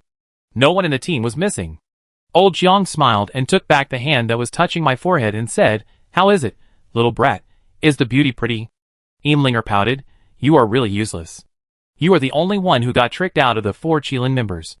Jing Lan's performance is already very good. Linger, stop talking." He Lanchua suddenly glared at Imlinger, reminding her to think about how she got here, and not to think of others' kindness, but to take advantage of others' misfortunes. Fortunately, this time old Jiang did not mock me again, but frowned and said, "Just now you were tricked by a sorcerer and fell into the illusion created by the witch. Fortunately, you did not die in the illusion, otherwise even I could not save you." I was shocked when I heard this. Could it be that if you died in the illusion, you would also die in reality? This is too scary. Lao Jiang explained, "Haha, if I didn't want to change my apprentice for the time being, you would have accompanied the witches forever." It turned out that witchcraft was an extremely terrible witchcraft during the Shang dynasty. Once you fall into witchcraft, your soul will be dragged into an illusion and will never come out. In simple terms, it means losing your soul. Once you lose your soul, you will die or become demented. Lao Jiang's roar just now was intended to dispel witchcraft, and that finger was to fix my soul. Witchcraft was often used to punish men and women who did not believe in ghosts and gods in the Shang dynasty. I didn't expect it to be placed in the tomb passage. It was really hard to guard against. Hearing this, I immediately touched my smart head, fearing that something would go wrong. Luckily, I was not the only one in the team who was tricked. Almost all the soldiers and archaeologists fell into witchcraft. Lao Jiang was afraid that they would not wake up because of their weak will, so he chose to save me last. "I'm protecting my child, you bastard." It would have been better if I hadn't said that. When I heard this and thought about the scene where those witches almost strangled me to death, I really wanted to punch Lao Jiang. Lao Jiang didn't get angry either, but took out a cigarette and lit it. The experts present asked him how the witchcraft was performed. "How did those witches climb down from the murals?" Lao Jiang smiled and explained, "Do you know why the lights here are green? I suspect that there are special spices in it, which can release a mind-disturbing smell when burning to confuse us. So you lit a cigarette when you first entered the door, but you didn't smoke it for a few days. Why?" At this time, Helan Shui glanced at Lao Jiang. "Yes. Four Sister is very smart. I just wanted to use the smoke to dispel the spices." Lao Jiang nodded. "I just didn't expect that the sorcery in this tomb passage was extremely powerful, and my smoke could only weaken it a little. But does sorcery really exist in this world?" History expert Bai Shui looked puzzled. Lao Jiang squinted and smiled. "If you don't believe it, you can use a shovel to shovel away all the murals here and see what's inside." Several experts looked at each other, and Bai Shui looked embarrassed. "This is not good. These murals are cultural relics. What if? Have you forgotten what your superiors told us? As an archaeologist, the most important thing is to rely on cultural relics to restore a period of history." Xiao was very open-minded. She pulled out the engineer shovel behind her, and shoveled directly at the mural. Immediately, dirt flew everywhere, and a strange white flute rolled out. Xiao just touched it, and her face turned ugly, because this flute was indeed made of children's hand bones. And most importantly, It just corresponds to the witch playing the bone flute in the mural. Several other experts saw this scene and joined the excavation industry. Soon they found that there were many skeletons embedded in the wall. Judging from the size of the pelvis, they all belonged to young women. The postures of these young women were exactly the same as the dances in the murals. Obviously, they were the witches in the murals. It is not difficult to see that they were deliberately embedded in the wall in this special posture after being killed. If their identities in life were really witches, it would not be surprising that they could use sorcery. But these archaeological experts still have a lot of feelings for cultural relics. They only destroyed one wall, and the other side was still intact, intending to leave it to the next generation for research. After all, Inshu is too big. Even if everyone returns victorious, they can only take away 1 or 2 cultural relics to prove that prosperous era. Keep going. This time I will lead the way. Old Jiang squinted his eyes, exhaled a thick smoke ring, and walked in front without caring. But we have only walked halfway through the corridor in front of us. There seem to be more witches on the other half of the murals, and as the bronze lamps burn, the breathtaking smell in the tomb passage is slowly getting stronger. Can Lao Jiang handle it alone? All the archaeological team members present, even those who were soldiers, looked at each other in bewilderment. After all, everyone has seen the horror of the witches. But obviously, we all underestimated Lao Jiang. As the sound of his leather shoes stepping on the ground became farther and farther, the witches slowly struggled to crawl out of the murals. They had long hair and seductive faces, and stretched their cold hands to Lao Jiang's throat. But Lao Jiang didn't hide at all, just took a deep breath and exhaled a thick smoke ring. The smoke ring surrounded Lao Jiang, like a sharp weapon to exorcise ghosts, breaking up all the arms that stretched out. Ah! The witches howled helplessly in front of Lao Jiang, but Lao Jiang didn't even look at them. Just like that, he took one step at a time, and wherever the witch appeared, they all turned into ashes. We were almost stunned by this series of operations. Is this still the stingy, mean, and unforgiving old Jiang? This is simply a godlike existence. Chapter 49. Not long after, the witches on both sides were all annihilated by Lao Jiang. The cigarette in Lao Jiang's hand also burned out at this time. He yawned and stretched at the end of the corridor, then beckoned to us, indicating that it was safe to pass. The archaeologists and soldiers present looked at each other and gave thumbs up. Soon everyone passed through this corridor, but the end of the darkness was not a tomb, but a strange passage. Compared to the wide corridor that could accommodate a carriage just now, the corridor was now paved with blue bricks, narrow and damp, and could only accommodate 2 people walking side by side at most. Looking closely, this corridor is like an arrow shot out, straight forward. It makes people see no end at a glance. The unknown is the most terrifying. Just now, you can still see the murals, but here there are only bare bricks, which is really suspicious. I secretly glanced at Lao Jiang and found that Lao Jiang frowned, and seemed to be a little suspicious of the corridor in front of him. Master, have you figured out the trick? I asked. It's not simple anyway. Lao Jiang's answer was so light, but it weighed more than 1,000 pounds in my heart. Even he said it was not simple, so it must be. Just when I was panicking, Bai Shui, the history expert in the team, was the first to step in, saying that he wanted to study the masonry structure of the Shang dynasty. However, just as he stepped out with his left foot and was about to land, he was pulled back by a huge force. It was Lao Jiang. Lao Jiang grabbed Bai Shui's collar and threw him back with lightning speed, and he fell to the ground. Bai Shui got up in a panic and asked Lao Jiang what he was going to do. Lao Jiang sneered and said, of course, to save your life. But I just went in to take a look, and I didn't go far. You can't enter this passage. Old Jiang was too lazy to talk more, just staring ahead without blinking. Everyone present knew old Jiang's temper, and didn't dare to ask more. Suddenly, old Jiang turned back and looked at Lin Jianya. How about Captain Lin, you go ahead to explore the way. Me? Lin Jianya pointed to his nose, looking surprised. Old Jiang smiled and said, the sorcery just now was so powerful, but you didn't get hit. I don't think it will be a big problem this time. Xiao interrupted, hey, that's not right. Captain Lin was obviously hit just now, but the reaction seemed to be different from ours. We couldn't make a sound, and it felt like we had lost our souls, but he fainted directly. I looked at Lin Jianya, and I was also very surprised. Logically speaking, old Jiang and Yilan Xue were black knife unicorns, so it was normal that they didn't get hit. Linger had that bamboo basket of poisonous insects to protect her, which was equivalent to having a protective shield. But why did Lin Jianya react differently to the spell than everyone else? Unless, as Lao Jiang said, he was not at all, but was acting the whole time. But why did he do this? Lin Jianya was confused. Mr. Jiang, are you kidding? Just now I saw a lot of long-haired women crawling out of the murals to attack me, and I fainted. I don't know what happened in the middle. If Mr. Jiang has any opinions about me along the way, just say it. Mr. Jiang saved this life, and I am willing to explore the way for everyone. But Mr. Jiang can't wrongly accuse me. I, Lin Jianya, have been doing archaeology for decades. I am worthy of the country and the nation, but I can't stand this hat. After saying that, Lin Jianya walked towards the tunnel with great righteousness, but he was pulled back by Bai Shui after walking a few steps. Captain, you can't die in vain. At this moment, Lao Jiang suddenly laughed. Lao Lin, I was just joking with you.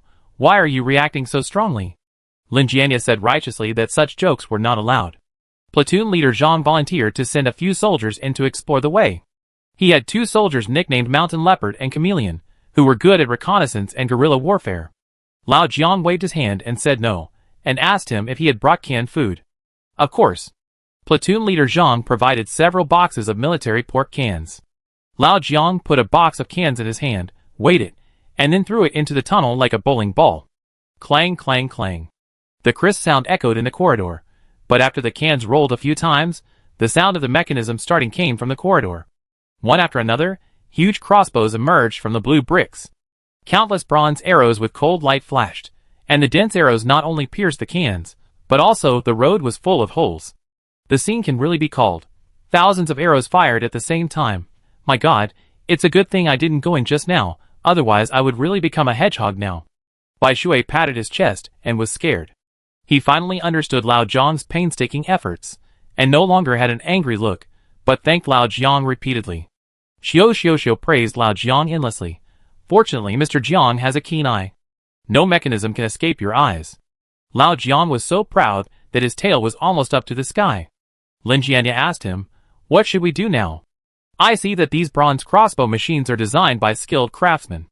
They can automatically load arrows and shoot. I don't know when the bowstring will run out of power. We can't just keep throwing things. We can only force our way in. Lao Jiang threw the burnt cigarette, but on the ground and stamped it out. I was about to step aside to appreciate Lao Jiang's performance, but suddenly I heard my name. Li Jing'an, come here. It was Lao Jiang who called me. Lao Jiang actually asked me to go ahead and explore the way. You are the one who said all the good things, and you are the one who took care of the favors, and I am the one who died? I refused firmly, and said that I had never seen such a trick on the apprentice in the past 5,000 years. Lao Jiang sighed and said with emotion, the Black Blade Kirin has always been like this to break through the formation. When my master took me, my 4th sister and 5th brother to train, he also broke through ancient tombs like this. Look, this tradition of tricking apprentices is still passed down from generation to generation. I told Lao Jiang to take the essence and discard the dross, but Lao Jiang didn't buy my words and used his status to pressure me. As a newcomer who just joined Qilin, how can I let the seniors charge into battle? I looked at Yin Linger and reminded her, there is another one. Why is it not Yin Linger who is in the front? In response, Lao Jiang only said one sentence to me. It is now a Republic of China society, and men should be gentlemanly to women. I reluctantly stood in the corridor, stretched my neck to look inside, and when I saw the dense bronze arrows on the ground, the courage that had risen was extinguished immediately. If I go in, I will definitely become a hedgehog in my next life. I immediately backed out, but before I could retract my feet, I suddenly felt a pain in my buttocks, and I was kicked into the corridor. Lao Jiang, I will not let you go even if I become a ghost. I shouted Lao Jiang's name loudly, but I heard a swish sound in my ears. The bronze crossbow machine started again. At the moment, I had no choice but to rush forward like a madman, as if I was being chased by a tiger. Seeing the arrows flying, my heart sank. I kept cursing Lao Jiang in my heart, but I didn't expect to hear the sound of Lao Jiang and He Lan Yue drawing their swords at the same time. I looked back and saw that they were like peerless masters, stepping on the walls on both sides of the corridor, performing light skills, and moving quickly. The speed of movement was so fast that it was difficult to catch even with the naked eye. Every time the sound of arrows breaking through the air came, they would be picked up by Lao Jiang's black knife, and He Lan Yue stepped on Lao Jiang's shoulders and pierced the bronze crossbow machines that kept spitting out arrows with her long sword. In just a short second, she had destroyed 4 bronze crossbow machines. Around my body, the sword light was sharp, and above my head, the sword shadows were flying. A man and a woman, one strong and the other graceful, they protected my safety along the wall. In short, when I ran to the end, I was unscathed. Halangsu and Lao Jiang had destroyed all the machines. Halangsu stood on the dense arrows, and her black outfit was indescribably heroic, and her hair was not messy. Lao Jiang took the cigarette from his mouth and said contemptuously, "It took me only one cigarette this time." This tone seemed to say that he had retreated, but the problem was that thousands of arrows were fired just now, and even an experienced tomb-robbing gang could not guarantee safe passage. Lao Jiang and Halangsu were just two people, and it took only one cigarette. How powerful is the Black Blade Kirin? I feel that my cognition seems to be constantly subverted, and there are dozens of Black Blade Kirins like Lao Jiang. Chapter 50. Touching my intact body, I actually felt a sense of pride, as if I had broken the arrow formation. But this was indeed inseparable from my dedication. I comforted myself silently in my heart, but when I looked at Lao Jiang and He Lan Yue beside me, I couldn't help but reveal a look of envy. Lao Jiang noticed my eyes and laughed. "Don't look at me like that, kid. You will be better than me in less than 10 years. Don't make fun of me." I thought Lao Jiang was deliberately mocking me, but I didn't expect Lao Jiang to be serious. He said that I was of Wen Tao's bloodline, and my talent was beyond ordinary people. Now I have obtained the 36 secrets of moving mountains and filling the sea from my ancestors. My future fortune will definitely be far better than his. Imlinger came over with a hop, and the jingling sound made people feel happy. Seeing that the arrow formation was broken, platoon leader Zhang also brought people to escort Lin Jianye and others over. After they met up with us, they couldn't help but praise Lao Jiang and He Lan Yue. Xiao was more concerned about the relationship between He Lan Yue and Lao Jiang. "Mr. Jiang calls you the fourth sister. Are you senior and junior brothers and sisters? Or is there another relationship?" Lao Jiang coughed and blushed like a monkey's, but He Lan Yue ignored him and walked straight forward. After walking a few steps, when He Lan Yue pushed open a small stone door at the end of the corridor, the view suddenly opened up, and a depression as big as several football fields appeared in front of us. The whole depression was covered with black soil, with no grass growing, like a huge ghost claw extending in all directions. Even the top of the tomb seemed to expand upwards by more than 10 meters, making us feel as if we have entered another world. This tomb is really beyond our cognition. Generally speaking, there will be a tomb chamber after the corridor, but we can't see the tomb chamber at all now. Lao Jiang said, "That may be because we haven't touched the edge of the king's tomb yet, and we are still on the edge of Inshu." This time, the archaeological team members have learned to be smart. They didn't dare to rush in directly. Instead, they each held torches and guarded around, waiting for Lao Jiang's order. Lao Jiang scanned the area and said there was no danger, so he led us down the depression. But what we didn't expect was that the bottom of such a huge depression was covered with red things. Those red things were particularly conspicuous on the black soil. When we got closer, we found that they were many rusty red armors. This is the first time I have seen so many armors buried with people. Another archaeological expert pushed his glasses on the bridge of his nose and said, "This expert is called Du Wenbin. He is good at bronze research. He looks gentle, but he rarely speaks along the way." Du Wenbin's words were agreed by many people. Xiao asked Lao Jiang if the armor was buried with the Shang king because he was a martial artist. Lao Jiang shook his head. "This is not a burial with the king. It is clear that a tragic battle had taken place. This army came here for some reason, but was ambushed by some unknown object and was eventually wiped out. Even after hundreds and thousands of years, the traces left by the escape and bloody battles are still deeply left in the soil, and there are still several bows and arrows stuck in many places. This reminds me of an ancient poem. I want to chase the light cavalry, but the snow is full of bows and swords." Expert Lu Baoping asked, "Is the tomb builder simulating a war?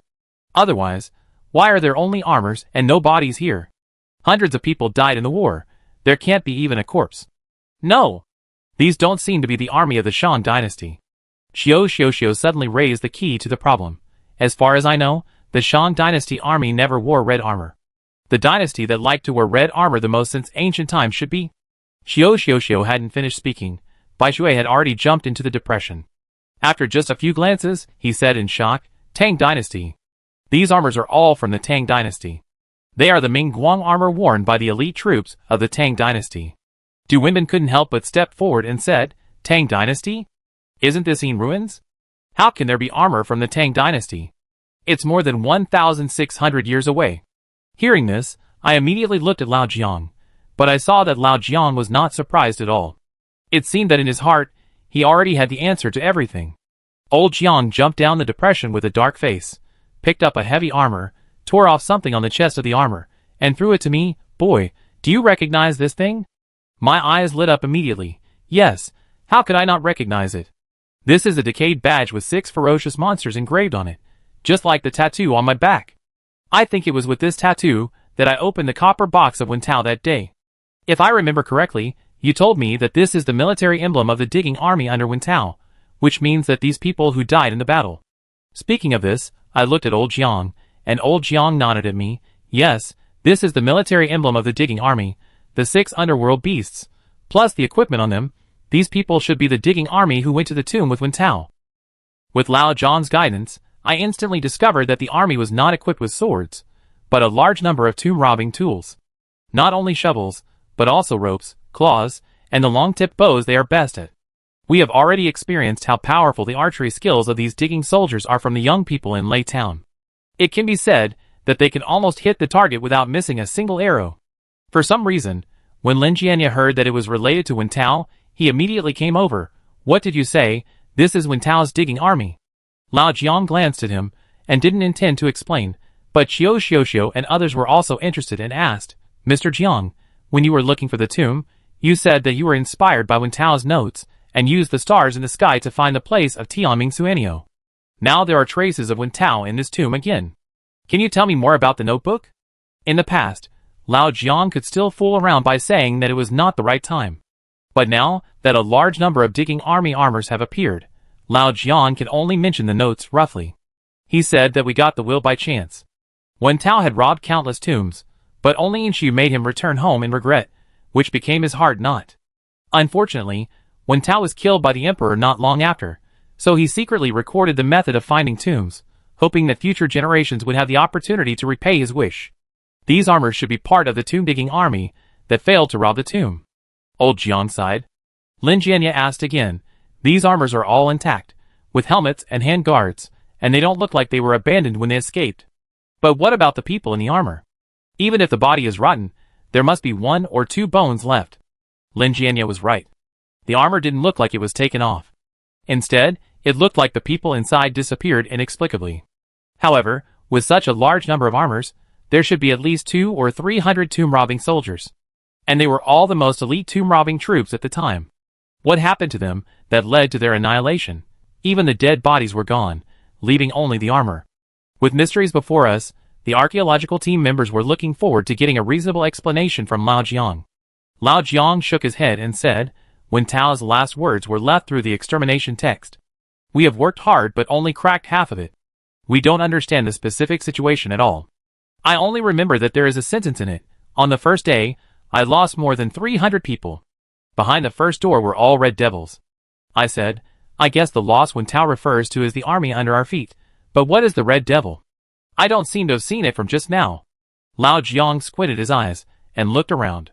Wherever he went, I followed. After all, being with Old Jiang is the safest place. As a result, Lin Jianya seemed to be very interested in Wentao's notes. He actually followed us and asked questions while walking.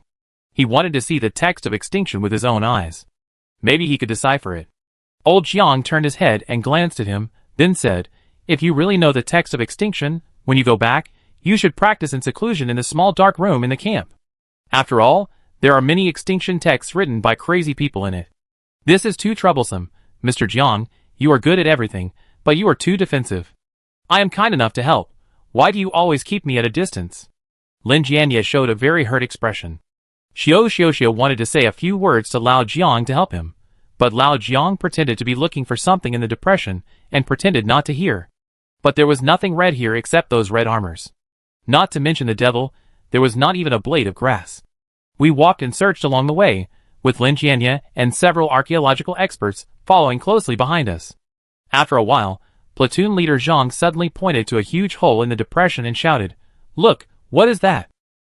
Old Jiang looked carefully and said with shining eyes, A robber's hole. Then he burst into laughter. Wentao, it was I, Old Jiang, who underestimated you.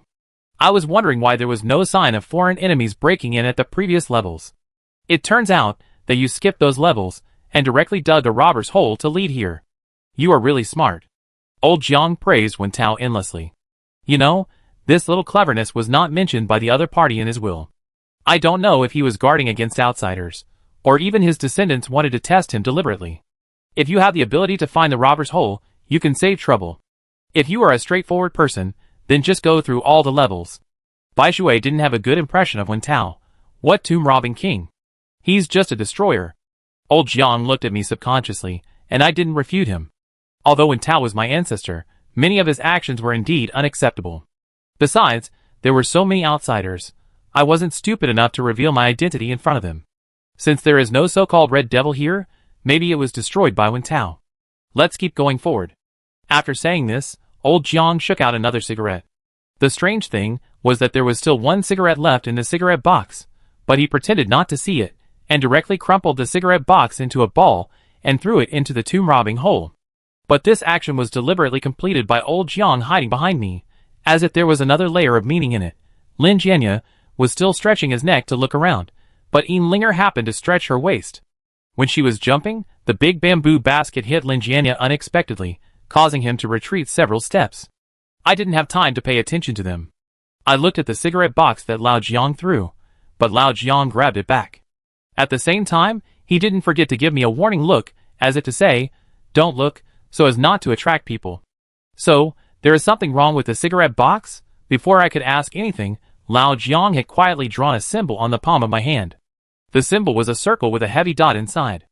I looked at Lao Jiang as if I had been hit by a slap in the face, but saw Lao Jiang nodded slightly at me. Chapter 51. The dot in the circle is the code inside Qilin. It means, be careful, there is a traitor in the team. This was told to me by Lao Jiang when we were playing the matching game on the train. Once it is inconvenient to talk, use the code to remind your companions. So that means that the reason why Lao Jiang threw the cigarette box is because he is sure that there is a problem in the team, and hopes that Qilin can quickly reinforce. I just don't know when Qilin's people will arrive. But is it really just an ordinary Hardman cigarette box? I don't quite believe it. Unfortunately, Lao Jiang has left here in a hurry and asked everyone to follow him to move forward. We quickly left this ominous depression. Although we have been vigilant around, we did not find anything unusual and were not attacked. A fishy smell of water hit us in the face, accompanied by the sound of rushing water. What shocked us was that there was a long underground river less than a few dozen meters away from the depression. No, the underground river did not surround the depression. Instead, it is surrounded by a gloomy royal city.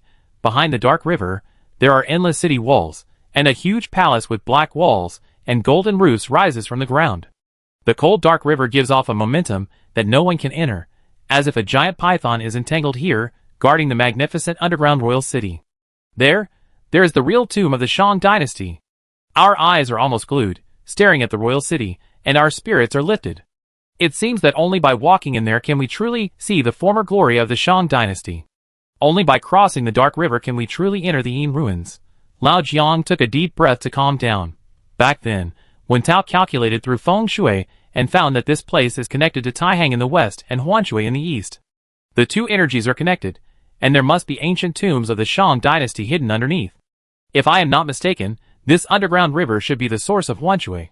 This is the first time I have seen a tomb guarded by a moat.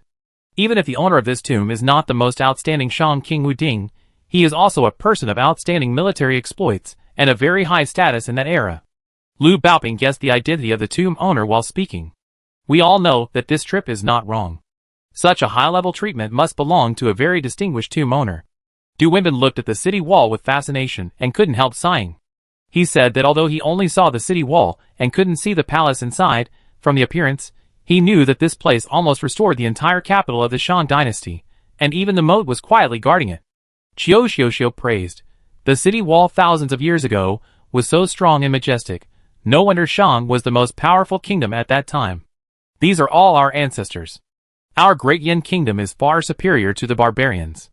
Bai Shui was so excited that tears filled his eyes, and he said something indistinctly.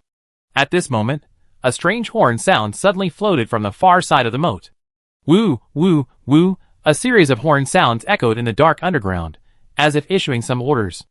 Obviously, the horn sounds in war are all masculine and righteous, which makes people rise up in their chests and launch a brave attack. But the horn sound at this time brought a strange chill, as if the gas with ice chips passed through my ears to freeze our hearts and control our actions. The cold air rose from the soles of my feet and rushed straight to the top of my head. I immediately became very alert and asked everyone to light up the torches and all lighting facilities. Platoon leader Zhang even fired another precious flare to prevent danger from coming. Kick, kick. The dull and heavy footsteps sounded in my ears, and soon a team of strange soldiers entered our sight from a distance. They were wrapped in thick black air, making it difficult to see their appearance and limbs. All we know is that they patrol the edge of the moat in a very strange way. Rows and rows, like puppets. The black air enveloped them, reflecting the river water into dark shadows. More importantly, their walking posture was very strange. They did not lift their legs and fall down, but floated forward like a straight line. Are these Yin soldiers? Everyone looked at each other, remembering the Yin soldiers passing through the border, but the scene before them was completely different from what we had encountered before. The Yin soldiers before would obviously clash, but the ones before them were more mechanical, colder, and more difficult to deal with. The cold air on them was Yin Qi, and once it hit a living person, it would scatter our Yang fire. This group of black soldiers was not wandering on the wall inside the moat, but on our side, like the guards protecting the moat. Whoever dared to enter would be killed to death. The floating black shadows made me feel creepy, and I wanted to ask Lao Jiang what to do now. However, at this moment, the group of soldiers seemed to have heard my voice and turned around suddenly. First one, then two, and then everyone in that team looked at me. The more terrifying thing was still to come. They had no faces, but there were bright red eyes in their helmets, at least hundreds of them. It was like countless lit match heads gathered together, crowded and stacked. I couldn't tell whether I felt more fear or nausea at this time. My stomach was churning, and I felt like I was about to vomit. However, when those red dots looked at me, they suddenly stopped, changed direction, and floated towards me. The sound of the red dots was like the red dots hitting the armor and pushing it forward. Many of us were frightened by this scene, but fortunately, platoon leader Zhang reacted quickly and ordered his men to shoot immediately. Bang, bang, bang. After a crackling sound, the black air covering the armor was dispersed, and in a flash, we saw that the arms and legs of those ghost soldiers were also covered with blood-red eyes. But the shooting did not have much impact on them.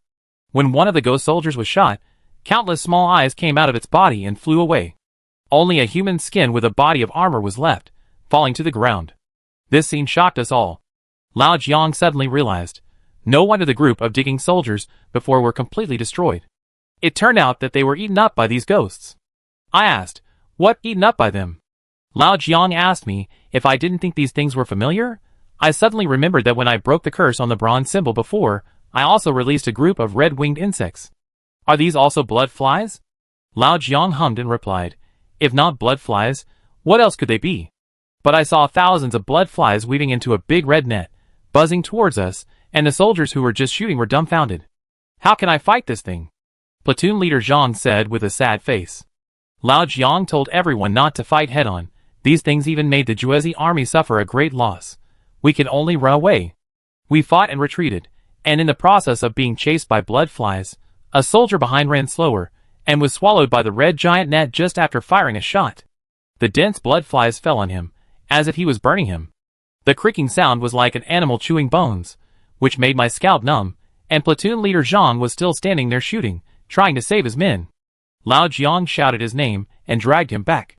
This thing will eat anyone it catches. There is no other way except to escape. Platoon leader Zhang had no choice but to give the soldier a quick death by pulling the trigger and killing him. Blood flies pounced on the corpse one by one, and countless red dots made gnawing sounds, which made our scalps numb. Lao Jiang took the opportunity to lead us to escape.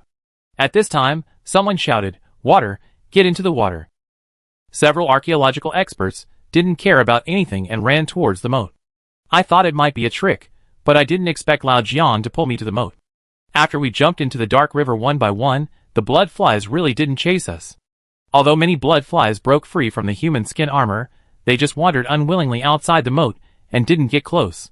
Could it be that blood flies are afraid of water? We finally managed to escape the crisis and breathed a sigh of relief. At this time, Bai Shui suddenly thanked Lin Jianye. Captain Lin, it's a good thing that you found these blood flies can't get close to the water, and reminded us to jump into the water to escape in time. Otherwise, we would have to die here one by one. With Bai Shui's words, I suddenly remembered that the voice just now was very familiar. It was clearly Lin Jianye's voice. Lao Jiang and I looked at Lin Jianya at the same time, but Lin Jianya just smiled plainly. I just hit the jackpot. Once it was luck, twice it was coincidence, it can't be luck every time. Lin Jianya is obviously not a simple person. Chapter 52. But since he still wants to act, let him continue. After all, he is a fox, and there will always be a day when his tail will be exposed. Fortunately, there is no danger in this dark river, but the water is a little icy. We finally swam to the other side with great effort. The moment we lay on the shore, we felt limp all over. We could only sit on the ground and gasp for breath. It's sticky all over, it's so uncomfortable.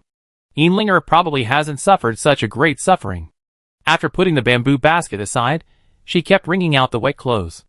Although Linger is spoiled, she is very good to her friends. Just now, everyone was swimming, but she kept holding her big bamboo basket, fearing that the water would wet the poisonous insects inside. It was Halangsu who took her to the shore all the way. It seems that the tradition of pitting apprentices is only inherited by Lao Jiang. Platoon leader Zhang and the local soldiers lit a fire, kindly hung clothes for us, and let us eat some dry food to replenish our strength. After walking such a long way, it is indeed necessary to take a break. Lao Jiang took out a camera that was only half the size of a palm and pressed the shutter button towards the royal city. I asked him what kind of advanced object this was. He said it was a miniature camera used by foreign spies, with a 20mm zoom lens, and Qilin also spent a lot of effort to get it. Since he has entered the Yin ruins, he needs to record the most precious pictures. Several archaeological experts also marveled. Once these photos are published in the newspaper, the world will remember the Yin ruins.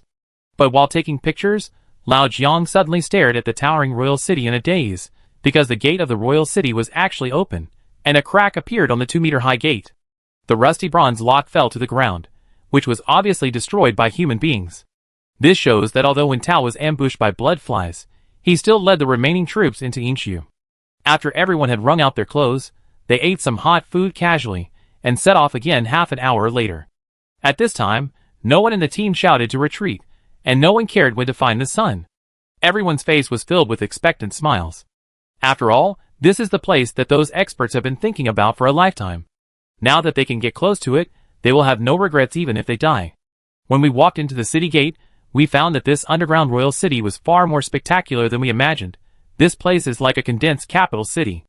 After entering the gate, there is a wide horse road. This horse road is like a central axis, dividing the capital city into two from the middle. On the left are civilian houses where people in the Shang dynasty lived, and on the right is a market for exchanging goods. We walked forward in surprise, and found stalls one after another, selling cattle and sheep, and selling millet and other grains. However, the vendors on the stalls were not living people, but carefully carved stone figures. Some stalls even had bronze wine cups, silk fabrics, and foreign slaves kneeling on the ground tied with ropes for sale.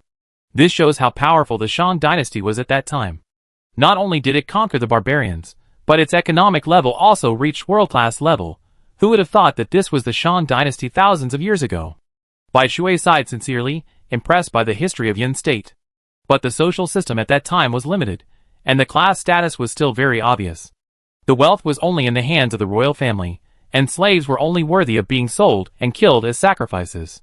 We continued to move forward. This place seemed to intentionally replicate the entire Shang dynasty capital. I found that every time I walked a distance, a strange bronze tripod would appear on the left and right. Bai Shui explained, at that time, the Shang dynasty people had no concept of 1 meter or 2 meters. They used the distance of the chariots to determine the length. You see, the distance between the tripods should be just enough to accommodate 9 chariots, which is called the distance of 9 chariots. And the buildings on both sides of us, the left one is called the Hades House, and the right one is called the Hades Market, because people at that time were very superstitious about ghosts and gods. They believed that people had souls after death, and as long as there were enough burial objects, they could continue to enjoy the wealth and honor of their lives. Speaking of this, Bai Shui suddenly paused, but I have never seen or heard of a city buried like this. This is even larger than the specifications of the tombs of the Shang kings recorded in history books. And the bronze tripods on both sides are engraved with phoenix patterns. In the Shang dynasty, dragons were respected and phoenixes were honored. Phoenix patterns were generally buried with royal women. Could it be that the owner of the tomb here is a woman?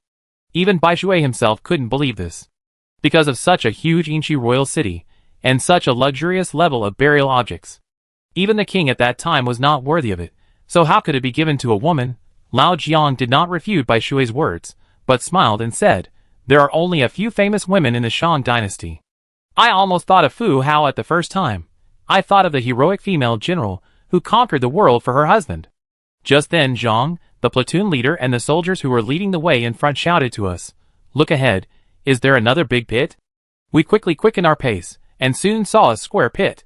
However, this was not formed naturally, but a man-made burial pit. This burial pit was very large, almost occupying half of the royal city, and it was densely buried with large and small bones. Lao Jiang just took a look and said, this is the living burial of the Shang dynasty. The people inside are slaves buried with the tomb owner. Bai Shui was also very knowledgeable, and immediately explained to us the slavery system of the Shang dynasty. It turned out that the Shang dynasty advocated the use of force. They often attacked tribes that did not obey them to expand their own ruling areas and formed a powerful kingdom that stretched from the Yangtze River in the south to the coast in the east. In the process of the war, a large number of captives naturally appeared. Some would be killed on the spot, and some would be brought back. Men would be sold as slaves and become ministers, and women would be given to nobles as concubines.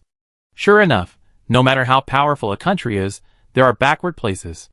I was sighing at this point, but at this time, I caught a glimpse of an extremely terrifying thing, which scared me so much that I stepped back and almost fell to the ground. Seeing my frightened look, Lao Jiang asked me what happened. I pointed to a huge skeleton in the corner of the pit and shouted, is that a slave too? Everyone was attracted by my words, and looked at the bottom of the pit. Archaeologist Liu Baoping even took out a ruler to measure it.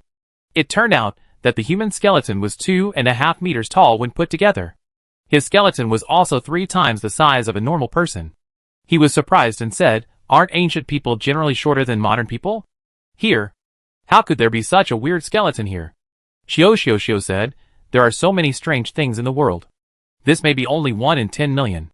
Lao Jiang shook his head, indicating that this is most likely the skeleton of the legendary giant.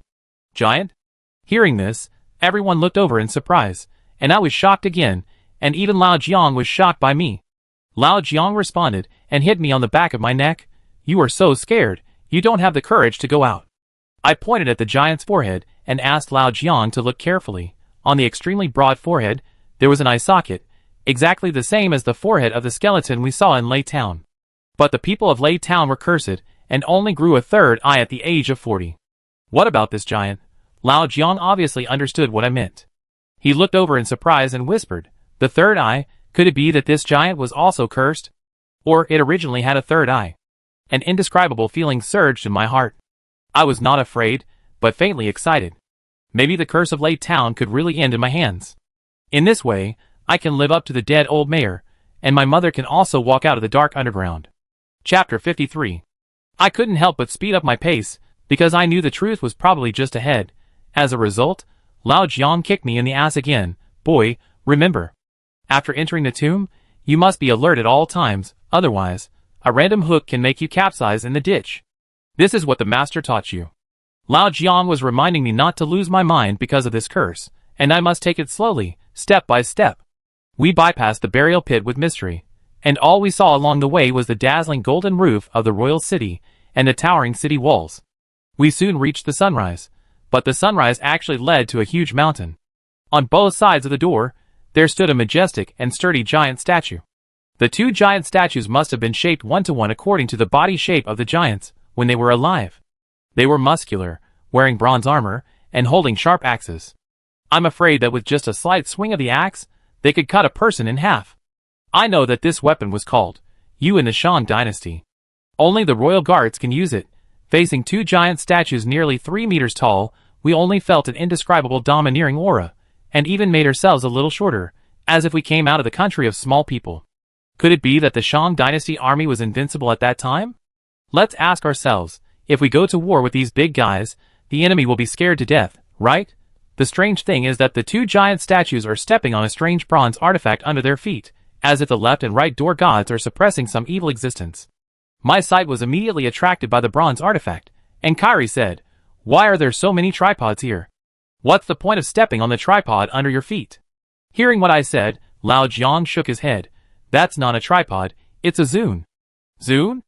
I looked at him in confusion. Lao Jiang pointed and said, yes, This should be the bronze owl Zun recorded in history books, which was used to worship ghosts and gods in the Shang dynasty. Do you think it looks like an owl's head? After Lao Zhang's reminder, I found that it really is. I didn't expect to find an owl carving here again. This thing is really a messenger to communicate with ghosts and gods. Bai Shui came over and said, "Little friend, learn more from your master." In the Shang dynasty of Yin state, Zun was a bronze vessel for holding wine, but most of the time, the wine in the Zun was not for people to drink, but for ghosts. It means that after the ghosts and gods drink the wine, they can help the people who offer the wine to get rid of their diseases. We have excavated many sacrificial pits outside Yinshu, and there are Zun in them, but we have never encountered such a beautiful bronze owl Zun. Look at the shape and lines, it is so lifelike, which means that the wish made by the person who offered the wine must be greater, and the disease must be more serious. Could it be that the owner of the tomb died of some mysterious disease? Wait! There seems to be words engraved on it. At this moment, Bai Shui's eyes suddenly flashed, and he played the professional advantage of an archaeological expert. "Lao Lu, bring me my stuff," Bai Shui shouted excitedly. Lu Baoping, who was behind, immediately threw a backpack over to us. Bai Shui took out a magnifying glass from it and observed it carefully. He found that it was all oracle bone inscriptions the size of rice grains. But as long as it was not extinction, it would not be difficult for him. On the contrary, he could translate a sentence for us after reading it. His speed was so fast that even Lao Jiang nodded slightly. It turns out that this bronze owl statue records a secret and terrifying history. It is said that Wu Ding, the king of Shang at that time, was an emperor that was rare in a century. He was good at leading troops in battle, and was loved by the people. His 100,000 Shang dynasty troops were all equipped with the most elite bronze weapons, and were fearless. In a blink of an eye, they defeated the Qiangfeng, Yifeng, Hufeng and other large and small tribal countries. Even the distant Fanfeng tribe was willing to submit to the rule of the Shang dynasty, and presented the bravest giants of the 4 tribes to Wu Ding. King Wu Ding of Shang gave it to his most beloved wife Fu Hao as a personal guard. At that time, Fu Hao was not only a queen who was high above, but also a female general who was deeply loved by the local soldiers. She was charming and heroic. With such guards to protect him, Wu Ding could rest assured.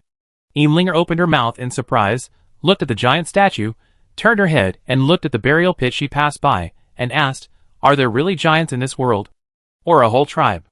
Lu Baoping, who was helping Bai Shui, seemed to think Linger was very cute, so he smiled and explained, "Of course there are.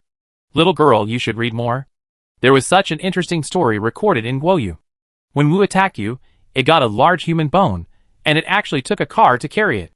The king of Wu sent an envoy to ask Confucius, the most knowledgeable, if he knew the origin of this bone. Confucius replied, when Daiyu convened many tribal leaders to hold a meeting on how to control the flood, a leader of the Fanfeng tribe was late and was killed. His body was dismembered, and his bones took a car to load. In other words, the Fanfeng tribe is the giant tribe. Wait, how come I have never heard of this history? In a battle, Fu Hao was cursed," Bai Shui said while looking at the owl urn. "When I heard the curse, I immediately became interested and asked him what was going on." Bai Shui explained that at that time, Wu Ding ruled the country in the Shang dynasty, and Fu Hao led the army in the military. The couple respected each other and loved each other, which made the whole country reach its heyday, which is what later historians called Wu Ding's revival. But such a beautiful scene was broken by one thing. That day, a dying border soldier was carried into the royal city. After reporting the war to Wu Ding, he stopped breathing forever. Wu Ding was furious because a country called Mumu in the north actually rebelled.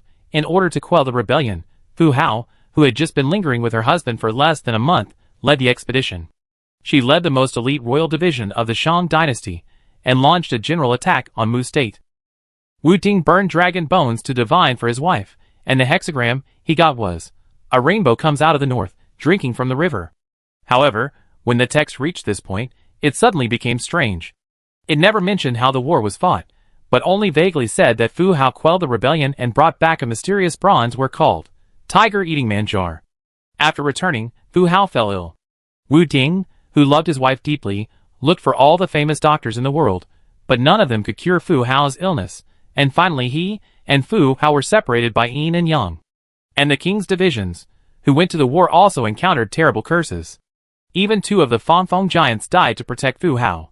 In order to commemorate them, Wu Ding made an exception and buried their bones here, which was the highest honor for the warriors of the Shang dynasty.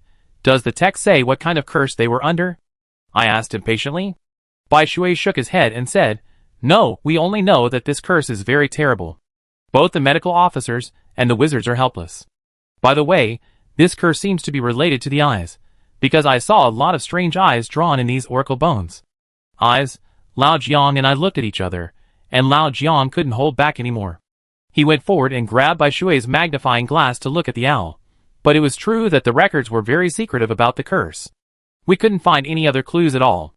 Bai Shui was still immersed in excitement at this moment, and didn't see our solemn expressions at all, but said to himself, "The phoenix pattern on the bronze tripod, and the giant Wei Tu in the burial pit seem to tell us that the real owner of this ruins is Fu Hao. Using an underground royal city to bury a woman, in addition to her own high status, it also requires her husband to love her very much, even love her more than himself." Throughout the Shang dynasty, the only person who could bear this honor was Fu Hao. Lao Jiang did not deny Bai Shui's words, but nodded and said, "The oracle bones we found at the beginning also recorded, there is a rainbow coming out of the north, drinking from the river. Now it seems that the tomb owner is almost certain to be Fu Hao." I pulled Lao Jiang's sleeve and reminded him to continue to help me find out about the curse. "Maybe Bai Shui knows it?" Lao Jiang glared at me and told me to be patient, then asked casually, "Then expert Bai, have you studied this country of Mu? This is the first time I have heard of this country."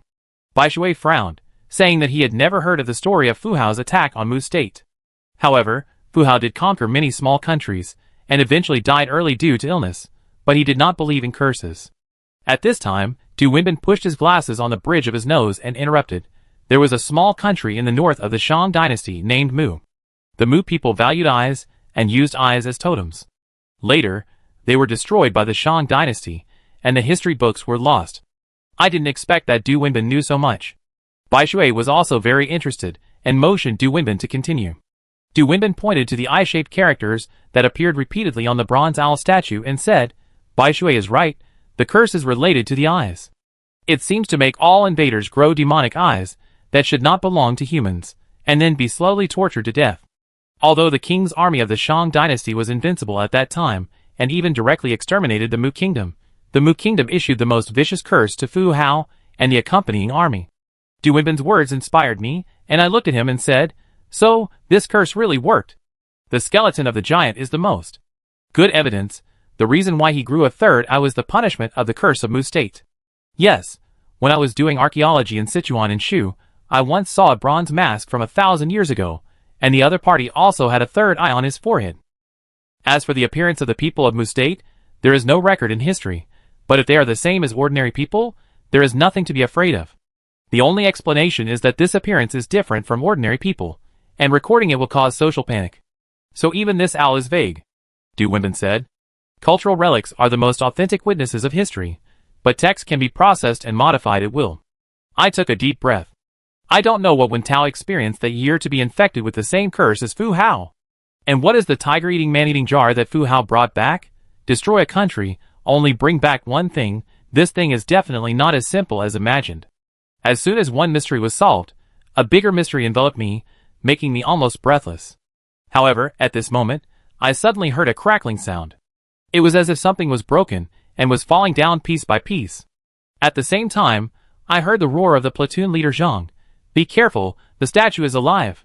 I saw the two giant statues next to us. The rusty bronze skin on their bodies was falling down little by little, revealing a pair of huge eyes, and these eyes blinked at me. Chapter 54. A pair of reddish-brown eyes slowly opened, emitting a faint light, and those eyes were about half the size of my head. Suddenly, I heard a cold voice in my ear. The bronze were opened its eyes to us. That was from Wen Tao's notes. At that time, I didn't know what it meant, but now I understand. A sharp roar came from the giant's throat, and the bronze skin that stuck to his body was shaken off, like a green rain. "What are you doing?" Lu Baoping was originally concentrating on accompanying Bai Shui to interpret the bronze owl urn, but now, the magnifying glass in his hand was contaminated by bronze debris, and he was a little angry. However, when he looked up and looked at the culprit, he was immediately frightened and his legs weakened. My God! Lu Baoping's face turned pale, and he stood there for a while, a little at a loss. At this moment, platoon leader Zhang showed the qualities of a professional soldier. He grabbed Lu Baoping's collar with one hand and Bai Shui with the other and ran. What are you still standing there for? Wait for this big guy to be your snack. No one expected that the giant in front of them would suddenly come back to life, and it was not just one. The other giant just sneezed loudly and chopped at us with a bronze axe. The bronze axe looked terrifying, and the wide axe on it emitted a flashing cold light. Fortunately, although everyone was frightened, they were still agile and rushed to a corner of the royal city like flying, avoiding the solid bronze axe. The more afraid I was, the more curious I was. I couldn't help but glance at the giant and found that after taking off the bronze rust all over his body size actually increased a few points. If it was only 2.5 meters before, it is now almost 3 meters tall. The tall and fat figure shows infinite power, and the erect muscles are all over the upper arms, like one solid iron lump after another. They did not move, but just bent down and chopped down gently. The huge bronze axe left a deep gully on the ground, and smashed the blue bricks into spider-web-like cracks. With a bang, even the whole royal city shook. I couldn't believe it. If this axe hit a person, how terrible it would be. I suddenly remembered a poem by an ancient person. In the past, there was a windproof 1 foot and 1 foot, sweeping away the enemy chiefs everywhere. We fled in the royal city like crazy. After we left the giant's attack range, the giant raised his neck, showing his long fangs, and let out a deafening roar. Woo woo! It seemed that 2 gusts of wind blew around, and the rotten stench drifted towards us, making us wonder if the 2 giants had swallowed hundreds of dead rats. The smell was so choking. Xiao asked Lao Jiang anxiously, Mr. Jiang, what on earth is that? How can the bronze statue come back to life? Lao Jiang replied with a straight face, if I'm not mistaken, it should be a living zombie. Didn't the Fanfeng tribe offer 4 giants to King Wuding of Shang at that time? 2 of them died of serious injuries, while trying to save Fu Hao, and were buried with him. The other 2 were made into living zombies, and sealed in bronze vessels, to guard the scene ruins forever. Living zombies? Xiao asked in amazement. But before Lao Jiang could explain, the rumbling sound behind us resounded through the earth. It turned out that in order to catch up with us, the 2 giants slowly raised their long legs, and then fell down. We ran so far, but we were caught up in just a few steps. In front of them, we were as small as ants. Their bodies were so heavy that they stomped on the ground like a runaway chariot, causing the ground to shake like a small earthquake. Platoon leader Zhang didn't want to sit and wait for death, so he grabbed the submachine gun in front of his chest and fired at the giant. There was only a burst of crackling sparks, but after the bullets hit the giant, they only left a few tiny holes, which had no effect on their movements, and even no blood flowed out. I shot through them, but nothing happened. Platoon leader Zhang found it difficult to understand, but Lao Jiang told him not to waste his time. Didn't I say it just now? They are zombies, made alive. To make a living zombie, the first thing you need is for the other party to be willing to die. Because they have to eat freshly squeezed corpse oil every day while they are still alive. They cannot drink water or eat, and they cannot touch any food from living people, so as to drive away the yang energy with corpse qi. The corpse oil is made from slaves alive, and these slaves suffer great pain, and will also have strong resentment. After eating this resentful corpse oil, not only will the organs of the other party slowly necrotize, but the person will also begin to fear the sun, and will also be affected by the resentment in the corpse oil, and become violent. At this time, they are no longer human nor ghost. At this time, the zombie master will inject various special drugs such as mercury, lime, and pepper into the body of the living dead little by little to keep his body from decaying. At the same time, he will also feed him a large amount of slave blood to cultivate his bloodthirstiness. After 49 days, a living zombie guarding the royal mausoleum was created. These 2 giants should have been created by that vicious method. At first, they were willing to guard the royal mausoleum forever, but after drinking corpse oil and the blood of their own kind, they have become zombies without humanity. Before Lao Jiang finished speaking, with a bang, a bronze axe chopped towards us. We rolled and crawled to avoid it, but a soldier had his head chopped off because he stood in front of the archaeological team members. Blood spittoons were everywhere, and the head with eyes open was thrown into the sky. Zhang, the platoon leader, was furious. Chameleon. I don't care if you are a human or a zombie. If you kill my brother, I will beat you into a sieve today. However, after firing a whole magazine, it only stopped the steps of a zombie. At this moment, the only soldiers protecting the archaeological team were Zhang, the platoon leader, and a soldier under his command named Panther. The leopard was a sharpshooter. He held a Zhongjin rifle in his hand, and kept looking for the right opportunity to shoot at the giant to cover us, but it was ineffective. I do it! Old Jiang shouted, picked up a rifle in the pool of blood, quickly half-crouched, and pulled the bolt to load the gun, aiming at the giant's head. A yellow shell was ejected, and the bullet shot out like an arrow. Although the giant's body was huge, its movements were also slow and sluggish. Although it raised its palm to block, the bullet had already hit the giant's reddish-brown eyeball accurately. A flash of fire flashed, and the giant's eyeball was blown up. He roared and fell to the ground with a bang. "Aim at the eyes," said Lao Jiang calmly. At this moment, he held a gun and had a strong aura that no one else could do better than him. Platoon leader Zhang couldn't help but admire. Good shooting skills. After that, he followed the sniper with the panther. However, our pride did not last long, because the giant stood up again and moved his hand covering his face. Except for the black hole left in one blind eye, there seemed to be no fatal injury. However, he was completely enraged by Lao Jiang, and beat his chest with both hands frantically, and then attacked us. My God, this thing can't be killed? Platoon leader Zhang's eyes widened. We all looked at Lao Jiang, but saw that Lao Jiang had already dropped his gun. Kyrie cursed. These two things have been underground for thousands of years, older than my ancestors. I can't do anything about it. Let's run away. When running for his life, platoon leader Zhang wanted to use grenades to delay the giants, but Lao Jiang told him not to blow up the royal city. Our legs were almost broken from running, because although the two giants moved slowly, their steps were equivalent to several of ours. They would never get tired, but we were already panting and panting. Originally, we could still circle around the burial pit. The giants held bronze axes and chopped down with an axe, and a burst of soil and rocks flew. Several houses were chopped into pieces by them. We had already reached the city wall, and if we ran any further, we would have to return to the moat. I don't know what went wrong with Lao Jiang. He suddenly changed direction and led us to rush back and forth. The two giants were like two rampaging killers, teasing us prey. Everyone's physical strength gradually ran out, especially Lu Baoping, who had broken his bone before, and he even shouted that his arm was almost broken. At the critical moment, platoon leader Zhang could only carry Lu Baoping and walk away. However, the speed of carrying a load is limited. In an instant, a sharp cold light swung towards them. It was a giant who had caught up and vowed to kill all the prey that provoked him. At this critical moment, the leopard next to him suddenly used all his strength to push them out. But he was completely exposed to the huge axe. Crack!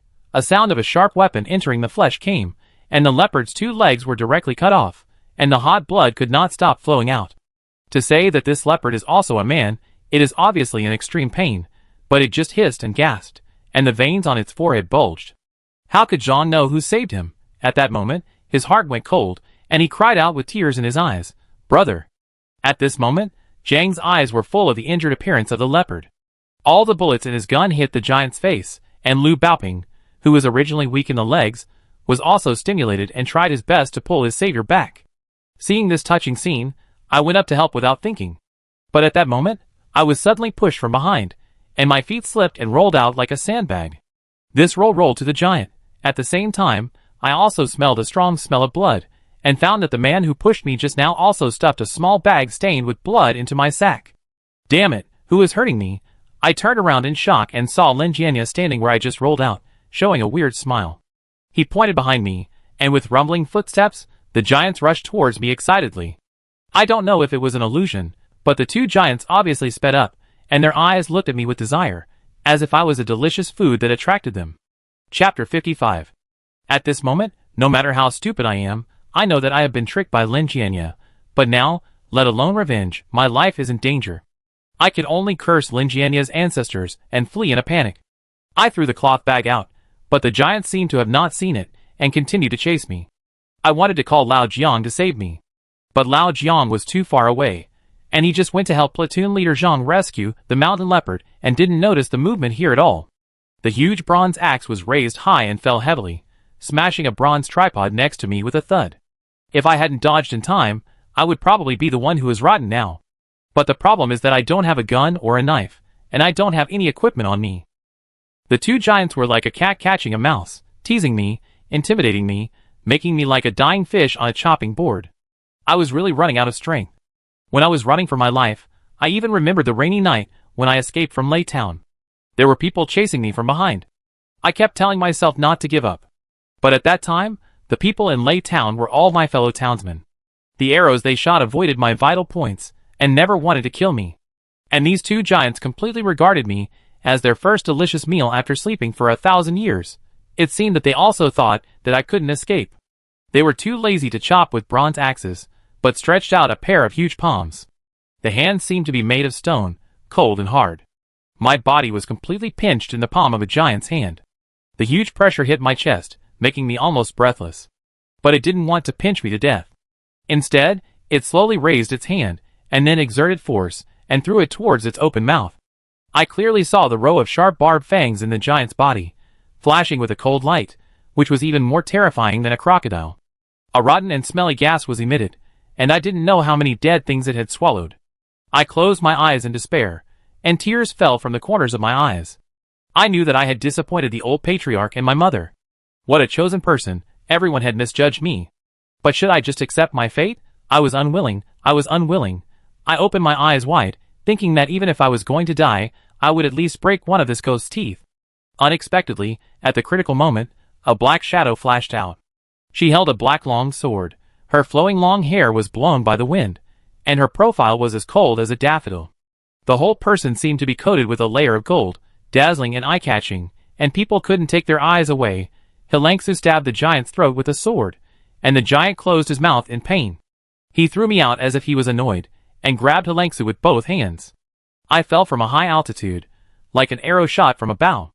I just don't know if I will get internal injuries after falling a few meters. At the critical moment, Lao Jiang finally turned back and used his qigong to catch me firmly. After Lao Jiang successfully landed me, he breathed a sigh of relief and said, "Fortunately, I was one step faster, otherwise I would have to look for a new apprentice. This guy obviously cares about me, but every time he says something more and more annoying." I asked Lao Jiang if he wanted to help Hilangsu. At this moment, the two giants entangled Hilangsu. Hilangsu slashed at the giant's chest with a sword. After a dazzling sword light, it only left a few scratches on the bronze armor, and could not hurt the giant's body at all. The giant picked up the bronze axe and attacked Hilangsu. Hilangsu dodged the attack with a willow-like gesture, but the giant almost hit the other giant. She knew that the giants were slow to move, and wanted to use her flexible body to provoke the two giants to kill each other. But although the two giants were made into zombies, they still retained some of their consciousness before they died.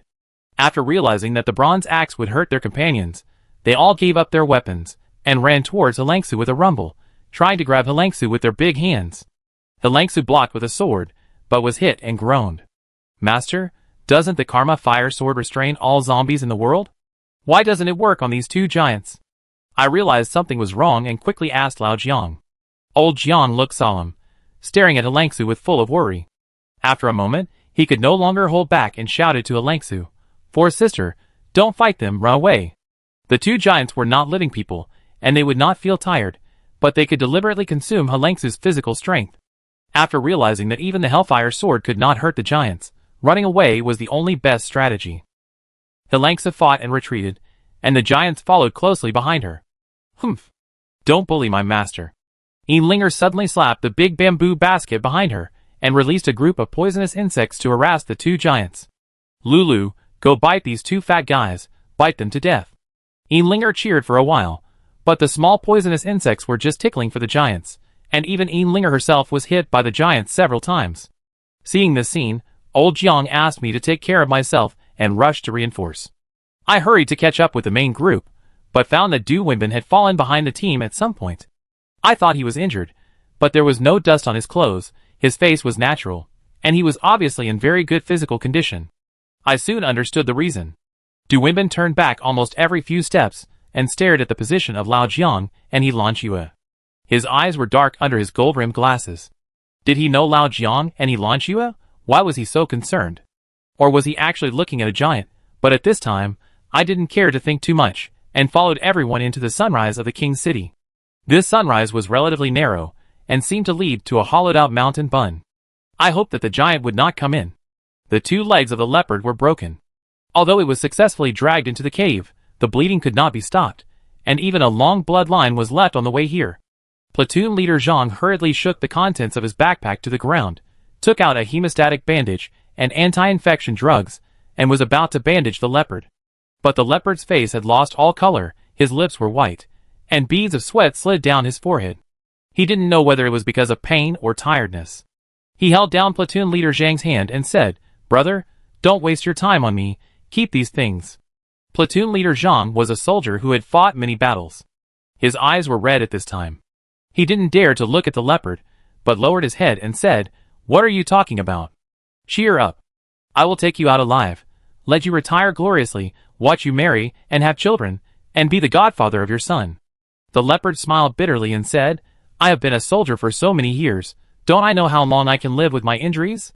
Don't forget what the superiors gave us this time. Protect the Inshu archaeological team. Even if we are wiped out, we can't lose an expert. They are all the hope of the nation."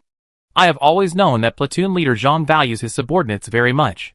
He regards them as brothers who have been through thick and thin together. Only the mission can help him regain his sanity. Platoon leader Zhang suppressed his grief and said, "What do you want me to do? You are my brother, my brother." He knew that it was the duty of a soldier to obey orders, but he could not just leave his brothers behind. The leopard held platoon leader Zhang's hand and said, I understand everything, and I hope you can understand me once." Platoon leader Zhang looked up in astonishment at the leopard's words, and I, who was watching from the side, also had a sense of foreboding. Could it be that he wanted to? Soldiers should die in the frontier. Why should they be wrapped in horsehide?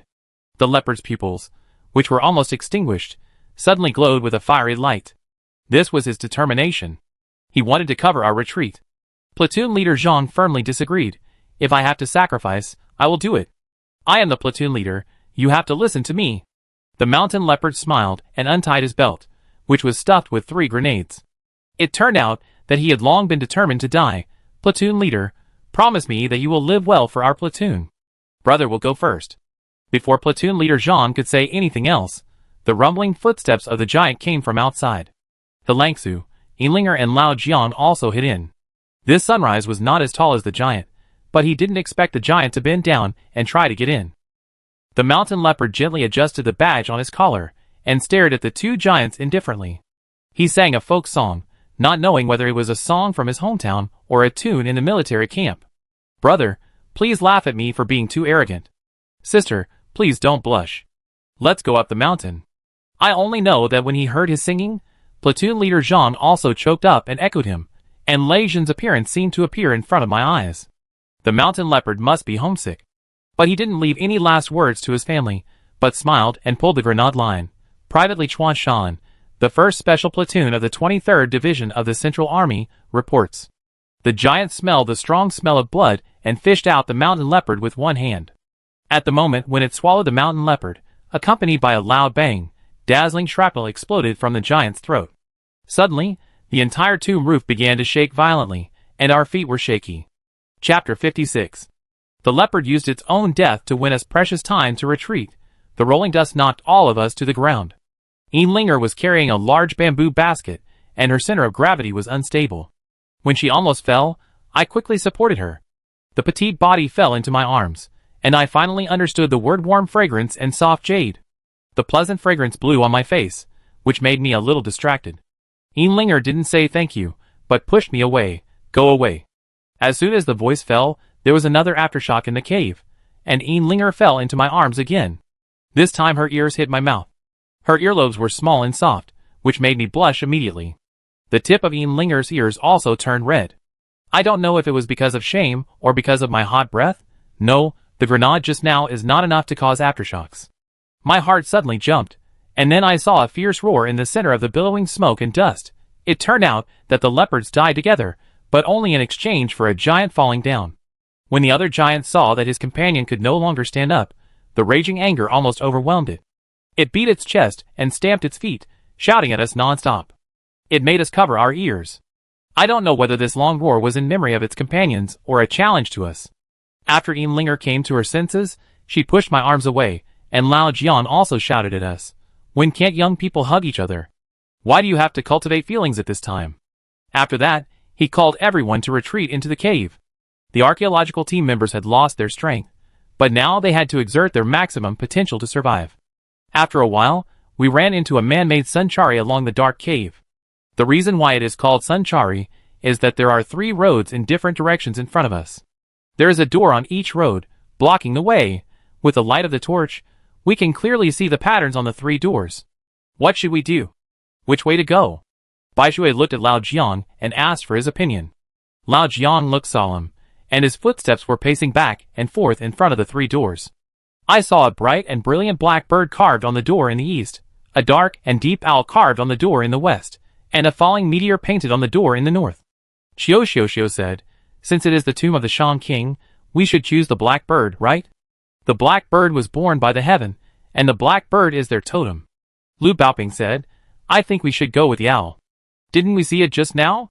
The giant is stepping on a bronze owl. The owl can communicate with ghosts and gods and drive away diseases for Fu Hao. I think the owl should lead to the main tomb." The 2 looked at Lao Jiang in unison, hoping that Lao Jiang would stand on their side. But Lao Jiang narrowed his eyes, and his big eyeballs slid down from his forehead. It seemed that he couldn't make up his mind. At this time, Du Wenbin pushed his gold-rimmed glasses and said, "Look. There are strange characters on the tomb door. It would be great if we could read the characters above. Unfortunately, I am not very knowledgeable and can't read any of them." We subconsciously looked at the history expert Bai Shui, who also looked frustrated. If it was a character I have learned, maybe I could help, but the problem is that I have never heard of or seen this character before. This is the extinction text. After seeing the eerie and twisted radicals, Lao Jiang and I started talking almost at the same time. Lin Jianya, who had been silent in the team, finally popped his head out. "Extinction text? Mr. Jiang can understand it a little bit. Isn't it said that the notes left by Wen Tao are written in extinction text? Or do we need to explore the way to inspire inspiration and understand extinction text?" This statement is clearly to sow discord, implying that Lao Jiang clearly understands extinction text but doesn't say it, just to let the living die. It would have been better if Lin Jianya didn't stand up. When I saw him, I immediately remembered the grudge of the push just now, so I pointed at his nose and cursed. "Who the hell are you? You have been trying to sow discord again, and just now you wanted to kill me." Lin Jianya showed a surprised expression, and asked me if I had misunderstood something. I made the matter of being pushed to the giant public in front of everyone, but Lin Jianya denied it, and said that he didn't push me at all, let alone laugh weirdly. "I saw it clearly just now. You really want to harm Jinglan." At this time, Helangsu said coldly. One of her hands was already on the hilt of the sword, but Lin Jianya still did not admit it. Instead, he pointed at Lao Jiang and Helangsu with some grievance and said, You, and that boy, that little girl, you are all the same kind of people. You want to team up to frame me. I naturally can't defend myself for 100 days. But I am a scholar. I have the character of a scholar. If it's not me, I will never admit it even if I die. Don't you just need someone to explore the way? Okay, I do it. If I go in and die, then you can take another way. Lin Jianya said righteously. Bai Shui, you will take over the rest of the route. Remember, Yinshu belongs to the Chinese nation. We must not let some villains take away any national treasure under our noses. Lin Jianya's words mocked us in both explicit and implicit ways, and then he headed towards the door of Suanio without looking back. As a result, before he could push open the tomb door, he was pulled back by Bai Shui and Lu Baoping. Xiao also persuaded, Captain Lin, there must be some misunderstanding. You and I have worked together for so many years, and I believe in your character. Mr. Jiang is our benefactor, and will not harm us. Maybe Jing'an was dazzled and saw it wrong at the time. Lin Jianya continued to pretend to agree, and in an instant, everyone's unfriendly eyes were pointed at me. I almost vomited. Unexpectedly, Lao Jiang was not angry. Instead, he stepped forward and patted Lin Jianya on the shoulder. Captain Lin, my apprentice is good in every way, but he likes to lie since he was a child. I apologize to you on his behalf. This scene surprised me so much that my eyes widened like copper bells. What was Lao Jiang up to? Why did he use me as cannon fodder again, Master Yu? Lao Jiang angrily said, Shut up, haven't you made enough trouble along the way? At this moment, I felt so wrong that I couldn't say anything more. Even Lu Baoping and Bai Shui began to point fingers at me. This little brother is so young and handsome. How can he be like this? If he wasn't good at talking and lying, how could he hug the little girl who was traveling with him? Lu Baoping sneered. Only he Lanchua looked at Lao Jiang with a look of watching a play. However, when everyone's eyes were focused on me, Lao Jiang suddenly made a move and touched Lin Jianya's face with lightning speed. It turned out that Lao Jiang had been planning this all along. Let's see your true face. But the smile on Lao Jiang's face only lasted for a second, because he found that Lin Jianya's face was not torn off at all. Strange. He said strange twice in a row, and Lin Jianya took a step back, holding his chin in pain and said, Hiss, Mr. Jiang, do you suspect that I am a fake? This made Lao Jiang feel awkward. He looked at me, then at Lin Jianya, and smiled awkwardly. Just a joke. Lu Baoping and several archaeological experts thought that Lao Jiang should apologize to Lin Jianya for his offensive behavior just now, which clearly meant that there was a spy in the archaeological team. This kind of suspicion cannot appear in a team. It will not only hurt people's hearts, but also disperse people's hearts. I wanted to step forward to speak for Lao Jiang, but at this moment, I suddenly heard a whispering sound in my ear, as if countless little ghosts were talking to my ears. This feeling also appeared in the Lasian ancestral hall. I glanced at the 3 tomb doors, but was attracted by the tomb door with a meteor. At that moment, I actually understood the inscription on it. There is a rainbow coming out of the north, drinking from a chuan. And this sentence just corresponds to the crucial Oracle Bone script that Lao Jiang had deciphered. The Oracle Bone script was read. I didn't understand what it meant at the beginning, but I didn't expect it to appear in Yinshu. Lu Baoping made a fuss and asked us to admit our mistakes. I was too lazy to pay attention. Instead, I borrowed a compass from Lao Jiang and found that the direction of due north just corresponded to the door with the meteor. I couldn't help but be overjoyed. Master, I know, go north. Unexpectedly, as soon as this was said, the archaeological team members laughed. Little liar, we rejected that door first. A falling meteor has no special meaning at all. Lao Jiang didn't hit me, but looked at me seriously. Jinglan, are you sure? His eyes reflected my face, which was the taste of trust. I'm sure I bet on the fate of Lake Town. I nodded heavily. Old Jiang said, okay, let's go through this door. Old Jiang almost didn't hesitate, and pushed open the unlocked door, and walked forward. He Lanchua also followed with me and Yin Linger. We didn't force the archaeological team members, but let them make their own decisions. But with the rumbling sound of digging outside, I knew that the remaining giant was about to rush in, and they didn't have much time to consider. Chapter 57. Behind the door is a huge underground space, even wider than the cenote we just came down from. I couldn't help but sigh. This Yin ruins is really thousands of miles long and deep, beyond the imagination of ordinary people, but after a while, Lin Jianya and the others followed in. Yin Linger couldn't help but laugh and said, didn't you say we took the wrong road? Why are you still following us? Lin Jianya was too smart to respond, and Xiao Xiao comforted him. We have been in and out together all the way, of course we can't separate. Besides, I trust Mr. Zhang's ability. As a member of the archaeological experts, Xiao Xiao attaches more importance to the interests of the archaeological team, but her admiration and trust for Lao Jiang are also real. Platoon leader Zhang was still in the grief of losing his comrades, and he didn't say anything. Suddenly, Lao Jiang seemed to sense something. He closed his eyes, moved his ears, and seemed to be listening carefully to the sounds nearby. After a while, Lao Jiang showed a happy expression. There is wind, there is a way out ahead. Because there is wind blowing, it means this place is not a confined space, and the door I chose is right. Everyone's opinion of me has changed, and Bai Shui is not stingy with my appreciation. Young man, very good, what is the basis for you to choose this door? Just guessed it. Yin Linger couldn't stand the compliments from others on me, and pursed her lips and hummed. I didn't get angry with Yin Linger, but I thought she looked the best even at this time. After walking for about a few minutes, the front began to become more open, but Yin Linger suddenly looked solemn and looked behind her. He Lanchua asked her what was wrong. The big bamboo basket behind Yin Linger was shaking quietly, and there was a buzzing sound of insects inside, as if they had sensed the danger. Be good, don't be afraid. Yin Linger patted the bamboo basket and sang a low ballad, and the big bamboo basket gradually calmed down. Yin Linger said to Lanchua, Master, the things in front are very scary. Even Lulu and Mau Mau were scared. Lin Jianya found the right time and deliberately said, be careful, once you encounter something in this tomb, it will be fatal. This is clearly a knife to stab platoon leader Zhang in the heart. All his subordinates died along the way, and now he is the only commander left. In addition, there is another meaning, that is, Lin Jianya is hinting to everyone that the road I chose may not be the right one. Although it can be walked, it is also full of murderous intentions. Xiao is considerate and whispered, it's a good thing that it can be walked, otherwise it will be eaten by the giant if it is stuck in the cave. Even now, we can still hear the giants panting and the sound of stones hitting. It seems that even now, it has not given up chasing us and still wants to kill all of us invaders.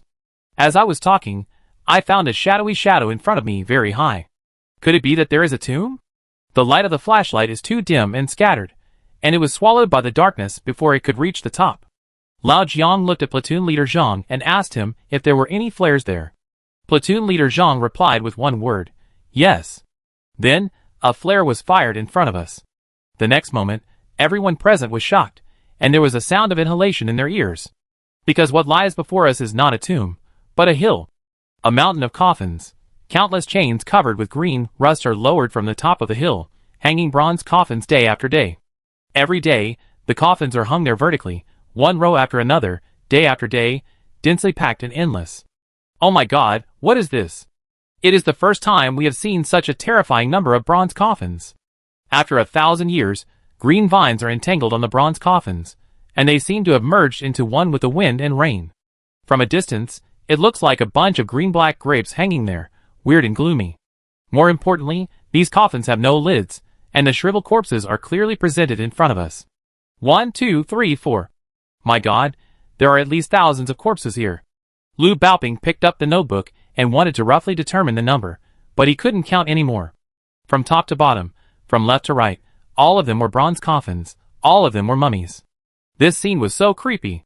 It was as if there was a waterfall made of coffins hanging in front of us. It even reminded me of an ancient poem that was not very appropriate. The waterfall falls straight down 3,000 feet, and it seems that it is the Milky Way falling from the sky. Everyone couldn't help but look at Lao Jiang, but Lao Jiang also showed a trace of fear. This was the first time I saw Lao Jiang afraid. But in front of Helangsu, Lao Jiang still said, "Don't be afraid, for sister, I'm here." Helangsu ignored him, but Yinlinger shrugged proudly. "You are kidding, how could my master be afraid?" Lao Jiang never forgot to bring me along. He was going to check the coffin at the bottom to find clues, and asked me to follow him.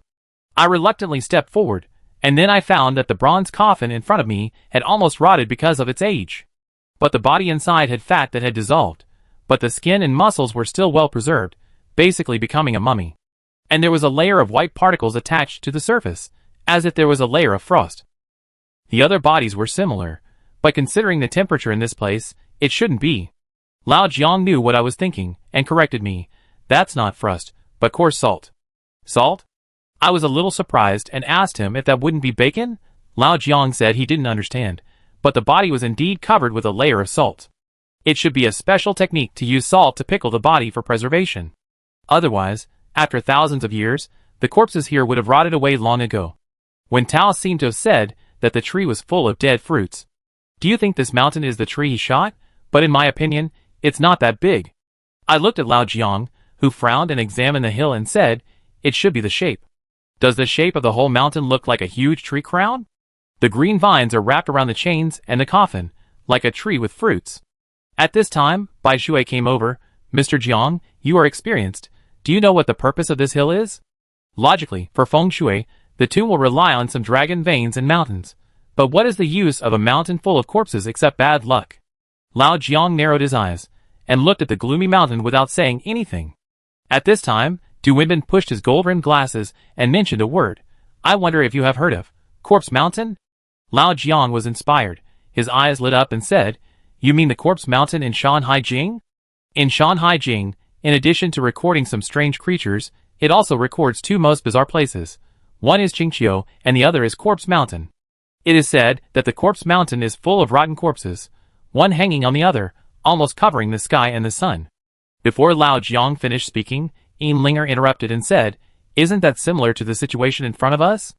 Lao Jiang asked Yinlinger not to worry and listened to him continue. Over time, the corpses on the surface of the mountain have rotted and turned into corpse water, and the corpses close to the ground have begun to take root and sprout after absorbing enough corpse water, and have grown into a forest of corpse trees. Although these corpse trees grow human organs and flesh, they are incomplete, and have become a kind of plant, relying on absorbing the essence of the sun and the moon. I had an idea. Could the tree that Wen Tao was referring to be this strange plant? Old Jiang nodded approvingly, indicating that this was possible, and continued, "In fact, the mountain of corpses is not scary, but the plant is called gluttony. Just by listening to its name, you can tell that it eats everything. Although gluttony is a plant that grows from corpses, it is too dead and belongs to the underworld, not the human world. After staying in the human world for a long time, it will produce a toxin. This toxin forces it to take other things, such as humans, livestock, poultry, flowers and plants. It will eat anything that is edible and is life, and it will do everything to take away the other party's vitality." At this point, old Jiang swallowed his water. "Anyway, just in case, Let's leave this place as soon as possible. As soon as the voice fell, accompanied by a burst of sand and gravel falling, a loud rumble like an earthquake, a huge body appeared in front of us. The ground here is not made of blue bricks, but rather soft soil. The thing took heavy steps, and when it stepped down, it left a big footprint. The giant is chasing us. The people in the team shouted. In order to kill us intruders, it actually shrank its body and dug into the pit while digging the soil with its big hands, and chased us all the way to the Coffin Mountain. We dared not talk about the Corpse Mountain anymore, and could only run forward desperately. However, at this moment, someone in the team suddenly shouted, "Look, why is the mountain red?" Looking in the direction of his finger, the Coffin Mountain, which had just covered the sky and the sun, and was full of ghostly aura, now seemed to spit out red tongues, changing the color of the entire mountain. Those red tongues twitched rapidly, with gorgeous colors and full of bloodthirsty taste. Lao Jiang shouted, "Greedy. There is actually a greedy on the mountain, and it has bloomed." Chapter 58. Flowering? I didn't quite understand what Lao Jiang meant. Lao Jiang shouted at the top of his lungs, "Don't you see those red tongues? Those are the flowers of the glutton." The overwhelming red flowers spread across the entire mountain at an incredible speed, as if boiling magma was pouring down, which was chilling. What was even more horrifying was what Lao Jiang said. Lao Jiang told us, the glutton usually doesn't bloom, because it needs too much nutrients. After eating up a mountain, it will die without food. Or there are 2 or more gluttons growing on a mountain of corpses, and gluttons have no concept of tribes. In order to compete for nutrients, they often kill each other, and the winner will eat the defeated one. But the gluttons that eat their own kind will wither because they suddenly ingest a large amount of toxins from their own kind. Many gluttons will never see a flower bloom in their lifetime, because blooming means success. Cooked. After it blooms, gluttony will feed on meat, and 1 small flower will bloom for every 10 living creatures it eats. I stared at the bright red hill in amazement, wondering, there are so many densely packed flowers that it is impossible to count them all. How many living people and animals has this ghost thing eaten? Or was it that the person in the bronze coffin was originally alive, and then was sucked away by gluttony bit by bit? What about the salt on the corpse? Before I could think about it further, the giant was almost in front of us. He held the bronze axe and chopped it down hard, venting his anger. However, the axe did not hit anyone, but we dodged it flexibly. The giant wanted to chase him, but at this moment, countless roots suddenly stretched out from the bronze coffin. They were like silk threads that could extend infinitely, gushing out at the giant at a flying speed.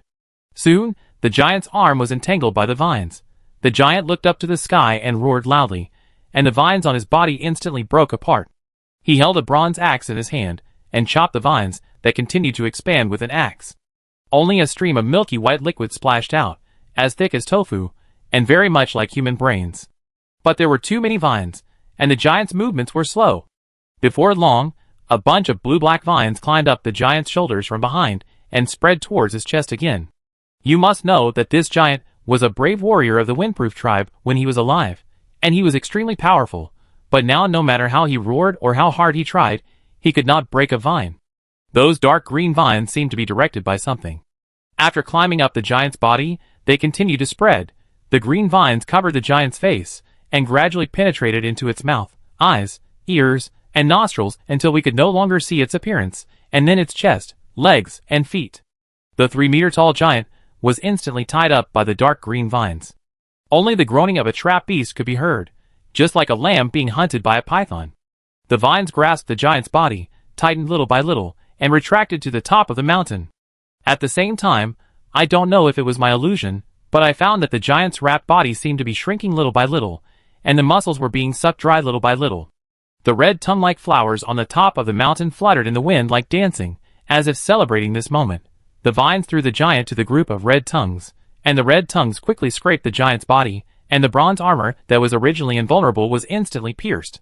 The giant's body was also shrinking at a very fast speed, but the red tongues did not completely eat it, but threw it down the mountain. At that moment, we discovered an even more terrifying scene. A huge blood-red demon flower slowly emerged from under the cliff, and it woke up the moment it smelled the giant. It spread its 5 petals, revealing the extremely sharp fangs inside, like a scimitar for cutting meat, and swallowed the giant in one day. The demon flower was 3 or 4 meters high, bright and juicy, making people tremble.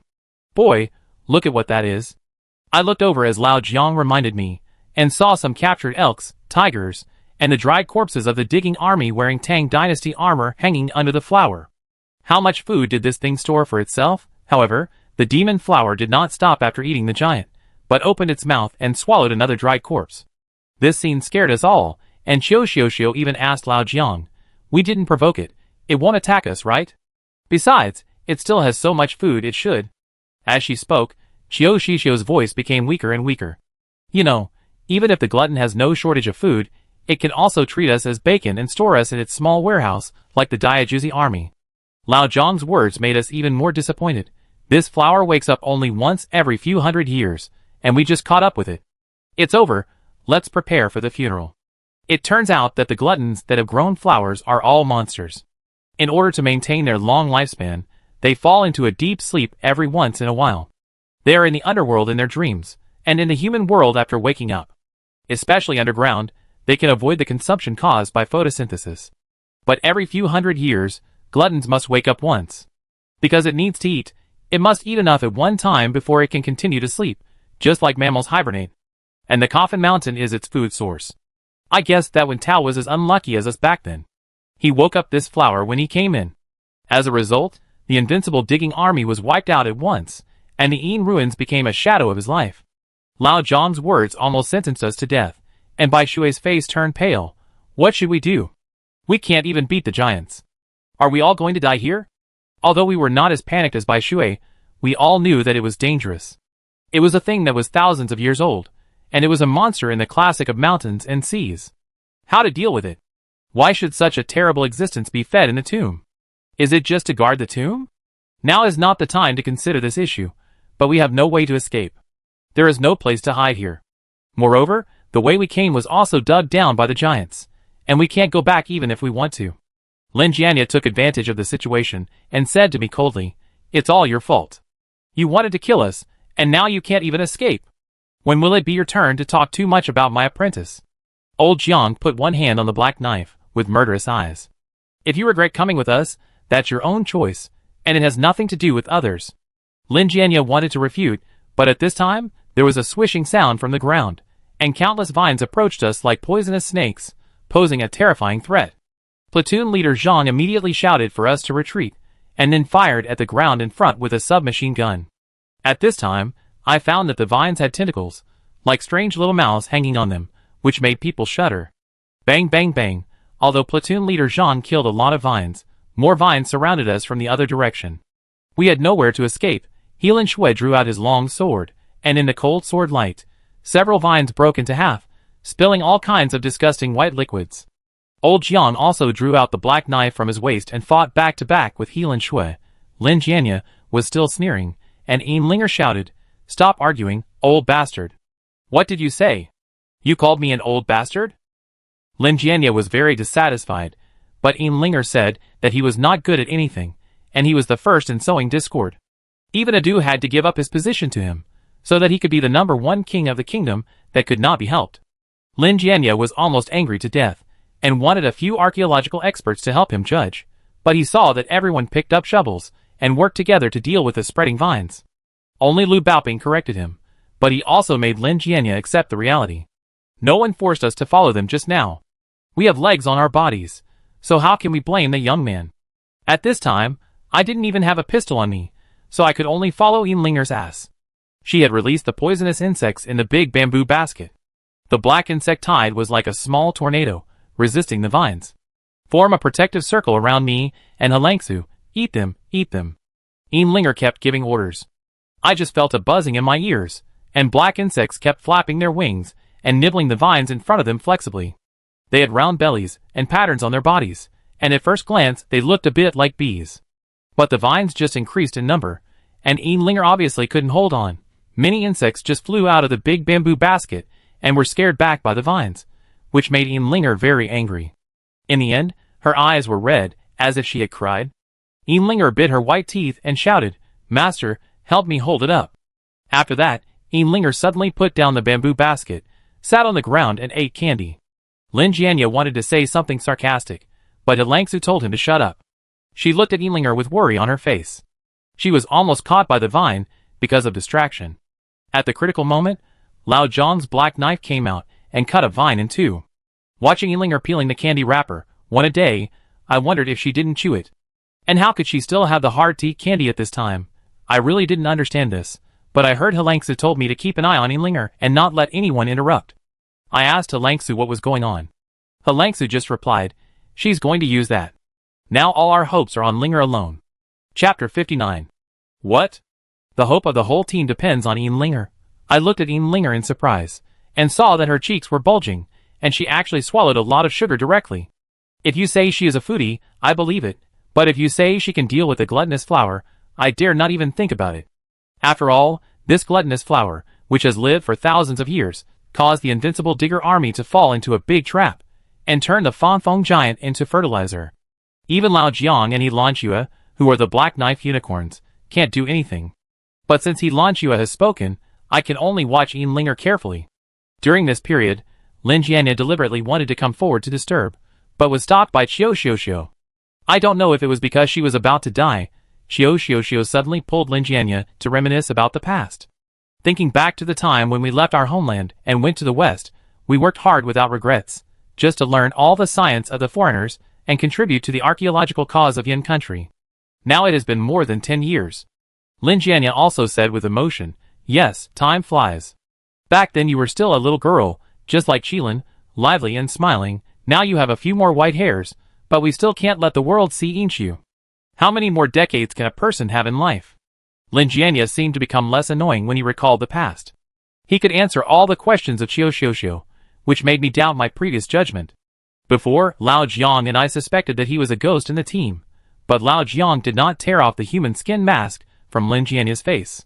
Could it be that Lin Jianya's identity was fine, but he felt that we challenged his authority, so he targeted us everywhere? After all, Lin Jianya never attacked the archaeological team. But this made me feel hard to accept. After all, only if we were there, the archaeological team could leave Yinqiu alive.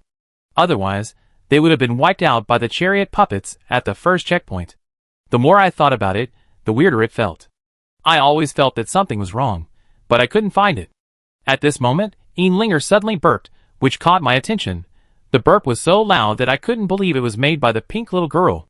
Even a 300-pound man wouldn't be so rough, right? However, before I could open my mouth, I saw Yinlinger's eyes suddenly roll back. As if she was possessed, she stretched her neck to look at the top of the tomb, and then opened her mouth. A golden silkworm spit out from her mouth, and the silkworm grew wings visibly with the naked eye, and grew up little by little. In just a blink of an eye, it became the size of a fist and fell on Yinlinger's shoulder. At this time, Yinlinger suddenly retracted her chin and stared straight ahead coldly. I don't know if it was my illusion, but I always felt that she was different now. I was a little worried and couldn't help but step forward, but when I looked at Yinlinger, I was frightened and took 3 steps back. Her eyes were actually double pupils. There were 2 eyeballs in each eye socket, just like a monster, but because she was very beautiful, she gave birth to a kind of enchanting bewitching. Yinlinger was no longer as lively as before. She slowly stood up, and the whole person exuded a kind of demonic nature. Lu Baoping beside her was stunned and murmured, "Golden silkworm goo, it's actually golden silkworm goo." Yinlinger took 1 step forward, and as she approached the direction of Helangsu, the vines there seemed to sense something, and actually switched from attack to defense, and retreated back. Looking at them lying on the ground, I suddenly thought of the Gu King who ruled the 100,000 mountains of Mujiang. In the face of absolute power, everything must surrender. Lao Jiang asked Helangsu, "Is Linger okay like this?" Helangsu looked at Yinlinger worriedly, saying that this was the first time she saw Yinlinger sacrifice the golden silkworm goo. But this was the only way out. Lu Baoping, an animal and plant expert, seemed very interested in the goo worms. He quickly asked Helangsu about Yinlinger's identity, and said that the golden silkworm goo was not a legendary thing. How could it be owned by a little girl? And I took the opportunity to ask. Lao Jiang said before that Linger would definitely become a Black Knife Qilin in the future. Is this her special thing? After all, Qilin does not accept useless people. Lao Jiang smiled bitterly and said, "Look at her now. Who at our team can beat her?" Helangsu told me, actually, Linger is the daughter of Shirwan Mountain. There is a place with undulating mountains in Mujiang. Because there are mountains outside the mountains, it is called Shirwan Mountain. Lu Baoping suddenly interrupted, "The Shirwan Mountain you are talking about, is it the place known as 100,000 mountains, and you can't return once you enter the forest? But isn't that a death-restricted area?" Helangsu shook her head at Lu Baoping's ignorance. In the eyes of outsiders, it is a death-restricted area where people are eaten without spitting out bones, but in the eyes of the Miao people, it is their poison, my candied fruit. There are countless kinds of primitive poisonous insects growing in Shirwan Mountain. Anyone who steps into it will die, but the Miao people have a rule passed down from generation to generation. Whether it is black Miao or white Miao, they must go into the mountains to find a poisonous insect to sign a contract before the age of 16, otherwise they will be expelled from home. This is only a requirement for ordinary Miao people. If they are the children of elders or clan leaders, they must go into the mountains to look for goo before the age of 5, because the earlier the time, the stronger their ability will be in the future. And the first goo planted in their bodies is the natal goo, which is also the strongest goo in the Miao people's life. Linger entered the Shirwan Mountains the year she was born, and her natal goo is the most powerful golden silkworm among the goo. The golden silkworm goo extracts the poison of the Shirwan Mountains. On the day it is born, the grass and trees wither, and the goo bow their heads. The gluttonous flower grows for thousands of years, and the only thing that can threaten it is probably the poison of the golden silkworm. This is why Helangsu said that Linger is the hope of the whole team. But I don't know why, after listening to Helangsu's words, I suddenly felt a sour feeling in my heart. That innocent and arrogant girl, I always thought she was the center of all love, but I didn't expect that she would have to plant goo as soon as she was born. Wouldn't this be too cruel? Isn't her mother afraid that she would be poisoned to death? I said what I was thinking, but I didn't expect Helangsu to sigh deeply. Linger is the 9th child in the family, and the previous ones all died young. The so-called death in early childhood probably means that they were poisoned by the goo worm at birth. Linger is the toughest one, and will become the strongest one. This is the same as the method of the Miao people to make goo. Only the most poisonous and strongest one can survive. But if Linger is a natural goo master, why would Miaojiang let her out? It should be kept for their own use. I looked at Helangsu in confusion, and before I could say anything, at this time, along with the blood-red demon flower digesting the giant, the green-black vines that were originally lying on the ground rushed up again. The swishing vines twisted like poisonous snakes and attacked us. The provoked Linger smiled grimly and shook the bells in her hands, saying tenderly, "You are looking for death." Her eyes were still like a double-pupiled demon, and the golden silkworm lying on her shoulder emitted a golden light, which also coated Linger with a layer of golden body, as if the Buddha's light was shining. She slowly walked towards the green vines. As she walked, the attacking vines seemed to encounter natural enemies, scrambling to retreat, making a crackling sound. Seeing this scene, Linger smiled and said, "I told you to bully me just now." I saw her legs suddenly digging the ground, carrying a huge bamboo basket on her back, and the whole person began to bend over and sprint at an incredible speed, and soon came to the left front of the demon flower. Oh my god, is Linger going to die? My eyes almost popped out, but I saw Linger was not in a hurry. The bells on her hands were getting louder and louder, and she hummed an ancient ballad. Poisonous snakes, eels, red centipedes, toads, and scorpions are packed together, big green caterpillars are placed in the palm, and mantises have to wait until the Dragon Boat Festival. The most poisonous thing is the golden silkworm, which is invisible and colorless and difficult to guard against. Poisoning is like being bitten by thousands of insects. Sister, you can't escape death. Suddenly, a black tide of insects poured out of the bamboo basket. I don't know if I saw it wrong, or if they can reproduce in the air. I saw that after the group of insects left the bamboo basket, more and more seemed to be able to split into clones. Countless green vines surrounded the front of the demon flower, trying to intercept the tide of insects, but Linger smiled triumphantly. It turns out that all of her attacks were just feints, and the real attack was actually the golden silkworm. The golden silkworm had been hiding in the black insect swarm, and suddenly separated from the main group after approaching the demon flower, quietly went behind the demon flower, and lay on its fat petals to start sucking. Chapter 60. The place where the golden silkworm supped turned into a dark place visible to the naked eye.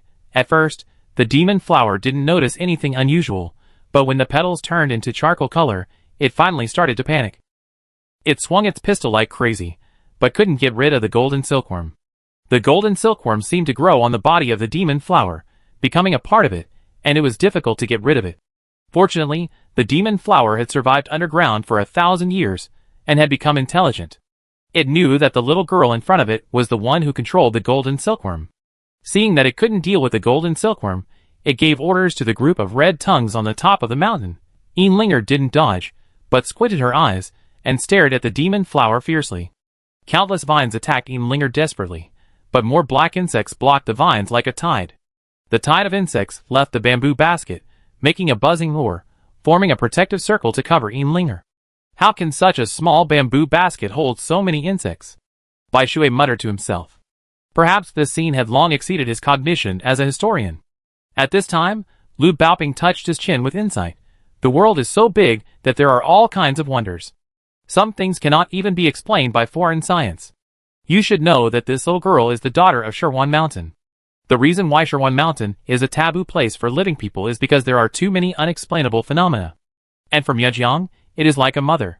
I have heard that there are Miao people who feed goo with their bodies. The Goo King is full of insects all over his body. As long as he flicks his sleeves, he can command thousands of goo insects to attack. Some poisonous insects are not even afraid of fire or water. Once they encounter a living thing, they will bite it, regardless of human or animal, demon or evil, and only obey the orders of the master. When the master orders it to move forward, the poisonous insect will move forward. When the master orders it to retreat, the insect tide will fight to the death to cover the rear. One life for one master protects one life. Looking at the black insect tide that covered the sky and the sun, everyone was moved and shocked. Just then, I suddenly heard a sneer, turned my head, and saw Du Wenbin staring at Linger without blinking. The daughter of Shirwan Dashan, interesting, he said to himself. At that moment, I seemed to see a hint of jealousy. Out of concern for Linger, I stepped forward and asked, Expert Du, what is your connection with Shirwan Dashan? Do you know Linger? Du Wenbin finally took his eyes back, looked me up and down and said, Nothing, I just think that you Qilin are really hidden dragons and crouching tigers, a little beyond my imagination. What do you think, a descendant of Wen Tao? Hearing this, I couldn't help but feel cold in my heart, and subconsciously took a step back. How did this Du Wenbin know that I was a descendant of Wen Tao? I never mentioned it. As a result, seeing my appearance, Du Wenbin laughed. It's just a joke, why are you scared? If your name was not Li Jinglan, I really thought you were related to Wen Tao. Oh no, Wen Tao seems to have been given the surname Li by the king of Tang?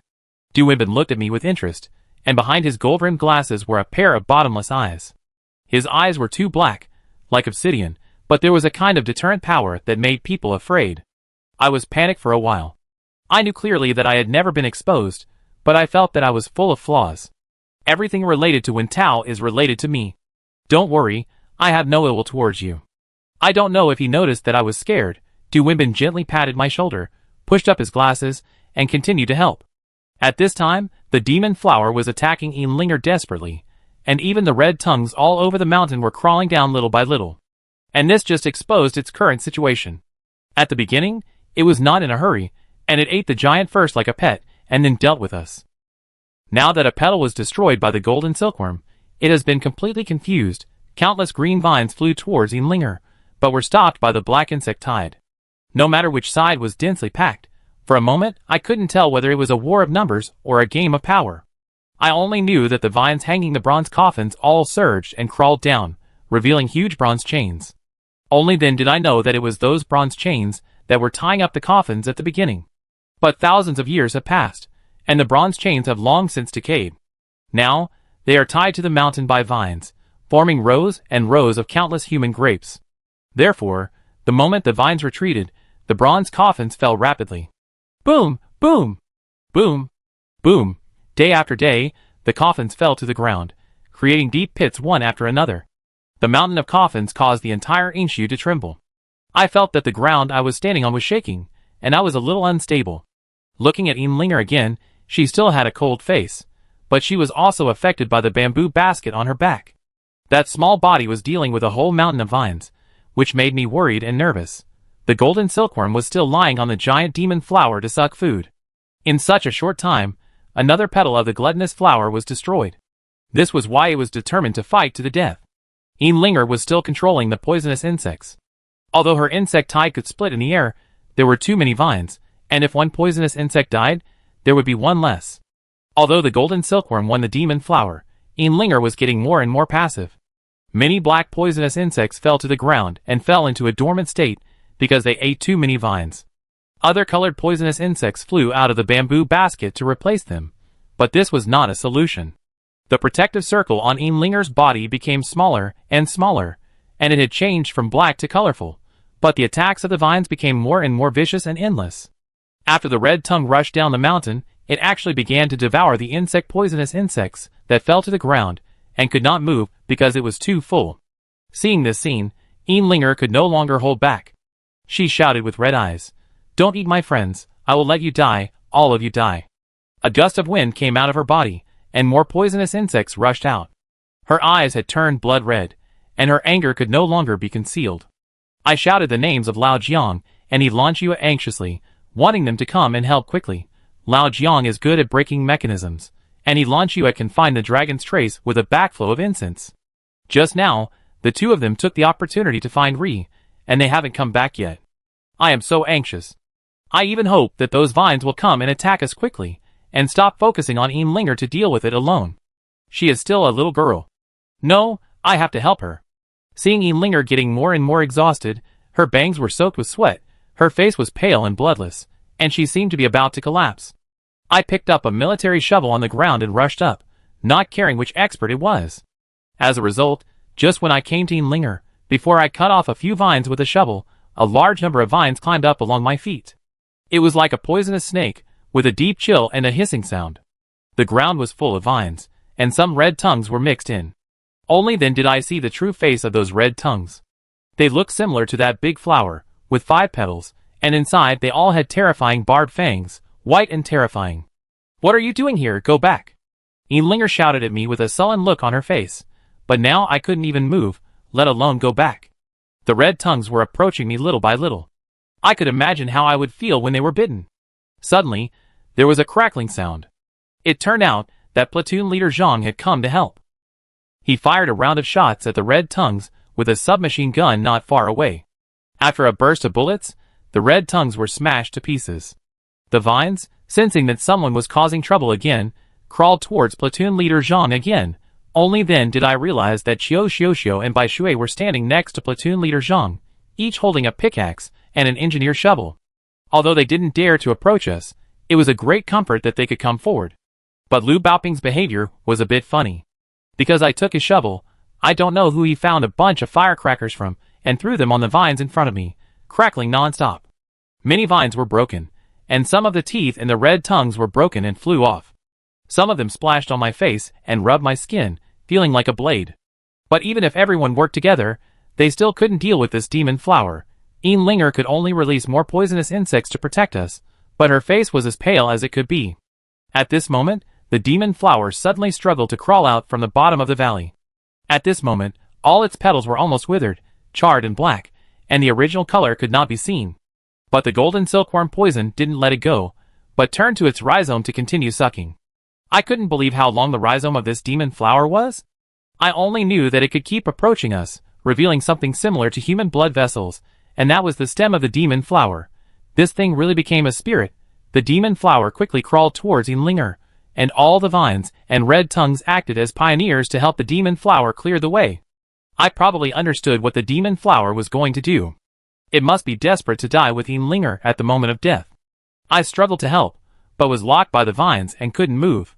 Vines climbed up my chest and wrapped around my neck, almost strangling me to the point of suffocation, and my face was soon occupied by the damp and dark touch, and my eyes gradually became almost blind.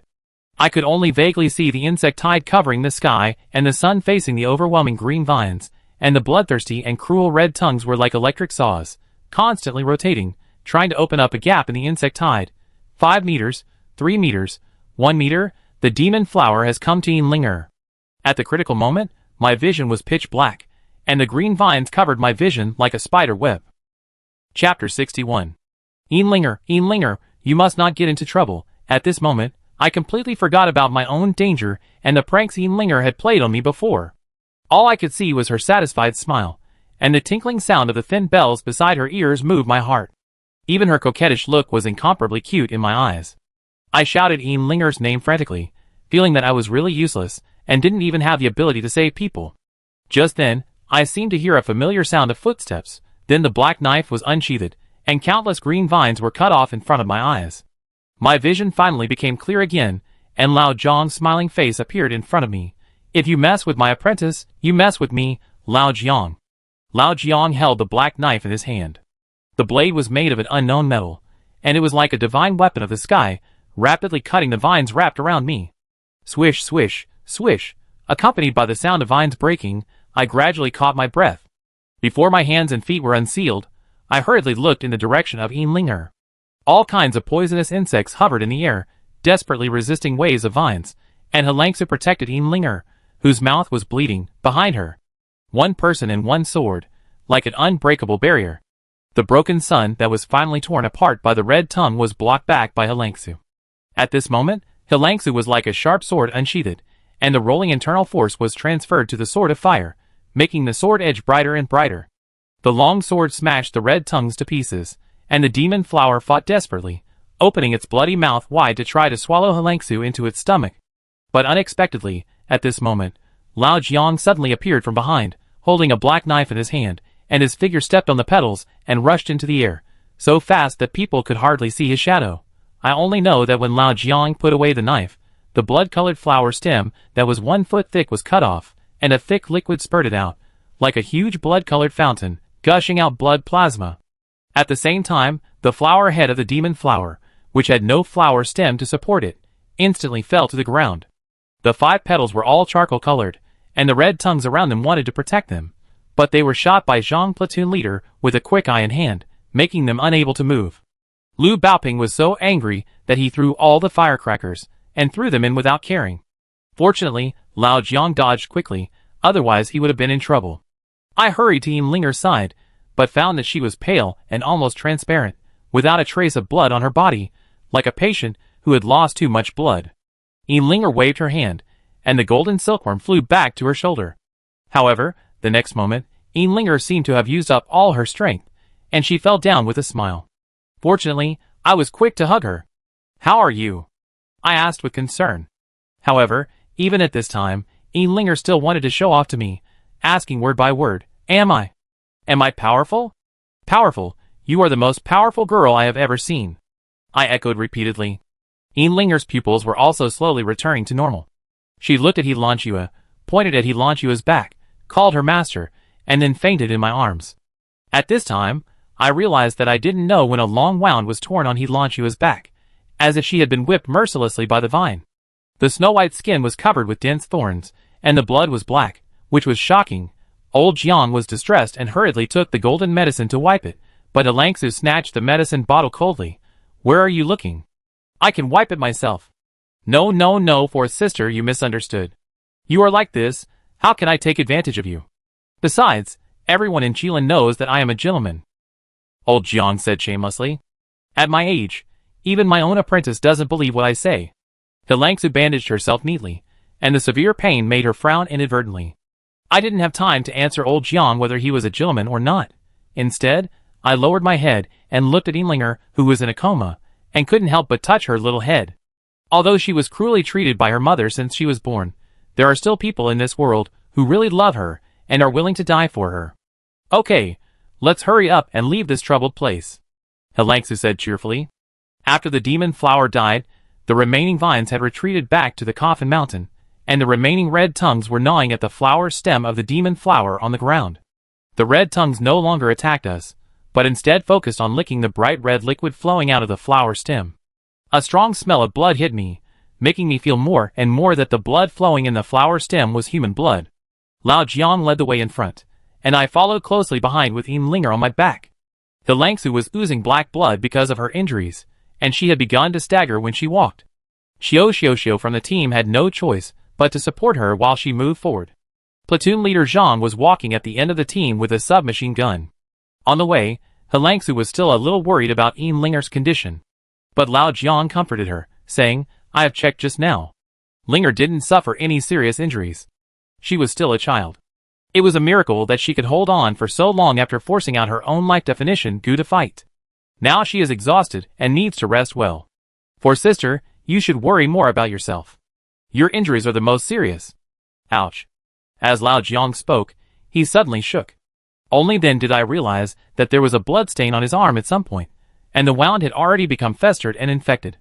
It was obviously not left just now. This old man actually insisted on not saying anything until now. When Xiao saw that Lao Jiang was injured, she hurried forward to show concern. It should be when I was breaking into the arrow formation, in order to protect Jinglan, I was scratched by the crossbow arrow. I didn't expect that the arrowhead was too old, and it seemed to be infected with bacteria. Old Jiang touched his forehead and said that he had a fever and would deal with it later. Xiao immediately looked at Lin Jianya. Captain, don't you have a fever-reducing needle? Give it to me later. If I hadn't mentioned Lin Jianya, I would have really forgotten this person. During the battle just now, everyone was helping, but he didn't know where he ran away. When he heard that we were all injured, he pretended to care. Mr. Jiang and Miss Helan are both injured. What should we do? We are counting on you two to protect us out of Yinshu. Old Jiang didn't bother to pay attention to him, and Lin Jianya didn't bother to make trouble, but asked about Yinlinger's origins?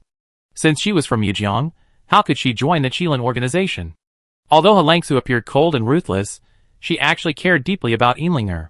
When she heard that Lin Jianya was planning to take advantage of Yinlinger, her voice was as cold as the frost in February. Captain Lin, don't get involved in things that you shouldn't be involved in. Don't ask about things that you shouldn't ask about. It's not your turn to make the decision about Qilin and Miaojiang. This was already a warning. Lin Jianya was surprisingly not angry, or rather, he couldn't get angry at all at this moment. His eyebrows were full of unconcealed pride, and there was a faint smile on the corners of his mouth. I carried Yinlinger on my back and quickly followed Lao Jiang, trying to stay away from Lin Jianya. Lao Jiang looked at the equally weak Halangsu with a weak look and said, "Poor sister, look at Jing'an and Linger. Do they look like us back then? It's a pity." I don't know what he thought of. The light in Lao Jiang's eyes quickly dimmed, and he silently took out a cigarette from his sun bag. I asked him what he regretted. Lao Jiang didn't answer, but instead cursed me. Learn from Yinlinger. She is younger than you, has a better personality, better martial arts, and stronger strength than you, but you always know 100,000 whys. It sounded as if I had embarrassed him.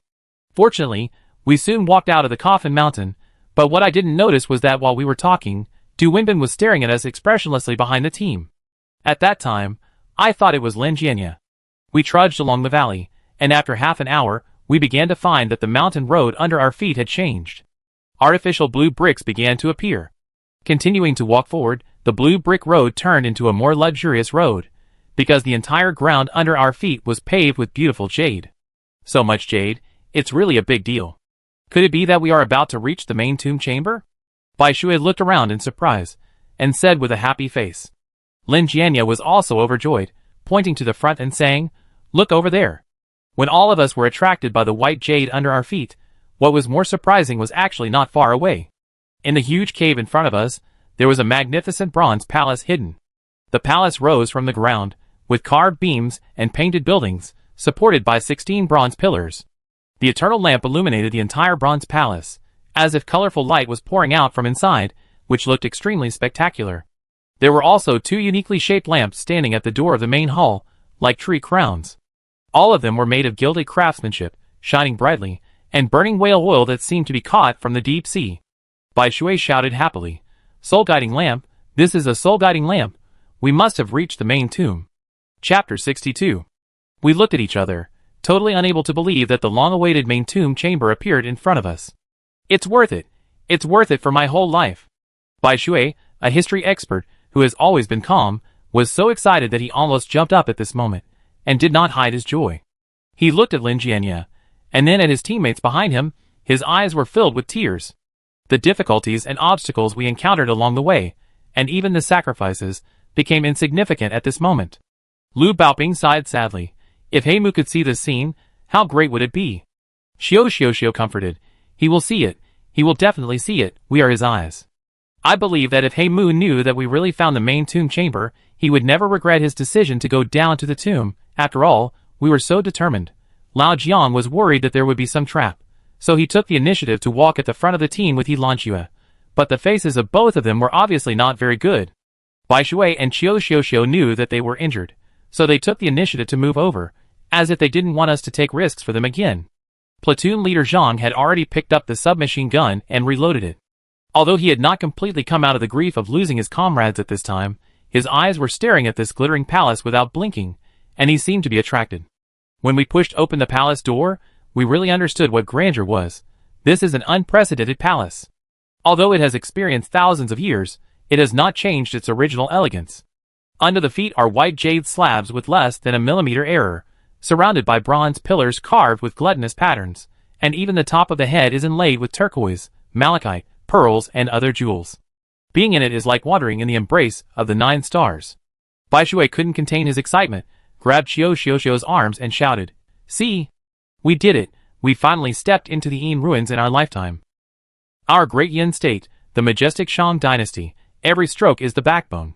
He was completely immersed in this exquisite bronze palace, which seemed to be a 3-dimensional Shang dynasty version of the Qingming Shanghe II, with a small-scale building in each corner, simulating the local customs and customs of the year. There is also a group of lifelike clay figures on each small building. They cooperate with each other and are working hard. Bai Shui took the initiative to act as a commentator, pointing to the nearest small building and saying, "See it? That's the bronze foundry of the Shang dynasty. Those little people are simulating the whole process of mold making, casting, sawing, and polishing. Through these means, the most advanced bronzeware of that era can be made. This is the legendary lost wax method. You know, Western historians have always believed that India was the first to invent the lost wax method, but our Shang dynasty was 2,500 years earlier than India, leading them by 10 centuries."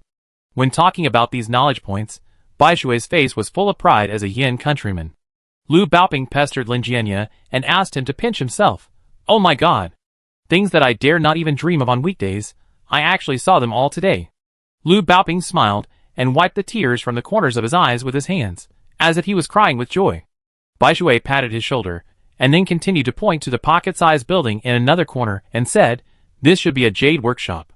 According to the oracle bone inscriptions, in the Shang dynasty, jade and shell money were both symbols of wealth.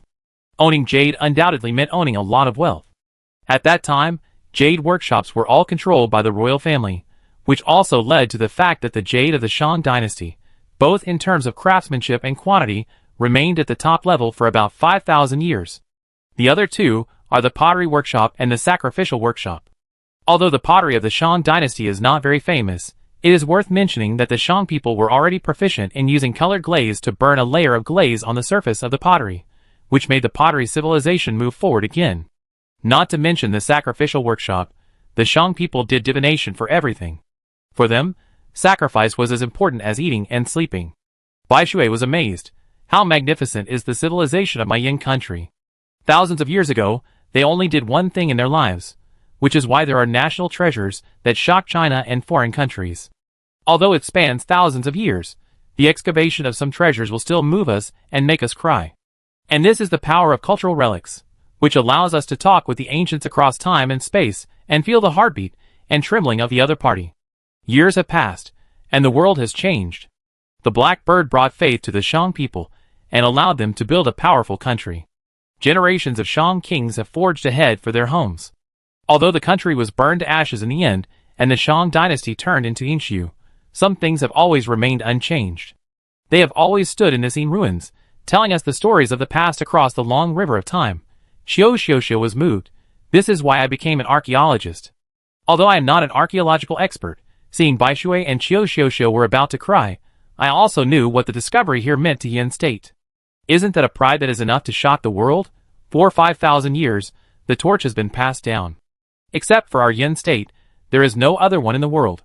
Bai Shui wiped his eyes and wanted to control his emotions, but when he glanced at the densely packed burial objects on the left, he was so shocked that he took several steps back.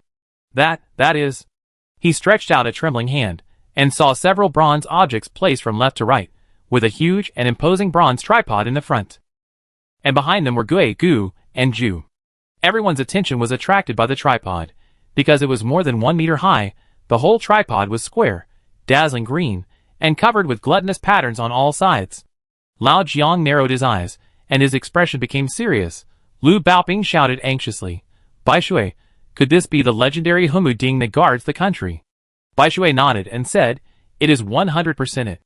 How many miracles are hidden in this mysterious Yin ruins?" In Shang culture, the tripod is used to cook meat, the Gui is used to hold food, the Gu is used to hold wine, and the Ju is used to drink wine. In addition to their daily functions, these actually represent a cultural order, which is to warn you to follow the word Li when eating and drinking. This tripod is placed in the front, which means it is the most honorable and important, enough to prove the identity of the tomb owner. It turned out that in the historical books unearthed before, it was recorded that after Fu Hao died, King Wu Ding of Shang used all his strength to create a national artifact, the Humu Ding, which weighed more than 800 kilograms and is currently the largest and heaviest bronze ritual vessel in the world. But because it has not been unearthed for a long time, many experts believe that this humuding may not exist at all. Because to cast more than 800 kilograms of bronze, the raw material must be at least countless tons of copper ore. How big a furnace is needed? How exquisite a craftsmanship is needed? It is difficult to make it with current technology, let alone the Shang dynasty more than 3,000 years ago. Wu Ding may have loved Fu Hao to the core. Xiao suddenly sighed and said this. Wu Ding really wanted to leave the best things in the world to Fu Hao, as he spared no expense to cast the humuding, which could protect the country. What kind of emperor was this who loved his wife, and only grew old with one person in his life? Bai Shui excitedly called out loud Zhang's name, and asked him to take pictures of everything around him with his camera. Please, these are the precious treasures left to us by our ancestors. Bai Shui was already crying when he said the last part. We turned our eyes to the right, where a neat row of jade articles was placed. A large axe with dragon patterns carved from jade showed infinite power, but behind it appeared many gentle and delicate female jewelry. For example, the jade hairpin that fixed the bun was equivalent to the hairpin in later generations. The top of the hairpin was also carved with phoenix patterns, which should be the jewelry that Fu Hao liked when she was alive. Then, there were jade combs, earrings, etc. These were placed in order from top to bottom, which should also follow the etiquette. In the center of the hall stood a white jade statue of a woman. The statue was natural without any gaps, and should be carved from a whole piece of white jade. The woman was extremely beautiful, with a face as white as cream, lips as white as cherry blossoms, eyebrows as black as ink, and a spirit as clear as autumn water. She was lively and heroic, like a budding lotus, which made people dream about her, but dared not to blaspheme. Her left hand stabbed out a long sword, and her right hand held a dragon-shaped jade pendant. I don't know if it was because of the light or the wonderful design of the craftsman. Although the left and right sides of the face were almost symmetrical, at first glance, it was half murderous and half gentle, which just corresponded to the object in her hand. The woman is of course Fu Hao, there is no doubt about that. After all, the temperament of the female warrior in her makes us travel back to the battlefield of the Shang dynasty. But when you only look at half of her face, she is as gentle as water, showing the unique beauty of women to the fullest. It can be said that Fu Hao perfectly combines majesty and gentleness. No wonder she is favored by Wu Ding. Bai Shui suddenly frowned and said, this seems to be different from the image of Fu Hao recorded in history books. The weapon that Fu Hao always uses is clearly a huge bronze axe. But how could she? No, look carefully at Fu Hao's feet. Lao Jiang suddenly reminded. Under the sculpture, there are black hands holding Fu Hao's feet. No, to be precise, not holding her up, but pulling her tightly, as if trying to pull her into an endless abyss. And if you look closely, you can find that the sword in Fu Hao's hand is actually stabbing those lifelike black hands. Lu Baoping asked in surprise, how could Fu Hao appear in the tomb in such an image? There must be a deep meaning behind this.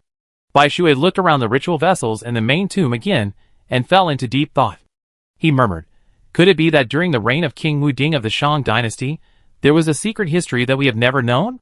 Fu Hao held the jade pendant in one hand, and stabbed those terrifying black hands with the sword in the other, as if she was holding the ritual law and going to war against the gods and ghosts.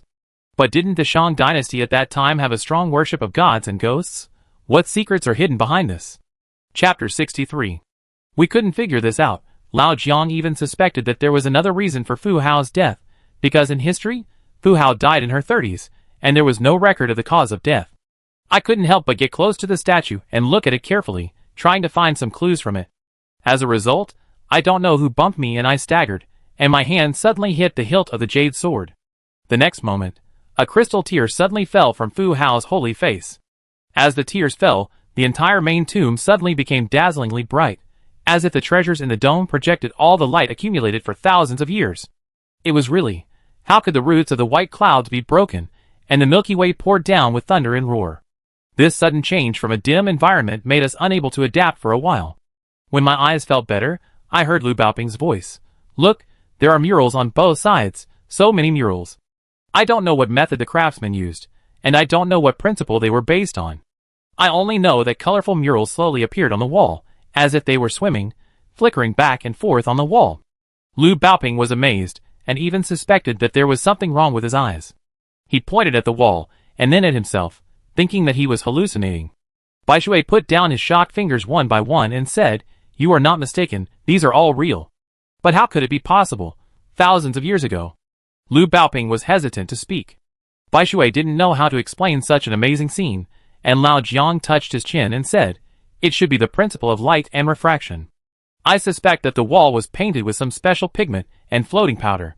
The environment was dim just now, and those patterns and words were hidden. As a result, Jinglan accidentally touched the mechanism, and the light suddenly appeared, and such a vivid and lifelike mural emerged. We were once again impressed by the wisdom of the ancients, but this discussion did not continue, because we were soon attracted by the content of the mural. It seems to be a moving story of King Wuding of Shang and Fu Hao, from meeting to falling in love, and finally parting."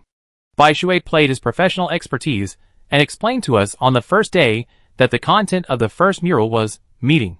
Back then, Pan Geng followed the footsteps of the Black Bird and set the capital of the Shang dynasty in Yin, which has been passed down from generation to generation. As the prince, Wu Ding was deeply loved by the old Shang king because he was young, handsome, and ambitious. So the old Shang king made an appointment with Wu Ding for 5 years, asking him to travel among the people, observe the lives of the people, and think about the answer to make the Shang dynasty strong. During these 5 years, Wu Ding visited countless scholars with knowledge learned with an open mind. He also worked with poor slaves and experienced their hardships. He finally realized a way to govern the country, and unexpectedly met the love of his life, Fu Hao. It was a rainy day. Wu Ding had just visited the famous local master, so he didn't bring an umbrella, and could only run on the bridge all wet. On the other side of the bridge was a woman in white clothes and red skirt, with skin as white as snow. The woman's name was Fu Hao. She held an umbrella, and in the drizzle, she looked like a budding daffodil. "Here, the umbrella is for you." Looking at the embarrassed young man in front of her, Fu Hao laughed, and this smile made Wu Ding's face even redder. It was obviously rainy, but the woman on the mural was shining. We know that it was from that time that Wu Ding fell in love with Fu Hao at first sight. It was Wu Ding's heartbeat that gilded Fu Hao. That day, Wu Ding took out a kuei-shaped hairpin and inserted it into Fu Hao's hair as a token of love. That day, he knew that Fu Hao was a witch, and a very prestigious witch. "Wait, I marry you. Now, I wait for you." According to the tradition of the Shang dynasty, the kings of all dynasties had political marriages, and the queens had to be the leaders or princesses of the surrounding countries, so even if Fu Hao was a witch, she could not marry into the royal family. Even the old Shang king Xiao Yi, who always loved Wu Ding, sighed and shook his head. He asked his son to sacrifice his love for the country, but Wu Ding, who had always been obedient, disobeyed the king's will for the first time. He had to marry Fu Hao and live with this woman, who had kissed him until old age.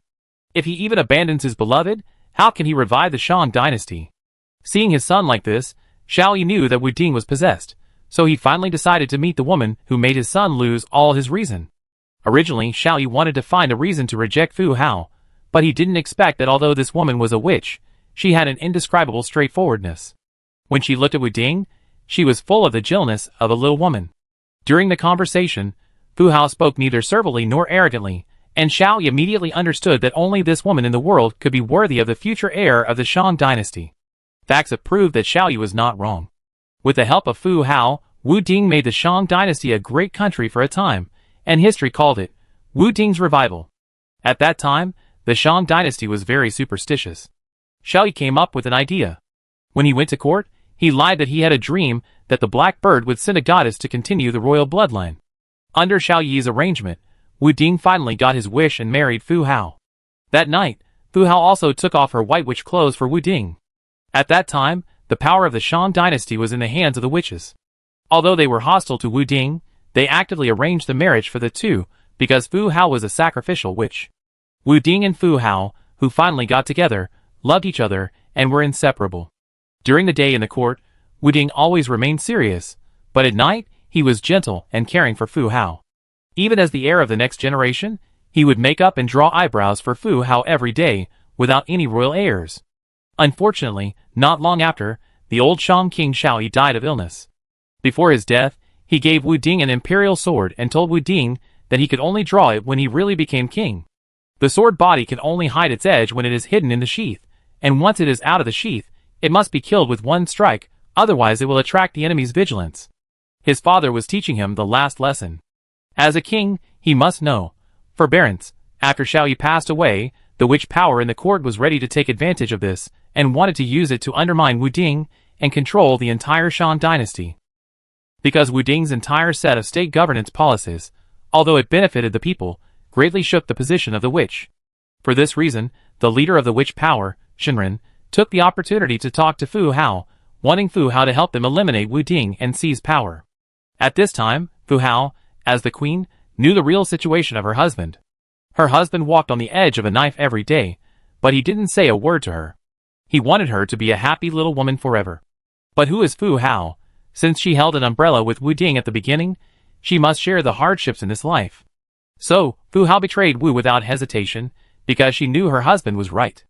As a witch, she had seen too many bloody sacrifices, and too many witches, who used the name of ghosts and gods to harm the people. Only the ritual system can revitalize the Shang dynasty. If the witches are allowed to continue like this, society will only stagnate. So Fu Hao washed off her beautiful makeup, put on heavy armor, and personally led the Shang dynasty king's army to conquer all the countries controlled by the witches for Wu Ding. And Wu Ding invited the Saint Fu Yu to be the prime minister to compete with the witches in the court. Fu Hao was not arrogant. She shared the joys and sorrows with the Shang dynasty generals and soldiers, and won the love of all the soldiers.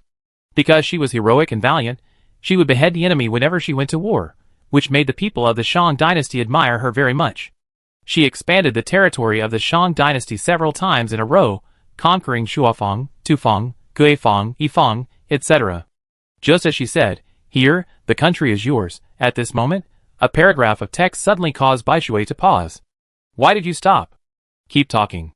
Everyone did not want to interrupt this beautiful and suspenseful story, so they urged Baishui. Baishui's eyes were round because of shock. He looked at the murals, then at Lao Jiang, and could not say a word for a long time. But Lao Jiang also took a step forward. After all, he also understood oracle bone inscriptions. After a long silence, Lao Jiang said, "Fu Hao is worthy of being a female war god. All of us Yin country people actually owe her a thank you." I asked Lao Jiang to stop keeping us in suspense and speak quickly. Lao Jiang gave the task of explanation to Baishui again. After all, Baishui had studied abroad and was very good at polishing the story. It turned out that the mural recorded such a paragraph of text. Fu Hao led the army to the west and killed 20,000 white-headed people. This solved a historical mystery that had been silent for 1,000 years. According to legend, there was an Aryan tribe living outside the northernmost border in ancient times. They were brutal and cold-blooded. They also knew how to forge bronze weapons. Every time they went to war, the whole army was mobilized. The roaring combat power made the whole world tremble. They successively destroyed ancient India, ancient Egypt, and ancient Babylon among the 4 ancient civilizations, and even coveted the ancient Yin kingdom, wanting to wipe it out in one fell swoop. And that time period happened to be during the reign of King Wu Ding of the Shang dynasty. The result can be imagined. At the critical moment, Fu Hao drew her sword and went to war. She led the Shang dynasty's army and fought bloody battles. In the end, all these vicious Aryans were annihilated outside the national border. Yin Kingdom thus became the only ancient civilization in existence. I dare not imagine that if we lose, will we be submerged under the iron hoofs of invaders, like ancient Babylon and other countries? At this moment, only one sentence came to my mind. Those who invade Yin country will be punished even if they are far away. It was Fu Hao who resisted the invasion of foreign races and guarded the glorious 5,000-year-old culture. This kneeling is kneeling to Fu Hao, the queen of the Shang dynasty, and kneeling to the 5,000-year-old iron bones of Yin country. Speaking of this, Baishui was already full of tears. He bowed respectfully, and knelt down to the statue of Fu Hao. Qiu Xiuxiu and others were also deeply moved, and followed behind to salute. This is the female war god that all of us Yin people must remember. I felt an inexplicable gratitude in my chest, so I put down Yin Linger and kowtowed and knelt like an expert, and the always calm Lao Jiang and the cold and arrogant He Lanchua beside me also bowed together. Chapter 64. Fu Hao fulfilled Wu Ding's lifelong ambition, and Wu Ding also gave Fu Hao a lifelong love. The major events of the Shang dynasty were sacrifice and war. Sacrifice means sacrifice, and war means going to war. As the most important oracle bone divination in sacrifice, Wu Ding often used it to express his love. Baishui told us with a smile that among the oracle bones unearthed so far, there are countless records about Fu Hao, and this number even exceeds that of the previous kings. Wu Ding recorded every expedition of Fu Hao and every parting thought in the oracle bones, even Fu Hao's cold and toothache. He would ask people to divine, will my wife's cold get better? Does my wife's tooth decay still hurt? Will the enemy hurt my wife when she goes to war? When will my wife come back? As a Shang king respected by all people, Wu Ting spent almost all his time on reviving the Shang dynasty, and the rest of his time was all given to Fu Hao. He could spend a lot of time to divine about such trivial matters as colds and tooth decay, which was enough to show that his love for Fu Hao had reached an unprecedented level. After all, he didn't even care so much about his own serious illness. Every time Fu Hao went to war, Wu Ting would constantly pray to the gods for divination, and pray for Fu Hao to return safely. Every time Fu Hao came back, he would walk dozens of miles out of the city to welcome his wife. In the mural, Fu Hao rode a white horse, holding a dragon-patterned axe, and led the soldiers to pray before the battle. And Wu Ting always sat in the corner with a smile on his face, with love and obsession on his face, admiring his wife. Those clear eyes would only look at one person with such eyes, and that was Fu Hao. The tenderness of infatuation and doting almost overflowed. Wu Ting really loved this little woman. And no matter how domineering and strong Fu Hao was on the battlefield, she turned into a tender little woman when she returned home. Every time the two looked at each other, a blush would appear on her cheeks. Even after many years of marriage, she was still the shy and ignorant girl. At this time, a mural on the right caught our attention. It turned out that Fu Hao did not give birth at first. During a conquest of Yifeng, Fu Hao rescued a child from a wolf den and named him Bandan, hoping that he could always be with him. The clean Bandan was so cute that Fu Hao, who had no children, immediately gave birth to maternal love. Wu Ting loved the adopted son very much. I don't know if Banban had the miraculous effect of attracting children. Not long after, Fu Hao became pregnant. Even if she had her own biological child, she still treated Banban as her own and never treated him harshly. Banban was also very grateful. As he grew up day by day, he became a beautiful boy that everyone loved. He was so handsome that he would attract a lot of attention when walking on the street, but he still stayed by Fu Hao's side and followed her to the battlefield. Because his pretty face was too eye-catching, he would wear a fierce and brutal wolf mask every time to deter the enemy. Banban didn't want to be treated preferentially because of his identity, so the army never knew that he was Fu Hao's adopted son. They only knew that he wore a wolf mask, was extremely brave, and was Fu Hao's irreplaceable deputy general. Therefore, the army affectionately called him Wolf General. After several expeditions, when the enemy heard that Fu Hao and Wolf General came to attack together, they were afraid of this devilish duo, and many small countries collapsed without attacking and were defeated without fighting. Until that time, a rebellion suddenly broke out in the state of Mu, and Fu Hao hurriedly led the army to fight. Wu Ting suddenly had an ominous premonition, so he hurriedly divined, and the hexagram he got was, "There is a rainbow coming out of the north, drinking from the river." This is a bad sign, indicating that the god of war Fu Hao will fall like a meteor. Sure enough, although Fu Hao finally won and brought back the source of all evil, the tiger-eating Manjar, the king's army suffered heavy losses, and even Fu Hao herself suffered a terrible curse. When I heard the word curse, my heart was pounding, and I couldn't wait to know what happened. After all, the secret mentioned on the previous bronze owl was that after conquering the state of Mu, Fu Hao fell ill, and Fu Hao's two giant guards also died tragically because they grew a third eye. So is Fu Hao also like the guards? Then how did Wen Tao and the Juezi army fall under the curse? It seems that we have not been cursed along the way, and Lao Jiang and the others have not shown any abnormalities. Facing my series of questions, Bai Shui just shook his head slightly, saying that the above text did not elaborate on the specific curse, but implied that all this was actually a conspiracy of the witch. The witch knew that in order to fight against Wu Ting, he had to eliminate Fu Hao, the virtuous wife. In order to eliminate Fu Hao, the witch announced to the world that Fu Hao was a three-eyed monster and must be sacrificed to the gods. And the drought that year also made the witch do a lot of work. It was because of this three-eyed monster that the Shang dynasty, which had been prosperous, suffered from disasters. The Shang people loved this female war god, but they also suffered from superstition. Under the constant incitement of the witch, the people were shaken. They even thought that maybe it was because of Fu Hao's magic power that she could be invincible again and again, and if she was allowed to continue like this, it would anger the gods and there would be greater disasters. Under the witch's repeated designs, more accidents happened, and the bride ministers reported to Wu Ting, asking him to depose the queen and kill the witch with his own hands. Wu Ting, who was coerced, was unmoved. In the court, he cut the table in front of everyone, saying that if anyone wanted to touch Fu Hao, they had to step over his body. Wu Ting would rather offend the world than let Fu Hao down. But how could Fu Hao make it difficult for him? Because of the terrible curse of Mu State, Fu Hao grew a third eye on her forehead. She could only hide in the sickbed every day, and be tested by famous doctors asked by Wu Ting. But her illness became more and more serious. Some famous doctors even spread the news of the three-eyed monster when she was hiding in the palace. Fu Hao wanted to sacrifice herself, but was dissuaded by Ban Ban. In the end, in order to calm the public anger, Ban Ban took the initiative to stand up and said that he was the monster and he had bewitched the king and the queen. Ban Ban died for Fu Hao, but she never thought that Fu Hao, who was deeply shocked, could not bear the pain. She vomited blood all day in grief. This time, even the gods could not keep her alive. On the sickbed, Wu Ting held Fu Hao's hand and said, "I'm sorry, it's his incompetence, he can't protect his adopted son, and can't protect his beloved woman." Fu Hao didn't complain at all.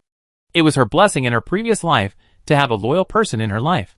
Does the king still remember the scene when we first met? At that time, you were so stupid, and you made me want to protect you so much. I can hold an umbrella for the king and pacify the world for the king in this life. What do I have to regret? The king gave all the love of a man to me. I am also willing to give all my persistence as a woman to the king. Ahem. Ahem. Ahem. Fu Hao had said too much in anger this day. Her body was shaking constantly, and her face was pale. Wu Ting asked her to have a good rest, but Fu Hao wanted to sit up, draw eyebrows and make up, so that Wu Ting would always remember her most beautiful appearance. I will help you.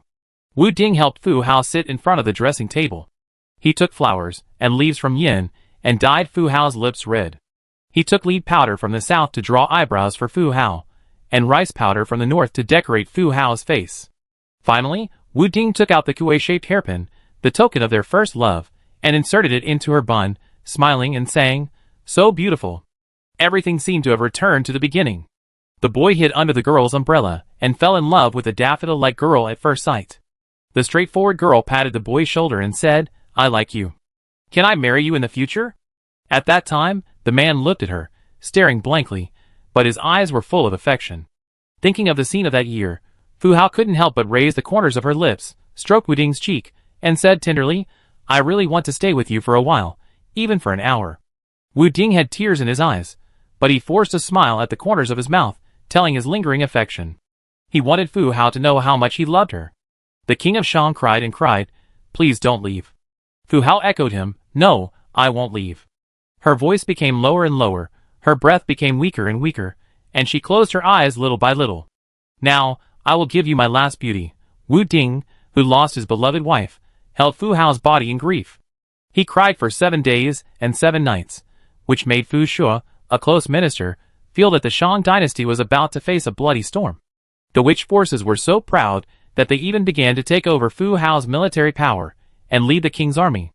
Unexpectedly, on the 8th day, the king of Shang appeared in the court. The kind-hearted king lost his warmth, and his eyes were full of murderous frost. For the first time, Wu Ting drew out the imperial sword left by his father. He had always followed his father's last words, concealed his edge, endured and persevered, and did his best to balance the conflict between ritual and witchcraft. But at the moment when he lost Fu Hao, he finally decided to declare war on the witch forces and fight for his wife. He wanted to challenge the theory of ghosts and gods with etiquette, and believed that etiquette would eventually defeat the backward ghost and god sacrifice. The black bird of heaven descended to give birth to Shang. How could you witches control our great Shang? Under Wu Ting's desperate killing, Fu mobilized all the court officials to stand on the side of the king. They all saw Wu Ting's determination. Wu was forced to retreat step by step, and finally ended with Wu Ting's victory.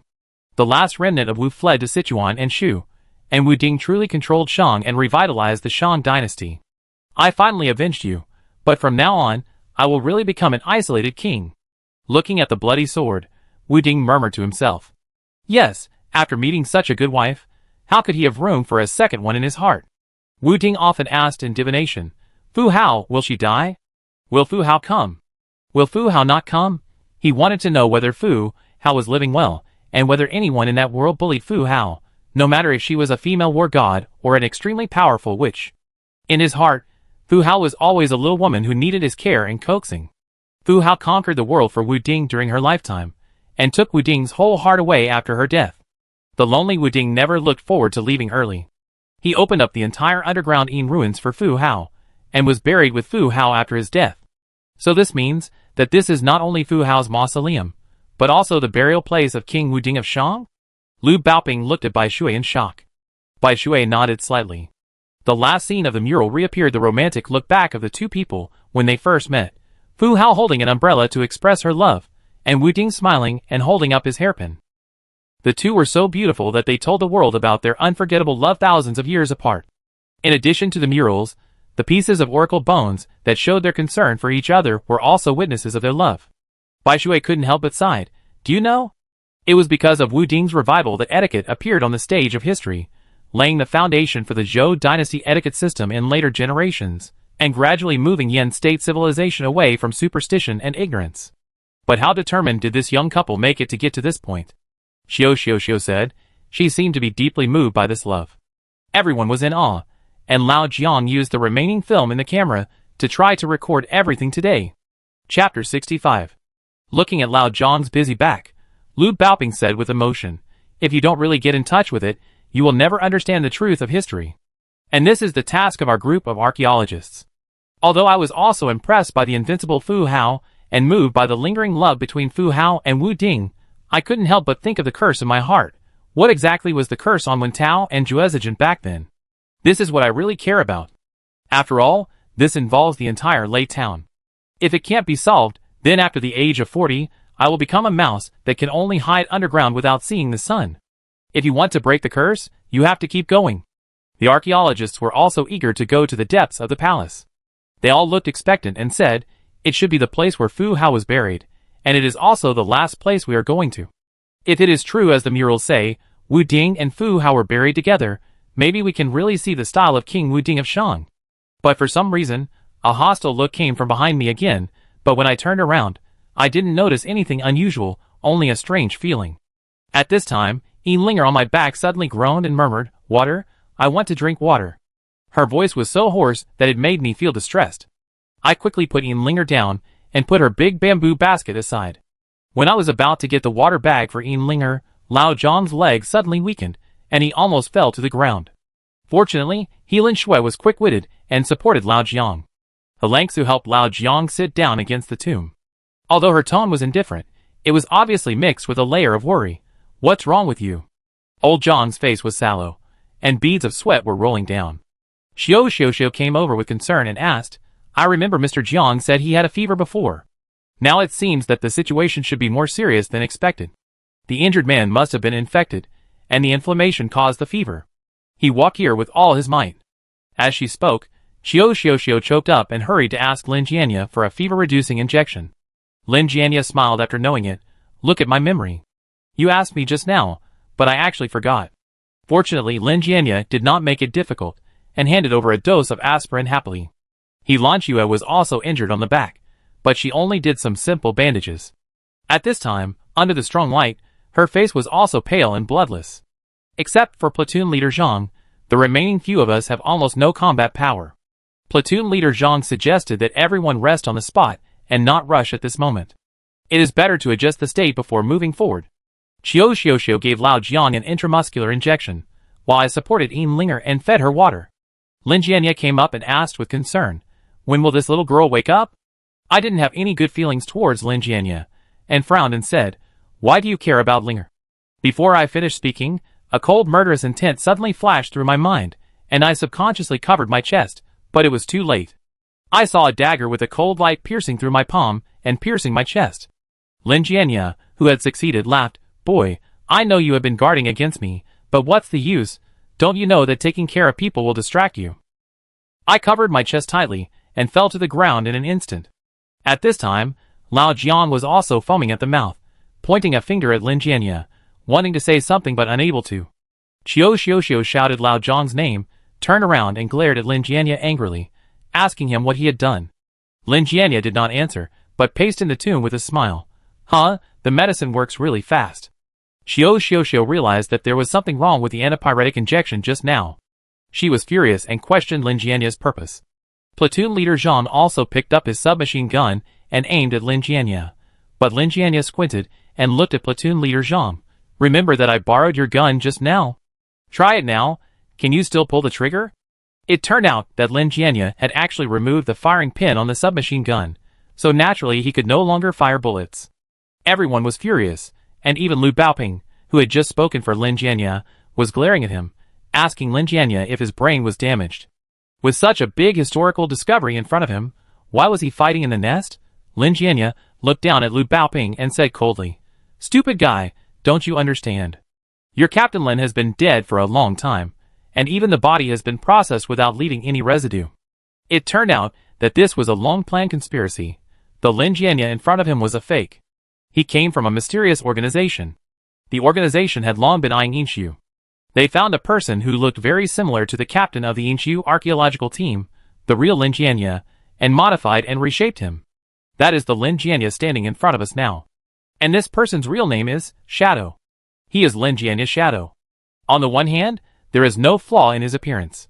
On the other hand, he has always lived beside the archaeological team, observing the daily life of the archaeological team and imitating all the expressions and movements of Lin Jianye. After Lin Jianye's death, this shadow completely took over Lin Jianye's identity. Because the shadow was too familiar with Lin Jianye, he knew almost everything about Lin Jianye and all the secrets of the archaeological team. Therefore, there was no flaw along the way. Otherwise, how could he get along with the archaeological team day and night? And how could he hide it from the cunning Black Knife Kirin? Although Lao Jiang had doubts before, he had been protected by several comrades in the archaeological team. Starting from Lei Town, everything was planned by us. The fake Lin Jianye explained with a smile that the attack on Lei Town, the theft of the extermination text, the deception of the Yinshu archaeological team to go deep into the dangerous place, and then the rescue of the Black Knife Kirin were all linked together. He wanted the Black Knife Kirin to help find the son of Yinshu, to make the archaeological team the cannon fodder for going down to the tomb, and to let everyone serve as his stepping stone. He showed off his superb wisdom and praised that this was a perfect game, seamless. The ugly face coupled with the smug expression was simply sinister to the extreme. At this time, I slowly sat up, shook off the dust on my clothes, and asked back, "Perfect situation? You are too confident, old man." "What, you are fine." Lin Jianye opened his mouth in surprise. I took out a hard-shielding mirror from my clothes on my chest, and smiled and told him that I had already prepared for it, and brought with me a piece of armor that I had taken from the digging army. Otherwise, how could I, who was so afraid of death, be fooled for the second time? As for pretending to panic and grabbing the dagger with my hand just now, it was to make the performance more realistic, and secondly to make the touch of the dagger into the flesh more realistic, to avoid him discovering that there was an invulnerable thing on his chest. The injuries on both hands were worth it for Lin Jianye, the clown, to expose himself. So what? One of you, the Kirin 4, fainted, one was seriously injured, and another was poisoned by me. You, a little waste, are the only one left and can't make a difference. Lin Jianye comforted himself a little. At this moment, Lao Jian also stood up. This time, Lin Jianye was so scared that his back hit the mural. You. He said the word "you" 3 times in a row, and pointed at Lao Jiang's hand, as if he had seen a ghost. Lao Jiang smiled and said, "Don't you know? The mantis stalks the cicada, while the oriole is behind." "You think you are the mantis, sorry, I am the oriole." It turned out that Lao Jiang didn't inject the poisonous aspirin at all. Everything was just a play between him and Qiu Xiuxiu. It seems that the old drama queen brought up by the little drama queen has already become a master, and successfully deceived Lin Jianye. Lin Jianye looked at Qiu Xiuxiu in shock, unable to believe that she would betray her comrade-in-arms, who had been with her for more than 10 years for a man she had just met. "Do you remember the questions I asked you when I asked you to reminisce about the past?" Qiu Xiuxiu looked at Lin Jianye.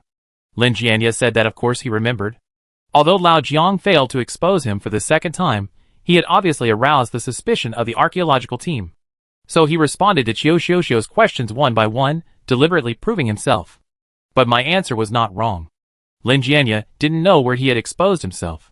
Qiu Xiuxiu smiled and said, "Yes, you did answer perfectly for what happened in the past. But you should never answer questions about things that didn't happen. Don't you know that one of the questions in the middle was made up by me?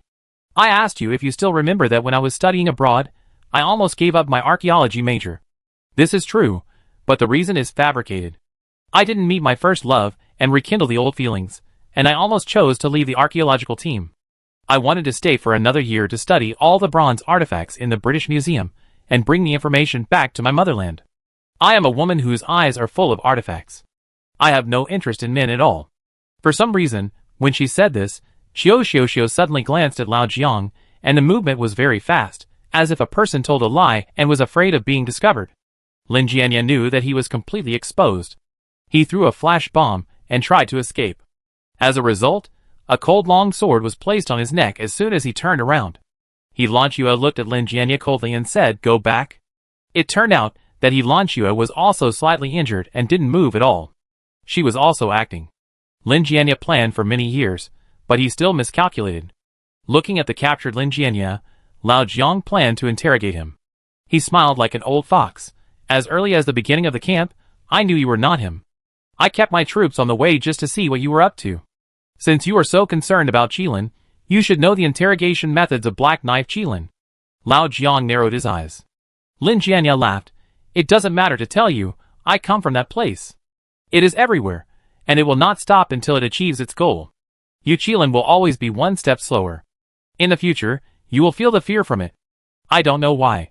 Even though Lin Jianye didn't say who it was, Lao Jiang was as if he was facing a great enemy, showing deep fear. While Lin Jianye was laughing, he suddenly stopped moving. Lao Jiang quickly stepped forward to check his breath, and then he knew that Lin Jianye had died, and he actually died with a smile. After checking, he found out that Lin Jianye had hidden a poison pill in his teeth, which could make people excited and die in bliss if they were bitten. Bai Shui couldn't help but be surprised. Is there an organization more powerful than Qilin in this world? At the same time, he couldn't help but glance at Lin Jianye on the ground, and felt a strong fear. This person has been in the team for so long, and they didn't notice anything unusual. It can be seen how terrifying the other party is. Lao Jiang put his hands in his pockets and said lightly, "I have heard about its existence. I only know that it is a terrorist organization that has been established for 1,000 years. It is interested in many ancient tombs. It comes and goes like a shadow, mysterious and traceless. Even though Qilin has paid the lives of many intelligence personnel, it has only found a few traces. Why it exists, and who is the main messenger behind it are all mysteries. I never thought that its hands have touched Leijun and Ningxu." As Lin Jianye said, this organization is omnipresent and omnipotent. Lao Jiang couldn't help but feel a deep worry. I still care about the curse. Since Lin Jianye is dead, we still have to move forward to find the real main tomb and find the coffin of Fu Hao. Lao Jiang nodded, and suddenly he looked at Helangsu, asking her to help him. Helangsu came over coldly and asked him what he needed to do. Lao Jiang smiled and said, "Of course, it is to help Fu Hao and Wu Ding's love." He asked Helangsu to stand next to Fu Hao, and he stood next to Wu Ding. The two of them worked together to push the girl and man holding an umbrella, who passed by in the last mural together. In the drizzle, Wu Ding inserted the kuei-shaped hairpin for Fu Hao. This affectionate king finally reached an agreement with his wife to stay together in life and death, and at this moment, accompanied by a loud bang, the last tomb door slowly opened. Chapter 66. Behind the tomb door is a long bead curtain, with strings of jade beads in different colors. All the jade beads intertwine together, forming a picture of a girl standing with an umbrella. The girl is dressed in white and red, standing with an umbrella, beautiful and graceful. That is the queen we admire, Fu Hao. She is heroic in her battle robe. She is gentle and holy in her witch clothes. We stared at Fu Hao on the bead curtain, unable to destroy her beauty. Bai Shui explained, Fu Hao was tortured on the sickbed. Wu Ding probably wanted everyone to remember Fu Hao's beauty, so he set up this bead curtain to prevent everyone from seeing her haggardness. Although they couldn't bear to break this beauty, everyone still didn't forget their mission. Platoon leader Zhang said that he was a rough man, so let him come. He lifted the bead curtain and asked everyone to come in quickly. At that moment, we clearly saw a huge bronze black bird totem embedded on the wall, and there were two coffins, one large and one small. One was the main coffin, and the other was probably a burial coffin. Both coffins were in the shape of a boat, standing in a layer of looming river. Behind the bead curtain were stone steps, and under the stone steps was a layer of water. We didn't know how deep the water was, so we didn't dare to go down rashly. Everyone stood on the stone steps, eager to try. Bai Shui said that this river should refer to the Styx, and the boat-shaped coffin meant that the tomb owner could cross the Styx by boat after death and meet his ancestors. Is there something in this water? Lu Baoping stretched his neck timidly. At this moment, Lao Jiang suddenly pointed to the bow and said, "Look, what is that?" But I saw two tubes as thick as a child's arm, almost transparent in color, one end connected to the two bows, and the other end was deeply immersed in the water. I immediately remembered the blood-red flower stem of the gluttonous demon flower. Xiao wondered, but the flower stem of that flower is clearly blood-red. Lao Jiang shook his head. No, remember? After the demon flower completely withered, the flower stem also lost its vitality little by little. I was wondering why the king of Shang kept such a monster in such an underground royal tomb. Now it seems that he is actually using the gluttonous flower stem to keep the people in the coffins for 2 days in a long sleep. The glutton can live for 1,000 years, and its vitality can be continuously input into the coffins for 2 days. Xiuxiu's attention was on the owner of the tomb. He asked Lao Jiang, "The coffins are large and small. Could it be that Fu Hao and Wu Ding are in them?" Based on Wu Ding's love for Fu Hao, it is very likely that Fu Hao was buried in the main coffin. But I couldn't help wondering. The mural just now clearly said that the two were buried together. Did they sleep in separate coffins after death? Lu Baoping was worried that after the coffin was opened in 2 days, 2 big Zongzi would appear. After all, he had seen the power of the demon flower. Lao Jiang was not very sure, and Kairi said let's give it a try. No one knows the real effect of gluttony. Maybe it just keeps the body from decaying, or maybe it really turns the body into a stiff corpse. After all, it is impossible for the dead to come back to life. Lao Jiang threw a stone to test the sticks, but found that the river here was only knee-deep. He walked in bravely, and nothing unusual happened. Everyone entered the sticks carefully, and approached the coffin. Lao Jiang and Bai Shui opened the main coffin, but found that it actually had 3 layers of structure. The outermost layer was of course made of bronze. Inside the large bronze coffin was a smaller white jade coffin, and inside the white jade coffin was a smaller golden Nanmu coffin. Lu Baoping sighed. This is not an ordinary golden Nanmu, but the tree king of golden Nanmu that has not decayed for thousands of years. It is said that it only grows at the junction of yin and yang. This Wu Ding is really capable. When prying open the last layer of the golden Nanmu coffin, Lao Jiang asked Bai Shui to step back to avoid any accidents. However, the moment he opened the coffin, everyone was shocked. We thought that there would be Wu Ding, Fu Hao, or even the bones of the two buried together, but we never expected that this coffin was actually empty, with only a black bronze vessel the size of a human head. At the same time, a surge of resentment emanated from the bronze vessel, as if a demon that had been sleeping for thousands of years was awakened by us. There was a ferocious and brutal tiger carved on it, with its bloody mouth wide open, about to devour the head of a young child. The shape was so strange that even the knowledgeable Lao Jiang was afraid of it. Bai Shui told everyone that this was a jar, a vessel used to hold wine during the Shang and Zhou dynasties. But the utensils of the Shang and Zhou dynasties always emphasized majesty and auspiciousness, such as gluttonous patterns, black birds, or dragons and phoenixes. The shape of a tiger choosing a person to devour is really more frightening the more you look at it. Bai Shui was puzzled, but Lao Jiang suddenly shouted, "Do you remember the cursed object that Fu Hao brought back from Mu State? Judging from its shape and the black evil spirit lingering around it, it should be the so-called tiger-eating man jar. Mu country worships evil power. The more evil things are, the more they like them, and this tiger-eating man-eating jar is the most evil existence among them, which is full of curses of the dead." I couldn't help but interrupt and said, "Since it is a cursed thing, you will be fine if you touched it just now." Lao Jiang shuddered instantly, and then touched his forehead, indicating that he didn't feel anything.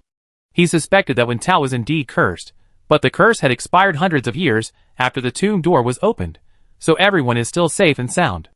The Humu Ding is a national treasure, but it is too heavy for us to take away. I must take this tiger-eating man-eating jar out. With such exquisite patterns and superb craftsmanship, I believe it will shock the world. Bai Shui firmly stated his position, and Lao Jiang also nodded slightly. He glanced in my direction, as if to say that the curse of Mu country is the source of the third eye. If you want to lift the curse of Lei Town, this thing must be taken back for careful study. Lao Jiang helped the archaeological team take the tiger-eating man-eating jar out of the coffin. Bai Shui first put on gloves, and then carefully took it over. His movements were gentle and slow, as if he was holding up a fragile treasure. Lao Jiang laughed at him for being too cautious. Bai Shui replied with red eyes, "You don't understand, you don't understand." He wrapped the tiger-eating man-eating jar in several layers of protective cloth before gently stuffing it into his backpack. And I have come to the small coffin that day and knocked on it with my hand. I don't know if there is anyone in this burial coffin, or are there more burial objects. Thinking that Lao Jiang opened the main coffin just now without any damage, I curiously pushed open the lid of the burial coffin. After all, I, Li Jinglan, am also an excellent student of the Central Archaeological Institute, right? However, what I didn't expect was that there was someone in the burial coffin, and it was a man.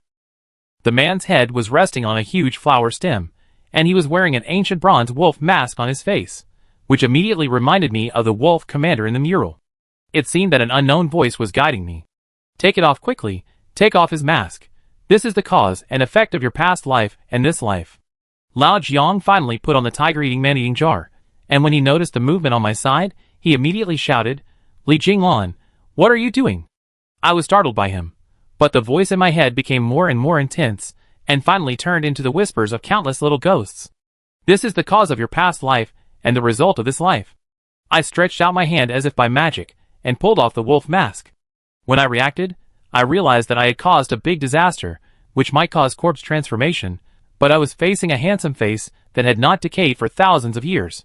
The man in the coffin had a high nose bridge, beautiful lips, and a face as angular as a sculpture, with two sword-like eyebrows slanting into his temples. His long hair had a kind of wildness of an unruly foreign race, which made me stunned. How could ancient people look so good? Weren't they generally short and ugly, about 1.6 meters tall? Just when I was attracted by the face of the male corpse, suddenly, he opened his eyes, and his pupils as deep as obsidian burst out a sharp murderous aura, which made me think of the wolf pouncing on its prey in the forest at the first time. At that moment, the world was terrified. When I realized that something big was going to happen, I jumped up immediately in fear, but my legs were tripped by the coffin, and I fell into the coffin unexpectedly, and happened to be pressed on the body of the male corpse. Don't eat me, brother. I immediately closed my eyes, and begged for mercy. But I felt something soft licking my face. The wet feeling reminded me of Dahu. I opened my eyes, and saw that it was the male corpse. Strangely, after seeing me for the first time, the sharp murderous look in the male corpse's eyes disappeared, replaced by infinite warmth. He didn't mean to eat me at all, but tilted his head and rubbed my chest like a puppy, and cried in a baby voice. What? The voice seemed to be calling his master. Oh my God, the 1,000-year-old corpse actually cried, and he called me master? I was completely confused. Chapter 67. Just when I was in a dilemma, a huge force suddenly lifted me up from the male corpse, and threw me out of the coffin, like an eagle catching a chick. It was Lao Jiang. He sensed my danger, and used almost all his strength. He saved me, turned around, and drew his knife, all in an instant. In a blink of an eye, a black knife stabbed the male corpse's throat like lightning. However, what shocked Lao Jiang was that the male corpse was even faster than him. I saw a residual image left in the coffin. The male corpse had already jumped up on all fours, and caught me steadily.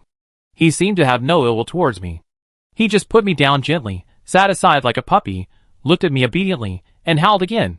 Lao Jiang was confused now. He looked at the male corpse, then at me, and asked, Do you two know each other? I shook my head, but the male corpse nodded violently, and wrote a crooked word on the ground with his finger. It is the Oracle Bone script. Master. What? He thinks you are his master. Lao Jiang's eyes almost popped out. I was also very surprised. Bai Shui said doubtfully. Isn't he the adopted son of Fu Hao in the mural, the wolf commander of the Shang dynasty, Ban Ban? The resurrection of a 3,000-year-old corpse is really rare in the world. I said that the male corpse was indeed wearing a wolf-shaped bronze mask just now, but what does it mean that he is chasing me now? Lu Baoping touched his chin and analyzed. In fact, in nature, many animals will regard the first thing they see as their master after they are born, and never leave. Didn't Fu Hao pick up this Ban Ban from the wolf's den? I suspect that he has wolf blood in his body, and also has the nature of a wolf. After sleeping in Yinshu for thousands of years, his memory may have been broken, so when you take off his mask, he sees you at first sight, so he recognizes you as his master. But didn't he sacrifice himself to save his wife? How did he survive until now? Is it the work of the demon flower? No one can answer this question, only Lao Jiang scolds me like a bastard, saying that I am reckless, and he will be relieved if I die one day. I don't know why, I am obviously afraid of zombies, but facing the companion in front of me, I have a unique sense of intimacy. Maybe it is really as the voice in the dark said, this is the cause of the previous life, the result of this life. I stretched out my hand, and the companion's head immediately rubbed up. A handsome wolf-like face kept rolling in my palm, which is a privilege that I can't enjoy from the big tiger. I didn't expect that a 1,000-year-old Zongzi would make my wish come true today. Just when the whole team was amazed, suddenly a milky white mist rose from the tomb, and the mist spread very quickly, soon covering our sight. At the same time, a hissing sound rang in our ears, and a pair of green eyes appeared in the mist. Snakes? These are snakes spitting out their tongues. They are coming out of the water. Lu Baoping shouted. Countless poisonous snakes poked their heads out of the water, spitting out long and thin red tongues, crawling towards us. Xiao immediately shouted, Who triggered the trap? This may be the most severe punishment for the enemy in the Shang dynasty, the Scorpion Basin. The so-called scorpion refers to countless poisonous insects, and the Scorpion Basin is a pit of thousands of poisons. When the Scorpion Basin punishment is carried out, the executioner will skin and clean the living person, and then throw him into the pit to feed the scorpions. This torture has actually been lost for thousands of years. I didn't expect it to be the last line of defense to protecting Chu. Lao Jiang retreated and shouted, "Don't be in a daze, retreat quickly." Behind the Suanio totem is the sunrise of this tomb. We all ran there, but found that the Suanio totem had been opened at some point. At this time, Bai Shui suddenly wondered, "What's going on? There is one person missing in the team. Where is Wenbin? Where did Wenbin go?" Platoon leader Zhang turned around and went back to the main tomb to continue looking for Du Wenbin. However, bursts of laughter came from the sunrise mist. The laughter was hoarse, but it seemed to hide countless resentments. The back figure in the white mist slowly turned his head. It was the missing archaeologist Du Wenbin. Looking at Lao Jiang, he said word by word, "Jiang Donghu, I know what you did back then." This voice was like thunder in the sky, making Lao Jiang and he launched you a pale in an instant. Lao Jiang's complex expression showed fear, shock, disbelief, and a hidden guilt.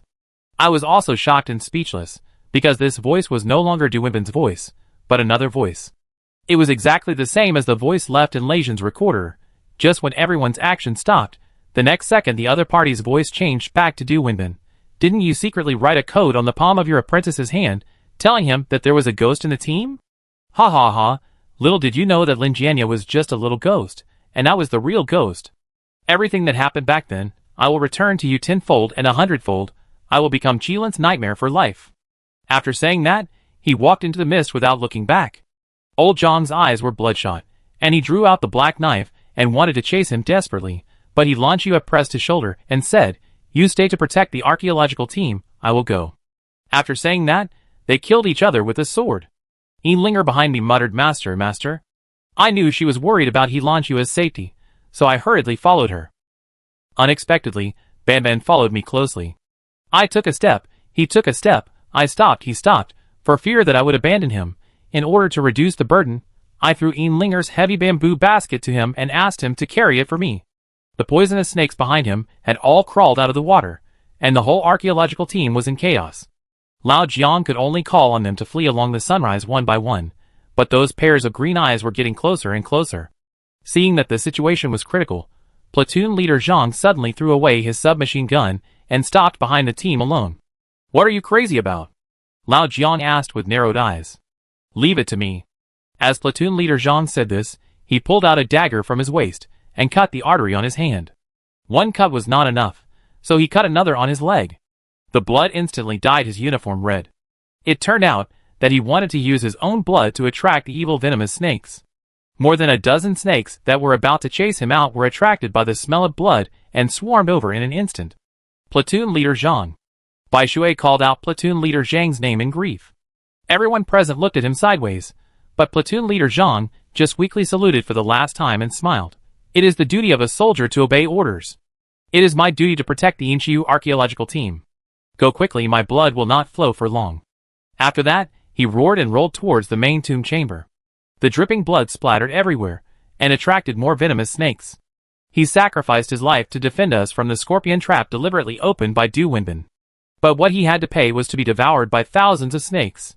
The white fog was full of hissing sounds. I could imagine how many snakes were wrapped around platoon leader Zhang at this moment, drinking his blood and eating his flesh day by day. Finally, a voice was left. Platoon leader Zhang Yinfeng, the 1st Special Platoon of the 23rd Division of the Central Army, reported for duty. Soldiers should die in the frontier. Why should they be wrapped in horsehide? This is their most precious spirit. In order not to let down platoon leader Zhang's sacrifice, we ran forward desperately and sprinted along the foggy tomb passage. Behind the deep tomb passage was an underground cliff, with only a shaky suspension bridge on the cliff. The suspension bridge was strung together by 10 bronze chains. After thousands of years of weathering, it had decayed beyond recognition. It should have been built to facilitate the departure of the tomb repairers. The Langsu was so fast that she had already reached the other side with her Qigong skills. I followed her breathlessly with Yinlinger on my back. Suddenly, there was a sound I didn't want to hear. Crack! A bronze chain broke in midair, and there was a bottomless abyss below. Yinlinger fell from my back. In panic, I grabbed her hand tightly, and the other hand tightly clung to the chain. We were like helpless grass hanging on a cliff, leaving everything to fate. Halangsu's expression changed drastically when she saw this scene. She was so careful that she immediately found that the broken bronze chain had neat cuts, and the other bronze chains had been deliberately cut in half by some kind of gold wire saw. She shouted Linger's name and pointed her sword into the darkness. "Old Five, how can you be so mean? If you have any problems, come to me. Why do you want to attack the child?"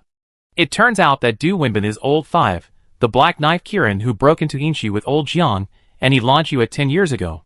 However, he died in the trap for some reason. 10 years later, he returned like a ghost, but his former comrades in arms were already strangers. What happened in Inchi back then? Why did Old Five come back to life? Old Jiang didn't tell me these secrets, and the returning Old Five seemed to be full of hatred for Kirin, so he deliberately sawed off half of the suspension bridge, intending to make us all fall into the abyss. Linger was completely awake at this time. She looked at the hand I was holding tightly and gritted her teeth and said, "Li Jinglan, why are you pretending to be a hero? Let go of your hand quickly. Do you know that I hate you very much?" I knew she was worried that I would fall down with her, so I laughed and said, "No, I won't let go even if I die." At this time, my veins were already bulging and my whole arm felt like it was about to be dislocated. A howl suddenly came from behind me, and I saw Banban flying up like a rebellious wolf king in the forest, walking on the shaky suspension bridge as if it were flat ground. His black gemstone-like pupils revealed a resolute look, and his hands just climbed up a bronze chain, and his feet followed closely. The whole person repeated this, and came to me in a flash. I asked him to leave quickly, it was dangerous here, and the suspension bridge fell another inch while I was talking. Seeing this scene, Banban suddenly hugged my waist, and at that moment I finally understood what absolute power was. This is the invincible Deshaun Wolf Commander, but this state is not safe. I was quick-witted and immediately gave an order to Banban, save people quickly." Banban seemed to understand what I meant. He immediately picked up Linger, and the whole action was smooth. But he didn't move after he picked up the person, standing stupidly on 2 bronze chains. I quickly pointed to the other side. "Take the 2 of us across the bridge, hurry up." Banban wanted to pull me, but found that it was too slow, so he picked me up with his other hand, and clamped me under his armpit. In this way, he held one of us, and took us across the bridge quickly. My head was facing the direction of Lao Jiang, worried about the situation on his side. At this time, Lao Jiang and the archaeological team members had already fled to the side of the suspension bridge. Looking at the broken bridge that was crumbling over the abyss, Lao Jiang silently lit a cigarette and asked, "The situation is beyond my imagination. I can only take one person away with 30% certainty. Who will come?" Unexpectedly, Bai Shui, Lu Baoping, and Qiu Xiuxiu looked at each other and suddenly smiled. Bai Shui said, "Mr. Jiang, if you only take the tiger-eating man-eating jar, are you 100% sure?" Chapter 68. "What do you mean?" Old Jiang turned his head in surprise, and even the cigarette but in his mouth fell to the ground. He thought that the 3 archaeological team members would be frightened, cry bitterly, and even fight for the chance to survive. After all, who wants to die? But what answered him was a pair of resolute eyes. If Mr. Jiang crosses the bridge alone, can he successfully take away the tiger-eating man-eating jar? "I just want to ask if it is or not," Bai Shui asked. "Yes." Old Jiang nodded. "Then we are relieved." The 3 of them couldn't help but feel relieved. Bai Shui took off his backpack and tied a knot around Lao Jiang solemnly. "Let's go, the snakes are about to catch up." Lao Jiang couldn't bear to give up the 3 lives. "No one is really willing to go with me. As long as one person gets out alive, the Inshu archaeological team will still be there, and your honor will be known to the world." "Ha ha ha." Bai Shui laughed suddenly. "Mr. Jiang, do you look down on me so much? Do you think I have sacrificed decades of youth to leave a name in history? No." He shook his head and recalled, "Back then, I was with your apprentice. At the same age, I left my homeland and went to the West, just to learn all the science of foreigners and contribute to the archaeological cause of Yin State. But when I was studying abroad, I found that not many people believed that we were a cultural power with a history of 5,000 years. In the eyes of foreigners, we were just a terminally ill country, ignorant, backward, and no matter how many papers I published, I always got endless contempt. In the end, even our people doubted themselves. Did the Xia dynasty exist? Did the Shang dynasty exist? We no longer have cultural confidence. Yin State is sick." Xiu Xiuxiu interrupted at this time. "That's why we, a group of young people, resolutely joined the Yinshu archaeological team. We want to let the world know that the Shang dynasty existed. It was the first country with written records in Yin state. Our culture can be traced back 3,000 years, 5,000 years, or even longer. Let national treasures be unearthed one by one, and let young people know how proud they are to be descendants of Yin and Huang.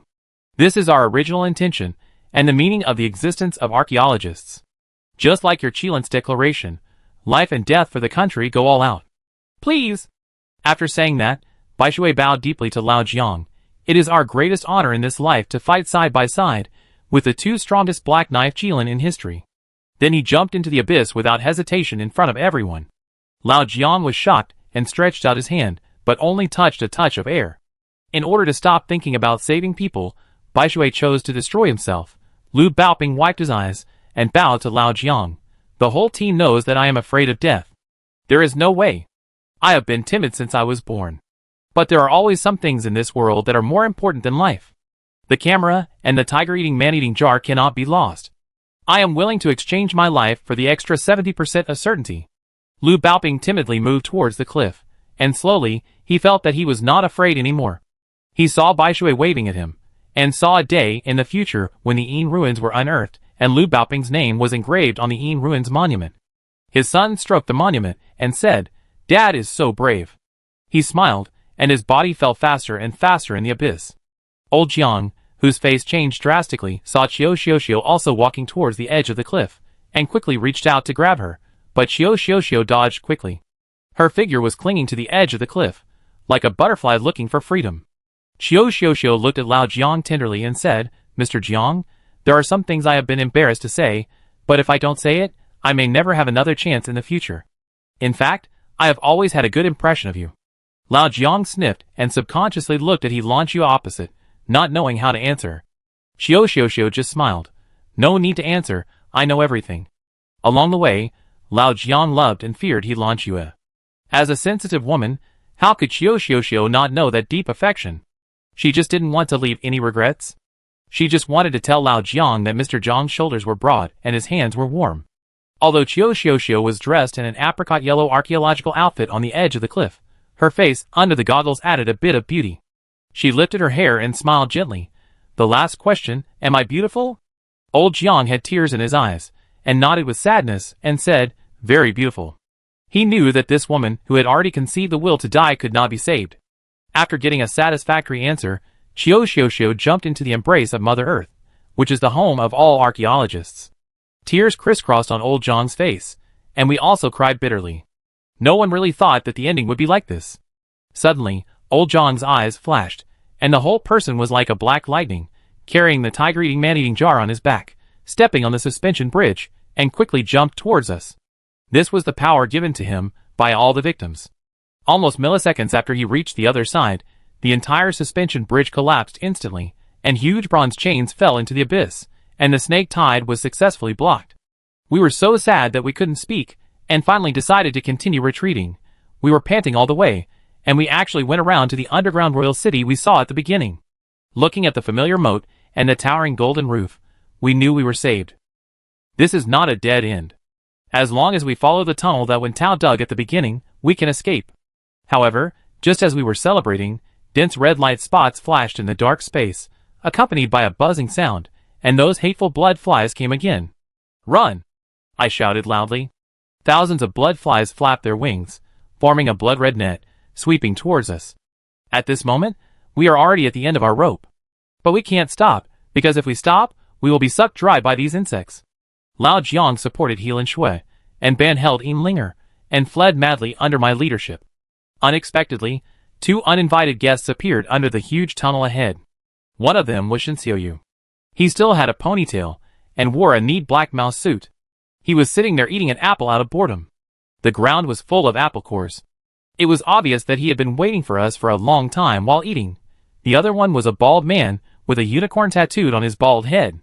Although I didn't know his identity, I knew he was also a powerful black knife unicorn by looking at his black mouse suit and the black knife on his waist. Thinking of this, I couldn't help but unload a heavy burden. "I'm saved. Why are you so embarrassed?" Seeing that we were all injured, Shen Xiaoyu was also surprised. "You bastard, if you go down to Yinshu, All your bones will be eaten. Lao Jiang started to curse. Why don't you stop the blood flies behind you? You only know how to eat apples. At this time, I realized that the cigarette box that Lao Jiang threw out should be for the rescue Qilin to meet us here. Okay, you guys retreat quickly. Shen Xiaoyu let the bald man help us out, then showed a wicked smile, and opened the things covered by layers of black cloth in front of him. It turned out to be a Maxim heavy machine gun loaded with bullets. Now it's my turn to perform. Shen Xiaoyu's eyes burst into a burst of heat. Then I heard tongues of fire spurting out in the darkness, and all my ears were filled with gunshots. The terrifying insect tide was torn apart by the dense bullets. Now the group of blood flies is afraid that they will not be able to escape.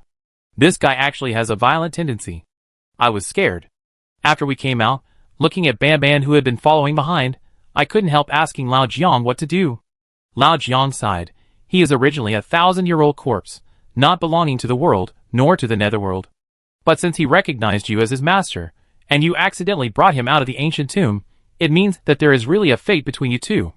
For fate, we will not give up or force it, just let everything go with the flow.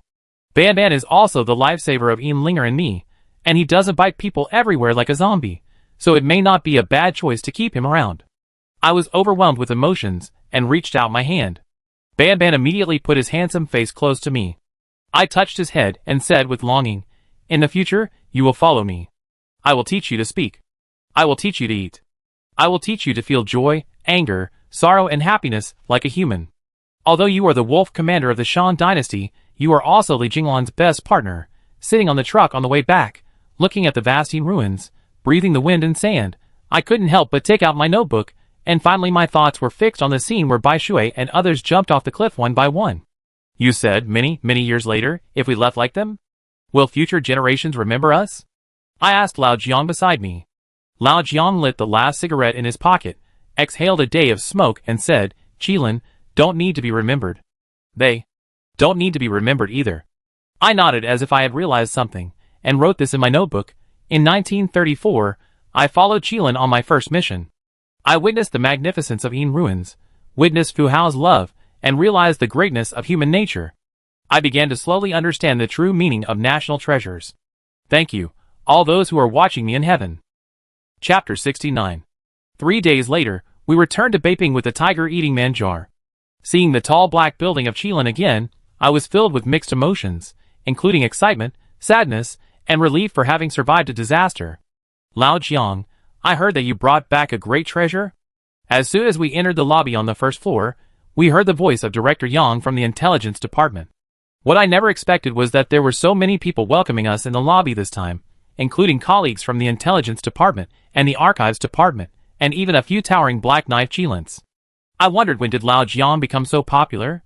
As a result, a black knife Qilin in the crowd spoke first. How dangerous is Inshu that you are all injured? Shen Xiaoyu is needed to help. Indeed, each of us was injured. Lao Jiang and Helangsu were covered in blood, and I was also bruised. Especially Ian Linger, who injured her life coup in order to deal with the demon flower. Her little face was pale, and she was sleeping on Helangsu's back. She would not be able to recover for several months. Lao Jiang did not explain, but coldly said, if it were you, there would be no bones left. What nonsense! Didn't you say you brought back a treasure? Hurry up and open your eyes. It turned out that the reason why these people lined up to welcome you was just to see the treasure of Inshu. But Lao Jiang said that this thing was very evil, and he would never open the package without the boss's permission. After that, he took us straight to the conference room on the second floor. When we arrived at the conference room, the thin old man in Zhongshan suit, who had met us once before, was already waiting for us. The old man was reading a newspaper. Seeing us coming, he nodded slightly. Sit down. Lao Jiang can joke around downstairs, but in front of this old man, he is respectful and serious. He dare not relax for a moment. He pushed the backpack carefully over and said, Boss, this is the treasure we took back after a narrow escape from death in Inshu, the tiger-eating man-eating jar. Yes, this mysterious old man is the leader of Qilin. Even though he is used to seeing thousands of treasures, the moment he saw the tiger-eating man-eating jar, the old man couldn't help but be shocked. His dark eyes suddenly shone with brilliance, and his hand subconsciously raised, but when it was about to touch the tiger-eating man-eating jar, he took it back. The look of cherishing it so much that he dared not touch it easily made me respect him. Although the tiger-eating man-eating jar in front of us was covered with green rust and a strange black aura lingered above and below. The lifelike bronze casting and carving represented the highest level of the Shang dynasty for more than 500 years. The tiger seemed to be alive, opening its bloody son in front of us and devouring the child's head. It's simply amazing, the old man muttered to himself. Especially when he heard Lao Jiang mention that in order to successfully bring back this treasure, the Inshu archaeological team jumped off the cliff one after another and died. The old man was silent. Their sacrifice is worth it. It is also their lifelong dream to let Inshu see the light of day again. The old man said that he would properly handle the tiger-eating man-eating jar, not to disappoint us or those heroic souls. But in addition to this, we are still facing two problems. Seeing that Lao Jiang was hesitant to speak, the old man frowned and shouted coldly, "When did you become hesitant?" "Boss, I want to ask whether we should announce Inshu to the public. We actually discussed this question on the way back. If we don't announce it, the sacrifices of Bai Shui, Xiao Xiao and others will become meaningless. No one knows what they have paid to protect the national treasures. But if it is announced, the two robbing forces entrenched in various places will definitely be ready to move, and it is very likely that Inshu will suffer an unexpected disaster. How many bronze artifacts will flow out at that time? Will we become the sinners of history?" The old man narrowed his eyes slightly, listened to Lao Jiang's words, and replied lightly, "Don't worry, I will take care of it." Then, Lao Jiang glanced at me and asked the second question. At this time, the handsome and unparalleled Shang Wolf Commander Ban Ban was squatting at the door like a little wolf dog. This is what I told him. He is not allowed to come in without my order, otherwise he will go back to where he came from. After Lao Jiang told the old man about Ban Ban, the old man actually smiled, and that meaningful smile seemed to see into Lao Jiang's heart. You are not good at protecting your disciples, but your luck in recruiting disciples is unmatched. Just be happy that you have picked up such a treasure. What do you mean, am I the treasure, or is Ban Ban? I was a little anxious and couldn't help but jump out of the sun. That Ban Ban is a zombie, but he is kind by nature, well-behaved and obedient, and he saved my life and Linger's life in Inshu. Can you not lock him up and let him continue to follow me? Li Jinglan, you are destined to be in danger, and you are destined to be lucky. Since Wolf Marshal recognizes you as his master, you have the final say on his stay or departure. I didn't expect the old man to be so open-minded. I thanked him repeatedly. The old man looked at the bloodstains on our bodies, and said that if there was nothing wrong, we should go back and recuperate. Linger was still in a coma, and it was obvious that her spirit was seriously damaged. Lan Chua carried her out, and Lao Jiang and I also carefully closed the door of the conference room. In fact, I was very curious. Why did Lao Jiang not report the news that Lao Wu was still alive? And even Lan Chua tacitly did not reveal even a word from beginning to end. But this is not in their hearts, and they must have their own considerations. As an apprentice, I naturally cannot interfere. After leaving, Lao Jiang touched the back of my head, praised me for being smart, as if it was because I did not expose his little trick, and excitedly promised me, "Tomorrow, Master will take you to eat mutton hot pot at Donglishan. You can order as much as you want." "Awoo!" Ban Ban, who was squatting outside, saw that I did not mean to call him, and called out anxiously, and even pulled my clothes. I quickly said to him, "I will take you to eat later." I went to the cafeteria with Lao Jiang to eat, and brought Ban Ban with me, but people here rarely meddle in other people's business. Everyone is focused on their own work. This time, the cafeteria not only left us food, but also added a lot of ingredients, beef, mutton, and chicken legs, which seemed to be the treatment of heroes. The chef even asked us kindly what we wanted to eat tonight. Would beef stew noodles be okay? Lao Jiang and I had bright eyes. Who knows how long we had been eating pancakes, our stomachs were already empty. So we quickly listed the recipes in our minds, and also helped Lan Shui and her apprentice order a few dishes, and said that they had contributed a lot on this trip, and Linger was such a cute little girl. But she only had half her life left, so she had to make up for it in the next few months. The canteen chef wiped his hands on his apron without hesitation. Okay. I go buy meat later. Chapter 70. In the next few days, I actually became Ban Ban's teacher. I taught him how to dress, how to eat, and how to integrate into the Republic of China society as soon as possible. Unfortunately, I don't seem to be the right material for this, and he is not a good student either. Hey! He cooked meat. Don't grab it with your hands. The whole cafeteria is watching. Please, I just joined Qilin. Do you want me to become an alien on the first day? Seeing Ban Ban, who was sitting opposite, grabbing a piece of raw beef from the kitchen with his hands and chewing it in his mouth, I had a headache. Woo! Ban Ban raised his head and looked at me with a pair of confused eyes. I don't know what he did to make me angry. At this moment, his face was wild and beautiful from an exotic land. After leaving the ancient tomb, his skin was slightly wheat-colored from the sun. Because he had just eaten raw meat, there was still a trace of terrifying blood at the corner of his lips. It was a pair of dark and deep wolf eyes without any emotion, but when they looked at me, they were full of pity and helplessness, which made me feel less angry. Forget it, just eat it, as long as it doesn't eat people. Ban seemed to understand what I said, and grabbed another piece of raw meat and started to bite it, showing his sharp white teeth, and smiled at me. This smile gave me goosebumps. It seems that there is a long way to go to make this big business wolf commander become a modern man. At this time, I found that the canteen chef was whispering to several Chilean members who were serving food, pointing at me and Ban, and it seemed that there was something. Have you seen a zombie that can walk?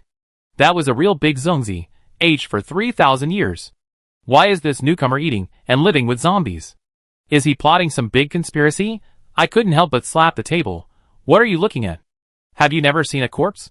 You are so ignorant. After that, I dragged Ban out of the cafeteria, but there was a bigger problem to face next. Where does this guy sleep? I sat in the dormitory with Lao Jiang to discuss this problem for an afternoon. Ban squatted beside me with a flattering face, making a humming sound in his throat. The meaning couldn't be more obvious. Where I was, he was there. No, what if you eat me in the middle of the night?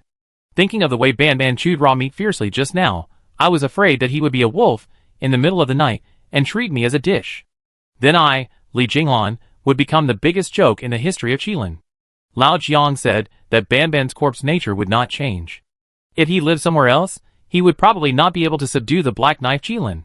He only recognizes you. You have to sleep with him. Lao Jiang threw this hot potato back to me, with a somewhat gloating expression, and I could only agree. But I put forward a condition, asking Lao Jiang to help me get a bunk bed. I don't want to sleep with a 1,000-year-old corpse. Lao Jiang readily agreed that it was no problem. He went to help me get the bed, and I started to clean up the dormitory, dividing the water cups and toiletries into 2 parts, but Ban was tall and straight, and he couldn't wear my clothes at all. Just when I was sighing about my fate, I suddenly remembered something. No, where is Dahu? You know, before going to Yinshiu, I entrusted Dahu to Shinxiaoyu, but didn't Shinxiaoyu go to meet us later? This fat cat is left unattended, won't it starve to death? Meow. Suddenly, a familiar cat's cry came into my ears. I looked over, and saw a big cat with golden hair and colorful patterns rushing into the corridor. Every hair on its body exploded, and its pair of copper bell eyes were wide open, as if it had encountered the most dangerous thing in the world. Not far away stood Shinxiaoyu, who called Dahu's name, but Dahu ignored her and dug the ground alertly and angrily like a tiger coming down the mountain, roaring like thunder in his throat. Hoo-hoo. Hoo-hoo. It felt the smell of corpses, and the smell of blood. The source of danger was Ban. Obviously, just as Shinxiaoyu was about to return Dahu to its original owner, Dahu noticed something was wrong. And Ban in the dormitory also got on all fours, with pupils as deep as obsidian, emitting a sharp murderous aura, which immediately reminded me of the confrontation between tigers and wolves in the forest. These 2 guys are natural enemies? Yes. This time I am really guilty. I quickly jumped to the middle, biting the bullet and holding one with one hand, acting as a peacemaker. Ban was very obedient. When he saw me, he immediately put away his sharp teeth. As for Dahu, he glanced at me with a very strange look. I even read a hint of resentment in his eyes.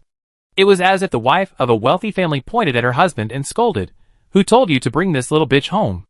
Today, either she or I, either I or she." It was not until I called several times that Dahu walked to my side cautiously, but still kept a safe distance from Ban.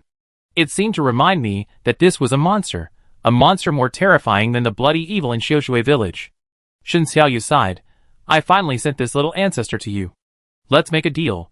Next time, unless you betray Lao Jiang and become my apprentice, otherwise this cat will not let me help you watch for another day. It turned out that during the time I was away, Dahu was jumping up and down like a madman, either peeing in Shinxiaoyu's teacup or scratching him, almost ruining the beautiful face of this Black Knife Chilean.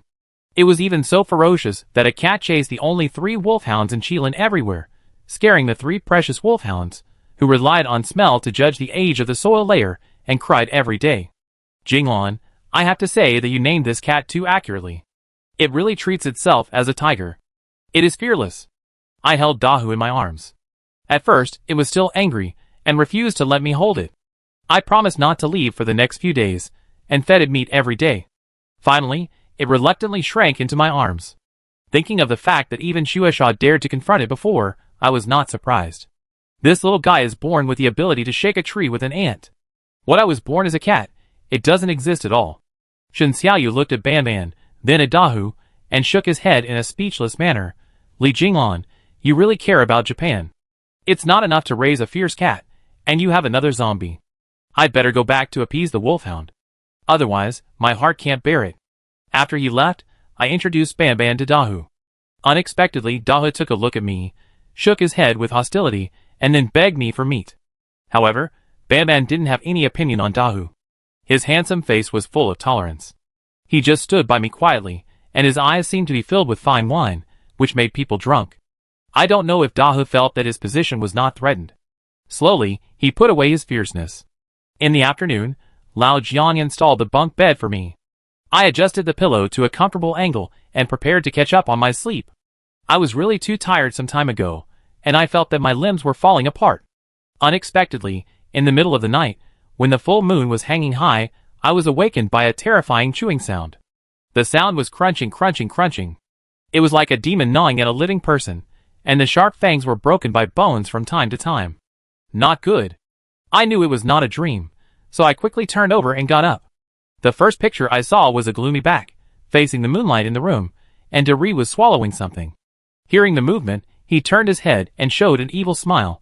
His face was covered with blood, and he was holding a strange bronze tripod in his hand. Ban Ban, what are you doing? I was so scared that I lost 2 of my 3 souls, fearing that this guy would cause a big disaster. If that was the case, no one could protect him, and he could only be suppressed or eliminated as a zombie. After checking it, I found that it was not human flesh, but raw pork stolen from the cafeteria. I finally felt relieved. Did you steal this tripod? I looked at Ban Ban angrily. You were not a wolf commander in the Shang dynasty, but a professional pickpocket, right? This small bronze tripod looked familiar to me. It seemed to be placed on the desk by the old man in the archives room as a paperweight. It was not a rare cultural relic, but a modern imitation of the Shang dynasty with thunder patterns and animal faces and flat feet. The tripod in my hand was still a little warm, and there were still a few pieces of unburned charcoal under my feet. I suddenly realized something. Could it be that Ban Ban wanted to? Ban Ban smiled with a pair of beautiful eyes and eyebrows, nodded vigorously, pointed to his stomach, made a humming sound, and wrote 2 crooked oracle bone characters on the ground with blood. That means Dingshi. Ding is a cultural relic now, but in ancient times it was the highest level cooking utensil used to cook meat. People in the Shang dynasty often judged a person's noble status by eating from a set of ding. Ban Ban listened to me, and didn't let him eat raw meat. He learned to cook meat when he was hungry. Thinking of this, I felt a wave of pain in my heart, and a warm current. Ban Ban, who said you are just a zombie without humanity? Who said you are the most terrifying existence in the world? You have your feelings, you have your gentleness, and you have been changing for me. Unconsciously, a line of tears fell down my cheeks.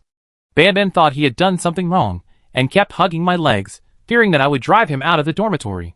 I quickly reached out and stroked his head, smiling slightly. I won't let you wander again, not for the rest of your life. At this moment, a sudden and urgent knock on the door interrupted the silence between us.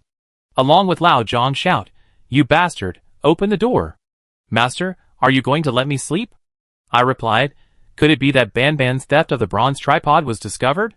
This is too fast, and is it really necessary for a street stall to let the dignified Black Knife Kirin break into the door in the middle of the night? After opening the door, I saw Lao Zhang's serious face, holding a newspaper with the aroma of ink in his hand. I knew instantly that he came for something else, and it was a big thing.